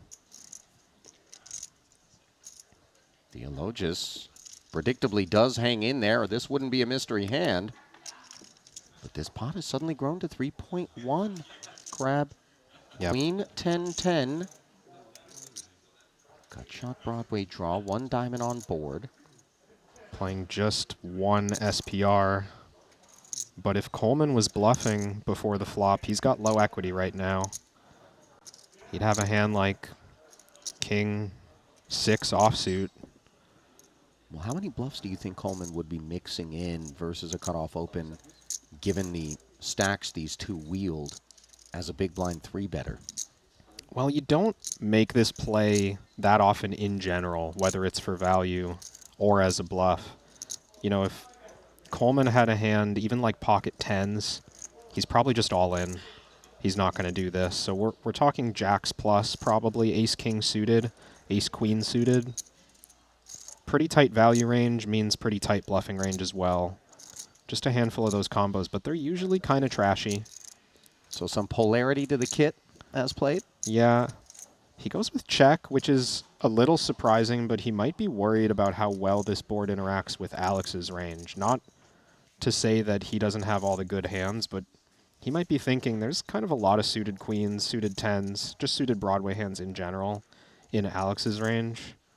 And Alex, in turn, recognizes that Coleman doesn't have to be on the bluff part of the spectrum to have checked this particular board texture. And with this sense that Coleman is concerned about his range, he is betting. Now, obviously, we don't know, is this the genuine article or not? That is the task we place upon you who are streaming live in the chat.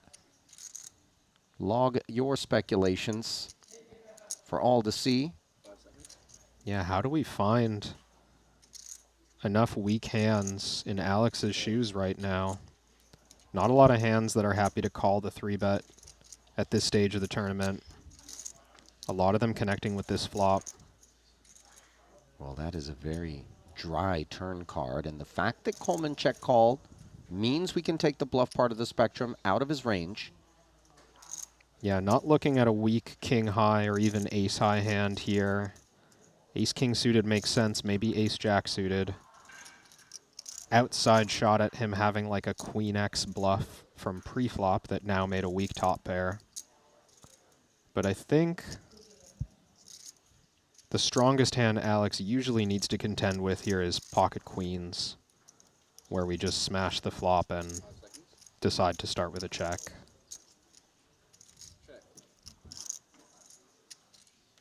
So a check back now from Theologus. And what does that do in terms of Coleman's perceptions of Alex's holding? Yeah, if I'm playing this hand as Coleman, I'm now thinking that there's a better chance that Theologus was bluffing the flop because maybe something like king jack suited didn't want to play shove on the turn. It just wanted to check back and realize equity. But with only half pot behind, there's a very real chance that Theologus was trapping. So Coleman can't be thrilled about turning this hand into a bluff. He probably thinks he's either ahead of a given up bluff or he's losing to a really big hand.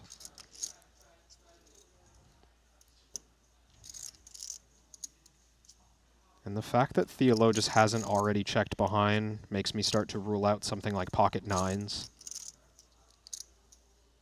Yeah, that would be in the snap check back category, one would imagine.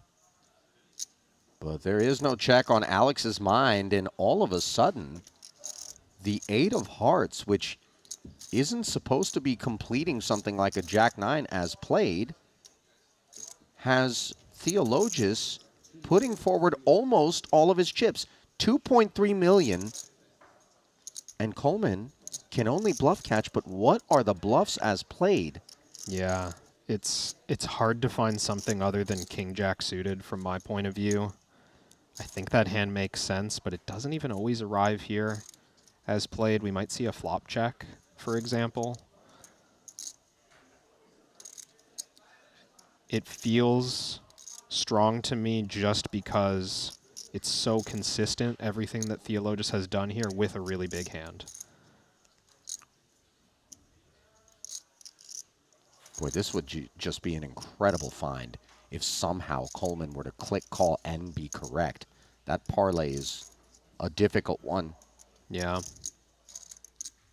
And I think as Coleman, it maybe feels like we're pretty capped, and this is a hand that should be calling a lot of the times, but I'm having a hard time finding many weaker hands in Coleman's range. I think he can, you know, from a theoretical point of view, feel pretty comfortable check folding with ace-king suited and not worry about getting exploited in some way. Well, there's a lot of submissions in the chat. Oh, wow. The call is made, and my goodness, that is a seismic exchange. And you see Theologis furrowing the brow, wondering how on earth the ace-king can make the call. Yeah, he thought he could get that hand to fold 100%. And I'll tell you what, these are the moments as a poker player, and credit to David Coleman first and foremost, by the way, when the call is so challenging that you begin to look inward and wonder, did I give something off? Is this my fault? Yeah. From a physical standpoint, perhaps? You It can is get concerning. very paranoid. Yeah, it is concerning. Meanwhile, concerns will be belonging to Christopher Park. Depending on how this one takes shape. To this point, it was a Filatov limp from the hijack with these two queens. Park then made it 850. Looks like some time bank issues for Filatov, who decided to jam. Park, of course, making the call, and all of a sudden, Christopher, who just doubled up Tom Fuchs, Same result may anyway. be distributing his chips once more. Yeah. Yeah, I think Nice try. we're tuning into the middle of a spot where Filatov found a way to use a few time extensions while on a pay ladder, knowing that he was going to end up all in regardless. He might have even informed Park before we cut here that the chips were going to go in. King 10-6. Not bad. And Ладно, now, вес держать надо. it is not just the ace. Держим вес. Вес держим. Давай, 4. Filatov is looking to fade, but the jack as well. In an almost 5 million chip pot, Вес держим. the turn Вес. is Вес. tidy. Четверку. Вес. And for the Вес. Russian a Вес. double, he Держим. just needs to Держим, вес. fade a 7-outer. Yes. Держим. Держим вес. There's the fresh. Is it Jack on the river?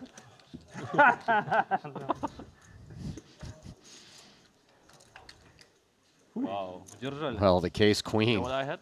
shows up. Pocket 8. Pocket 8? 8. Call, bro! Unbelievable run out. Professional. Professional, huh? Professional. Feel the shit, right? Christopher Park wearing an ever-fading If you go all in smile this spot, maybe I as fold. he sees I mean, I the have some accounting bad memories done. about previous hand. But probably not. Вес держим. Okay. That was Вес. fairly painful. А что, слышь, этот Алекс тоже был Чепаков, вылетел. Кто? Был индийский, который сидел. А, ну, знаете, это ж стандартная история. А то мы не видели всю эту тему. Сколько уже в этом движении? Главное вот так сейчас вес держать и все парочку раз. Да, кстати, вообще уже Они о чем не думают. И все. As I scan through the remainder of the field,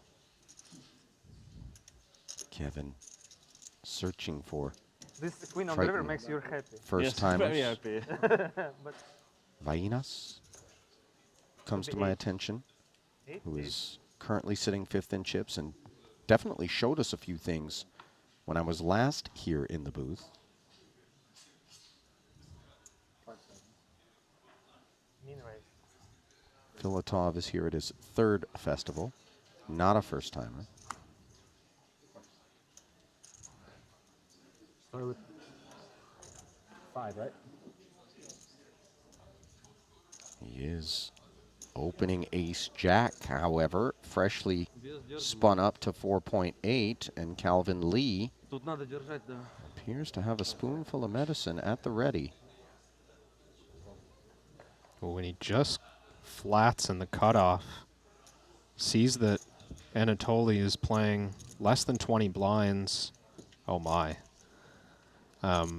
Ace king for Zubov, and what looks like a sandwich ready to have a bite taken out of it is actually a pretty gnarly trap.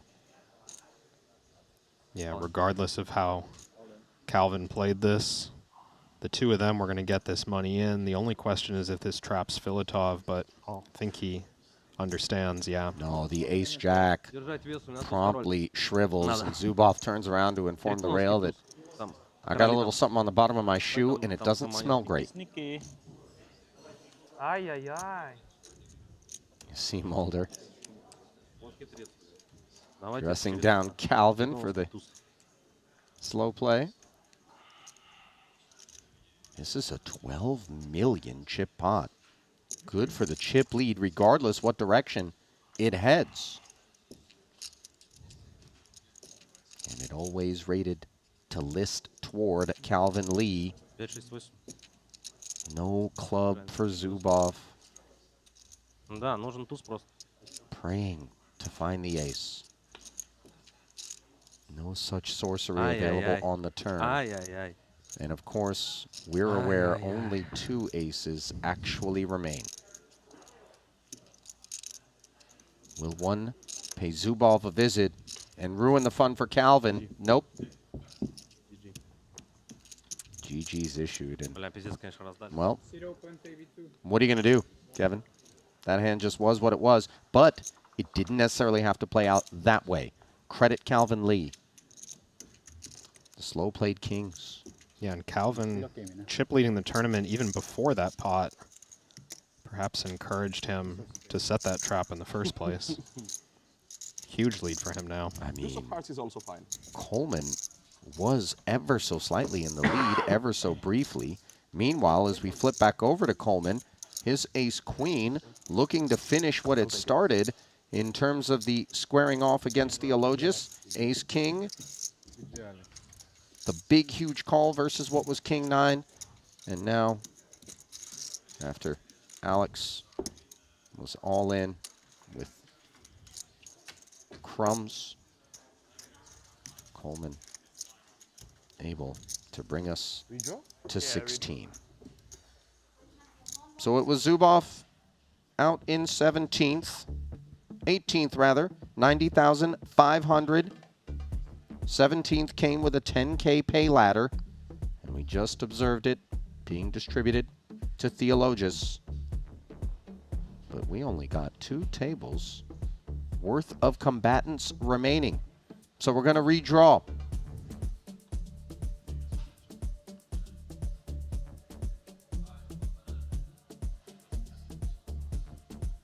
Thought perhaps we would get to the administrative duties right away, being advised that some hands need to be made up at one of the other tables before we can get there. But while we wait, 16.5 million. That's the tally on Calvin Lee. Oh boy. And the other players at that blue table lucky that they don't have to deal with this stack distribution for any more hands. So I can't imagine many pots would be headed to these other 4 players. 3 of which have just 9 big blinds. Yeah, sub 10 bigs for Park now. Fuchs and Mulder. Yes. Yes. Coleman is going to be living in Alex's head rent-free. Yeah, it's going to be thinking about that bust out for a while, Alex. I mean, King 9 suited, really, we wouldn't have expected to be ready to square off against Coleman in that one. Yeah, we didn't name any pre-flop hands that low, but, you know, you can understand it. He was getting a good price. I've talked about the risk premium at this stage not being that high, but I certainly wasn't expecting a lot of these hands, combined with the flop aggression. Yeah, no redraw. Nice little pickup there for Pascal. Yeah, Le Francois. Nice hand, you see. Thank you. Now, apparently, officially, has brought us Oh yeah, no worries. Yeah. to redraw time here at this 3rd ever festival. All right. So it's going to take a few minutes to get some business taken care of as you look at the fortunate few, of whom there are just 16 in the quest for glory here in the 25K WPT Global Slam. We're going to play down to a final table tonight, and we're going to go down to 2 tables in just about 3 minutes' time. Keep it close. We'll be back in a few. The $25,000 buy-in WPT Global Slam is back. Join the action on March 2nd at Triton in Jeju. This time, for the first time ever, our players could buy into the WPT Global Slam with Passport dollars. Don't miss your opportunity to qualify for future Triton and World Poker Tour events. Download WPT Global with code Jeju and get a 100% deposit match up to $1,500. Sign up today and join the action. I've played against the best, I've won on the biggest stage. But what if I told you, it's not just about luck or talent. It's about using the right tools. GTO Wizard is the fastest and most efficient way to study any spot in poker. This is how you level up your game. This is how you unlock your potential. Don't get left behind. Get GTO Wizard today. Beat the best, crush the rest. Looking for the ultimate platform to place your bets on the biggest sporting events? Look no further, because BetACR.eu, Triton Poker's official betting partner, is here. Whether it's the thrill of soccer, the intensity of football, or the fast-paced action of basketball, BetACR.eu covers it all. With real-time updates and competitive odds, you're always ahead of the game. BetACR.eu also offers exclusive poker events that you won't find anywhere else. Test your skills and make every hand count. With over 20 years of poker excellence, the World Poker Tour brings you WPT Global. With millions in guaranteed prize pool every month.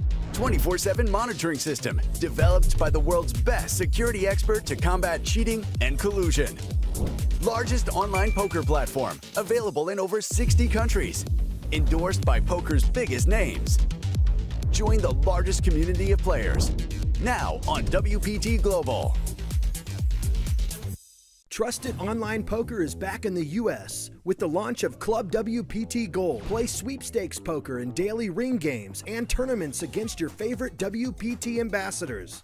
At Club WPT Gold, you play with 2 virtual currencies, gold coins for fun and sweeps coins, which can be redeemed for real prizes. Get sweeps coins for free with gold coin purchases, daily login rewards, and giveaways.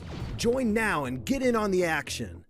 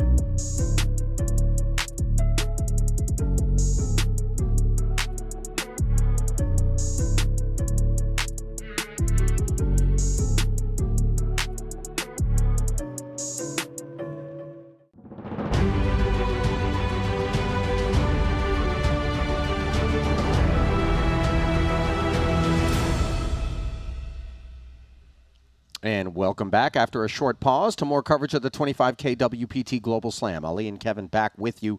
And, you know, a lot of talk goes into the skill versus luck, what quotient of each factor into a run to victory in any given poker tournament. Put that aside and just consider the various forms of luck. We're so focused often on, oh, I had an underpair, I flopped a set, the cards. But there are other implications, and I want to get to them right now, as redraws can play a big role in how things take shape for you, and this is how things are taking shape in this one. 2 tables remaining. Let's focus and see what jumps off the page for you, Kevin. You're obviously looking for your chip leaders, trying to figure out, are they colliding, and then you're looking for who's got a nice seat where they don't need to feel like they're shackled. Yeah, I mean, I'm looking at a couple of really strong players in the field who did get that unfortunate spot of having the chip leader for their table being on their left. So first thing is looking at the blue table. You've got Justin Saliba and Orpin with David Coleman to their left, sitting on 12 million chips. They're not going to be able to play as many pots as they would like because there's a lot of those situations where David Coleman can play in position against them. Looking at the red table, you have the same thing for Pascal Lefrancois. Even Calvin Lee, though, what's interesting to me is because he has the big chip lead, you would think that he gets to play a lot of pots, gets to bully this table, but 2 really tough players with the next biggest stacks at that table. He's got Igor Yarashevsky on his direct left and a couple seats over Fedor Holtz. I mean, for Calvin Lee, this is a delightful little setup. With 66 bigs, he gets to be the sheriff in the presence of Paul Pua, who is now the shortest stack in the field at that particular table, is not lost on the remainder of the field. So some abusive behavior potentially available to Calvin, but different chip leaders react differently. From what you've observed of Calvin thus far, would you be willing to get out there and make a little prediction? Well, Calvin made his way to the chip lead with a really bold 4-bet all-in with ace-10 suited from the cutoff. Now, I don't know what that spells necessarily for how he's going to take advantage of the chip lead. My only concern is that he's looking at Igor Yarashevsky to his left, he's looking at Fedor Holtz across the table, and maybe he's just concerned about their inherent play styles, their skill set, and what it's going to mean about him opening light. Sometimes you just don't want to tangle with those players regardless of how many chips you have. I'll tell you what, sometimes within that first orbit you can clock and get a sense, a little pulse check, if you will, for who's going to be doing what strategically. As the condensed field now across 2 columns comes your way, brought to you by WPT Global, apropos of the fact that these are the final 16 in the WPT Global Slam. The second 25K on the docket here in Jeju. 40K mystery bounty action, by the way, taking place also elsewhere in the room. And we're going to start things off at David Coleman's table. And fair to call it that, given that he is the man presiding over the chip lead here. Delighted, of course, that Calvin Lee is nowhere to be found at his table. Chen Dong delighted by ace-10 offsuit, but he won't be feeling that way for long if chips come flying. With Tom Fuchs sitting on 2.2 million. He did double once through Christopher Park. Now he's looking to do it again, this time through Chen Dong. 1.65 more if and when it eventually gets back around to him, which it has. Yeah, and for less than 9 big blinds in total, while he's not going to be happy about it, I don't think this is the stage of the tournament to make a big fold at a good price.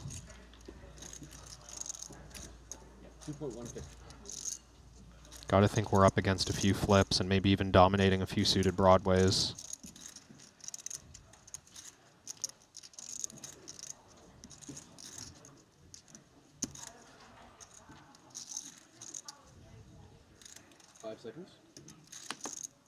That looks like. Oh, you never know, but yeah, that was an accurate assessment that Chen was all done with ace-10 offsuit, an understandable decision. And I've been seeing a little bit of this, not specifically from Chen Dong, but this tournament in particular, a lot of players trying to get away from thin spots, maybe leaning too tight.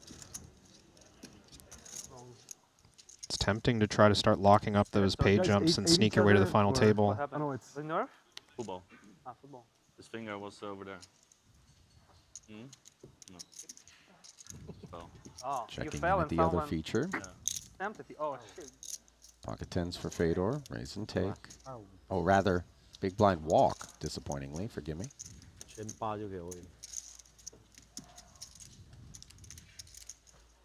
Boy, you know, as you look through the final 16, you've got multiple It's very nice, huh? title-holding entities.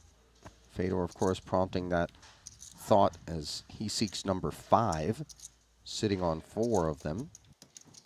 Orpin Kisachoglu, 2-time title winner, also lurking. Yaroshevsky, 2-time title winner. Those are the title holders above average stack.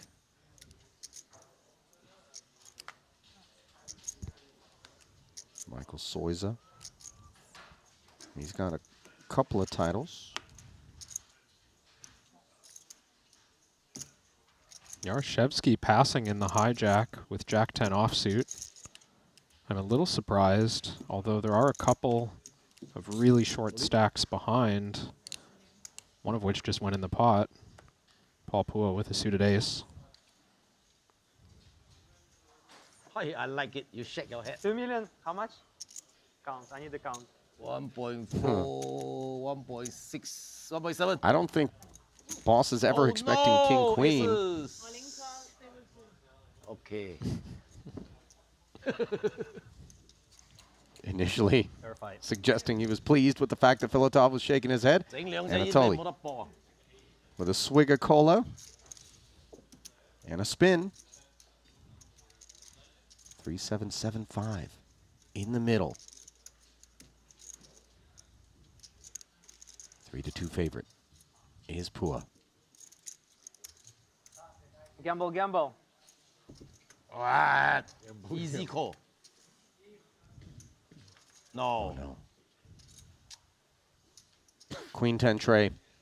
Top pair for Filatov, who is filleting this ace deuce. No diamond on board. Ace of spade. Almost. No Broadway draw. No wheel draw. And no way that he can keep his seat other than for the ace from space to show up. GG. And no Barry. GG's issued as two-table action was a short-lived affair for Paul Pua. Title number 2 will have to wait. Never fold. But for now, cash number 41 will be awarded to Pua. First one in 5 attempts here at this Jeju Festival. 16th good for 100,500. The field has just enjoyed a 12K pay ladder. Okay, kings, no problem.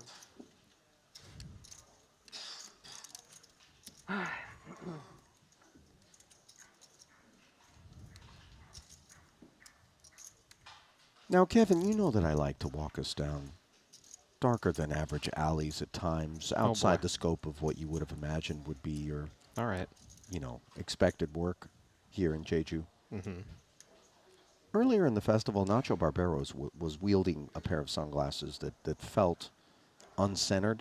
Yep, As I remember. I cast my eyes on Pascal Lefrancois, something similar is beginning to trouble me. Is it, do my eyes deceive? Or are we dealing with something akin to that? And do I need to run out there and fix it? Might just slow or it's pretty quick. I didn't see it, if I'm being honest. We're talking about his ball cap? A little off? No, his sunglasses Oh, as his well. sunglasses, yeah. You know, it's the little things. And it's also sometimes the not so little things, like an ace on the button, which is what Fedor is looking down at. 675, the request. Toon Mulder in the big blind prompting that size. Just 6.5 big blinds behind. No hands that Fedor could ever raise fold against a jam, so we charge a little bit extra. Toon, by the way, willing to defend, doesn't have heaps. The Jack-3 suited is not interested in this board whatsoever. Is that a fairly standard defense from Toon? I think he's got to call any suited hand against a button raise, even with the oversize.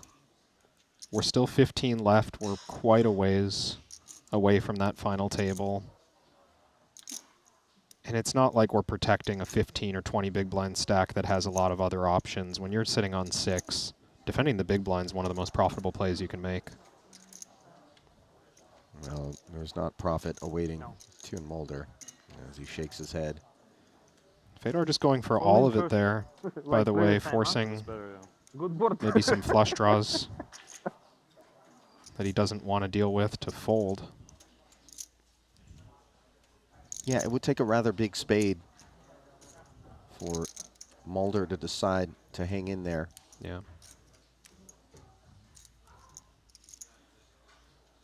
Holt's just so sound.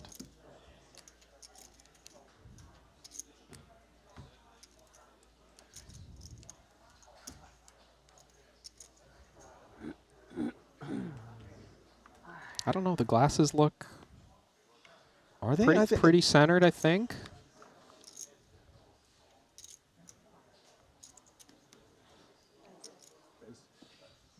Are those blue blockers? Was Calvin Calvin's rocking? I don't wearing remember those before? I don't remember those. Did he just? I think he might have. Maybe an alarm went off on his phone.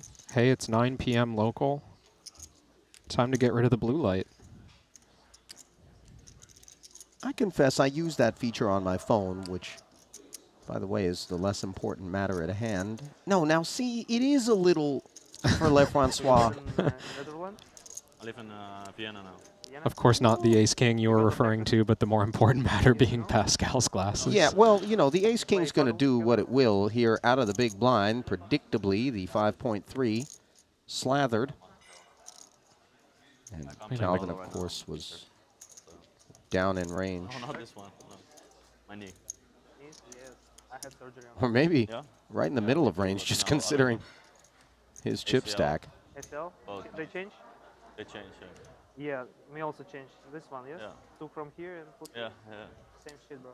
But I have and the cut other knee and now cut also. meniscus a little bit. Yeah? Yeah. Yeah. And the second one, what did you do? Play soccer or what? Yeah. Football. I mean, we are Europeans, it's football. For them, soccer. Thanks for translating. Pascal, by the way, first joined us in London in 2023. Had a single cash It's in 8 it's soccer, attempts, but and that was in I knew PLO. what you guys were talking Third about. place finish. All $234,000 of his career Triton earnings came then, but TBD how much he's going to be adding to that, and now sitting prettier than he was a moment ago.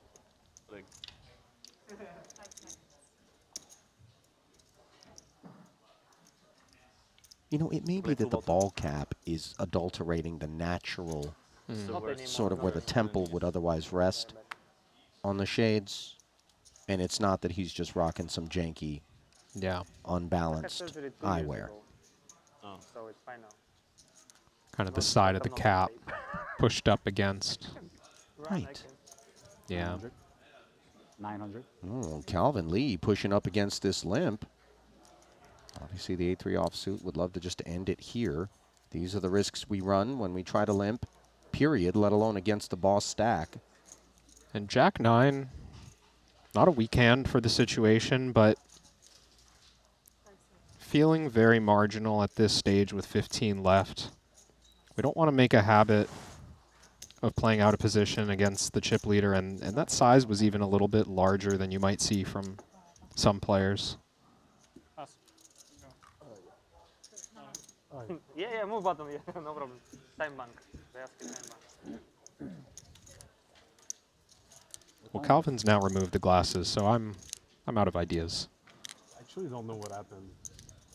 I lost mine in my last one in such a. Does the blue light really do it? Does it really? It's like scientifically proven that it screws up your sleep if you look at blue light after a certain time. In my limited yeah, but there was actually research, So in particular like on the for bubble, I traveling across time used to be like zones, dealing with jet lag and such. Okay. I was told light exposure is the #1 most important factor when they're I thought in the same teaching thing. our brain what time is day and what time is night, and, you know, releasing those chemicals. It's more complicated. Just Yeah. calibrating I mean, it took me like 2 hours to understand. restore circadian rhythms. Yeah.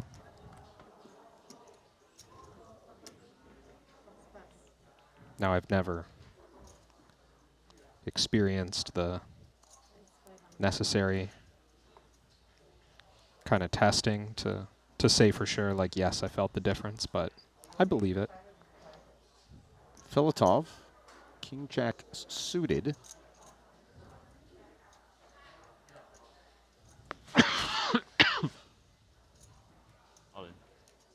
Tune Mulder decides Queen 9 of clubs is enough. Has to expect that an extra $500,000, of course, will be delivered by Filatov, who's got the better hand. Tune just shrugging his shoulders. Yeah, only 4 big blinds. But is this impatience? I mean, he does have a few more free hands. He does, but wouldn't you rather every be spot opening is than, good than re-raising, or? Yeah, I mean, even when you're down to 4, like, you're not going to get that many folds out of the blinds when you do open. So, you know, a different situation maybe on even 9 big blinds. Maybe we peel it, try to save some chips behind, but 4 is just not a lot of room to maneuver. You got to take all the spots that can make you a little bit of money. And this one does just that, Queen 9 of clubs? Yeah, I think so. Not on this board, though he does have that Jack of clubs in his corner. It has paired Filatov for the better hand. Tom Vogel saying, sweating his buddy. 8 of clubs. Thank you, bro. And the turn does not provide any sweat. And things are going to get boring in a big hurry for Tune Mulder unless a queen hits this river, which it does not. Good luck. So Filatov wraps the rail, and at least for Tune Mulder, Paul Pua's exit in 16th before him means this bust out comes with that extra $12K. And there's one more $112,500 payout that will go to 14th place before the bump at 13 to 127. No respect. It's fine, I think. For big blind? Yeah. GG's Tune. Yeah. Kev, did you go to college? I did. Yeah, in Chicago. Did you go to Northwestern? No, but University of Chicago? I lived very close to Northwestern. Yeah. Close to Evanston, then? Yeah. That's where I grew up. Naperville near there? It is, although I was always so shaky on locating all the... There's so many suburbs in Chicago. Where did you go to school? Blackjack with these day jumps, but University of it's Chicago. not Okay. Yeah. that big for the No. buy-in. Did you have a job when you were in college? Or was it playing poker? Poker. It's a hell of a job to have. Actually, my one job was at a trading desk in Las Vegas before I was old enough to play poker. Trading, like, the markets? Yeah. Attaboy. Love to see it. When you look at the I three was first places, it not reminds me good. of like the old WPTs, where they're at like 3 million. at least for you first outgrew it. And like 1.5 for second, and like 600 for third or something like. This is Igor, crazy, crazy stuff. piling with the Queen 7. Is deal available? I don't know. WPT? Oh, But this is WPT? ridiculous, Small right? blind versus big. I mean, Yeah. I don't know. Do they allow deals? it's like same as slots. Now, the reason that I was asking these questions What is difference? is because I before love it, huh? I learned poker, and while none of us were that good way back when we started the game, was much easier than it is now. Mm-hmm.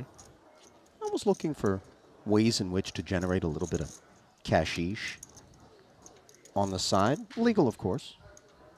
And one day in the psychology hall at UC Berkeley, I noticed that there's these experiments. Yep. That they pay students. I remember to these. undergo. Yep. I was like, oh, well, I'll make 15, 20 bucks for, going in there. And then all of a sudden there was this one where they were paying like a few $100s. I was like, well, what's that one about? Well, it turns out that, as we were talking about earlier, they are desperate to figure out what the implications of sleep deprivation and disrupted circadian rhythms are. And so for a few $100s, your boy was subjected to multiple days of fluorescent overhead light that was incessant. Oh. And yeah, it was. So you have lived experience of the impact of light and Again. Now, sleep. Here's the thing, Kev. Multiple times since then, at a much different net worth than I had back then, Good for you. I have voluntarily spent 2 to 3 days under those sorts of lights. Granted, at a poker table. Yep. Upside down, no doubt about it. Because generally the 2 to 3 day session isn't something that is the product of running good. Yep. But I hadn't really thought about those days until that little exchange we Russia had and the States with are regard friends to now, the innocent blue light glasses that Calvin You can declare donned it as a briefly state of that United brought us States. there. Pocket threes for Yaroshevsky on the button. What do you think about Canada joining the United States? 650. Motherfuckers. Good for Canada.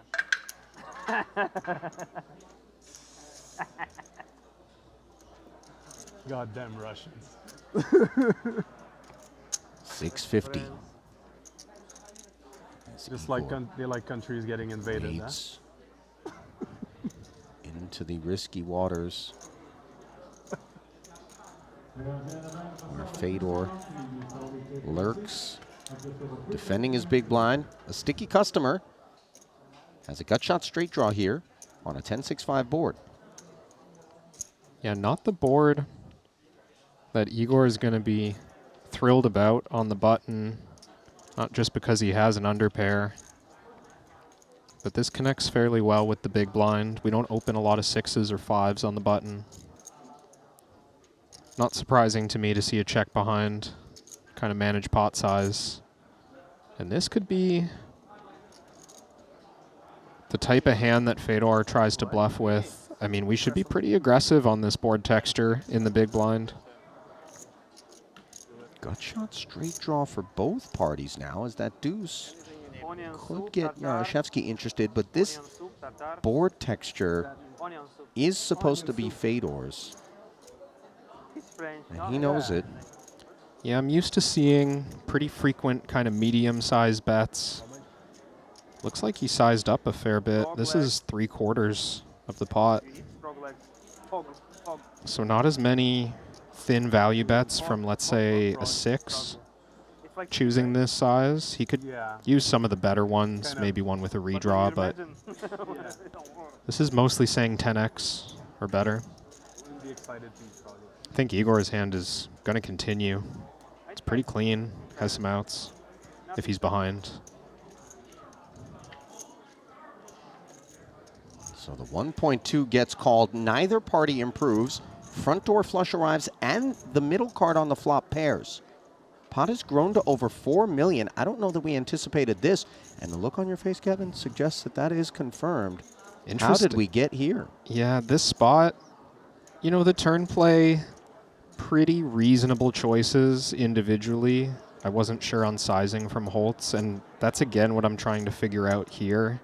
If he even bets, I think, you know, with attention to our suits, 9 of hearts in our hand, no diamonds in our hand, I think this is a responsible give up by Fedor. Boy, how excited is Yaroshevsky to be hauling that one in. Do you watch ice hockey? One of those rare moments where a little bit of irresponsibility may have gone a long way. Yeah, but the league is really, no guarantee that Igor folds pocket threes to a bet on the river, and Fedor doing well there. Sometimes giving up is a strong play. I mean, we can't just play a strategy that recklessly fires chips into the pot as if these players can't find hero calls. Well, I mean, in a vacuum, maybe it would appear reckless, but when you consider ICM implications and obviously the ability to torque Yaroshevsky using them, that barrel on the river goes a lot longer than it might under different circumstances. And circumstances here involve an escalation to 150, 300. And 1 sugar. No sugar. 750,000 chips per orbit now, the price of poker. And these guys have been at it for quite some time today. Into my big blind, of course. Nice conversation then. Under the gun, unbelievable. Coleman at it. He's invading your big blind. Under the gun, king 10 off. Calvin with ace 10. But man, Coleman's got one of those stacks that you want to avoid when he's opening under the gun, or are you looking at him and going, you know how much hand it would take for you to want to tussle with me out of position if I 3-bet? Yeah, it's a bit of both, I think. I mean, Calvin, and as you suggested before the redraw, Calvin may be showing a little bit of his approach to this final two-table situation. I think ace 10 could have flatted, could have 3-bet, do something potentially. It's certainly not worth a lot of money, but it's a stylistic choice, and folding there kind of indicates that we're maybe stepping aside of some of the tougher competition at this table. Pocket deuces. As Fedor willing to hop in. Filatov liking the price. So 3 amigos, and I see a deuce. Along with an ace and a 6, and of course the upfront open from Coleman. If he wanted to, he could follow through here, attempting to convince himself that it's ace X and not king 10. Yeah, Fedor calling a hand in the small blind that I think a lot of players would fold. Feeling really good about his ability to make chips post-flop, even against tough competition. And Coleman has a pretty reasonable candidate to start bluffing on the flop. While we might not get a lot of better hands to fold immediately, our hand's not really good enough to check behind and face any heat. 10 of spades, good removal. We know Fedor's not going anywhere. And I'd say standard procedure is to start with a call and allow Anatoly to reveal the strength of his hand, since there is 1375. 3 players in this pot, but there Fedor goes, finding a different option. 5 1/4 from Coleman. Futile. Fedor not looking to get cute. Unclear what Filatov's other card was, but no matter, as it comes back around to Coleman. 10 of spades, dangles. Yeah, I mean, from under the gun, Coleman knows that he's going to have a lot of hands better than this. I would like to see him get away from it. Yeah, it's a nice just pass. It's tempting to think, oh, this just looks weak from Fedor. And I know check raises shouldn't necessarily look weak, but honestly, if I was in that chair, I'd be quite a non-believer about this play. Maybe I think he has pocket 5s or something trying to, you know, steal some equity away from us. It'd be tempting to fight back. Good discipline there. Mm-hmm. You have 5-4. Filatov apparently had the gut shot. Yeah, I should just have, I know. Could have been a different hand if Fedor went the route I suggested and just called. Always a possibility. Not on that occasion. Well, if you want to explore all of your possibilities and do so profitably, we've got advice. Head over to GTOWizard.com, the #1 learning and training tool if you're trying to take your game to the next level. Curious about the optimal way to play the hands you've seen today? They've got the most sophisticated poker solver in the industry. Try them out now at GTOWizard.com and get free access to all features for the first 24 hours.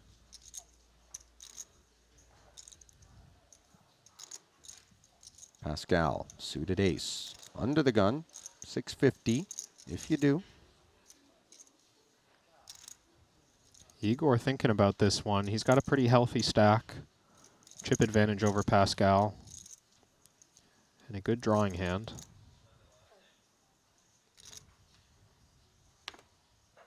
Oh, but with Yulei behind only on 3 big blinds, I think would have been pretty ambitious to get involved.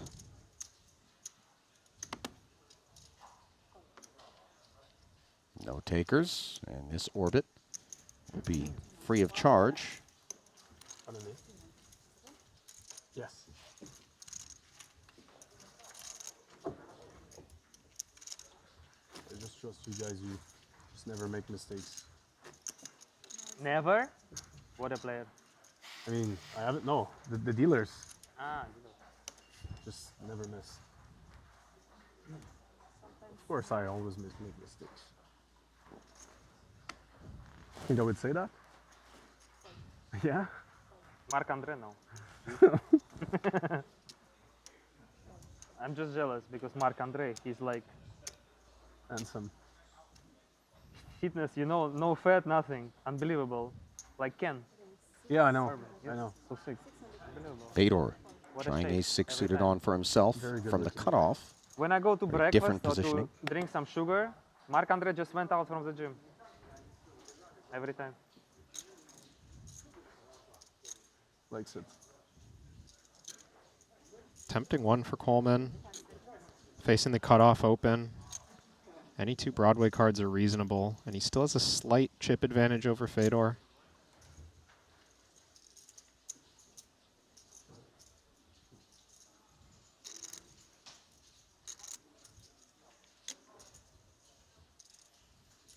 Since he decided against that 3-bet, Pascal has a pretty easy call in the big blind. Yeah, Coleman having ducked out. And how about this for Lefrancois? Clubs, no waiting. Gut shot straight draw. The bad end of it, all that Fedor can lay claim to.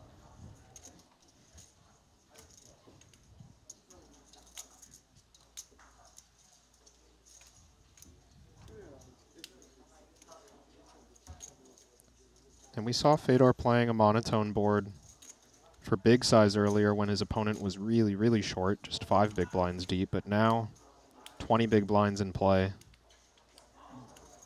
Small size aggression is the default approach for these spots. He's got a hand that could get him into some trouble if Pascal decides to slow play the 5-4. But I think check raise and check call are both on Lefrancois' mind right now.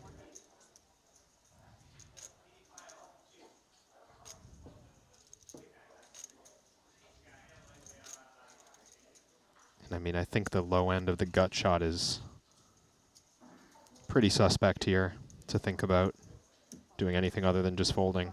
So 400K followed through and orphaned as Lefrancois not seeking to slow play. Not 100% frequency that he would be check raising there. I'd imagine there's going to be a little bit of balance, Kevin. Yeah, definitely. Bluff for sure, huh? Thought it was a bluff. Why? Why for sure? Why fold? Okay, why fold? Really felt like Yeah, he's French Canadian, so probably. Fedor was continuing to observe that pot well beyond the muck of the cards.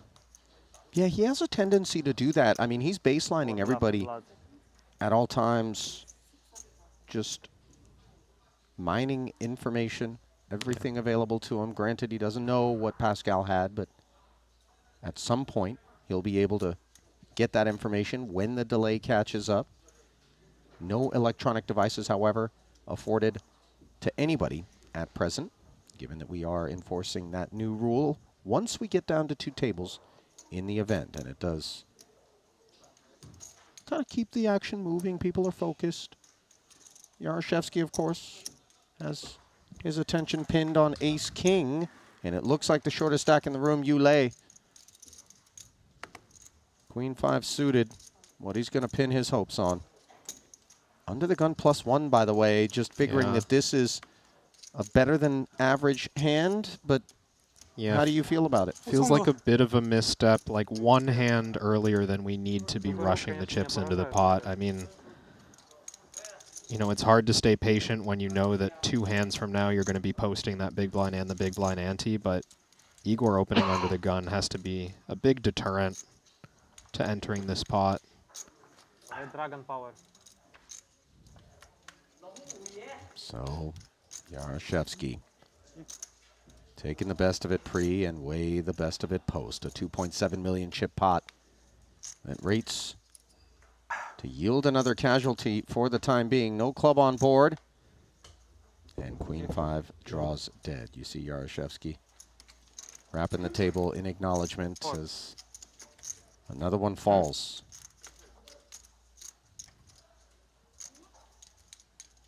And another pay ladder achieved. 112.5 going to Yule. 127,000 now. The payout for the next 2 slots. GG, sir.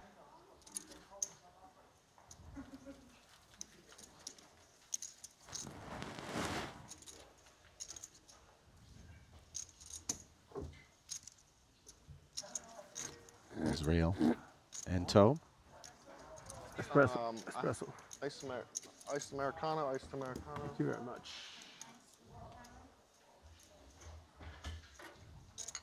Thank you. He had one and he had a tea. Sugar tea, yes, of course. No sugar. Ah, it's sugar? Okay. But how should I?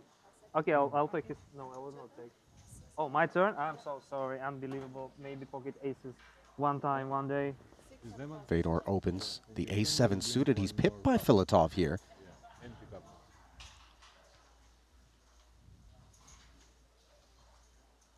I mean, it's a tempting one to play. Probably for a 3-bet if we do.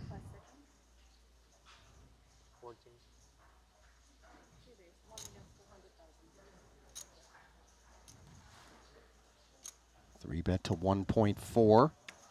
The decision made.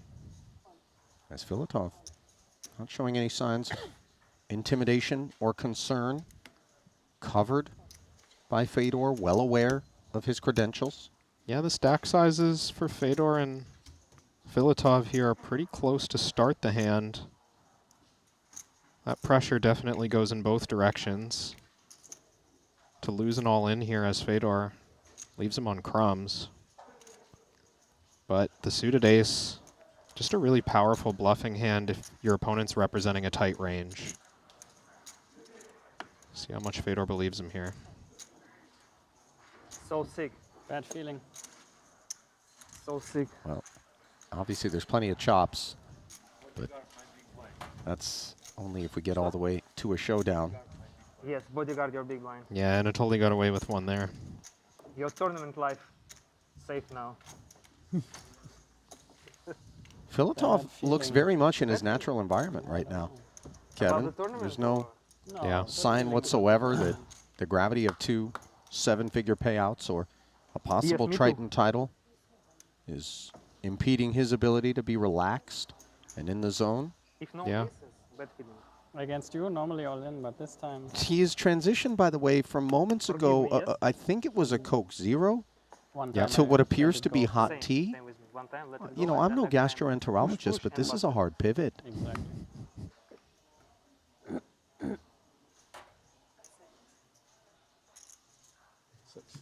By Francois. He's going to stick 600 out there. Queen, Jack of Hearts of interest. 1 queen in the muck. Fedor, offsuit 1 gapper. Trending down. Yeah, starting to get close to where we just fold these hands, and he does decide to pass. 13 remaining. 4 more eliminations, and we are at a final table. You start to see those 0 EV or close to 0. Big blind defends, just pass and live another day. And we pass to the other feature now.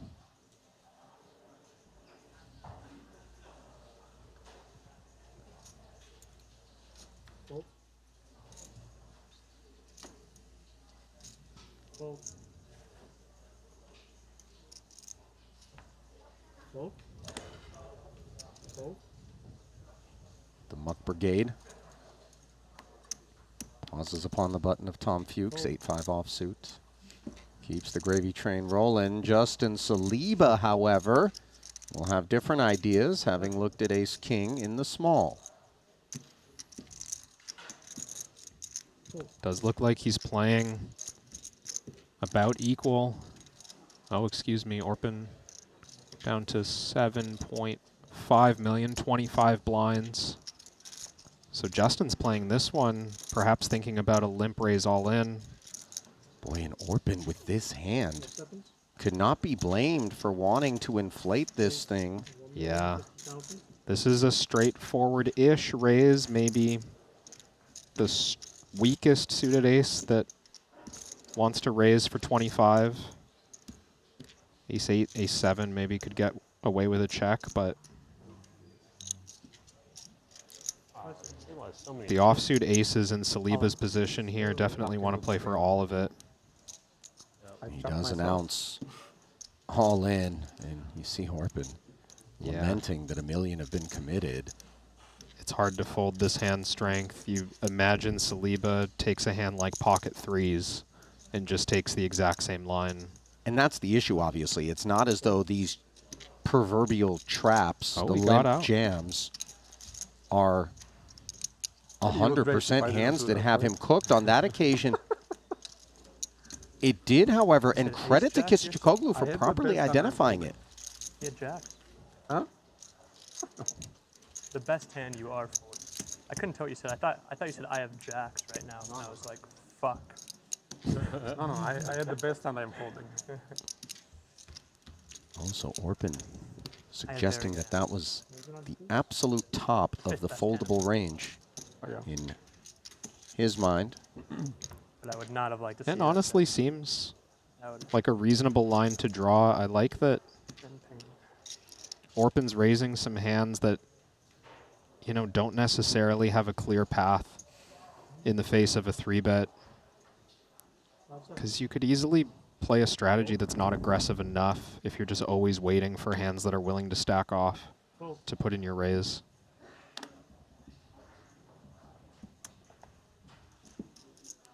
Just 8 blinds in the hijack for Chendong. 2 million. Raise 2 million. Yeah, this is a pretty big hand for the spot. Jack 10 of diamonds. Commitments made out of the hijack. He's king suited, and consider that Kisachikoglu a moment ago could have been all in for his tournament life and in horrible shape. And promptly, it would appear the poker gods have rewarded him, at least pre-flop, with a much better situation where he gets to pile on top of Chendong. Of course, the extra 400 is delivered. Chendong doesn't expect Jack High to be good pre, but he's happy to have a couple of clean cards and a good chunk of equity. 3-2 dog. $5.5 million chip pot. This would be a nice propellant for Orpin. And the 10 in the window was disappointing, but another spade alongside it means that Kisachikoglu has heaps of outs. In fact, despite not having a pair, he is the favorite with 2 to come. And there's a red king as the excitement for Chendong, provided he ever experienced any. That image there suggested not, was short-lived. Can he find help on the river? No. Running kings. Orpin. Showering. The Chinese delegate. And boy, that's the sliding doors sort of moment there. No idea the danger that awaited him. Against Saliba. And then, one hand later, finds himself hauling in a big one. How about it?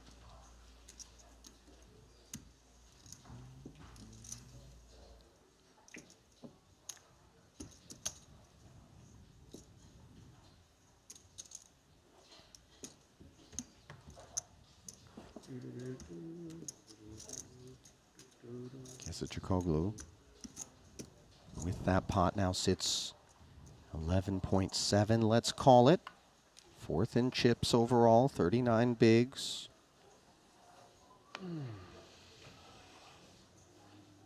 $8.5 million in career Triton earnings steadily.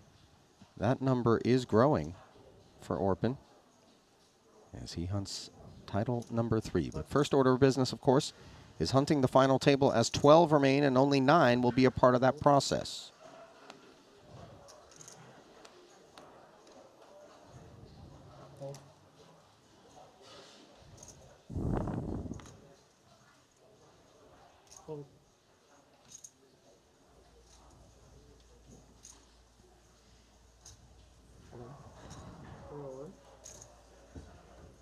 Yeah, a couple of short stacks behind Orpin here in the blinds.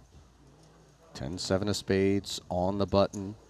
Asks for all of it. Christopher Park. Things really came undone for him. Looking to right the ship. I thought he might take some time there. He does find a call. It feels like an awkward spot. Just 3 away from the final table. But you're facing a button range. So certainly ace high is going to be the best hand quite often.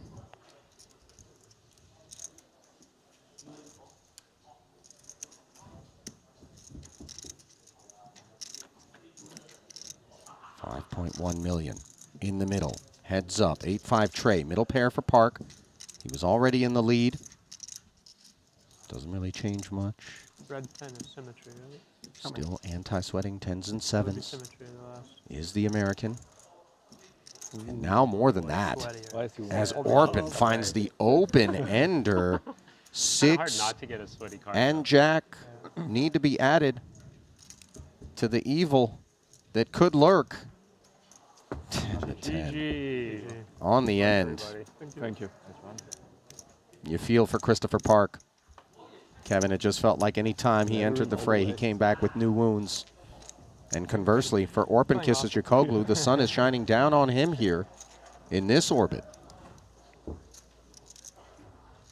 Yeah, Chris Park there getting his second cash of his first Triton series.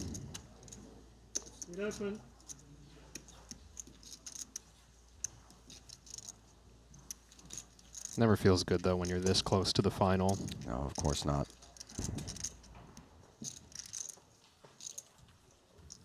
'12th place finish, good for $127,000 for Chris.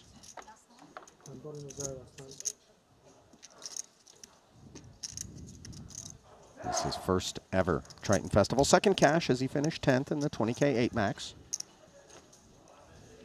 This is his 4th event played. Unclear what kind of schedule he's going to have as this one rolls on.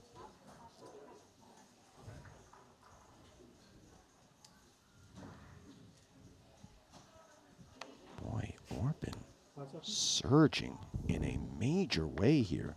They're going to need to give him more space for all of those Right? chips. Maybe we need a color. Can you break that one for me? Second in chips overall now is the Turk, just 700-ish shy of Calvin Lee.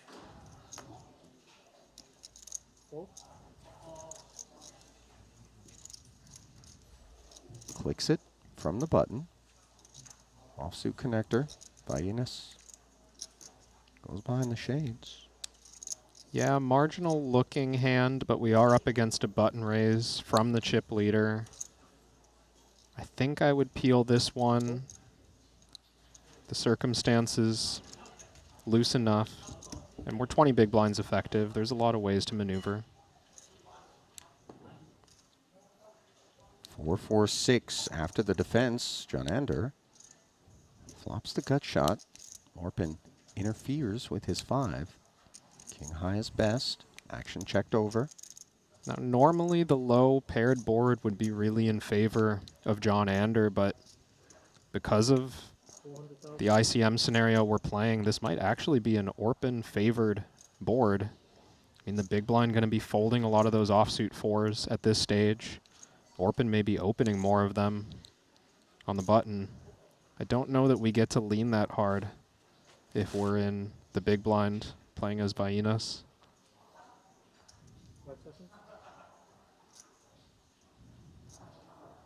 1.3. 1.3. 1.3 million. Check raise. As Vainas continues to show us aggressive tendencies, Kevin. And I do like that when you continue in this spot, which I think we should do so selectively, we come with aggression, because if Orpin's opening the offsuit 4s, as you can see right here, he's also opening offsuit 5s, offsuit 7s, a bunch of trash that maybe we get to fold out right away. Some chip leaders would get a little sticky there, maybe stubborn, not believing this raise, but Orpin gives it credit this time. Vainas rewarded with an extra 400K, captured without further incident. You know, you can be lulled into this sense that standard protocol and procedure is going to be this very passive, respect the ICM, respect the presence of that big stack, look over and recognize at these two tables, you got somebody like Tom Fuchs staring you down, by the way, alongside Michael Soiza, 9 and 6 big blinds. And yet there's Vainas. Yeah. It's for poor people, Kevin.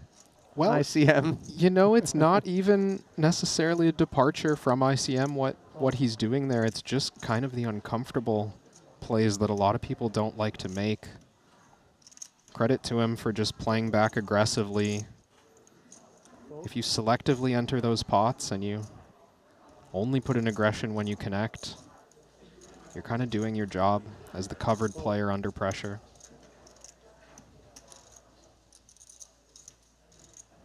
8-5 offsuit. And a weak hand, but Tom Fuchs only 5 blinds behind. I think we might have an any 2 spot. Not low. Vainas can regard it as an any 2 spot, but if you're Fuchs in the big, you can't. Not yet, at least. He decides. So a brief pause, allowing us to look out at the final 11. 2 bust outs away from the final table here in the 25K WPT Global Slam. Blind static at 150 and 300. The glimpse brought to you by BetACR. You see Orpin surging. However, Saliba still a nose ahead of him.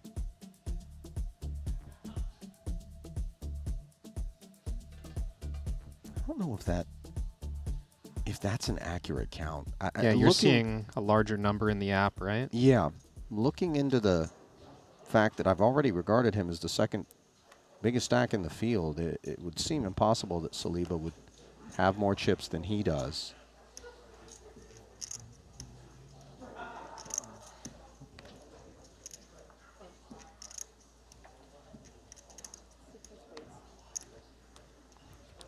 Current shortest stack in the field is Tom Fuchs, and picks up a premium. All in. Well, didn't get his hands dirty against Vainas when it was small versus big, and it's folded around to his small, and he's able to jam with a couple of 9s. Saliba with unders. Big hand. Yeah, Saliba getting this price blind versus blind is You can still make a calling the vast majority of hands. This one may be one of the weakest. Yeah, sure.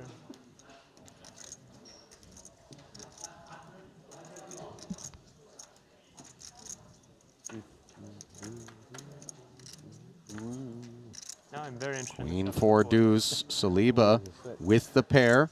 Fuchs was all smiles. Pre-flop.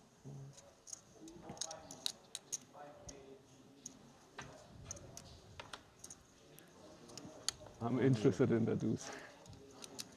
Deuce is a nice card for him. He no longer needs to worry about the 7.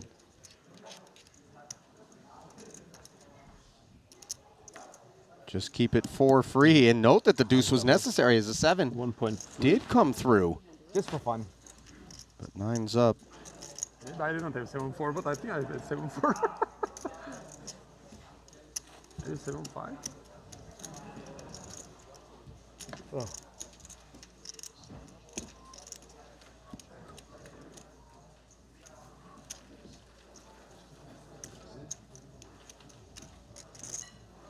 So Fuchs hanging around, obviously disappointing for Soiza, as he would love to see some of these other short stacks clear out.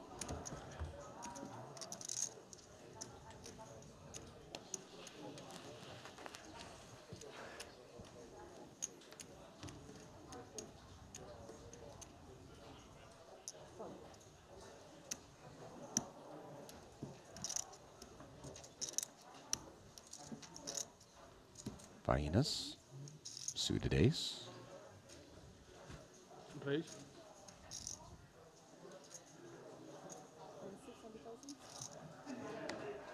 Clicks. That first 10 seconds just flies by. You could see he just barely got that one off.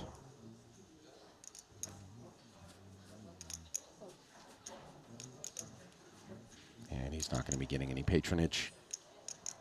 Even as deep stacked as Orpin is, the Jack Deuce. Not the belle of the ball.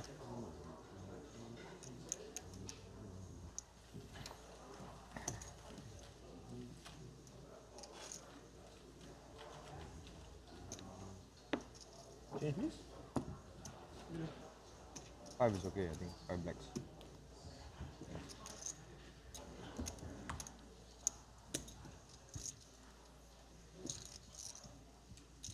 Slowly but surely, we inch our way toward the final table in this one, which is going to happen tomorrow.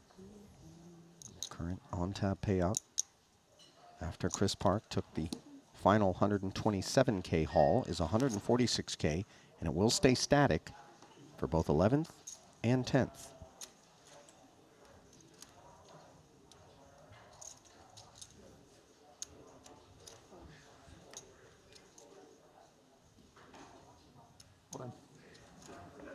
Orpin looking a little impish as Soiza finds the dirty diaper and he cannot dig in. I was trying to visualize aces, you know. Got the wrong message. It's like he was trying to announce his raise there with just a nod of the head. Change, please. Oh, the luxuries of sitting on heaps.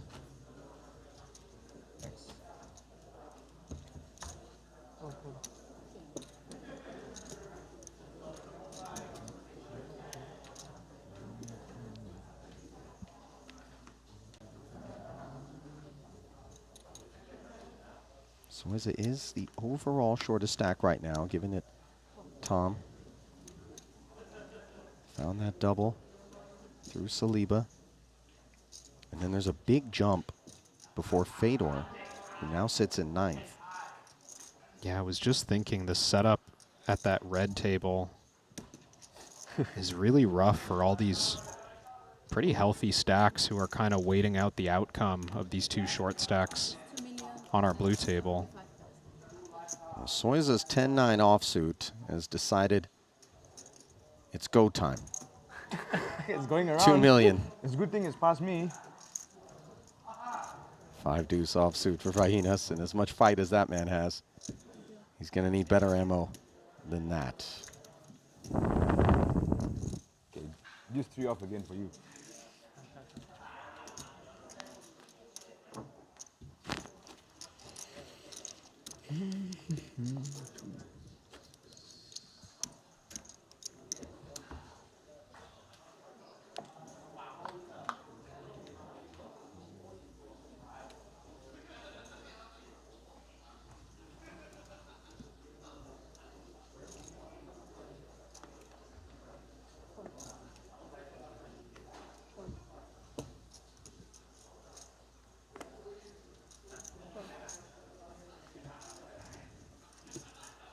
Three suited in the small. Still think we're pretty close to any 2 territory. Maybe not some of the worst offsuits, but suited hand. Tom Fuchs still playing quite short. Vainas jamming 7 high. Does not qualify.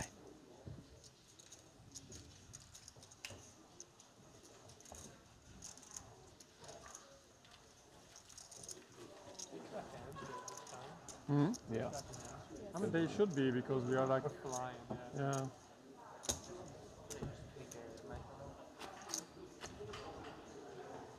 Well, save for the rare occasion on which one of these shorties has dug in.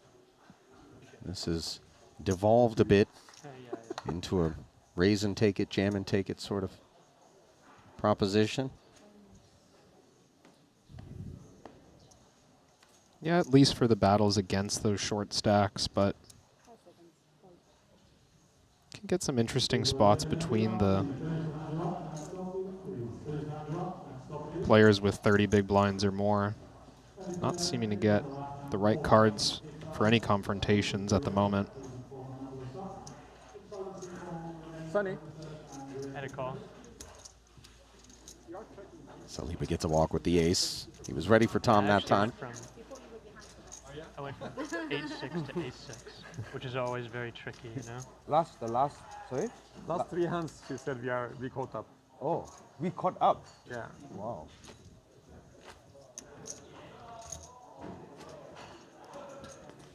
Sounds like the other table may have been paused for a moment there are there. more people as well. Some speedy play happening on the red table. Well, unsurprisingly, here, the exercise has really become a bit of focus upon Soiza and Fuchs. Soiza ready with this one. King 10 suited. Yeah, clear one from the hijack. That is effectively under the gun at this table.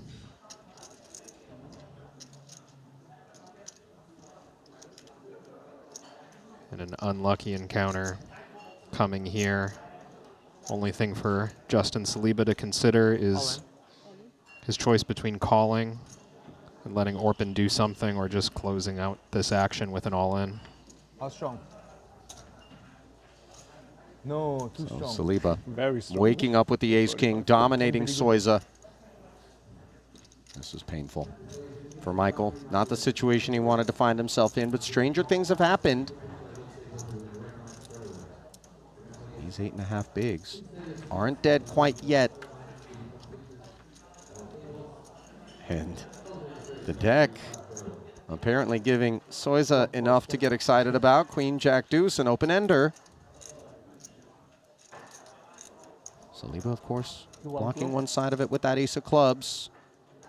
The 10 now gives Saliba the nuts. Soiza can only chop. Will the ace provide salvation? No. It's a no-sider, but it's not the one. So Michael Soiza can do no better than 11th here in the 25K, falling to Saliba, as statistically was the probable outcome. Ace-King versus King 10. Not much that he's going to be doing differently. So 146,000 goes Soiza's way. Oh, look at this one. Pocket Kings versus Pocket Tens. It was just a raise to 600 from Calvin Lee and a flat from Yaroshevsky, who obviously isn't necessarily looking to tussle with that boss stack opening under the gun. Obviously, the perception is the range is wide. It includes a whole lot of things that aren't kings. And let's see how much pressure Calvin applies. 0, given that he smashed this flop just too hard to risk losing Yaroshevsky. Yeah, and Igor may be benefiting right now from that dynamic where the other table has the short stacks, and these players are all incentivized not to get into any close encounters. 10's just playing as a flat when maybe in other scenarios it could have 3-bet. And flop playing as a check behind. Calvin. Board pairs and fills Lee up, by the way. Yaroshevsky drawing dead. He was always super lean. Yeah, Calvin's spot is interesting because he doesn't always want to keep betting from under the gun. He knows that this hijack flatting range is strong. The weird part is that When he has two of the kings, it's really difficult for Igor's preflop range to make anything on this board, aside from maybe the odd full house with pocket nines. Now 550 might be cheap enough to convince Igor. Oh. This is not what we expected. Lee, 550, and Yaroshevsky has decided to exhibit disbelief. And this is, we're off book here. And maybe even from the outset of Calvin choosing to bet 550, you know, looks like kind of hand play. If you're Igor, you're maybe putting Calvin on an underpair to the king, a hand like ace-9 or 10-9 suited, 9-8 suited. And this looks like an attempt to freeze the action, because perhaps Yaroshevsky's anticipating, if I just call, I'm facing more chips on the river. Can I just set my price? Maybe even fold out a hand like jacks once in a blue moon. Calvin, delighted, of course, to see this. Happy to flat. Now the ace is actually such a terrible proposition in terms of Calvin encouraging Yaroshevsky to shower himself here. One would imagine. I mean, I think Calvin has to come with a check here and tell the story that he has pocket queens. I know it feels outlandish for Igor to ever be bluffing in this spot, so it might be tempting for Calvin to make some sort of lead on an ace that, yeah, perceives better for his under-the-gun range, but I think that might just shut out any chance of seeing Igor bluff at this pot. Here's the curious thing. When Igor raises the turn, Ace X isn't supposed to be hanging around as a call. I don't think so. So if we remove that from Calvin's range, now Yaroshevsky left to wonder, well, what exactly is it, given that I know you have a fairly broad range, that you're attempting to suggest with this 1.4? And you saw Igor earlier exhibit the disbelief. Yeah, I'm just as suspicious of the ace high as you are, Ali. I don't think, except for maybe an ace-9 combination that's made aces up. Okay. I don't think we're going to see any just random aces in Calvin's turn range. So, and I mean, even we're interfering with some of those gut shot type draws, 10-7, 10-8. It's just so doubtful that they would stick around on a paired board on the turn. That's got to be what Igor's... I mean, he's giving real time to calling, right? He's out of his chair. He's making faces. This isn't a man who's thinking about bluff raising. He's trying to figure out what Calvin has right now, because from his point of view, this might just look like a desperate attempt to win the pot. Something does smell fishy. Yeah. Yeah, he's just... He doesn't feel like he can win, but he knows it just doesn't make that much sense. And seeing the ultra premium hand that Calvin did have is going to start to... It's like, oh yeah, I guess that's how I'm beat. Yeah. You saw Yaroshevsky was always sensing thin ice beneath his feet when he did make that call, but you can kind of understand the thought process that brought him to the call. And credit Calvin Lee, by the way. You know? Yeah. He doesn't get that extra 14, sorry, 1.4 on the end. Accidentally right. If he checks. I was hoping we had to catch up too, but... Stone final table bubble as we Maybe play it's still gonna work out. 5 and 5, 10 remaining here. Ali Najad and Kevin Rabichow in the late hours, local time here in Jeju. Shout out to those of you that are streaming us live on the Triton YouTube channel or Twitch or the Triton Poker Plus app. Pleased to have you with us. Give us a like and a subscribe if you're out there enjoying what you're seeing.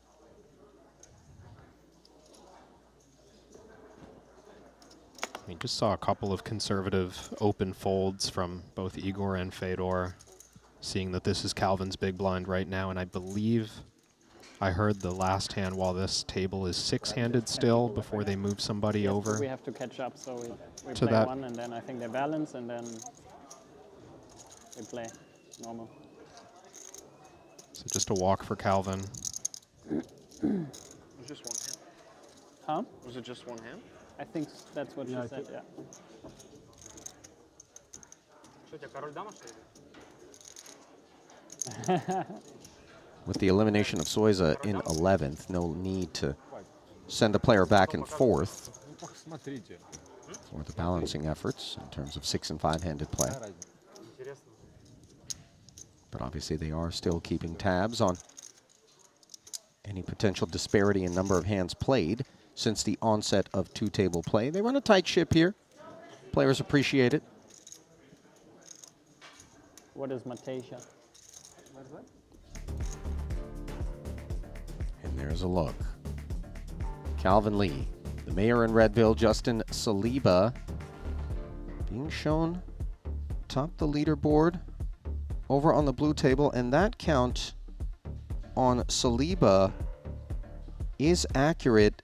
We are efforting some intelligence with respect to why it is we're showing a discrepancy in our app versus what Orpin's being shown with. By our count, he's got about 13 million. So unclear exactly where Kisichakoglu stands. Normally, we don't have such discrepancies, so our apologies. We will try to sort through it. He is second in chips for sure, regardless of which count is the accurate one. Trailing Saliba here.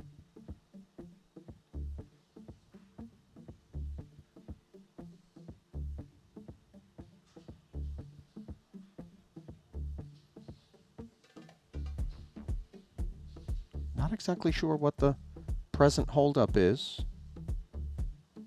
Is Yaroshevsky getting a fresh set of batteries in the mic, maybe? I believe we're seeing that sixth player from the red table. Yeah, that's Yaroshevsky moving over to blue because they were out of sync. 6 and 4. Yeah, they were out of sync for one hand at 6 and 4, and now corrected to 5 and 5.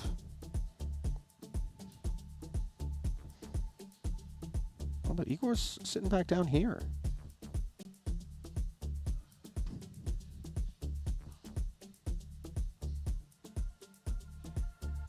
No, this is blue, right? Yeah. Okay, no. Yeah, he's at blue now. Moved over from red.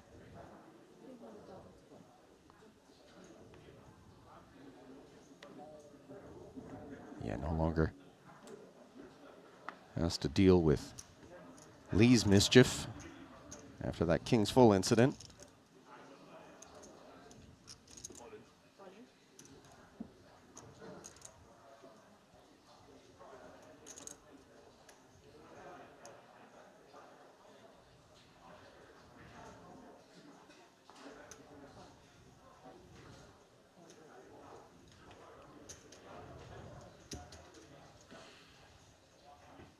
Queen 10. Fuchs, jam and take.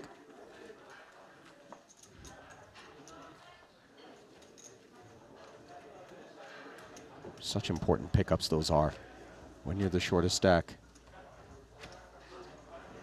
Of course, nobody loves to see it at your table, but you accept the anti-sweat. You expect it. Yaroshevsky, by the way, doesn't mind being here at this table because the target is not on his back with the presence of Fuchs sitting on the only shorter stack than his own. Of course, this is new territory for him after he got frisky with those 2 10s. Yeah, no easy seats right now for a 15 big blind stack in this tournament.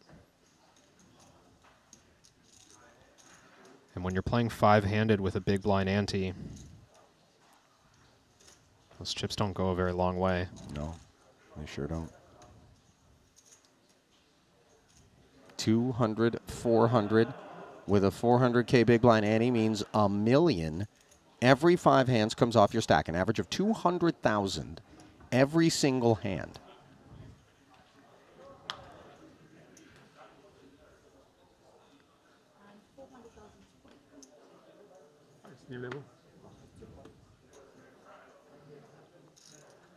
I think with the increase in the blinds, we might see Fuchs put this one in.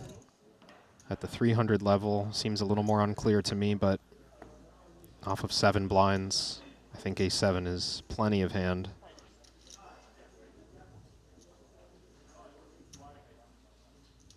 How much? Igor asking for a count. 2 million.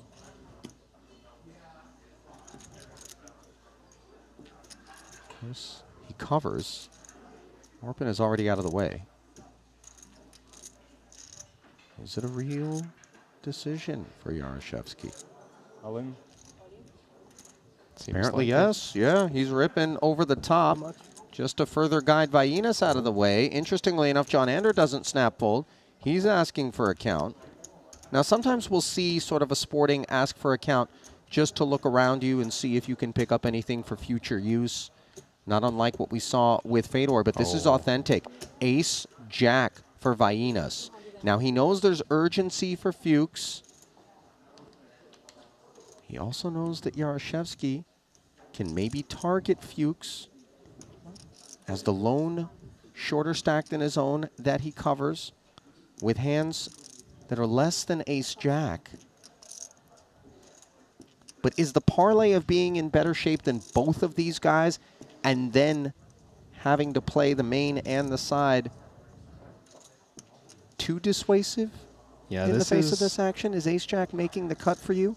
This is not straightforward. I mean, the argument in favor of call is that 80% maybe of the time, we just move our way to the final table after the outcome of this hand. If we fold on this spot, there's no guarantees that we're going to be moving on, and Vainas not exactly in a favorable position at this table.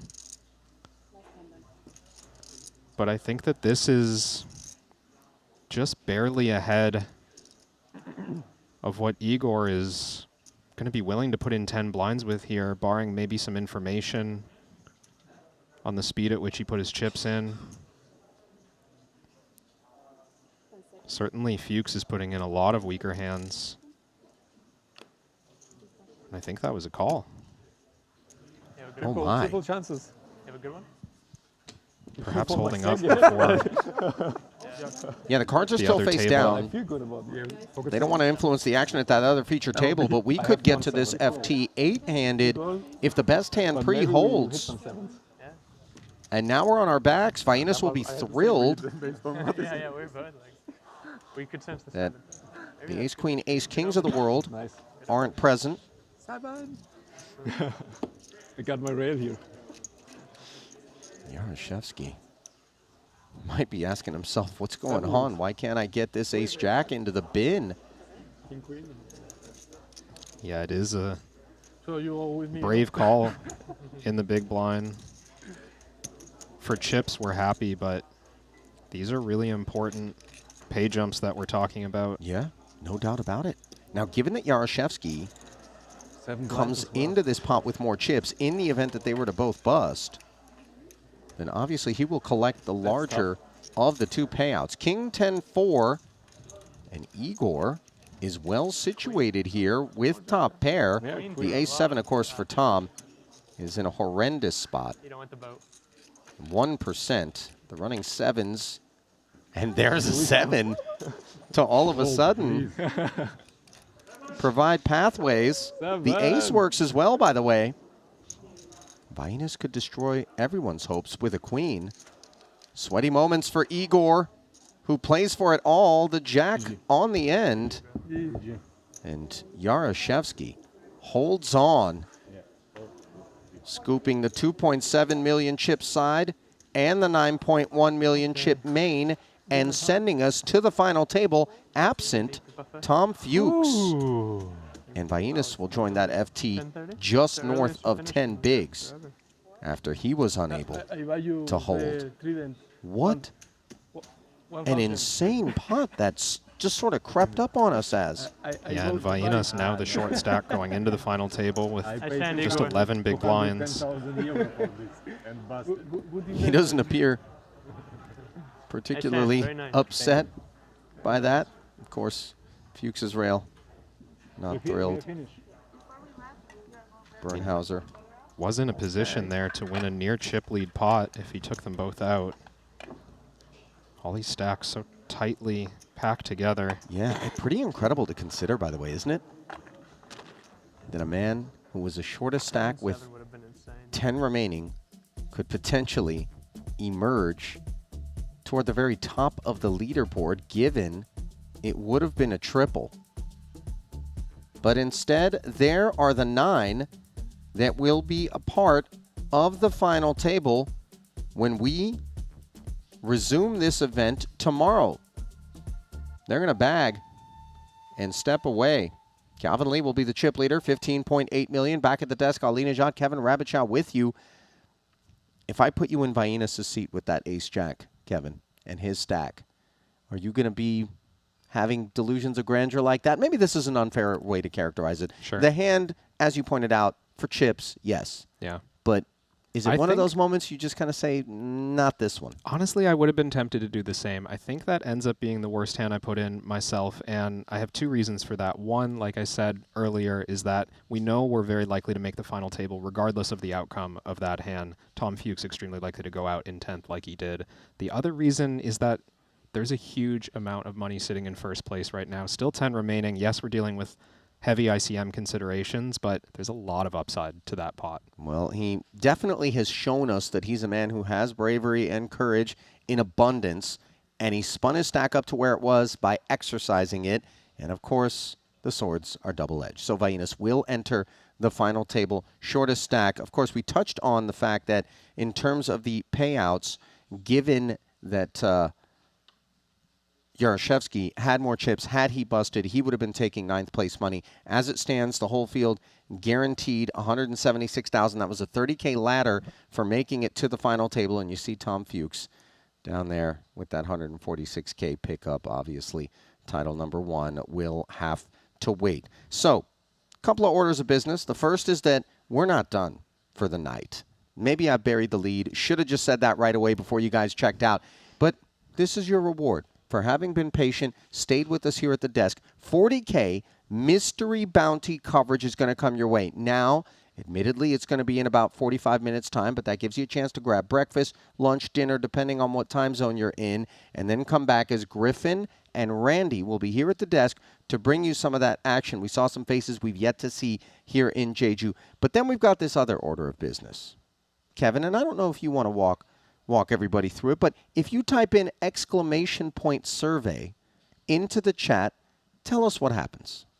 Well, what we hope happens is our Triton broadcast just keeps on getting better. Yeah, because that's we're actually a great looking point. for feedback from the viewers, from all of you at home who have been sticking with us for these days.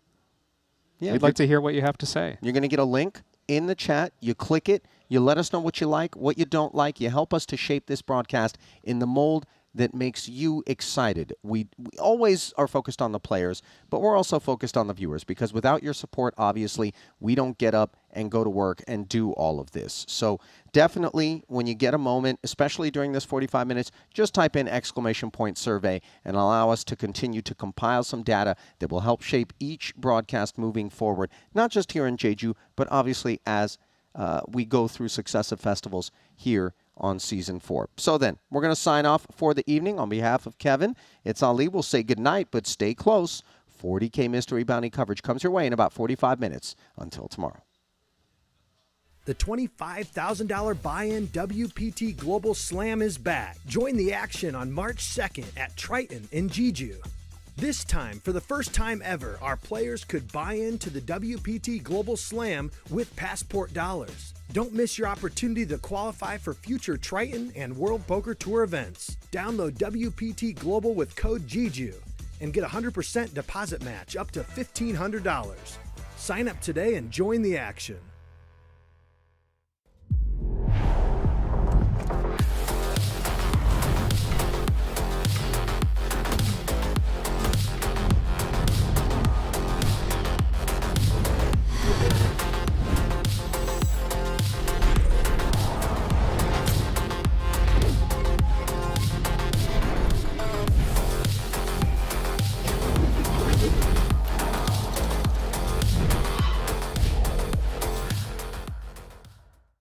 for the ultimate platform to place your bets on the biggest sporting events? Look no further, because BetACR.eu, Triton Poker's official betting partner, is here. Whether it's the thrill of soccer, the intensity of football, or the fast-paced action of basketball, BetACR.eu covers it all. With real-time updates and competitive odds, you're always ahead of the game. BetACR.eu also offers exclusive poker events that you won't find anywhere else. Test your skills and make every hand count. With over 20 years of poker excellence, the World Poker Tour brings you WPT Global. With millions in guaranteed prize pool every month.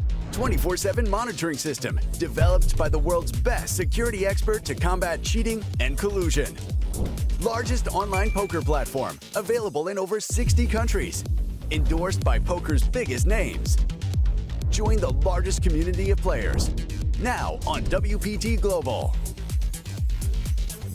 Trusted online poker is back in the U.S. with the launch of Club WPT Gold. Play sweepstakes poker in daily ring games and tournaments against your favorite WPT ambassadors. At Club WPT Gold, you play with 2 virtual currencies, gold coins for fun and sweeps coins, which can be redeemed for real prizes. Get sweeps coins for free with gold coin purchases, daily login rewards, and giveaways. Join now and get in on the action.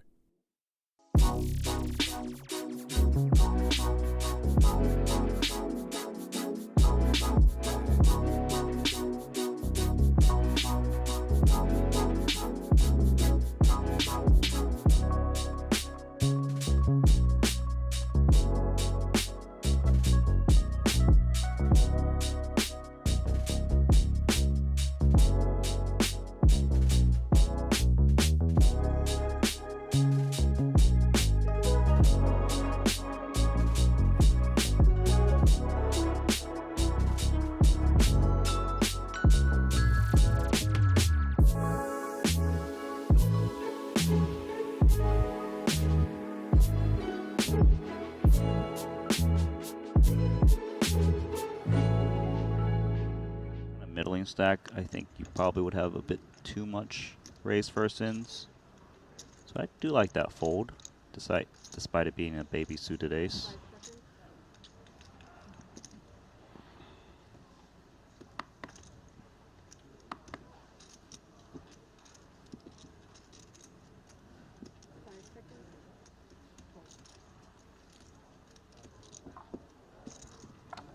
Boss stack. You have to get involved.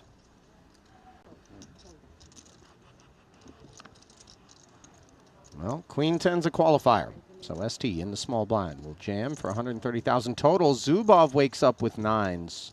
Coin flip. He's going to be very happy to see 2 9s. Yep. Nodding in approval. Will have to go up against 2 overs, though. So ST's time here. Flip. On day 2. Could be short-lived. His coin weighted in favor of Zubov, who announces flip. Oh, look at that flop. Interesting. 9s turning into blockers to the open-ender, but heaps of outs. Equities basically stay the same.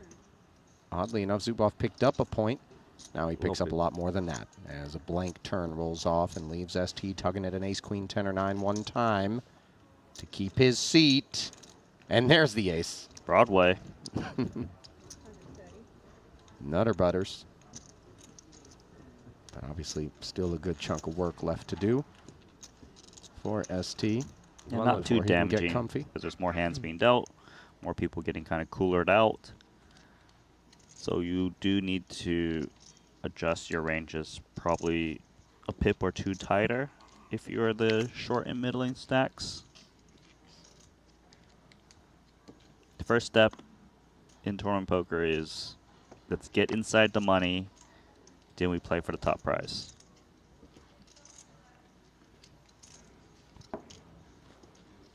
Well, we are already down to 78.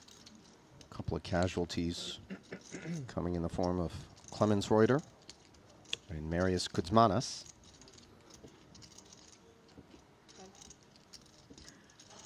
Over to the blinds. Rampage is in the big blind, who will definitely be facing a shove from King Jack of clubs. And there it is, as predicted. Boy, that's an ugly one for Rampage. I'd crumple those cards right now. Turning his palms up to the sky. Why can't I get something better than this?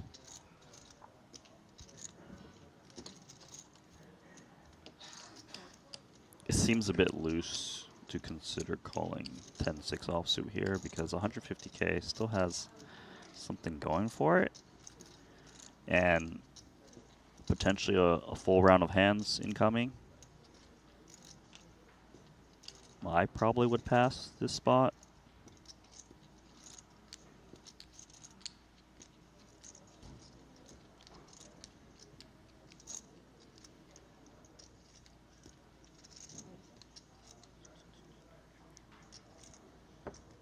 It's going to put more time banks into it.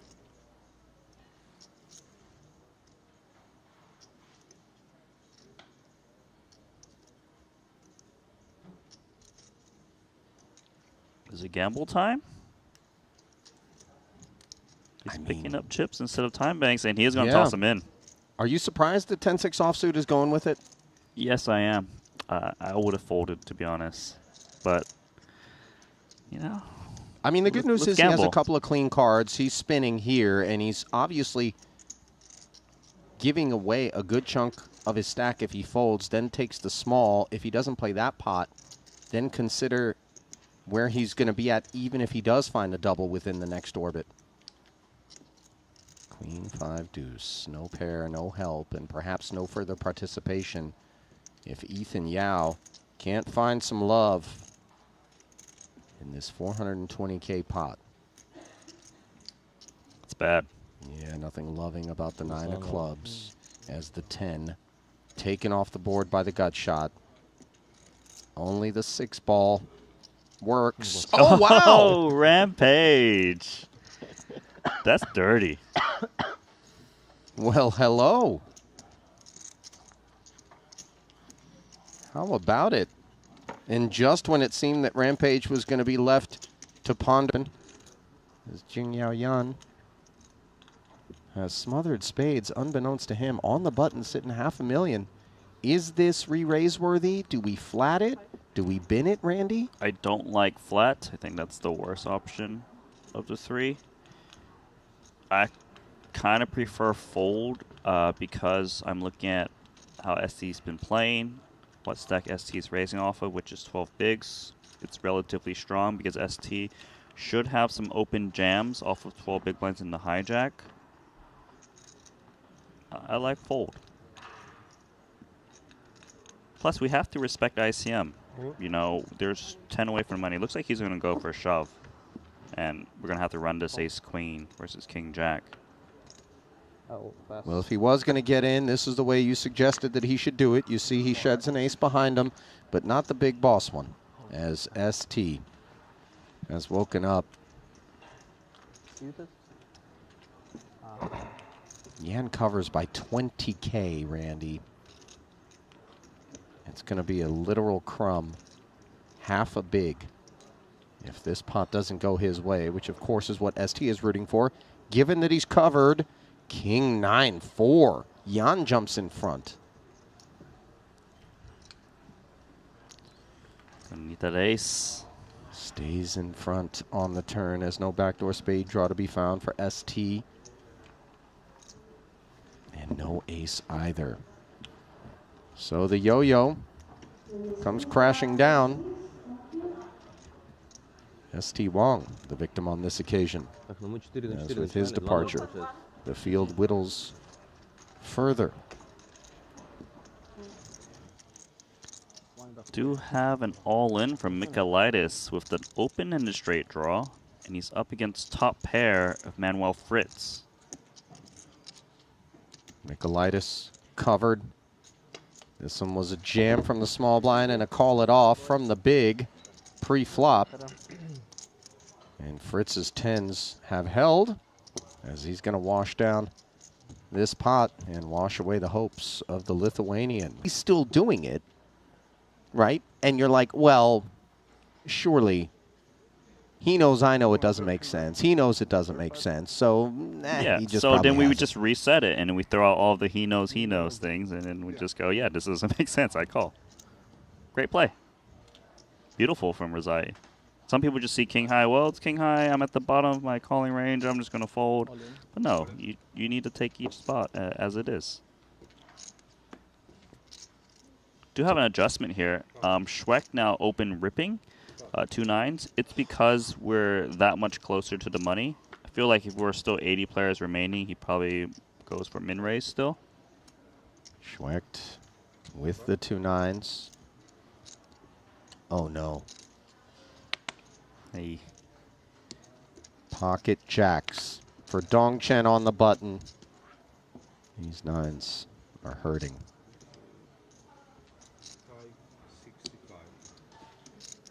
Should be smooth calling the 2 jacks in this spot as he would play his whole range. Just big trouble for Schweck.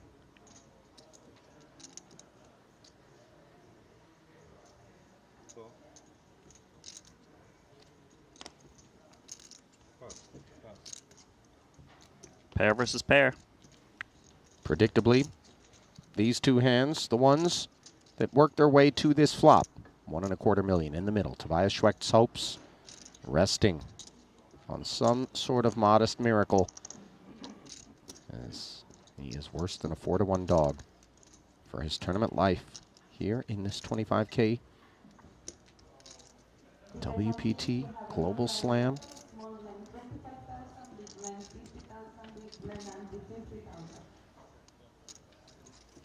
Nina does not make a cameo on the flop. Queen 7-5. Might the running 6-8 be a thing? The answer is no, and it's 2 outs 1 time for Tobias. Typically the demiking process does start right around here. Generally for good reason, and indeed, it is Tobias's time to bow out. So, Chen Dong's little blip in his chip graph.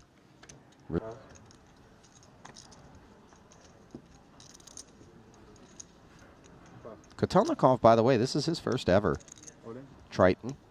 Finished 6th in the 20K 8 max for 305. 1 for 3 so far.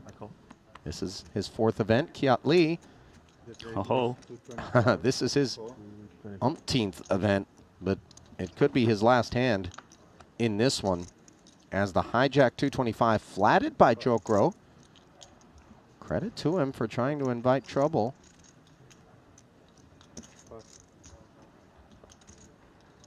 No takers, however. 10K back for Kiat. 575. Not quite all in yet. Queen 8-6, no help. No heart. Over pair for Jokro. And he asks for the rest. You see Kiat recognizing, pardon me, that this ain't a great spot. Oh, sorry. Usually going to be a happy ending for this scene for Will. I was hoping to go check.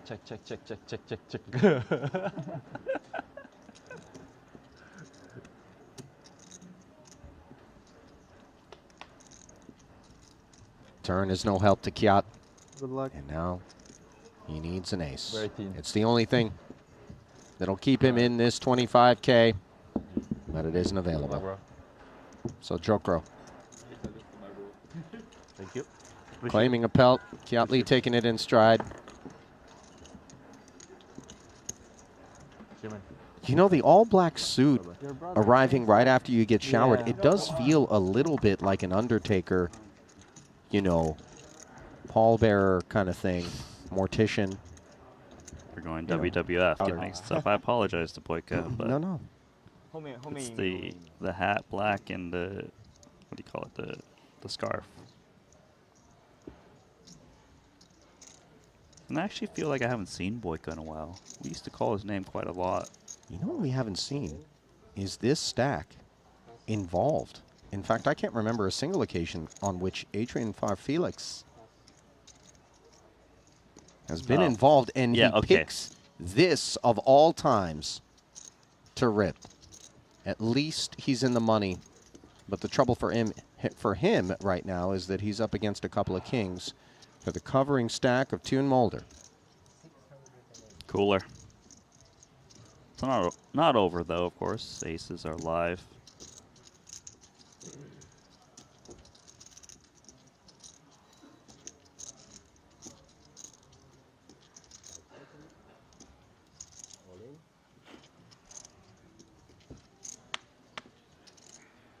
One ace down.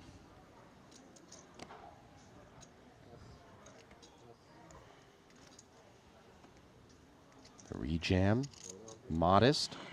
It would take a lot of hand for anyone in between to have gotten involved, although Toon Mulder was ready for it. 1.5 million chip pot as Mulder will pull back 145,000. And the French first-timer to Triton, Adrien Felix, is on the hunt for an ace.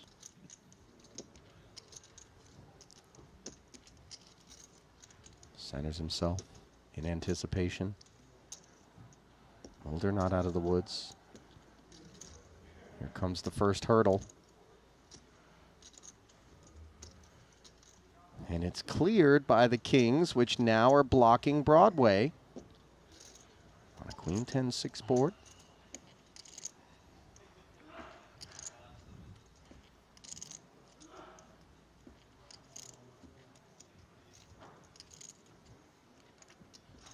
Turn is ace free, and now 5 outs one time for Adrien. Can he find what he needs?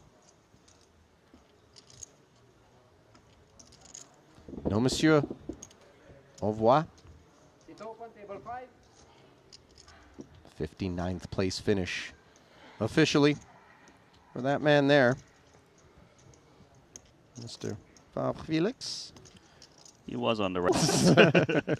Wow, Ebony Kenny has sat right down and picked up ace-king. She rips it. Chen Dong, pocket nines, the opener under the gun. You see, he had some concerns, but he did make the call. 12 bigs, roughly, per person. Enter the middle.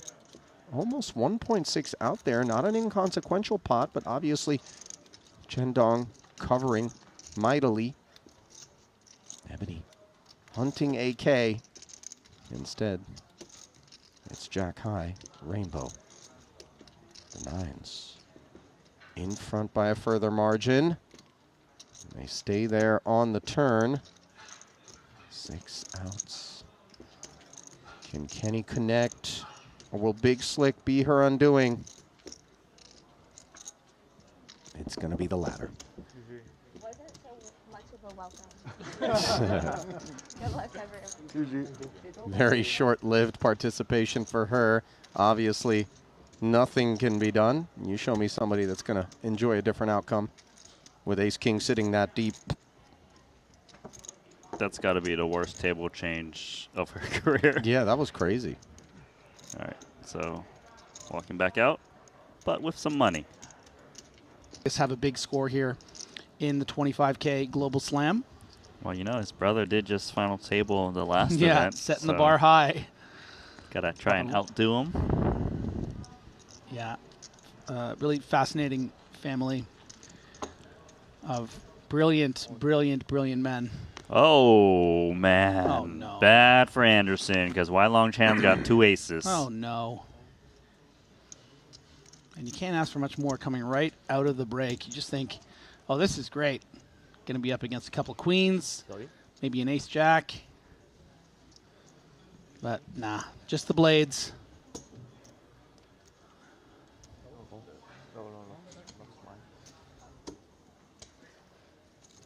Ultimate cooler. And, yeah, Cal's seen it before.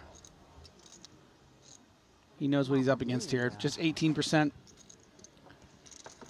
to have a chance to play for that large prize of $1.882 million up top. Only one live suit in the heart. 2 hearts folded by Leon Sturm. Not ideal. Not ideal scenario for the American.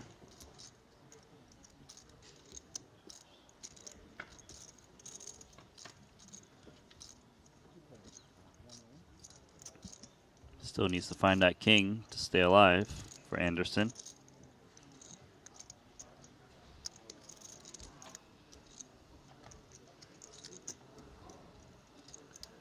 Probably would have preferred to have Leon Sturm's hand at this point, the Jack-9 hearts.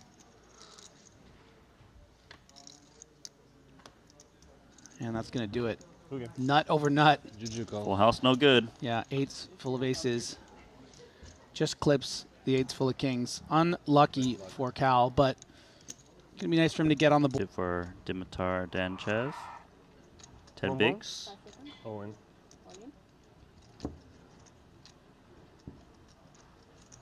Oh, he's ran into the aces Yeah. of Yu Hong Lu. 10 big blinds practically on the nose here for Danchev. Really hoping to get this through. It's never 8, 10, 9. good when you see a call.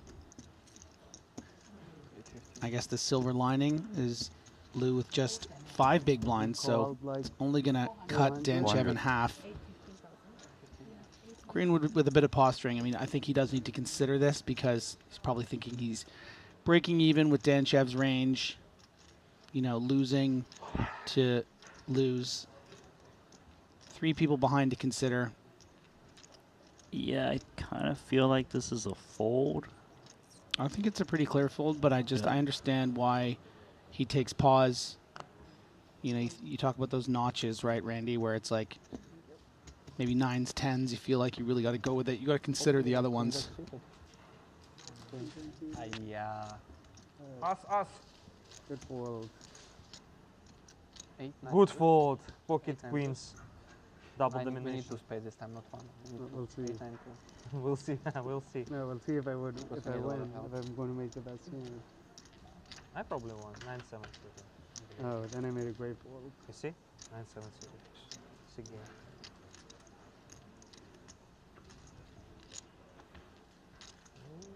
Oh. That is a big card for Dimitar. Is he going to get there? 8 and a king. Nope. You had one of my heads. You won? I've heard very good things about Coleman.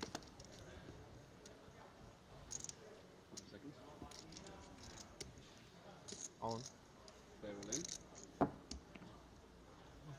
Yeah, had 2nd place last year in Jeju in the Turbo Bounty for close to $1 million.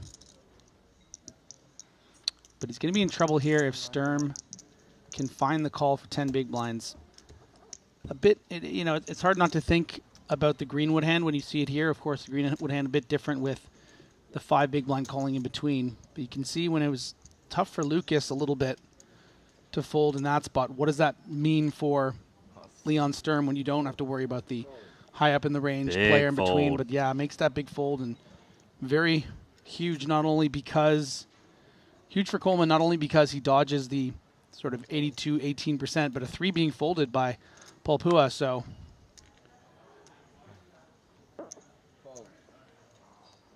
Oh, and look at that. Yaroshev goes for it. Yaroshevsky thinking that this ace-5, I mean, such a powerful hand. When you're up against something like a king-queen or king-jack, some Broadway combos, rarely when you're up against a pair are you flipping, but in this case is. Sturm's so mad right now. Yeah. Yeah, with 1-3 dead, for Coleman's sake, you really don't want to see an ace or a 5 on the flop.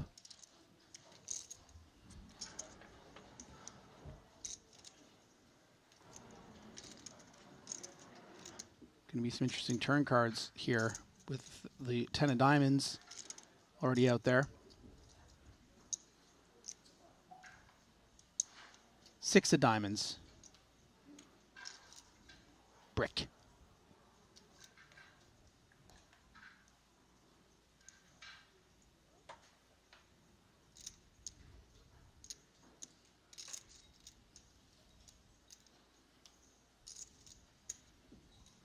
Double up for Coleman.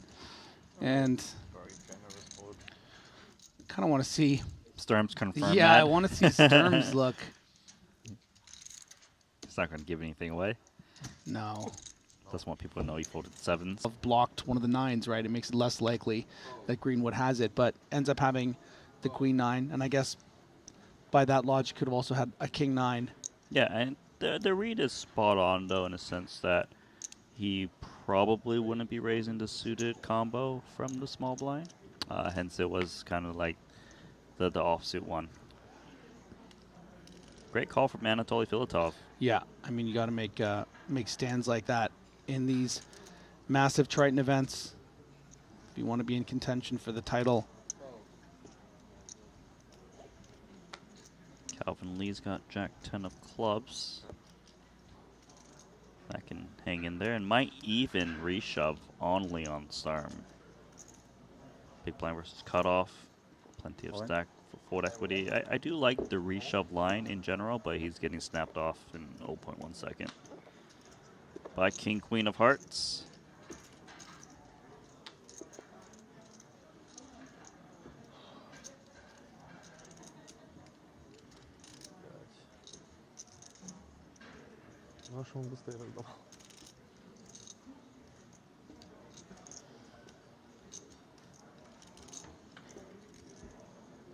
To a flop. Bricks.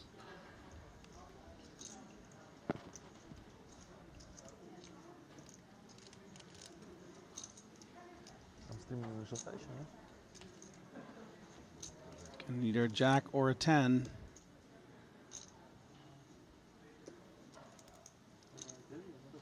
You can see how the situation's being. As the jack hits the river. Oh, there we go. Calvin, 2.8 million in chips now. Kind of looks like he checked out of that pot. Yeah, it's funny though, seeing him make that queen jack offsuit fold at the cutoff, but in this situation, shoving the jack 10 suited, it's very colorful personality. You see that guy have two big ones? Yeah, he bluffed it off to me. Triple barrel.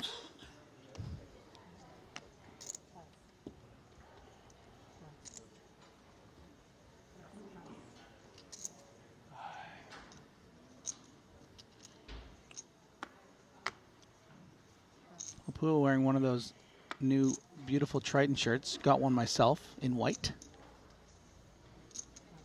Looking at his, I almost regret getting the white. That one looks nice. Maybe I'll get a black one from back home. You can double down. Yeah. Yaroshevsky, Queen Jack of Hearts in the small. Going to play for effective stacks of Vitalis, who has the big ol' ace queen. No hesitation there. Excellent spot. Yeah, the Latvian. This is going to be his first Triton cash at his first stop. No luck so far in the first 4 events. This hand will go a long way to determining how big that score is going to be.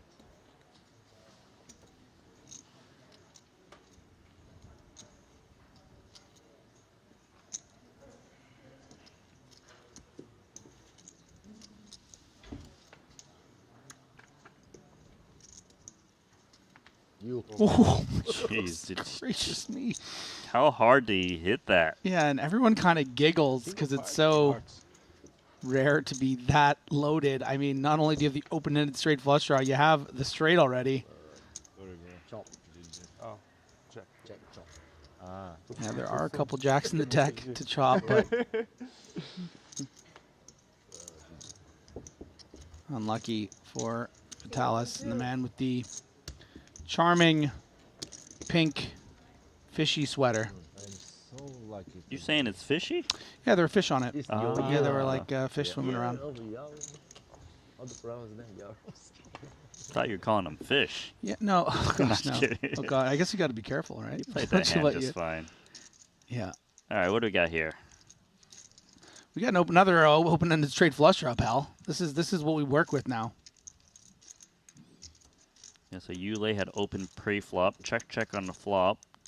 Danchev jammed a turn, and he doesn't get there against Yulei, who will deliver the blow to Danchev. Another falling.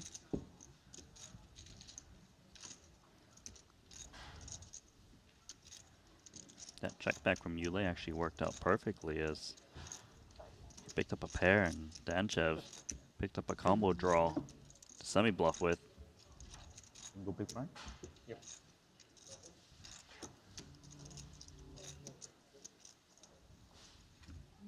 Level 5100.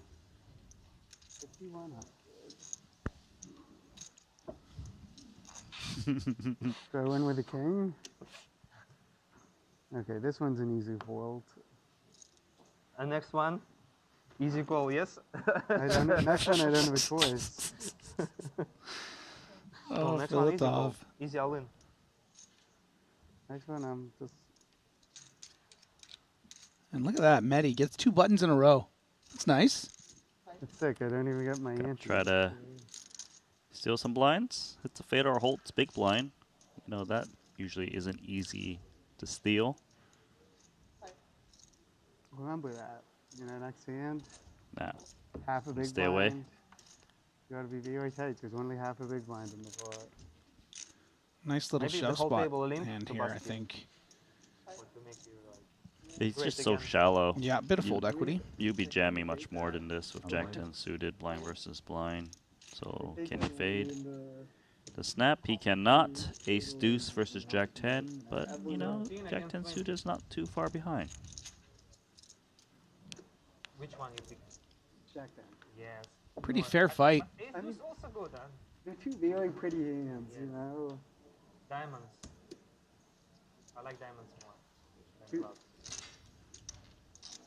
Then spades. Oh, 999.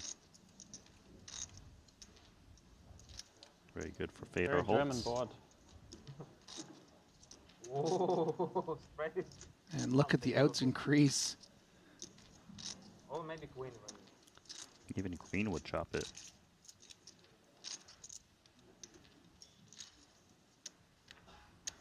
That's a break. Okay.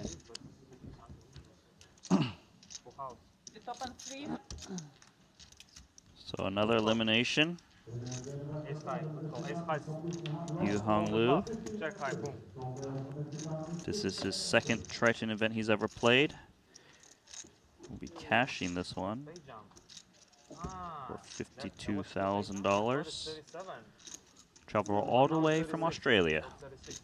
No, it just keeps.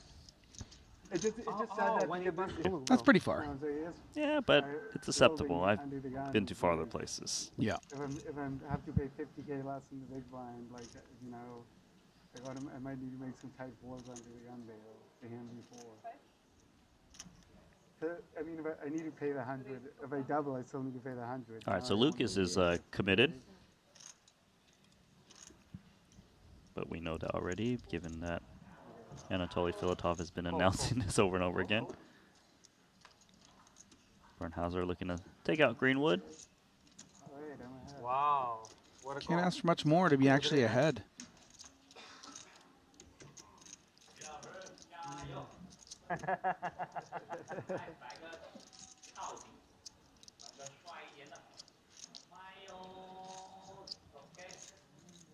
Who's talking that red lane in the background?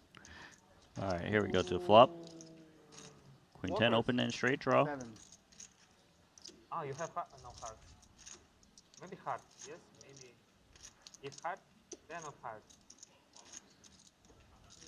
Brick on the turn. Greenwood wants to way back into this tournament, and it has to start with this river card. We've seen crazier comebacks.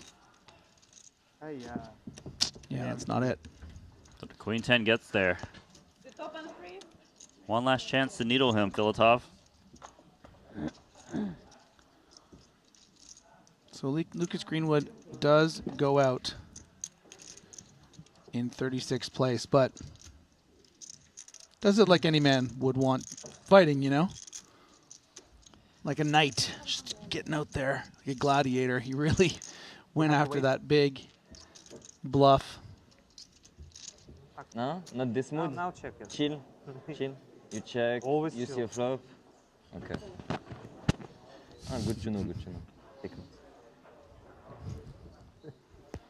Maybe min raise. Tricky. Then he all in, I fold. Chip dump. definitely not what he's going to be doing with No, 7-6 raise half suited. stack. He all in, I fold. Well, Fedor's Guys, gonna pipe down. playing aces. Fedor's got aces.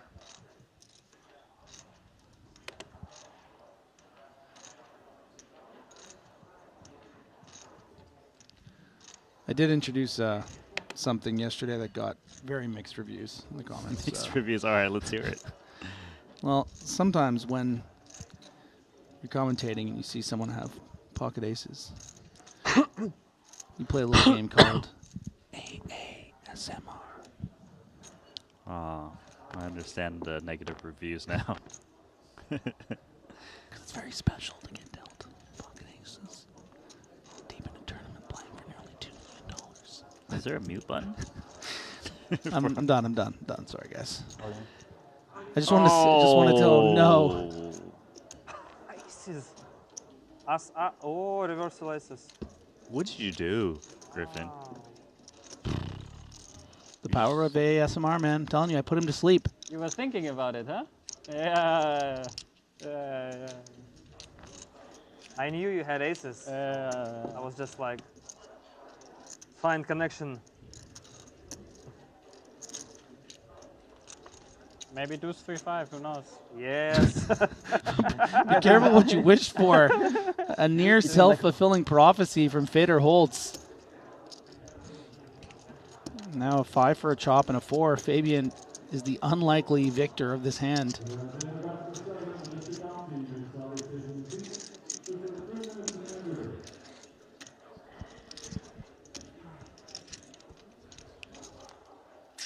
I'm not going to do it. Bye-bye. Yeah, perhaps Fedor Holtz's reputation preceding him. 18 big blind shove from the big blind with ace-4. I think it's fine sometimes against the button open, especially someone who would be as active as Fedor. I mean, he's not supposed to wake up with aces. No, he's not. No, he's king 10 and he folds, right? He's That's what happened. I mean, he definitely We run that back. pressing it quite a bit with the ace-4 there.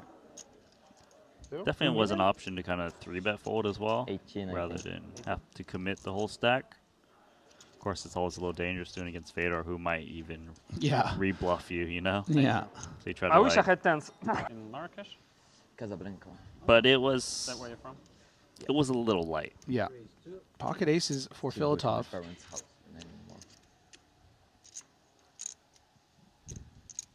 Supposed to be a nice city, huh? It is. It's the most developed city in Morocco. It's like the economic hub. So pretty cool. Will. Ooh. Jokro. Ooh. Okay, so what happened here? Filatov raised under gun. It got over to Will Jokro, and he said raised and tossed out 200K. It should be a min re-raise. Yeah, I'm pretty sure that will be the ruling, but we'll have to see. Pretty sure it's going to be 300. Yeah, only 300 though, which is, you know. Not the end of the world. Kind of interesting how Filatov should approach this, because he's got number 1. Do you... Yeah, look, you know what's... what do you think, Griffin? So this is what I think. I think that because we can see the cards, I think it allows us to open up our minds and think, wow, wouldn't this be really creative if we just called here? Because the cutoff open range versus under the gun is so different, right? Like Filatov's hand strength appears so much stronger once he makes it 700. Yeah, 700K, right? Mm-hmm. It would have been interesting just to call because he's going to have hands like King Queen, King Jack, maybe King 10 off, Queen Jack off. But you know what? He's going to get another 400 because he gives that great price. And, Jorko has a pretty high up in his range hand for the cutoff. I mean, he's getting... This is nice. He's defending his misclick. Yeah. Right. He doesn't want to get abused in that spot. And there you go. Flop. Brilliant. Wow, this is so disappointing because I easily could have just not been the situation. Yeah, I think you need to put in the 4th bet and you need to give a great price because it looks like you're just sort of taking advantage of the, you know, these spots don't come along very often. I mean, how does Will not lose all of his chips now that he has top pair? Strong kicker. That's brutal. But he still has 5 outs. Huge spot here for Anatoly Filatov.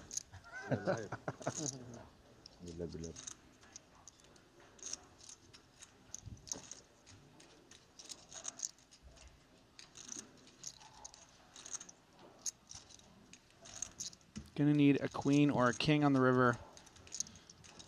Or we have found our 30th place finisher. And there it is. Thank you. GG to Will. Very polite Indonesian actor. exit. Held his own against these super pros out there.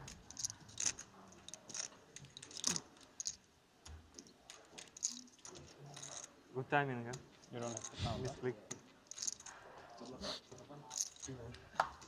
Yesterday was same spot. I opened aces under the gun. Sean Winter, he wants to call, but he put 17,000. It was like 6. Read words backwards. You can't do this to the Triton co-founder, can you? You shove the better hand. I mean, I don't think Paul can fold. You got to protect your open here. About 13 big blinds, maybe more like 14. You don't love it. It is half of your stack. You'd rather call something like, you know, ace 10, ace jack, so that you're not up against. I mean, I don't even, this is tough. I'm putting the money in here. Yeah, I can see Calvin jamming a lot of unpaired hands. Oh, yeah. Paul knows the odds. He's getting extra juice from the big blind and big blind ante. He could even have the best hand sometimes against like baby suited aces.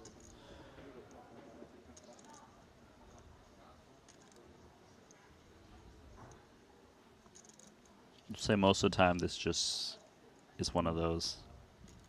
I hope I win, but I call.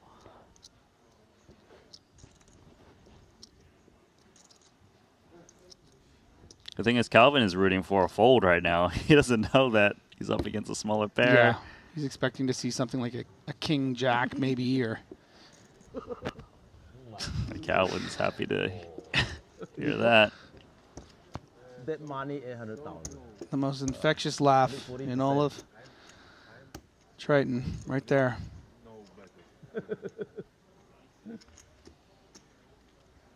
Sixes versus fives. Leon call 5s. Leon likes to gamble. Leon Stern saying he would have called the fives. And double up for Calvin Lee incoming. That money 800,000, 1.4 something more. 40%.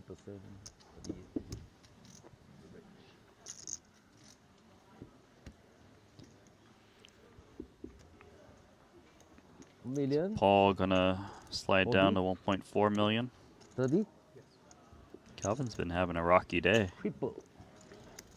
So do you have a rough idea when the number? 好接近啊，唔知佢，佢啊應該去啊。 350. Yeah. Thanks.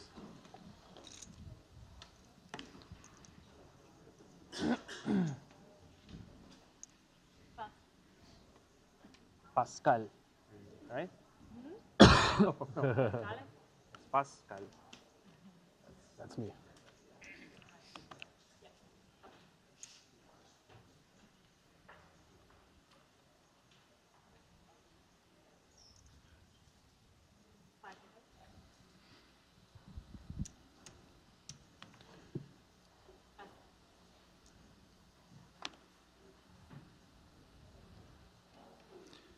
Cowboys.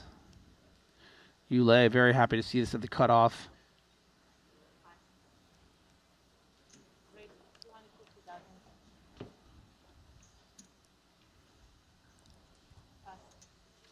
Is he gonna get action? Maybe they I can think come he by might. this Yeah. side. Jeez, he might even get all the action. I have one Yeah, red. it's easy. Fedor's got a hand that can easily reshove. Especially because it's just 21 Coleman's effective, right? Coleman's on 20 big blinds in the big. 3 million. There you go, Yule. Prime position to double up.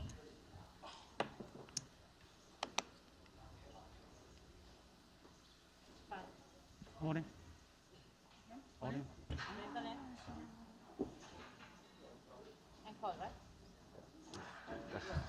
Yes, he calls. Yeah. Yes, he calls. As a matter of fact, he hasn't matched my 3 million, so he needs to put in his car keys. All right, over to the rail for Yule. Say sweat this spot. Heavy favorite. 81% of the time, Yule will be scooping this. On pace on this flop.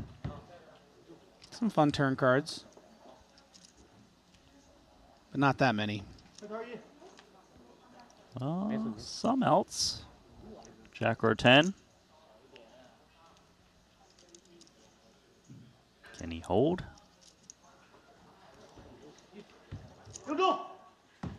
There we go for Yule, up to 4.8 million in chips. Fedor Holtz down to 2.2. As Saliba facing a big bet here from Leon Sturm. I mean, we can make some assumptions about this hand, not only because of what we see is on the with the bet, but also on the left there we can see Saliba opening, Leon making the call on the button, Saliba check calling, and check calling again. Yeah, not playing particularly deep here. Looks like Leon started the hand with exactly 20 big blinds. And that's a brutal river, by the way, for Leon Sturm. Less credible representing a jack. Yeah. So really you're just representing, at this point, pure traps, which Saliba blocks with ace-king. Yeah, that's right. He could have pocket aces or pocket kings in this pre-flop spot. But when he doesn't, he is hoping to represent that he had a jack.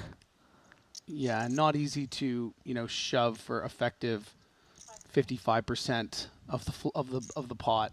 I and mean, get a hand like nines to fold, or an ace-8 or... Leon, a very high-level thinker, plays a lot of tough tournaments online. He's used to figuring out what hands are supposed to bluff in complicated spots. I'm sure that he's thinking right now through proper suit selection, proper frequency.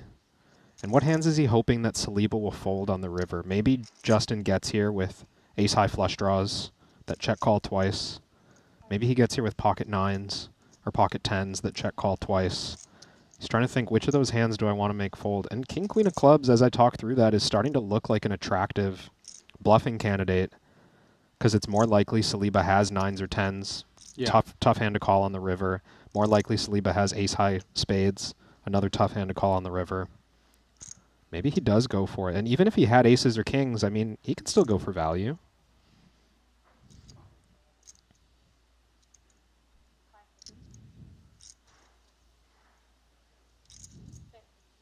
He does give it up.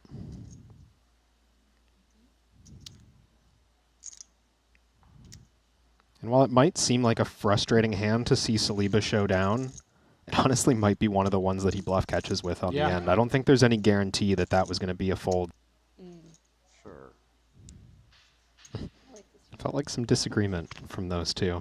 They're just like, oh, I'm with you. agree to disagree. Yeah. Painful one to just have queens or whatever and be like, how did I not? How did like Yeah, I big know. blind jam get through? Not even forward.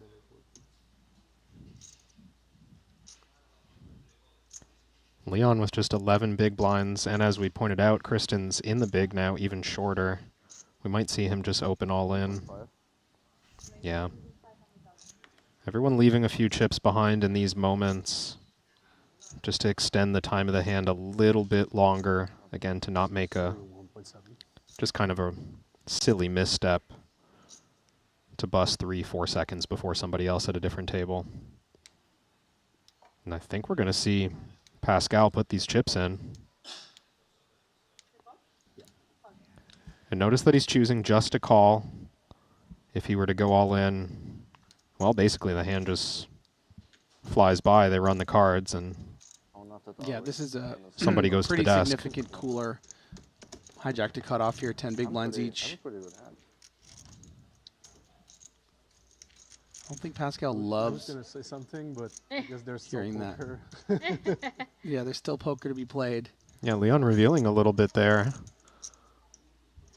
Not that there's many chances for someone to get away from 7% of the pot, you know what? but Pascal does hit that jack, and I think what it says to me by pretty good hand is ace jack 9s plus, maybe 8s plus.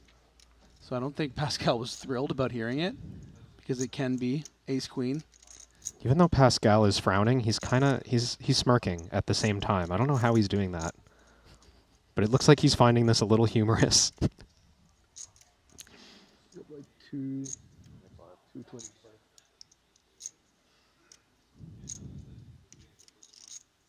You might not bet the entire 225, right? Well, Pascal verifying that he covers, so he knows he doesn't need to spend extra time. Yeah, queens or kings, and Leon is going to take a huge lead in this pot, but right now, good fortune for Lefrancois. I believe in Leon. I think it's coming.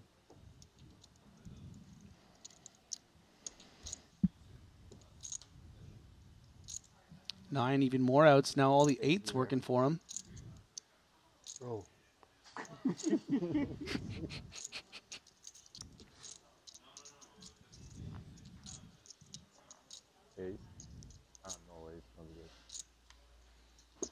Four spades, not going to do it. GG, Leon. Leon Sturm is eliminated in 21st. Seems to be deep in every one of these things. One of the best players in the world. That Shilko saw something to his left from John Ander preemptively, or do you Small think that this was entirely based on Lei Yu just having a tight image? Non-zero chance, but yeah, I think it was much more about what he was. I mean, it's so hard to pick up a read like that in just a quick moment. I mean, like, I could do it. But Shilko. But, you know, that's why I'm in the booth, because I'm too good.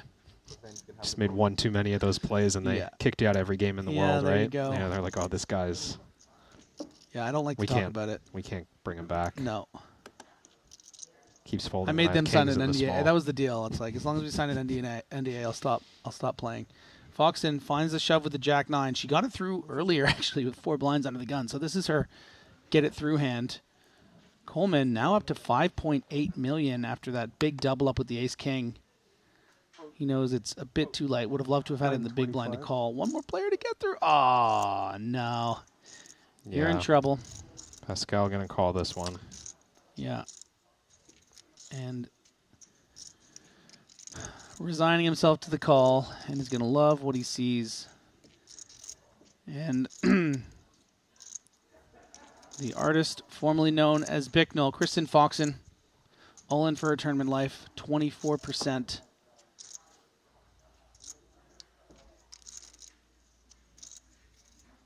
But there are 9s out there. They do exist.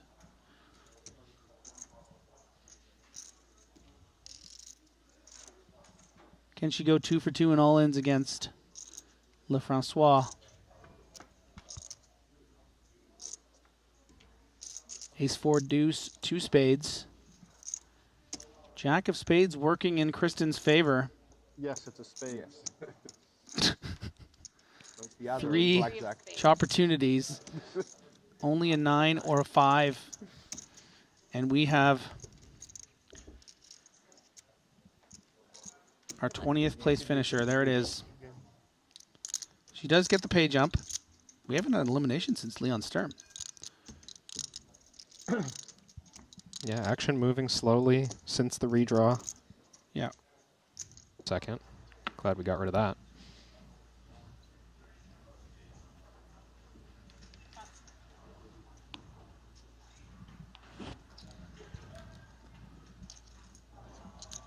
Couple 6s for the man from Turkey. 425.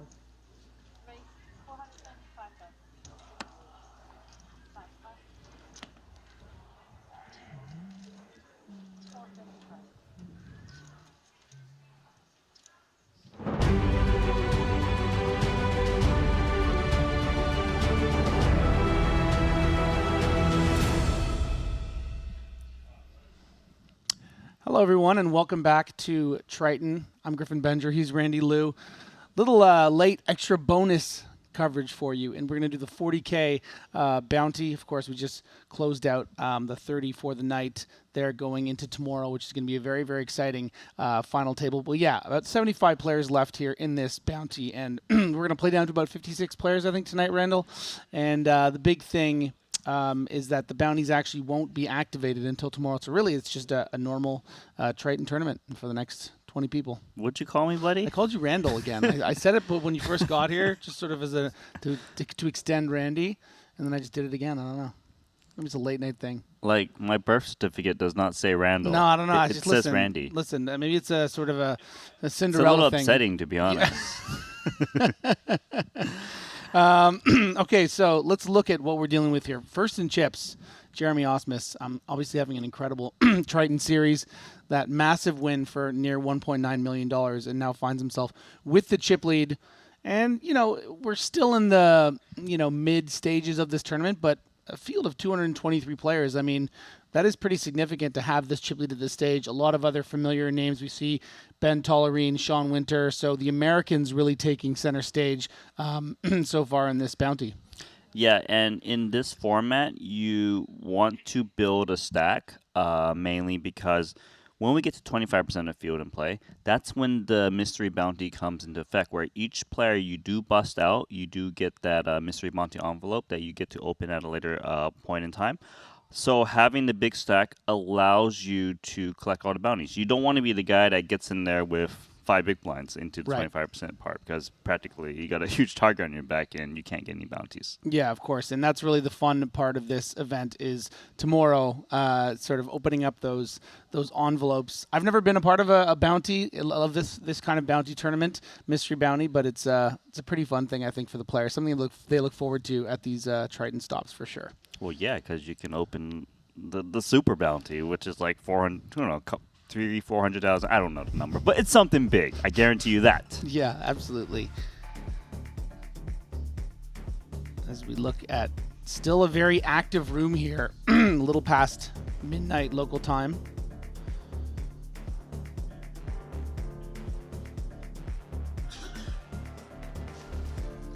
So these are going to be our 2 featured tables. Vogel saying, captain on the blue table, Smooth Million Chips over there. Will be followed with Chris Brewer.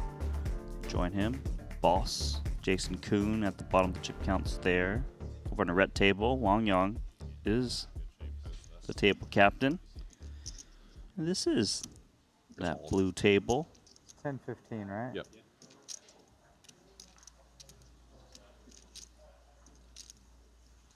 All in. Jason's all in with ace queen. He's short. 190. 13 big blinds. Yes, sir. 14 big blinds.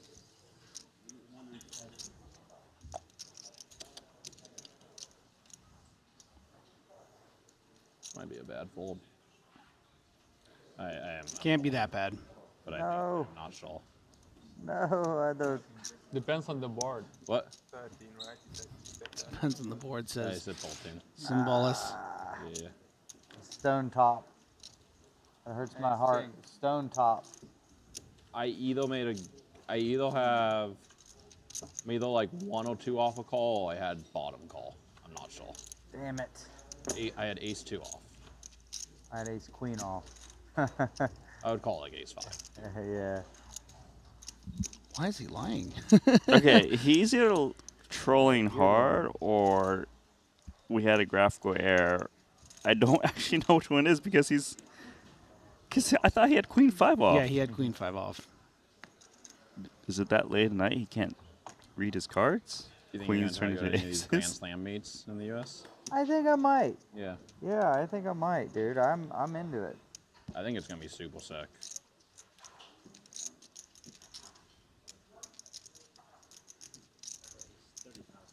Kuhn going to come in for a min raise here with this suited king blocker.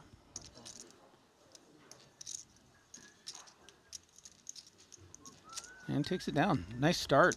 Yeah, dude. I think we should, especially with Devin running. We should go support him. I mean, yeah. It's gonna be so. They're gonna be so sick. Is it change, please? Yes, sir. Thank you.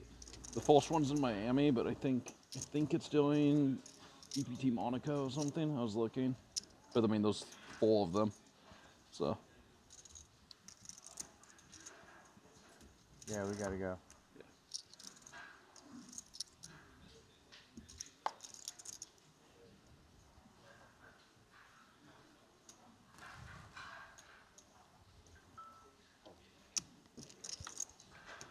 Just looking for 3 in a row. Monaco is cool place. Oh, yeah. I mean, I love Monaco. It will be decent weather as well. I'm not gonna skip. Where? Monaco? Monaco? Yeah, I'm not gonna skip going to Monaco. It's gonna be really big. Everyone's going to try Montenegro. Yeah, Wow. Oh, it's right And after? the boss with Yeah, it's EPT Lady Monaco, Gaga, Lady Gaga. Montenegro. 2 queens. Big cooler for Jason Kuhn here.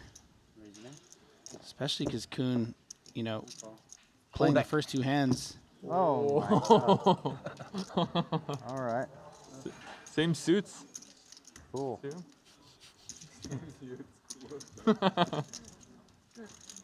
Short stack violence.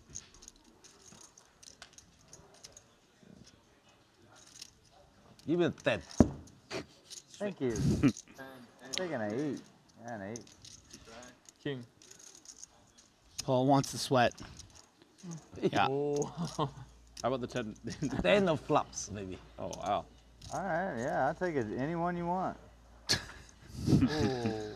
Not a good game. 210. Like, if I'm going to give someone a sweat, I'm going to give them a jack, maybe, on a turn. I don't really want to give them too many Call that a outs. sweat? Hey, it would be a 1-outer. You hit that. So Jason on crumbs now.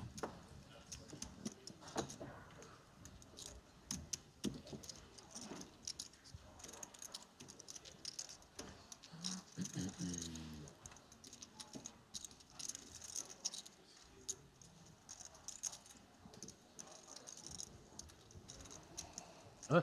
How come the player can increase 71 become 72? Yeah, jumping. Someone registered. Who just jumped in? They're not sure if someone's out or not. They That's It's questionable. Jason, because he's only got 65K left. He's got the whole blue getup going on, chips included. Well, he's on the blue feature table. He had another get up ready. He had the red ready. Were you on that table? All right, he's going to jam 10-9 offsuit under the gun. Yeah, and Vogelsang with quite a big stack of about 70 big blinds.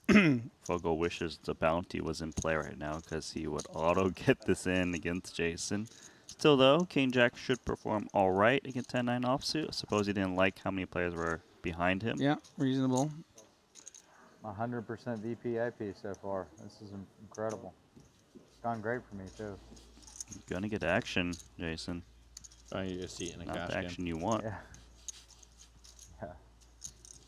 Ooh. All right. Whoa. And give him Oh! I'll give you a spin. Big fold. Yeah, surprising fold for 4 big blinds. Paul's not going to be happy. Take it back. Oh, I take it back. no. I have the best head.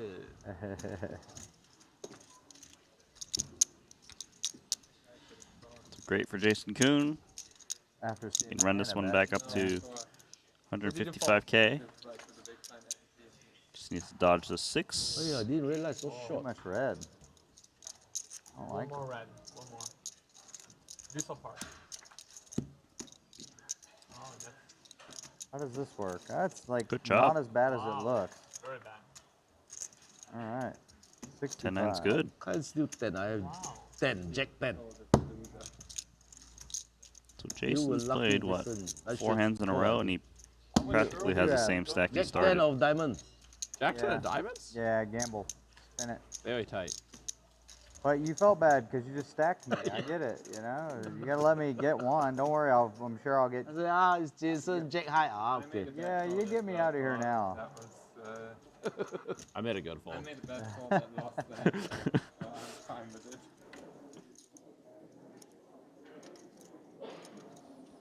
Over to the red table. Tobias Schweck opened it.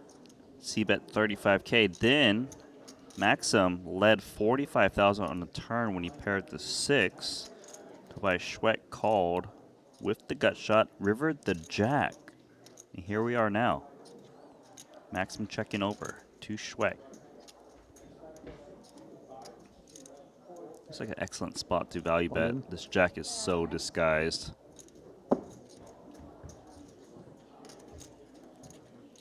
It's gone all in. Slight overbet. Just going to finish breaking the table. All players should now receive 2 red time marks, each for 10 seconds.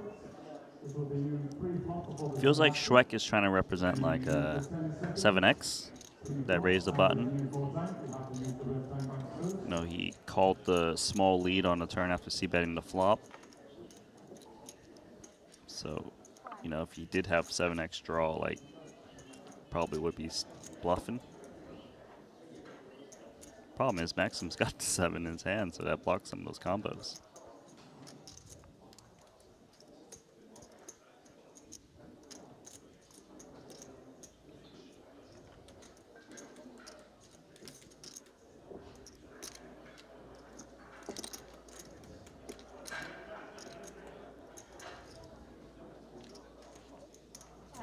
And given that Tobias was on the button, it's not unreasonable that he could have a lot of value, right? A lot of pocket pairs. Even like an ace-9, king-9 can confidently jam with the action so far.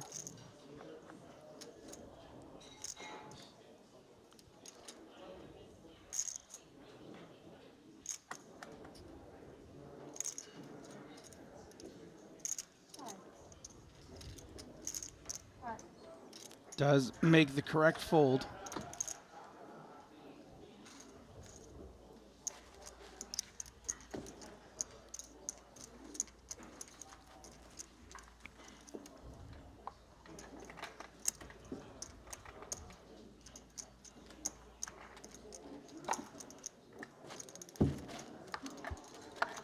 哎，怎么之前这个也是红的呢？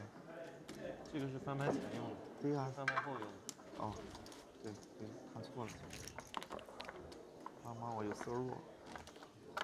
红利可不行。翻牌前也可以用这个吗？用那个。一定只能用这个，这个没有了呢。第一个启动的时候用这个。就是这个没有了就不能试卡了。就用这个。哦，还是可以说。但是先得用那个。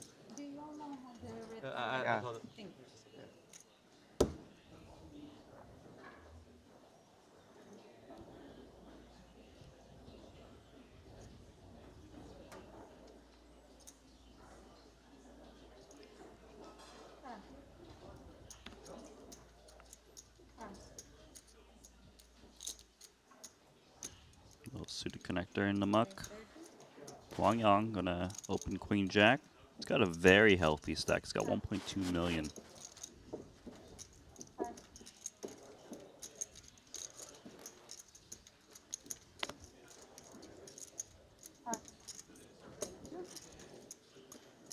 Boris Angelov, very strong player.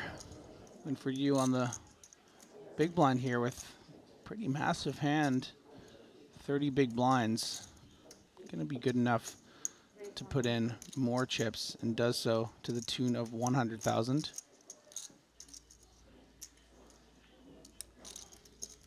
Yeah, Winfred already had one final table the other day. Got 4th.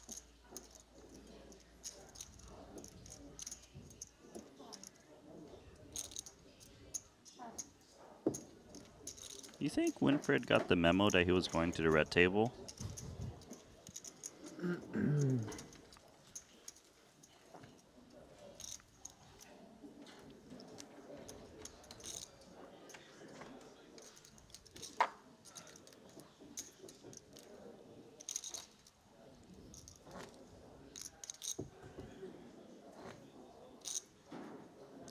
Can't spell Winfred without red. Is that right? Ah, you're right.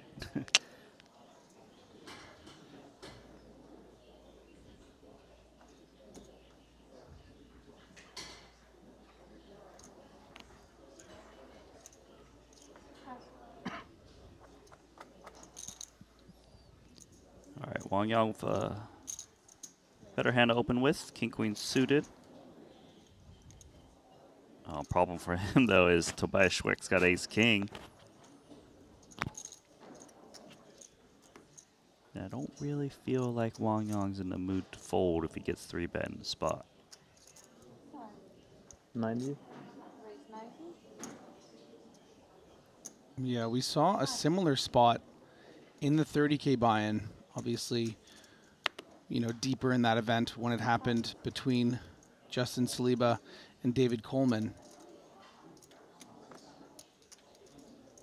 You'd have to imagine at this stage of the tournament and being a little bit deeper, Yang is going to always continue here, just whether that's as a call or as a 32 big blind shove. Probably lean more call, right? But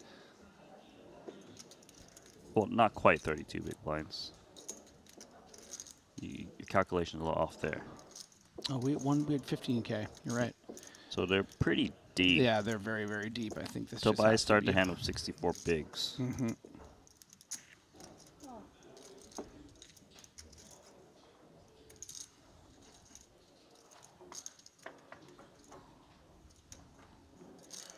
Great flop for Wang Yang. Yeah, and Tobias is going to have to sweat a spade. He is the pre-flop raiser, 753 texture. Could start off with a bet. Ace of spades is very helpful. Sometimes we see players check. Yeah, just a little difficult if you do decide to take that check line to be balanced with your strong overpairs that you would almost exclusively always bet, you know, wanting to get value from those smaller pairs. So 1/3 is the C bet from Tobias.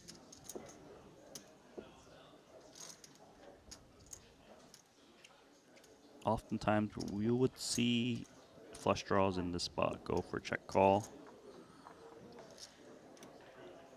Time coming in, contemplating, is it worthy of a raise? Advantage of raising, of course, is you can put a lot of pressure on these ace highs that are beating king queen. And again, if your opponent does have that overpair though, could be putting in a lot of chips. 250. He's gonna go check raise. 250. And this is really nice against this hand, ace king.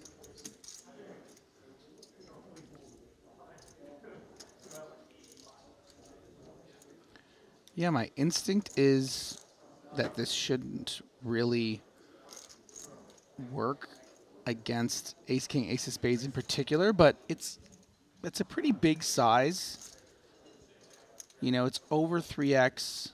The water gets very murky down the streets if you start calling this big check raise, and the pot becomes quite inflated. I mean, we're going to look at a pot that is close to 800,000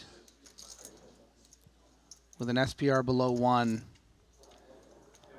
Yeah, ace king really does feel like it's the best hand. It's just scary because obviously you're unpaired, but Schweck shouldn't expect Wang Yang to be calling a 3-bet and check raising the flop with pocket pairs too often, I would think. You know, like 8s, 9s, 10s, they're probably just going to check call, right? They're not looking to play a massive pot. Yeah, I mean, Yang's playing, repping quite thin, right? You'd only really check raise for value sets in this spot, or, I mean... Pair flush draw maybe, like ace 5 of spades. Yeah. But nice takedown from Wang Yang. You know, it's just, sometimes you have that feeling like your opponent's making a move. Then you're looking down at your hand and you're like, am I really going to play like a 1.5 million chip pot all of a sudden with the soft bubble coming in? Because it is very important to get to the day 2 where the bounties do come in, especially off of Schweck's stack. So it's kind of like, I'll step aside, let you get away with this one. Over to blue table, blind versus blind, limp pot. Ryuta Nakai's got the jack of spades against Brewer's 5 of spades. Ryuta's gonna Put a little stab in there. Brewer might think his 5 of spades is live.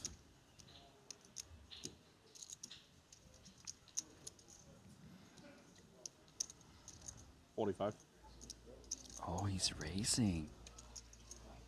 He just thinks that Ryuta is just taking a stab.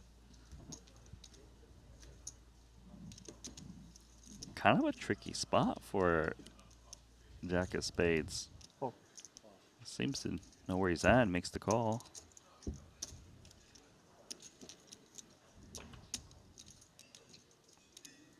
Gut shot acquired for Brewer.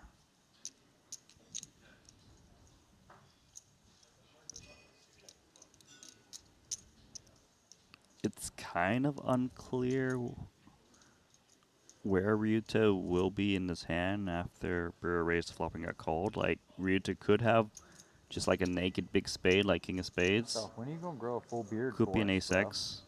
You got good scruff. You need to bring in Or the whole. some I wanna see marginal the stuff like fucking this, beard. which you can stab and Brewer, he's sharp. Yeah, I think he likes the interaction a little bit of that 3. I think part of the reason to raise this not so great hand is this is the kind of equity you can pick up if you get called. So probably wants to continue on this wheel draw creating card. If Nakai can continue here, that'd be pretty sick with the Jack of Spades. There's like 2 better flush draws, right? That Brewer might even be holding.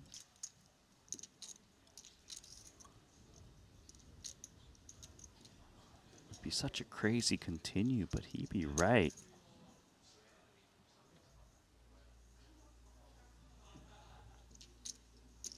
He's gonna lay down. Chris Brewer flexing.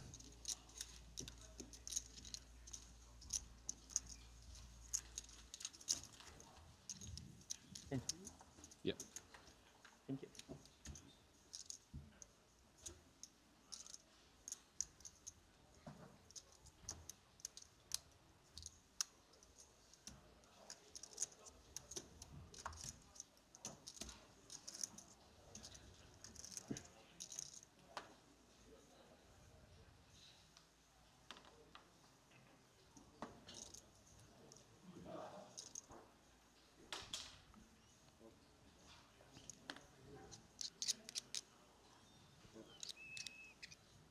Over to Christoph Vogelsang, Queen 9 off. Gonna put the hoodie up.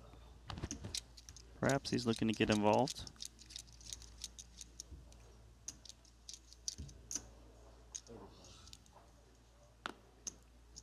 Indeed, he does.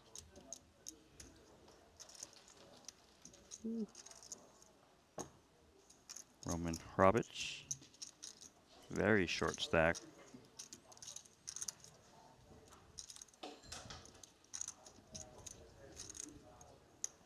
8-2 suited.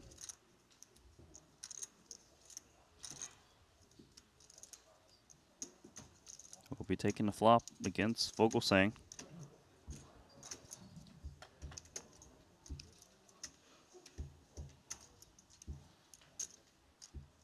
Not much for either player, but very favorable for Vogelsang, who is the pre-flop raiser, against a short stack that will be reshoving a decent amount of ace-x.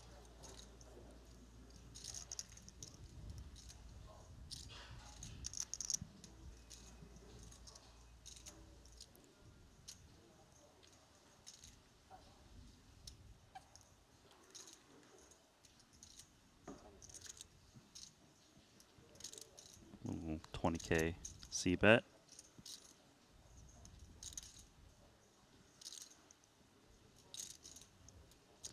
Roman, a pretty tough player. Does have some properties in this 8 deuce that maybe sometimes is interesting as a check raise. The backdoor flush, backdoor straight. Wow. Instead, check calls. This is very interesting. Hits the best hand. Vogelsang picks up a flush draw. Yeah, I guess Roman off of his stack wasn't comfortable check raising and committing a bit more. I guess the idea is he expects Vogelsang to c-bet range on this texture, and if it goes check on the turn, then he can just stab. But obviously now that he's improved to a pair of 8s, he's more looking to show it down.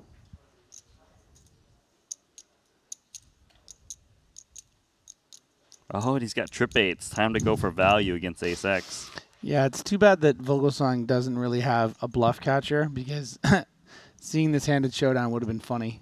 Yeah, I can be like, yeah, 8. Oh, 8 deuce.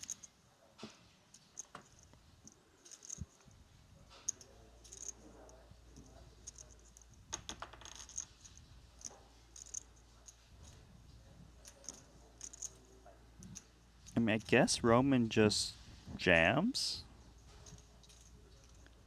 He's got north of 1 SPR. I guess if he's floating 8 deuce, he has a lot of other floats. So he can still have air in the spot despite some of that straightiness getting there and flush getting there.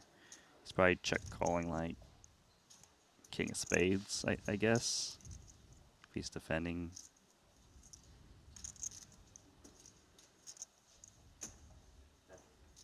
We put a 150 over pot, practically all in.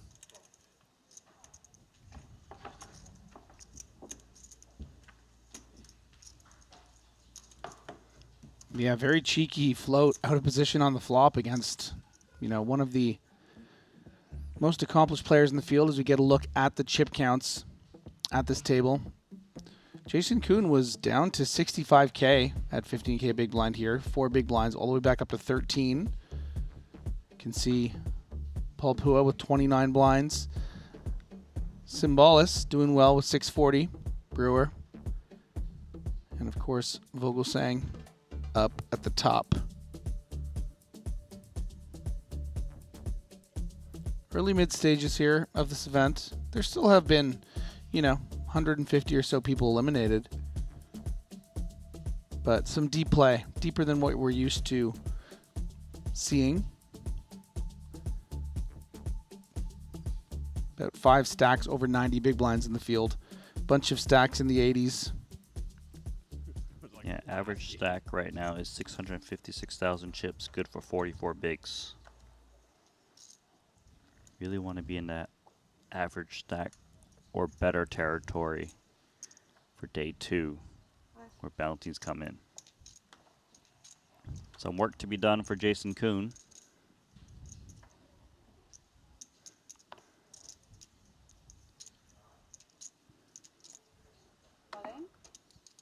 All I got. All you can eat.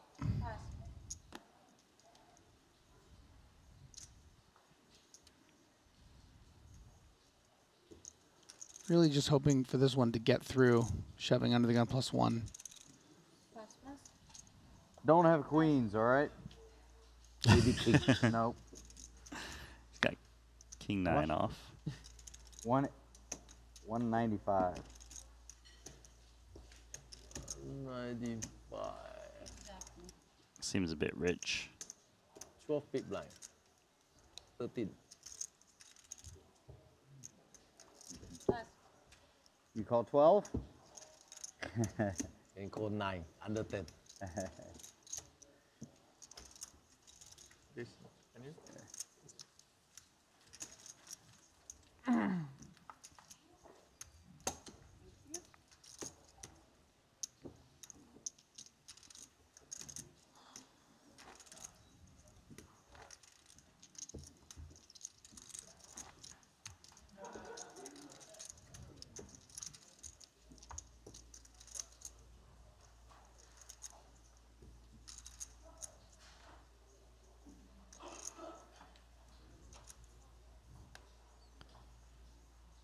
Jason now 7. It's actually been getting quite a lot of deck. Still though, chip's not doing so hot. Is going to go ahead and open.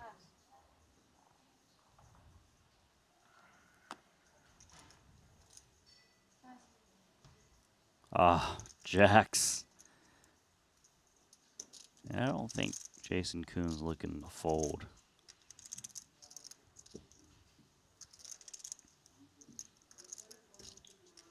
Should see a small 3-bet in position. Yeah, I mean, I don't think Jason Kuhn is going to be thrilled to see this 3-bet. Not going to be a lot of 3-bet folds. Not, you know, I don't think there's a lot of raggy aces or king jack offs that are necessarily going to attack this to then fold. It's more leaning to hands, I think, that are prepared to get in. And that does include a portion of the range that, of course, you're flipping against. You can see Jason maybe deducing that and saying, you know what, I'll call 45 more, maybe get a board that I can get married to and hopefully be up against an ace-king, ace-queen, maybe an ace-jack suited. And he does get that in the form of 9-9-5. So I think this is trouble for Jay Kuhn. Yeah, he's married to this flop. He's ready to... At least engaged, you know. No, he's ready to take this to the end. Yeah. And, yeah, Brewer's just going to stay balanced with a shove, and Kuhn sees the bad news. There are avenues, there are dark streets that Kuhn can walk down and maybe pick up a little 6 on the turn or an 8. So there are worse boards. 9-9-3 would have been worse. 10 changes nothing though. This marriage is about to end.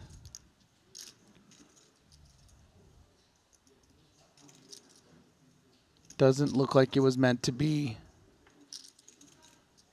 I think we should see other people. Good luck, guys. All right. That's the end of Jason Kuhn. Have to wait for tomorrow's event.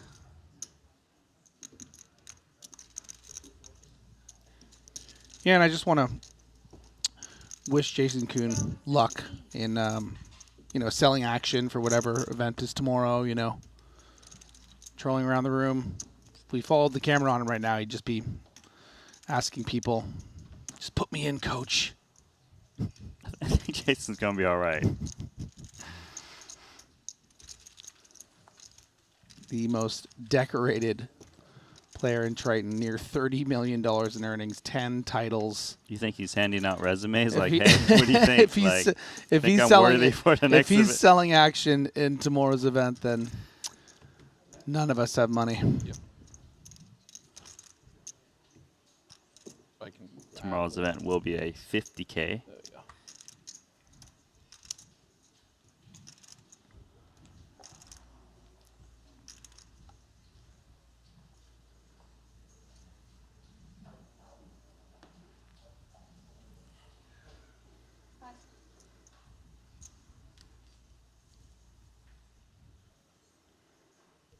Snowman.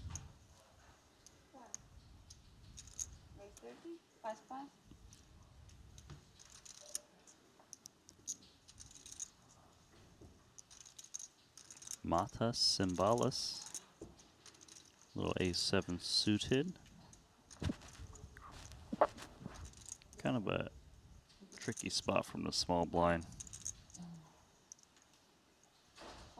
Sides on flat. It just seems like a little weak to outright fold, but maybe a bit excessive to 3-bet off of 40 bigs. So finds the lower variance route.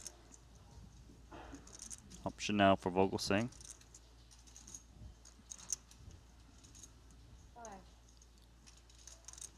Hearts would be a problem for Vogel.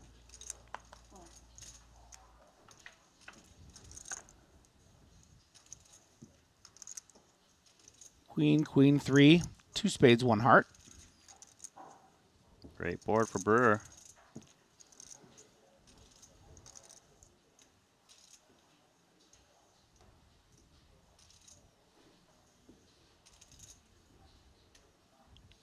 Action is on Matas.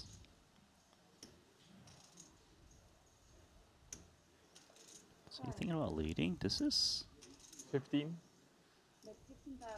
very peculiar. A min bet lead into 3 players. Yeah. Very small bet. Huh.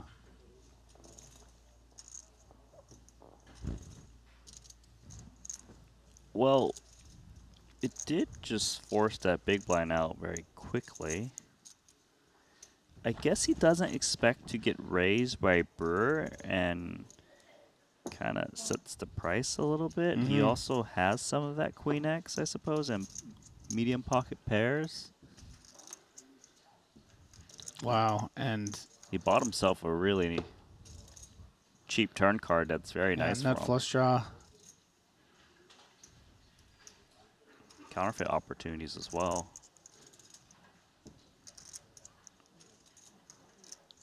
Yeah, I guess the problem is that flop bet, and please pardon the late night pun, but what it symbolizes is something maybe more like a pocket fives or sixes, which wouldn't necessarily continue on this King of Hearts. I'll allow it.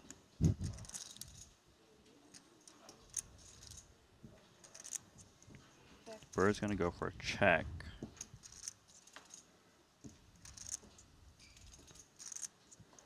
Blank does come in.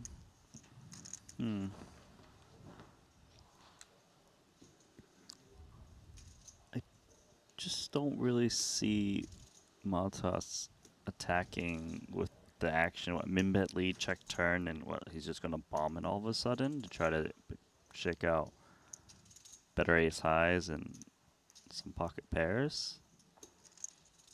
Yeah, that story wouldn't really check out. Wonder if Brewer can get some value of 2/8. It's interesting, right? I mean, Brewer could certainly have missed spades here. And if Symbolis happened to be leading on that flop with, let's say, hypothetically, we were talking about the hands like fives or sixes. Of course, fives are full house, but something like sixes or fours, maybe an ace-3 suited, could bluff catch here.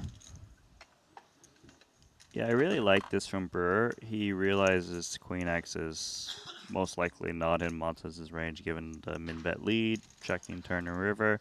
King X probably would seek value if Montez somehow hit that.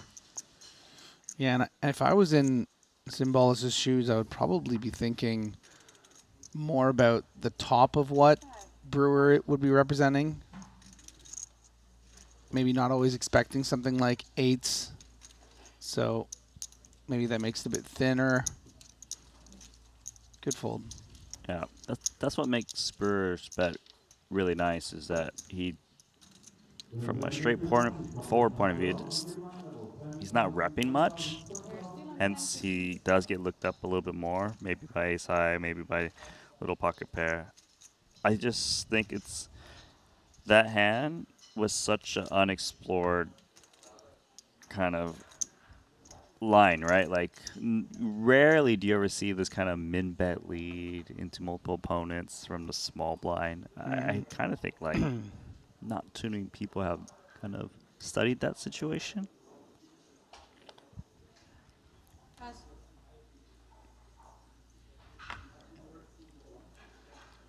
19 big blinds for Roman at the hijack. Hijack, king jack.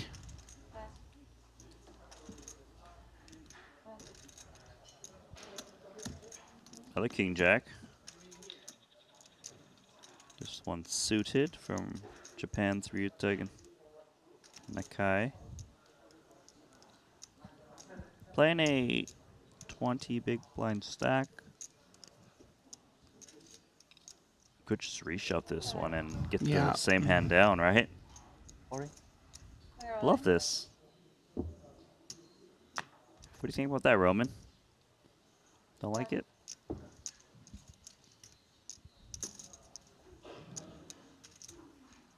Just pays to be aggressive pre-flop with shortish stacks. You know, you just pick it up uncontested, and when you get called, you're flipping a lot, or you're not too far behind. If they got like pocket pairs. Blinds going up. 10,000, 20,000, and a new player. This guy? Yeah, appears to be some sort of unknown with a Winamax patch. Unknown Spaniard. That's looks the weak. buzz. You're just in the middle of playing a poker tournament, and Blesnik just shows up, just like sits at your table with no chips and just starts having a conversation. He's like, he'll talk shit about the other guys at the table. Adrian Like, "This is Mateos. a good table." Adrian's playing the he's like, you know how good this guy is? What? I was saying the classic J.O. He sits at your table and he just like looks at you. He's like, do you know how good this guy is? You guys are drawing dead.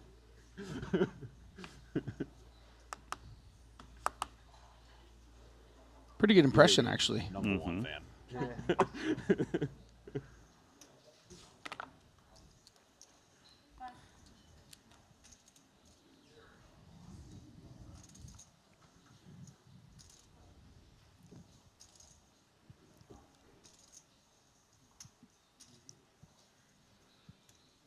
$45. Right, 45. Pass.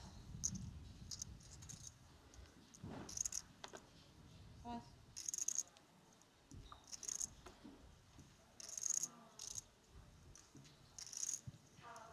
Pass. So Matas gonna open up Ace Jack. Oh. Brewdog's in there.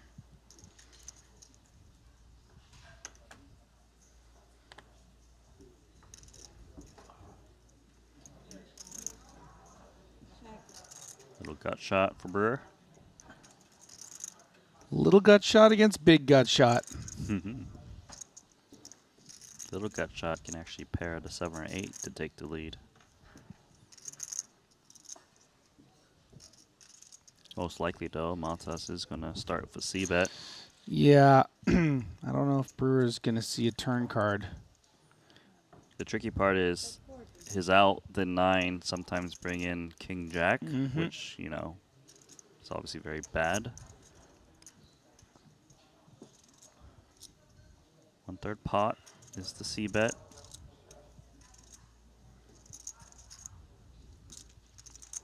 Let's see if Brewer's got the appetite to continue. Current stack is actually very healthy if he can get that through to day 2, 1.1 million. Brewer is going to call.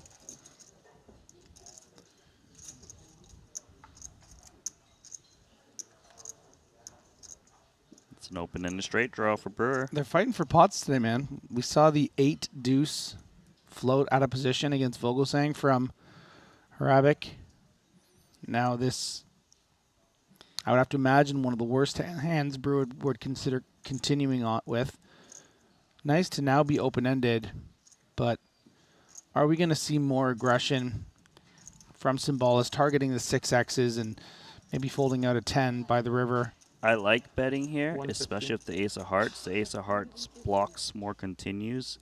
Plus, if you get called here again, you can actually jam pretty relentlessly on another heart. Just given that a lot of players aren't check calling a turn with hearts unless it's a pair flush draw, not like naked. So, yeah, love that double barrel. And it's kind of one of the problem is if you check call little gut shots against very aggressive opponents, you know, you don't really get to see that free river card as often.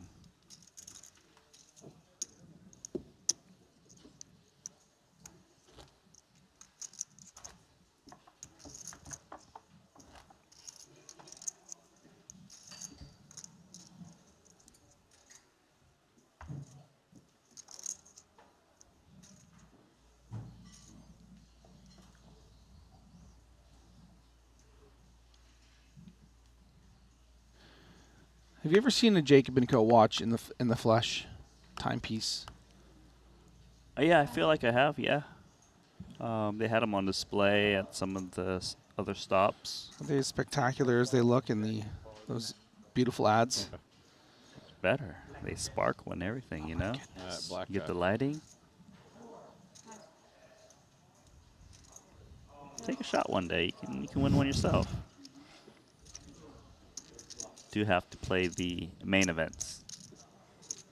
Can I count on you to buy some action, Randy? Mark down or what? Mark down. I'm a gambling man. Maybe I will. Maybe I will. Just to God, support you the are team. You know what I such a mean? degen. All right, Brewer's got king queen suited.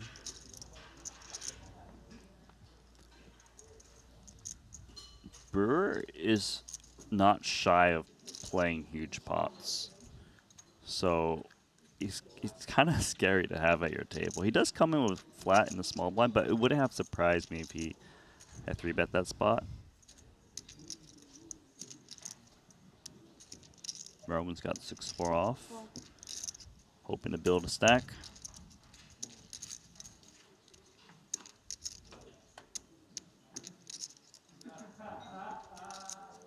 Check. 6-4 is Check. the best hand, Griffin.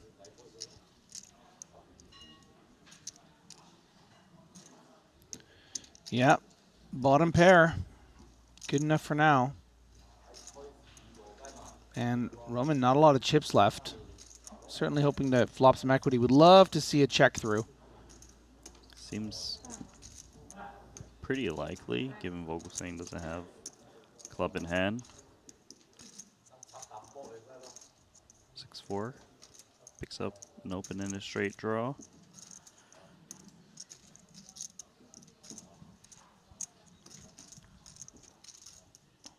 I'm not sure if Roman's going to stab at it, though, with 3 clubs out there.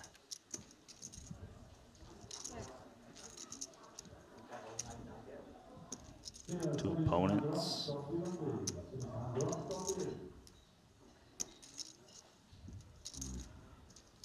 This window's like, please check through.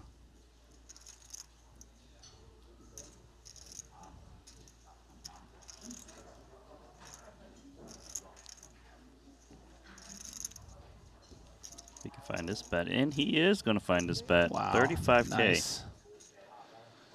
And is up it against the exact ranges he wants to be. This is cool. And this small bet leaves rope for him to maybe turn his hand into bluff if necessary. Plus it also sets the price, given the 3 clubs out there. That's cool. Work. He's a fighter. Folded. Jack of clubs, maybe. You have the other jack, right? Me? No. You? That why you bluffed because you thought. I didn't have a jack. Not in clubs, not in any other suit.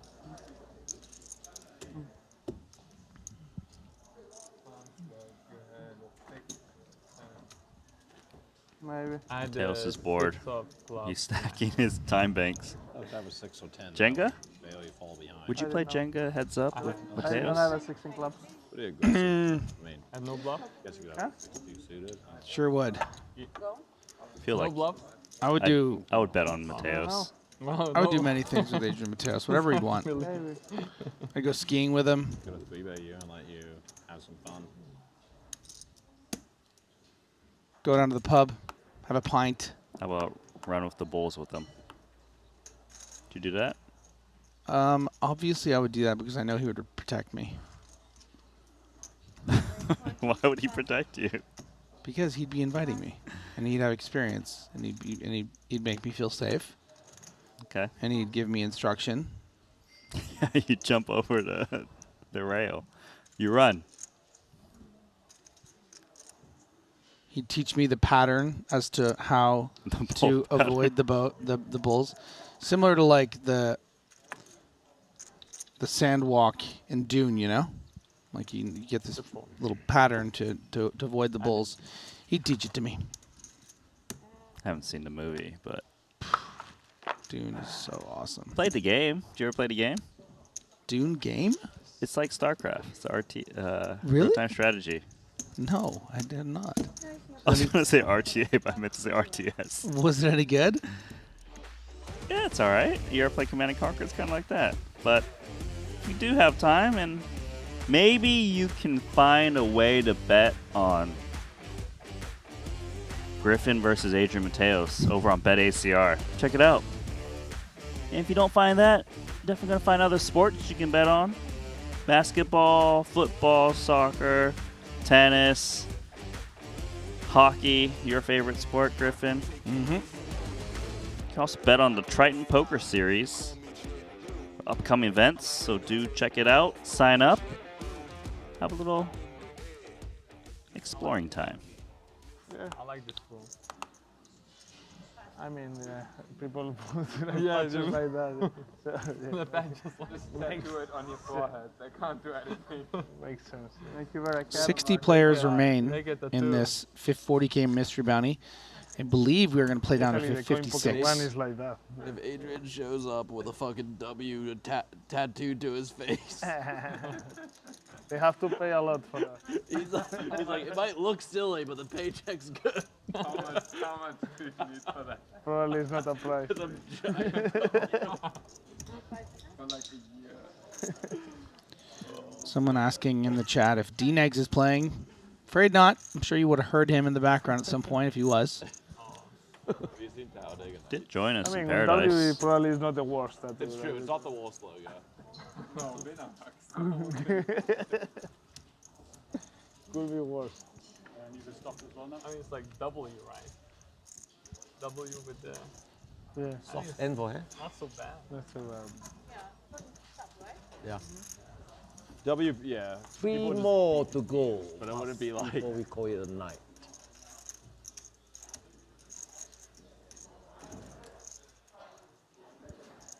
I'm supposed to be wearing a patch right now. I forgot. Go to pokercoaching.com if anyone's watching.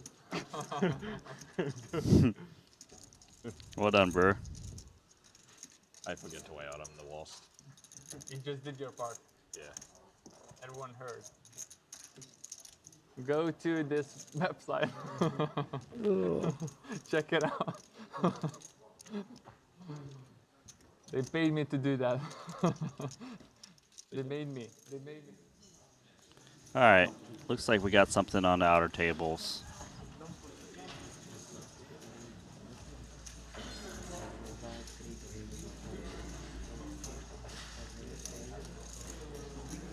See a raise from Leon Sturm, making it 40K. Wow, look at Joseph Chong going with the Stranger Things bowl cut. Suits him. I like it. Stranger Things bowl cut. Is that an actual thing? Well, it is. What he's rocking is like a bowl cut, which is not doesn't have, Stranger Things isn't the first place to do it, but it's one of the characters. Which character? Will Byers, right? Goes with the bowl cut. Oh, okay. There's Danny Tang, Nikita Batsiakowski. Quite a table here. He's got the Pikachu going on. So Nikita calls Leon Sturm's raise. Danny Tang with the squeeze to 175,000. All three players are sitting at least 800,000 chips deep. Original Razor's out, and Nikita's face says, "I'm out too." Take it, Danny Tang. He's got a little smirk on his face. How dusty is it? What is it? Ego player. Stop it. Ego, no more. I wouldn't expect it. Showed a card. Didn't get a good glimpse of it.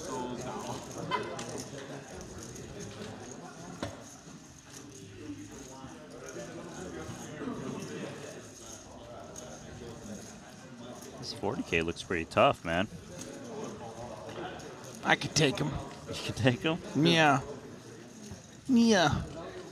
Unfortunate for you. Just give me a shot. Closed. You want to, I have an idea. Let's pull up some money, and let's just buy someone's envelope in the mystery bounty and just see if we can run it up. Oh, I guess we could do that. Amazing Couldn't we? format. Yeah. It's neutral EV. DKO, check it out.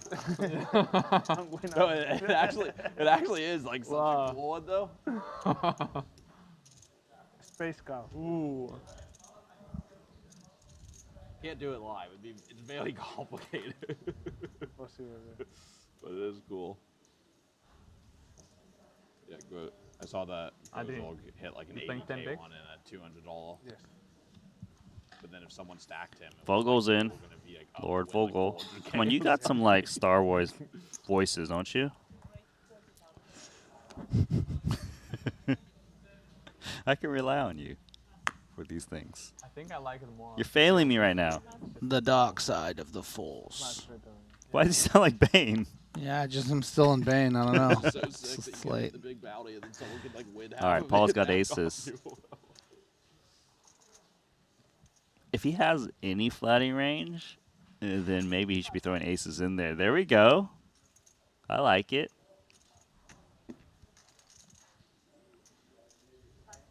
There were some cases that someone win like 100K See if bounty in a Vogel's got any alarm bells €10 going off tournament, or not. and then have like I don't know. I 50K kind of feel like bounty he's with falling for 2K it. on top, and people folding to him when he jumped like crazy.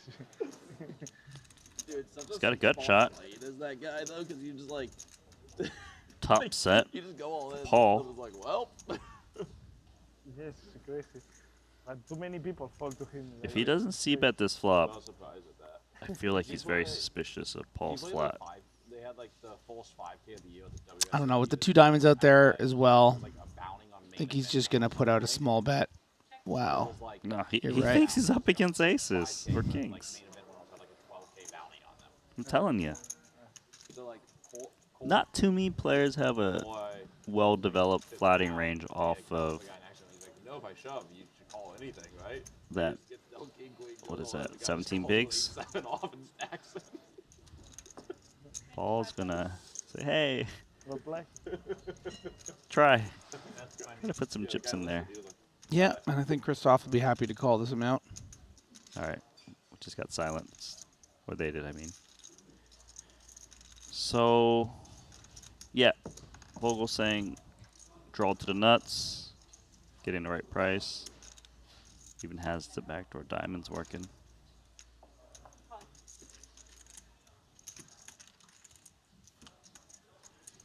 Ooh. See it?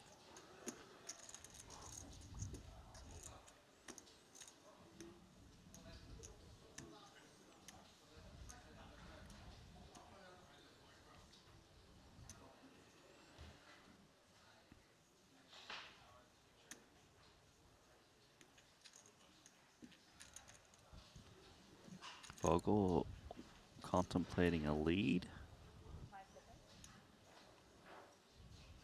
It's okay if you feel like your opponent will never raise you given the flush coming in. But if your opponent ever raises because they're short and they want to protect what's in the pot, it's a big disaster to open the betting to such large sizings.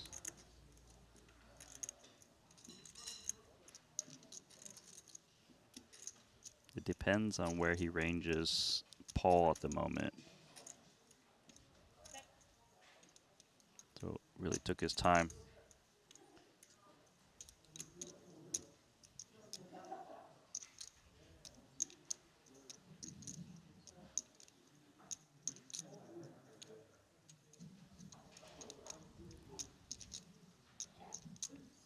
Paul just needs to protect against the diamond right now.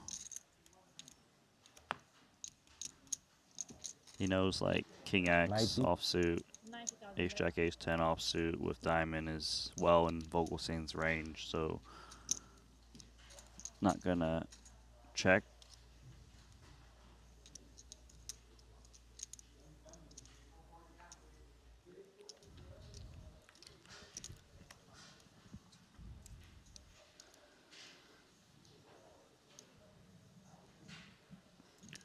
Vogelsang might think he has a bit of fold equity with a check shove, but not to the sort of pair of aces and better.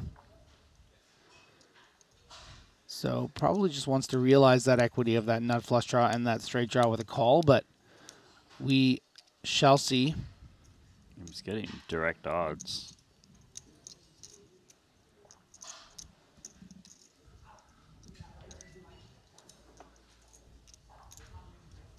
A check jam seems pretty excessive. All right, he's gonna try to spike it.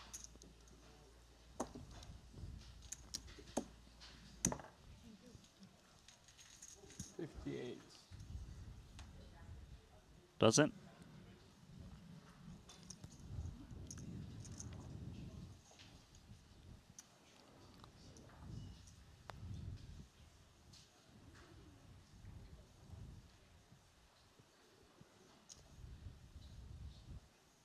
I mean, he's taking his sweet time, but it's not going to change anything here.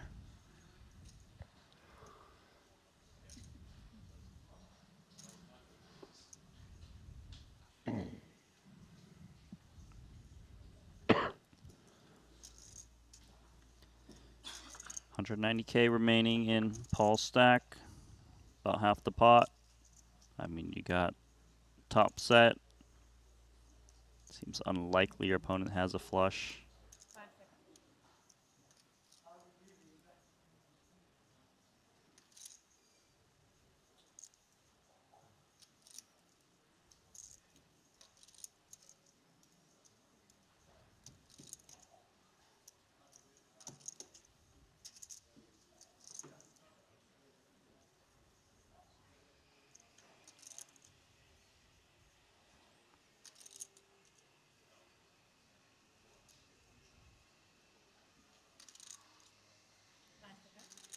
All right.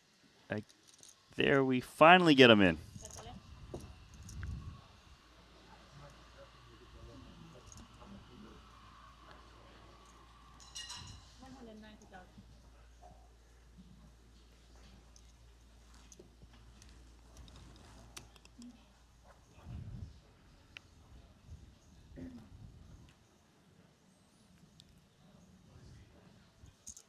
I mean, Vogel just has Queen Jack high, right? Yeah. Is beating Queen 10 and Jack 10.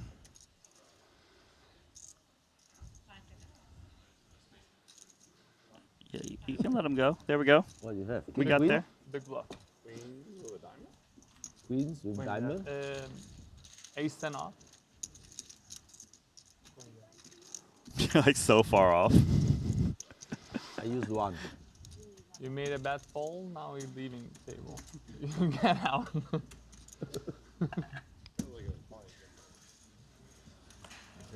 Oh, looks like we have another elimination. That's a quick walk off. He didn't do anything. Alex dealt a very good board for him. Fully loaded nachos after that pot. It's a good time to have fully loaded nachos. That was Stoyan Mandajiev, eliminated with ace-8 of clubs against Nacho's ace-jack, all in pre-flop. Stoyan had about 11 bigs. He made that jam. I feel like we behind other tables. I mean, we might be behind. The long hand. I mean, It's all good. and it's hand by hand. We don't need to rush. You don't want one more hand? Yeah, I'm good. I'm good. The check call. The check call into the. Yeah, tomorrow hope for bounty, yeah? Surprise. That one was pretty predictable. End of day bubble. We stop at 56. Yeah. Get some rest and give you a full day of coverage tomorrow. The 25K Global Slam final table, as well as continuing coverage of the mystery bounty. We will be giving away the bounties tomorrow. Very exciting. Opening of envelopes. Yeah, so a little soft bubble here because the regular payouts of the mystery bounty happen at 34 players, but the bounties come in at 56 players. You know, obviously the bounty makes up a pretty good portion of the prize pool, so you do want to get to that if you can. Mateos is the current shortest stack. He's sitting on 175,000, which is 9 bigs. At this featured table, as you see him fold. Coleman, Brewer trying to get one through here. The ace-5 under the gun. Yeah, this is kind of like him trying to pick up some chips for people trying to squeeze into the bounty bubble. Ryuta Nakai is going to come along with King-8 offsuit. His stack isn't doing too great going to tomorrow, so looking to build a little bit. Ace-5, though, is the best hand. 10-6-5 texture.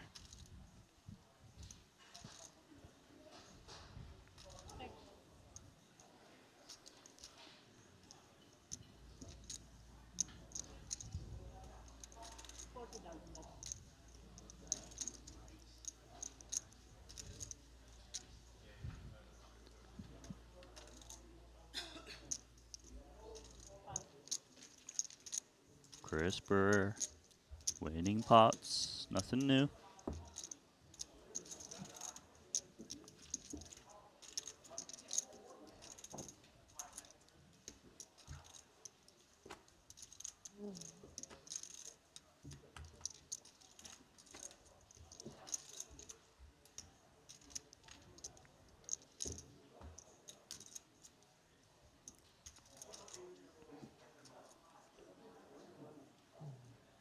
Looks like Vogel got moved off this table. Doesn't strike me as someone to miss hands.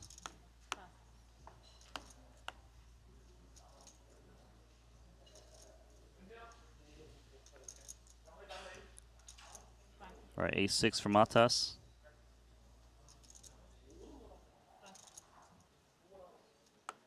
All right, Mateos, he's got to be in for 170,000. Yeah, 9 big blinds. Hoping to just get through or find a double.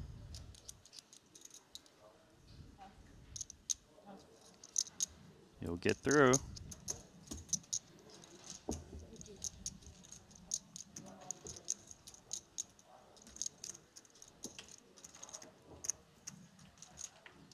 We done?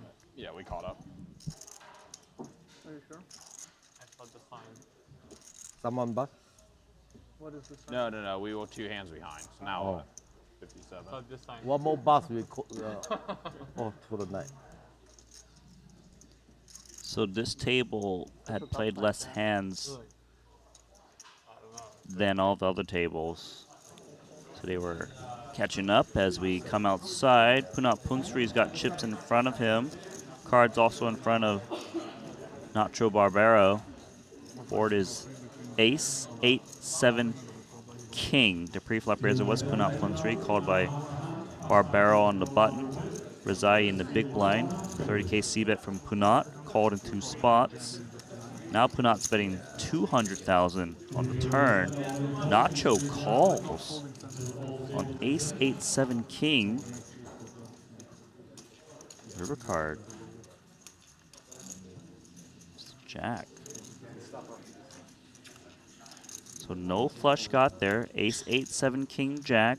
Punat pre-flop raiser. Bet flop small. Huge on the turn. As Rezai folds the turn. So now heads up on this river card.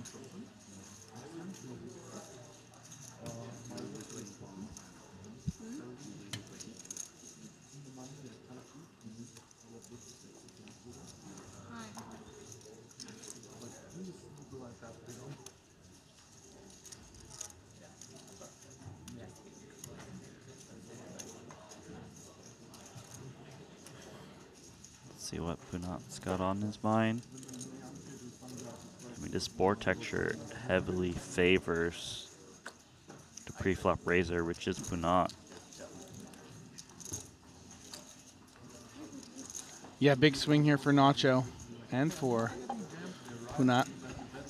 Punat's checking. I assume that's kind of that give-up kind of check, given the texture. If he had like Ace-King, he'd probably just keep barreling away. Maybe Ace-Queen plays cautious now that the Jack comes in, because he does lose to Ace-Jack. 10-9 got there. If that was in Nacho's range. Nacho can be very nutted here. He could have sets, 7s, 8s. Could have 2 pair like Ace-Jack. Seem reasonable. He's going to check. So Punat.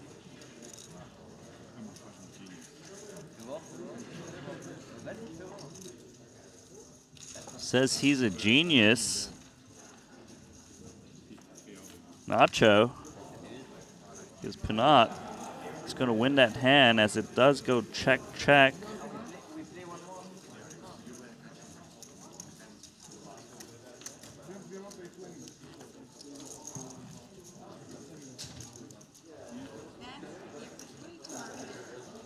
Not winning with 2 pair, king 8, turn 2 pair. But you are excellent player. You found the check there with 2 pairs.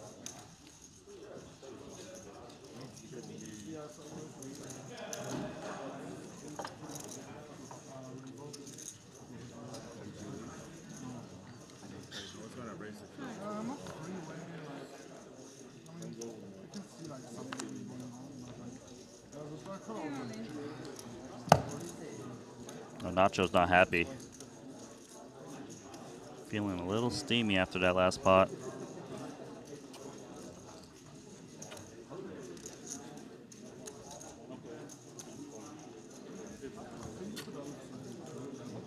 Hey, Lucas.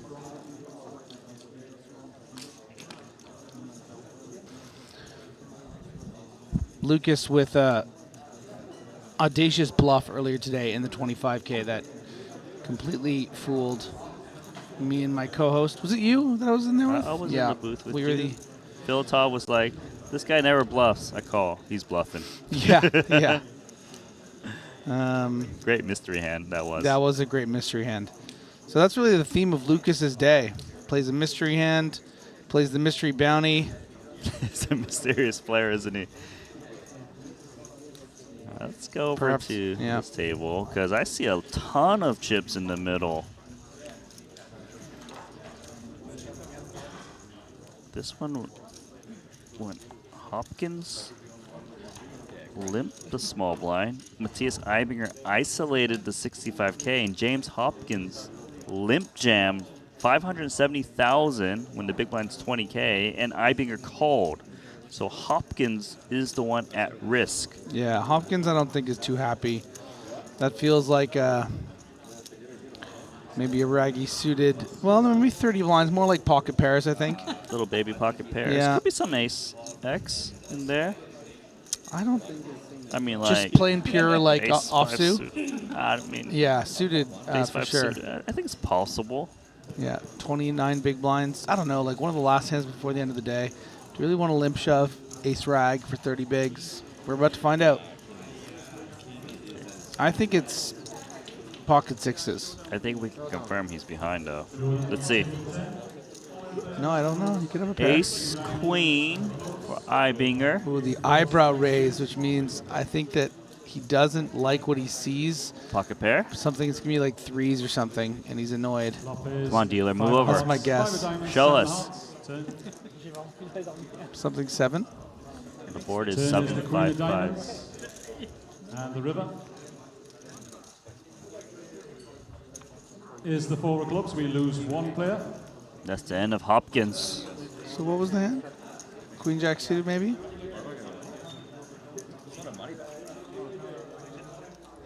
Love?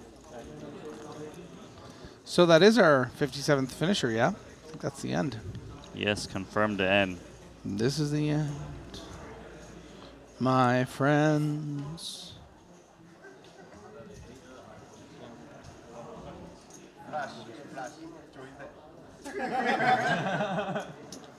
All in a call on the feature table. Table 16. Another all-in call. Yeah, queens against ace, deuce suited.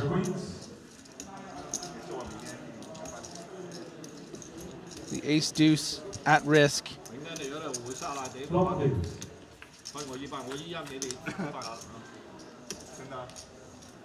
is king of hearts, 4 of spades and diamonds. And the turn. Winfred in great shape. The left pair needs to hit an ace on the river. River, please. And the river is 7 of spades. We lose another player. Another elimination. Yang Chong Shin is out. Congratulations. We're now 55 players, and everyone is through to day 2. That's They did it. They did it. So Hopkins limp jam king jack off into ace 29 queen. bigs. Yeah, that actually explains the reaction. It's kind of like, wow, It's You're like, really live. You're that live. And maybe this shouldn't have gotten in pre, but it did. Then we also lose China's Yangchan Xian, ace deuce of clubs. He was short though.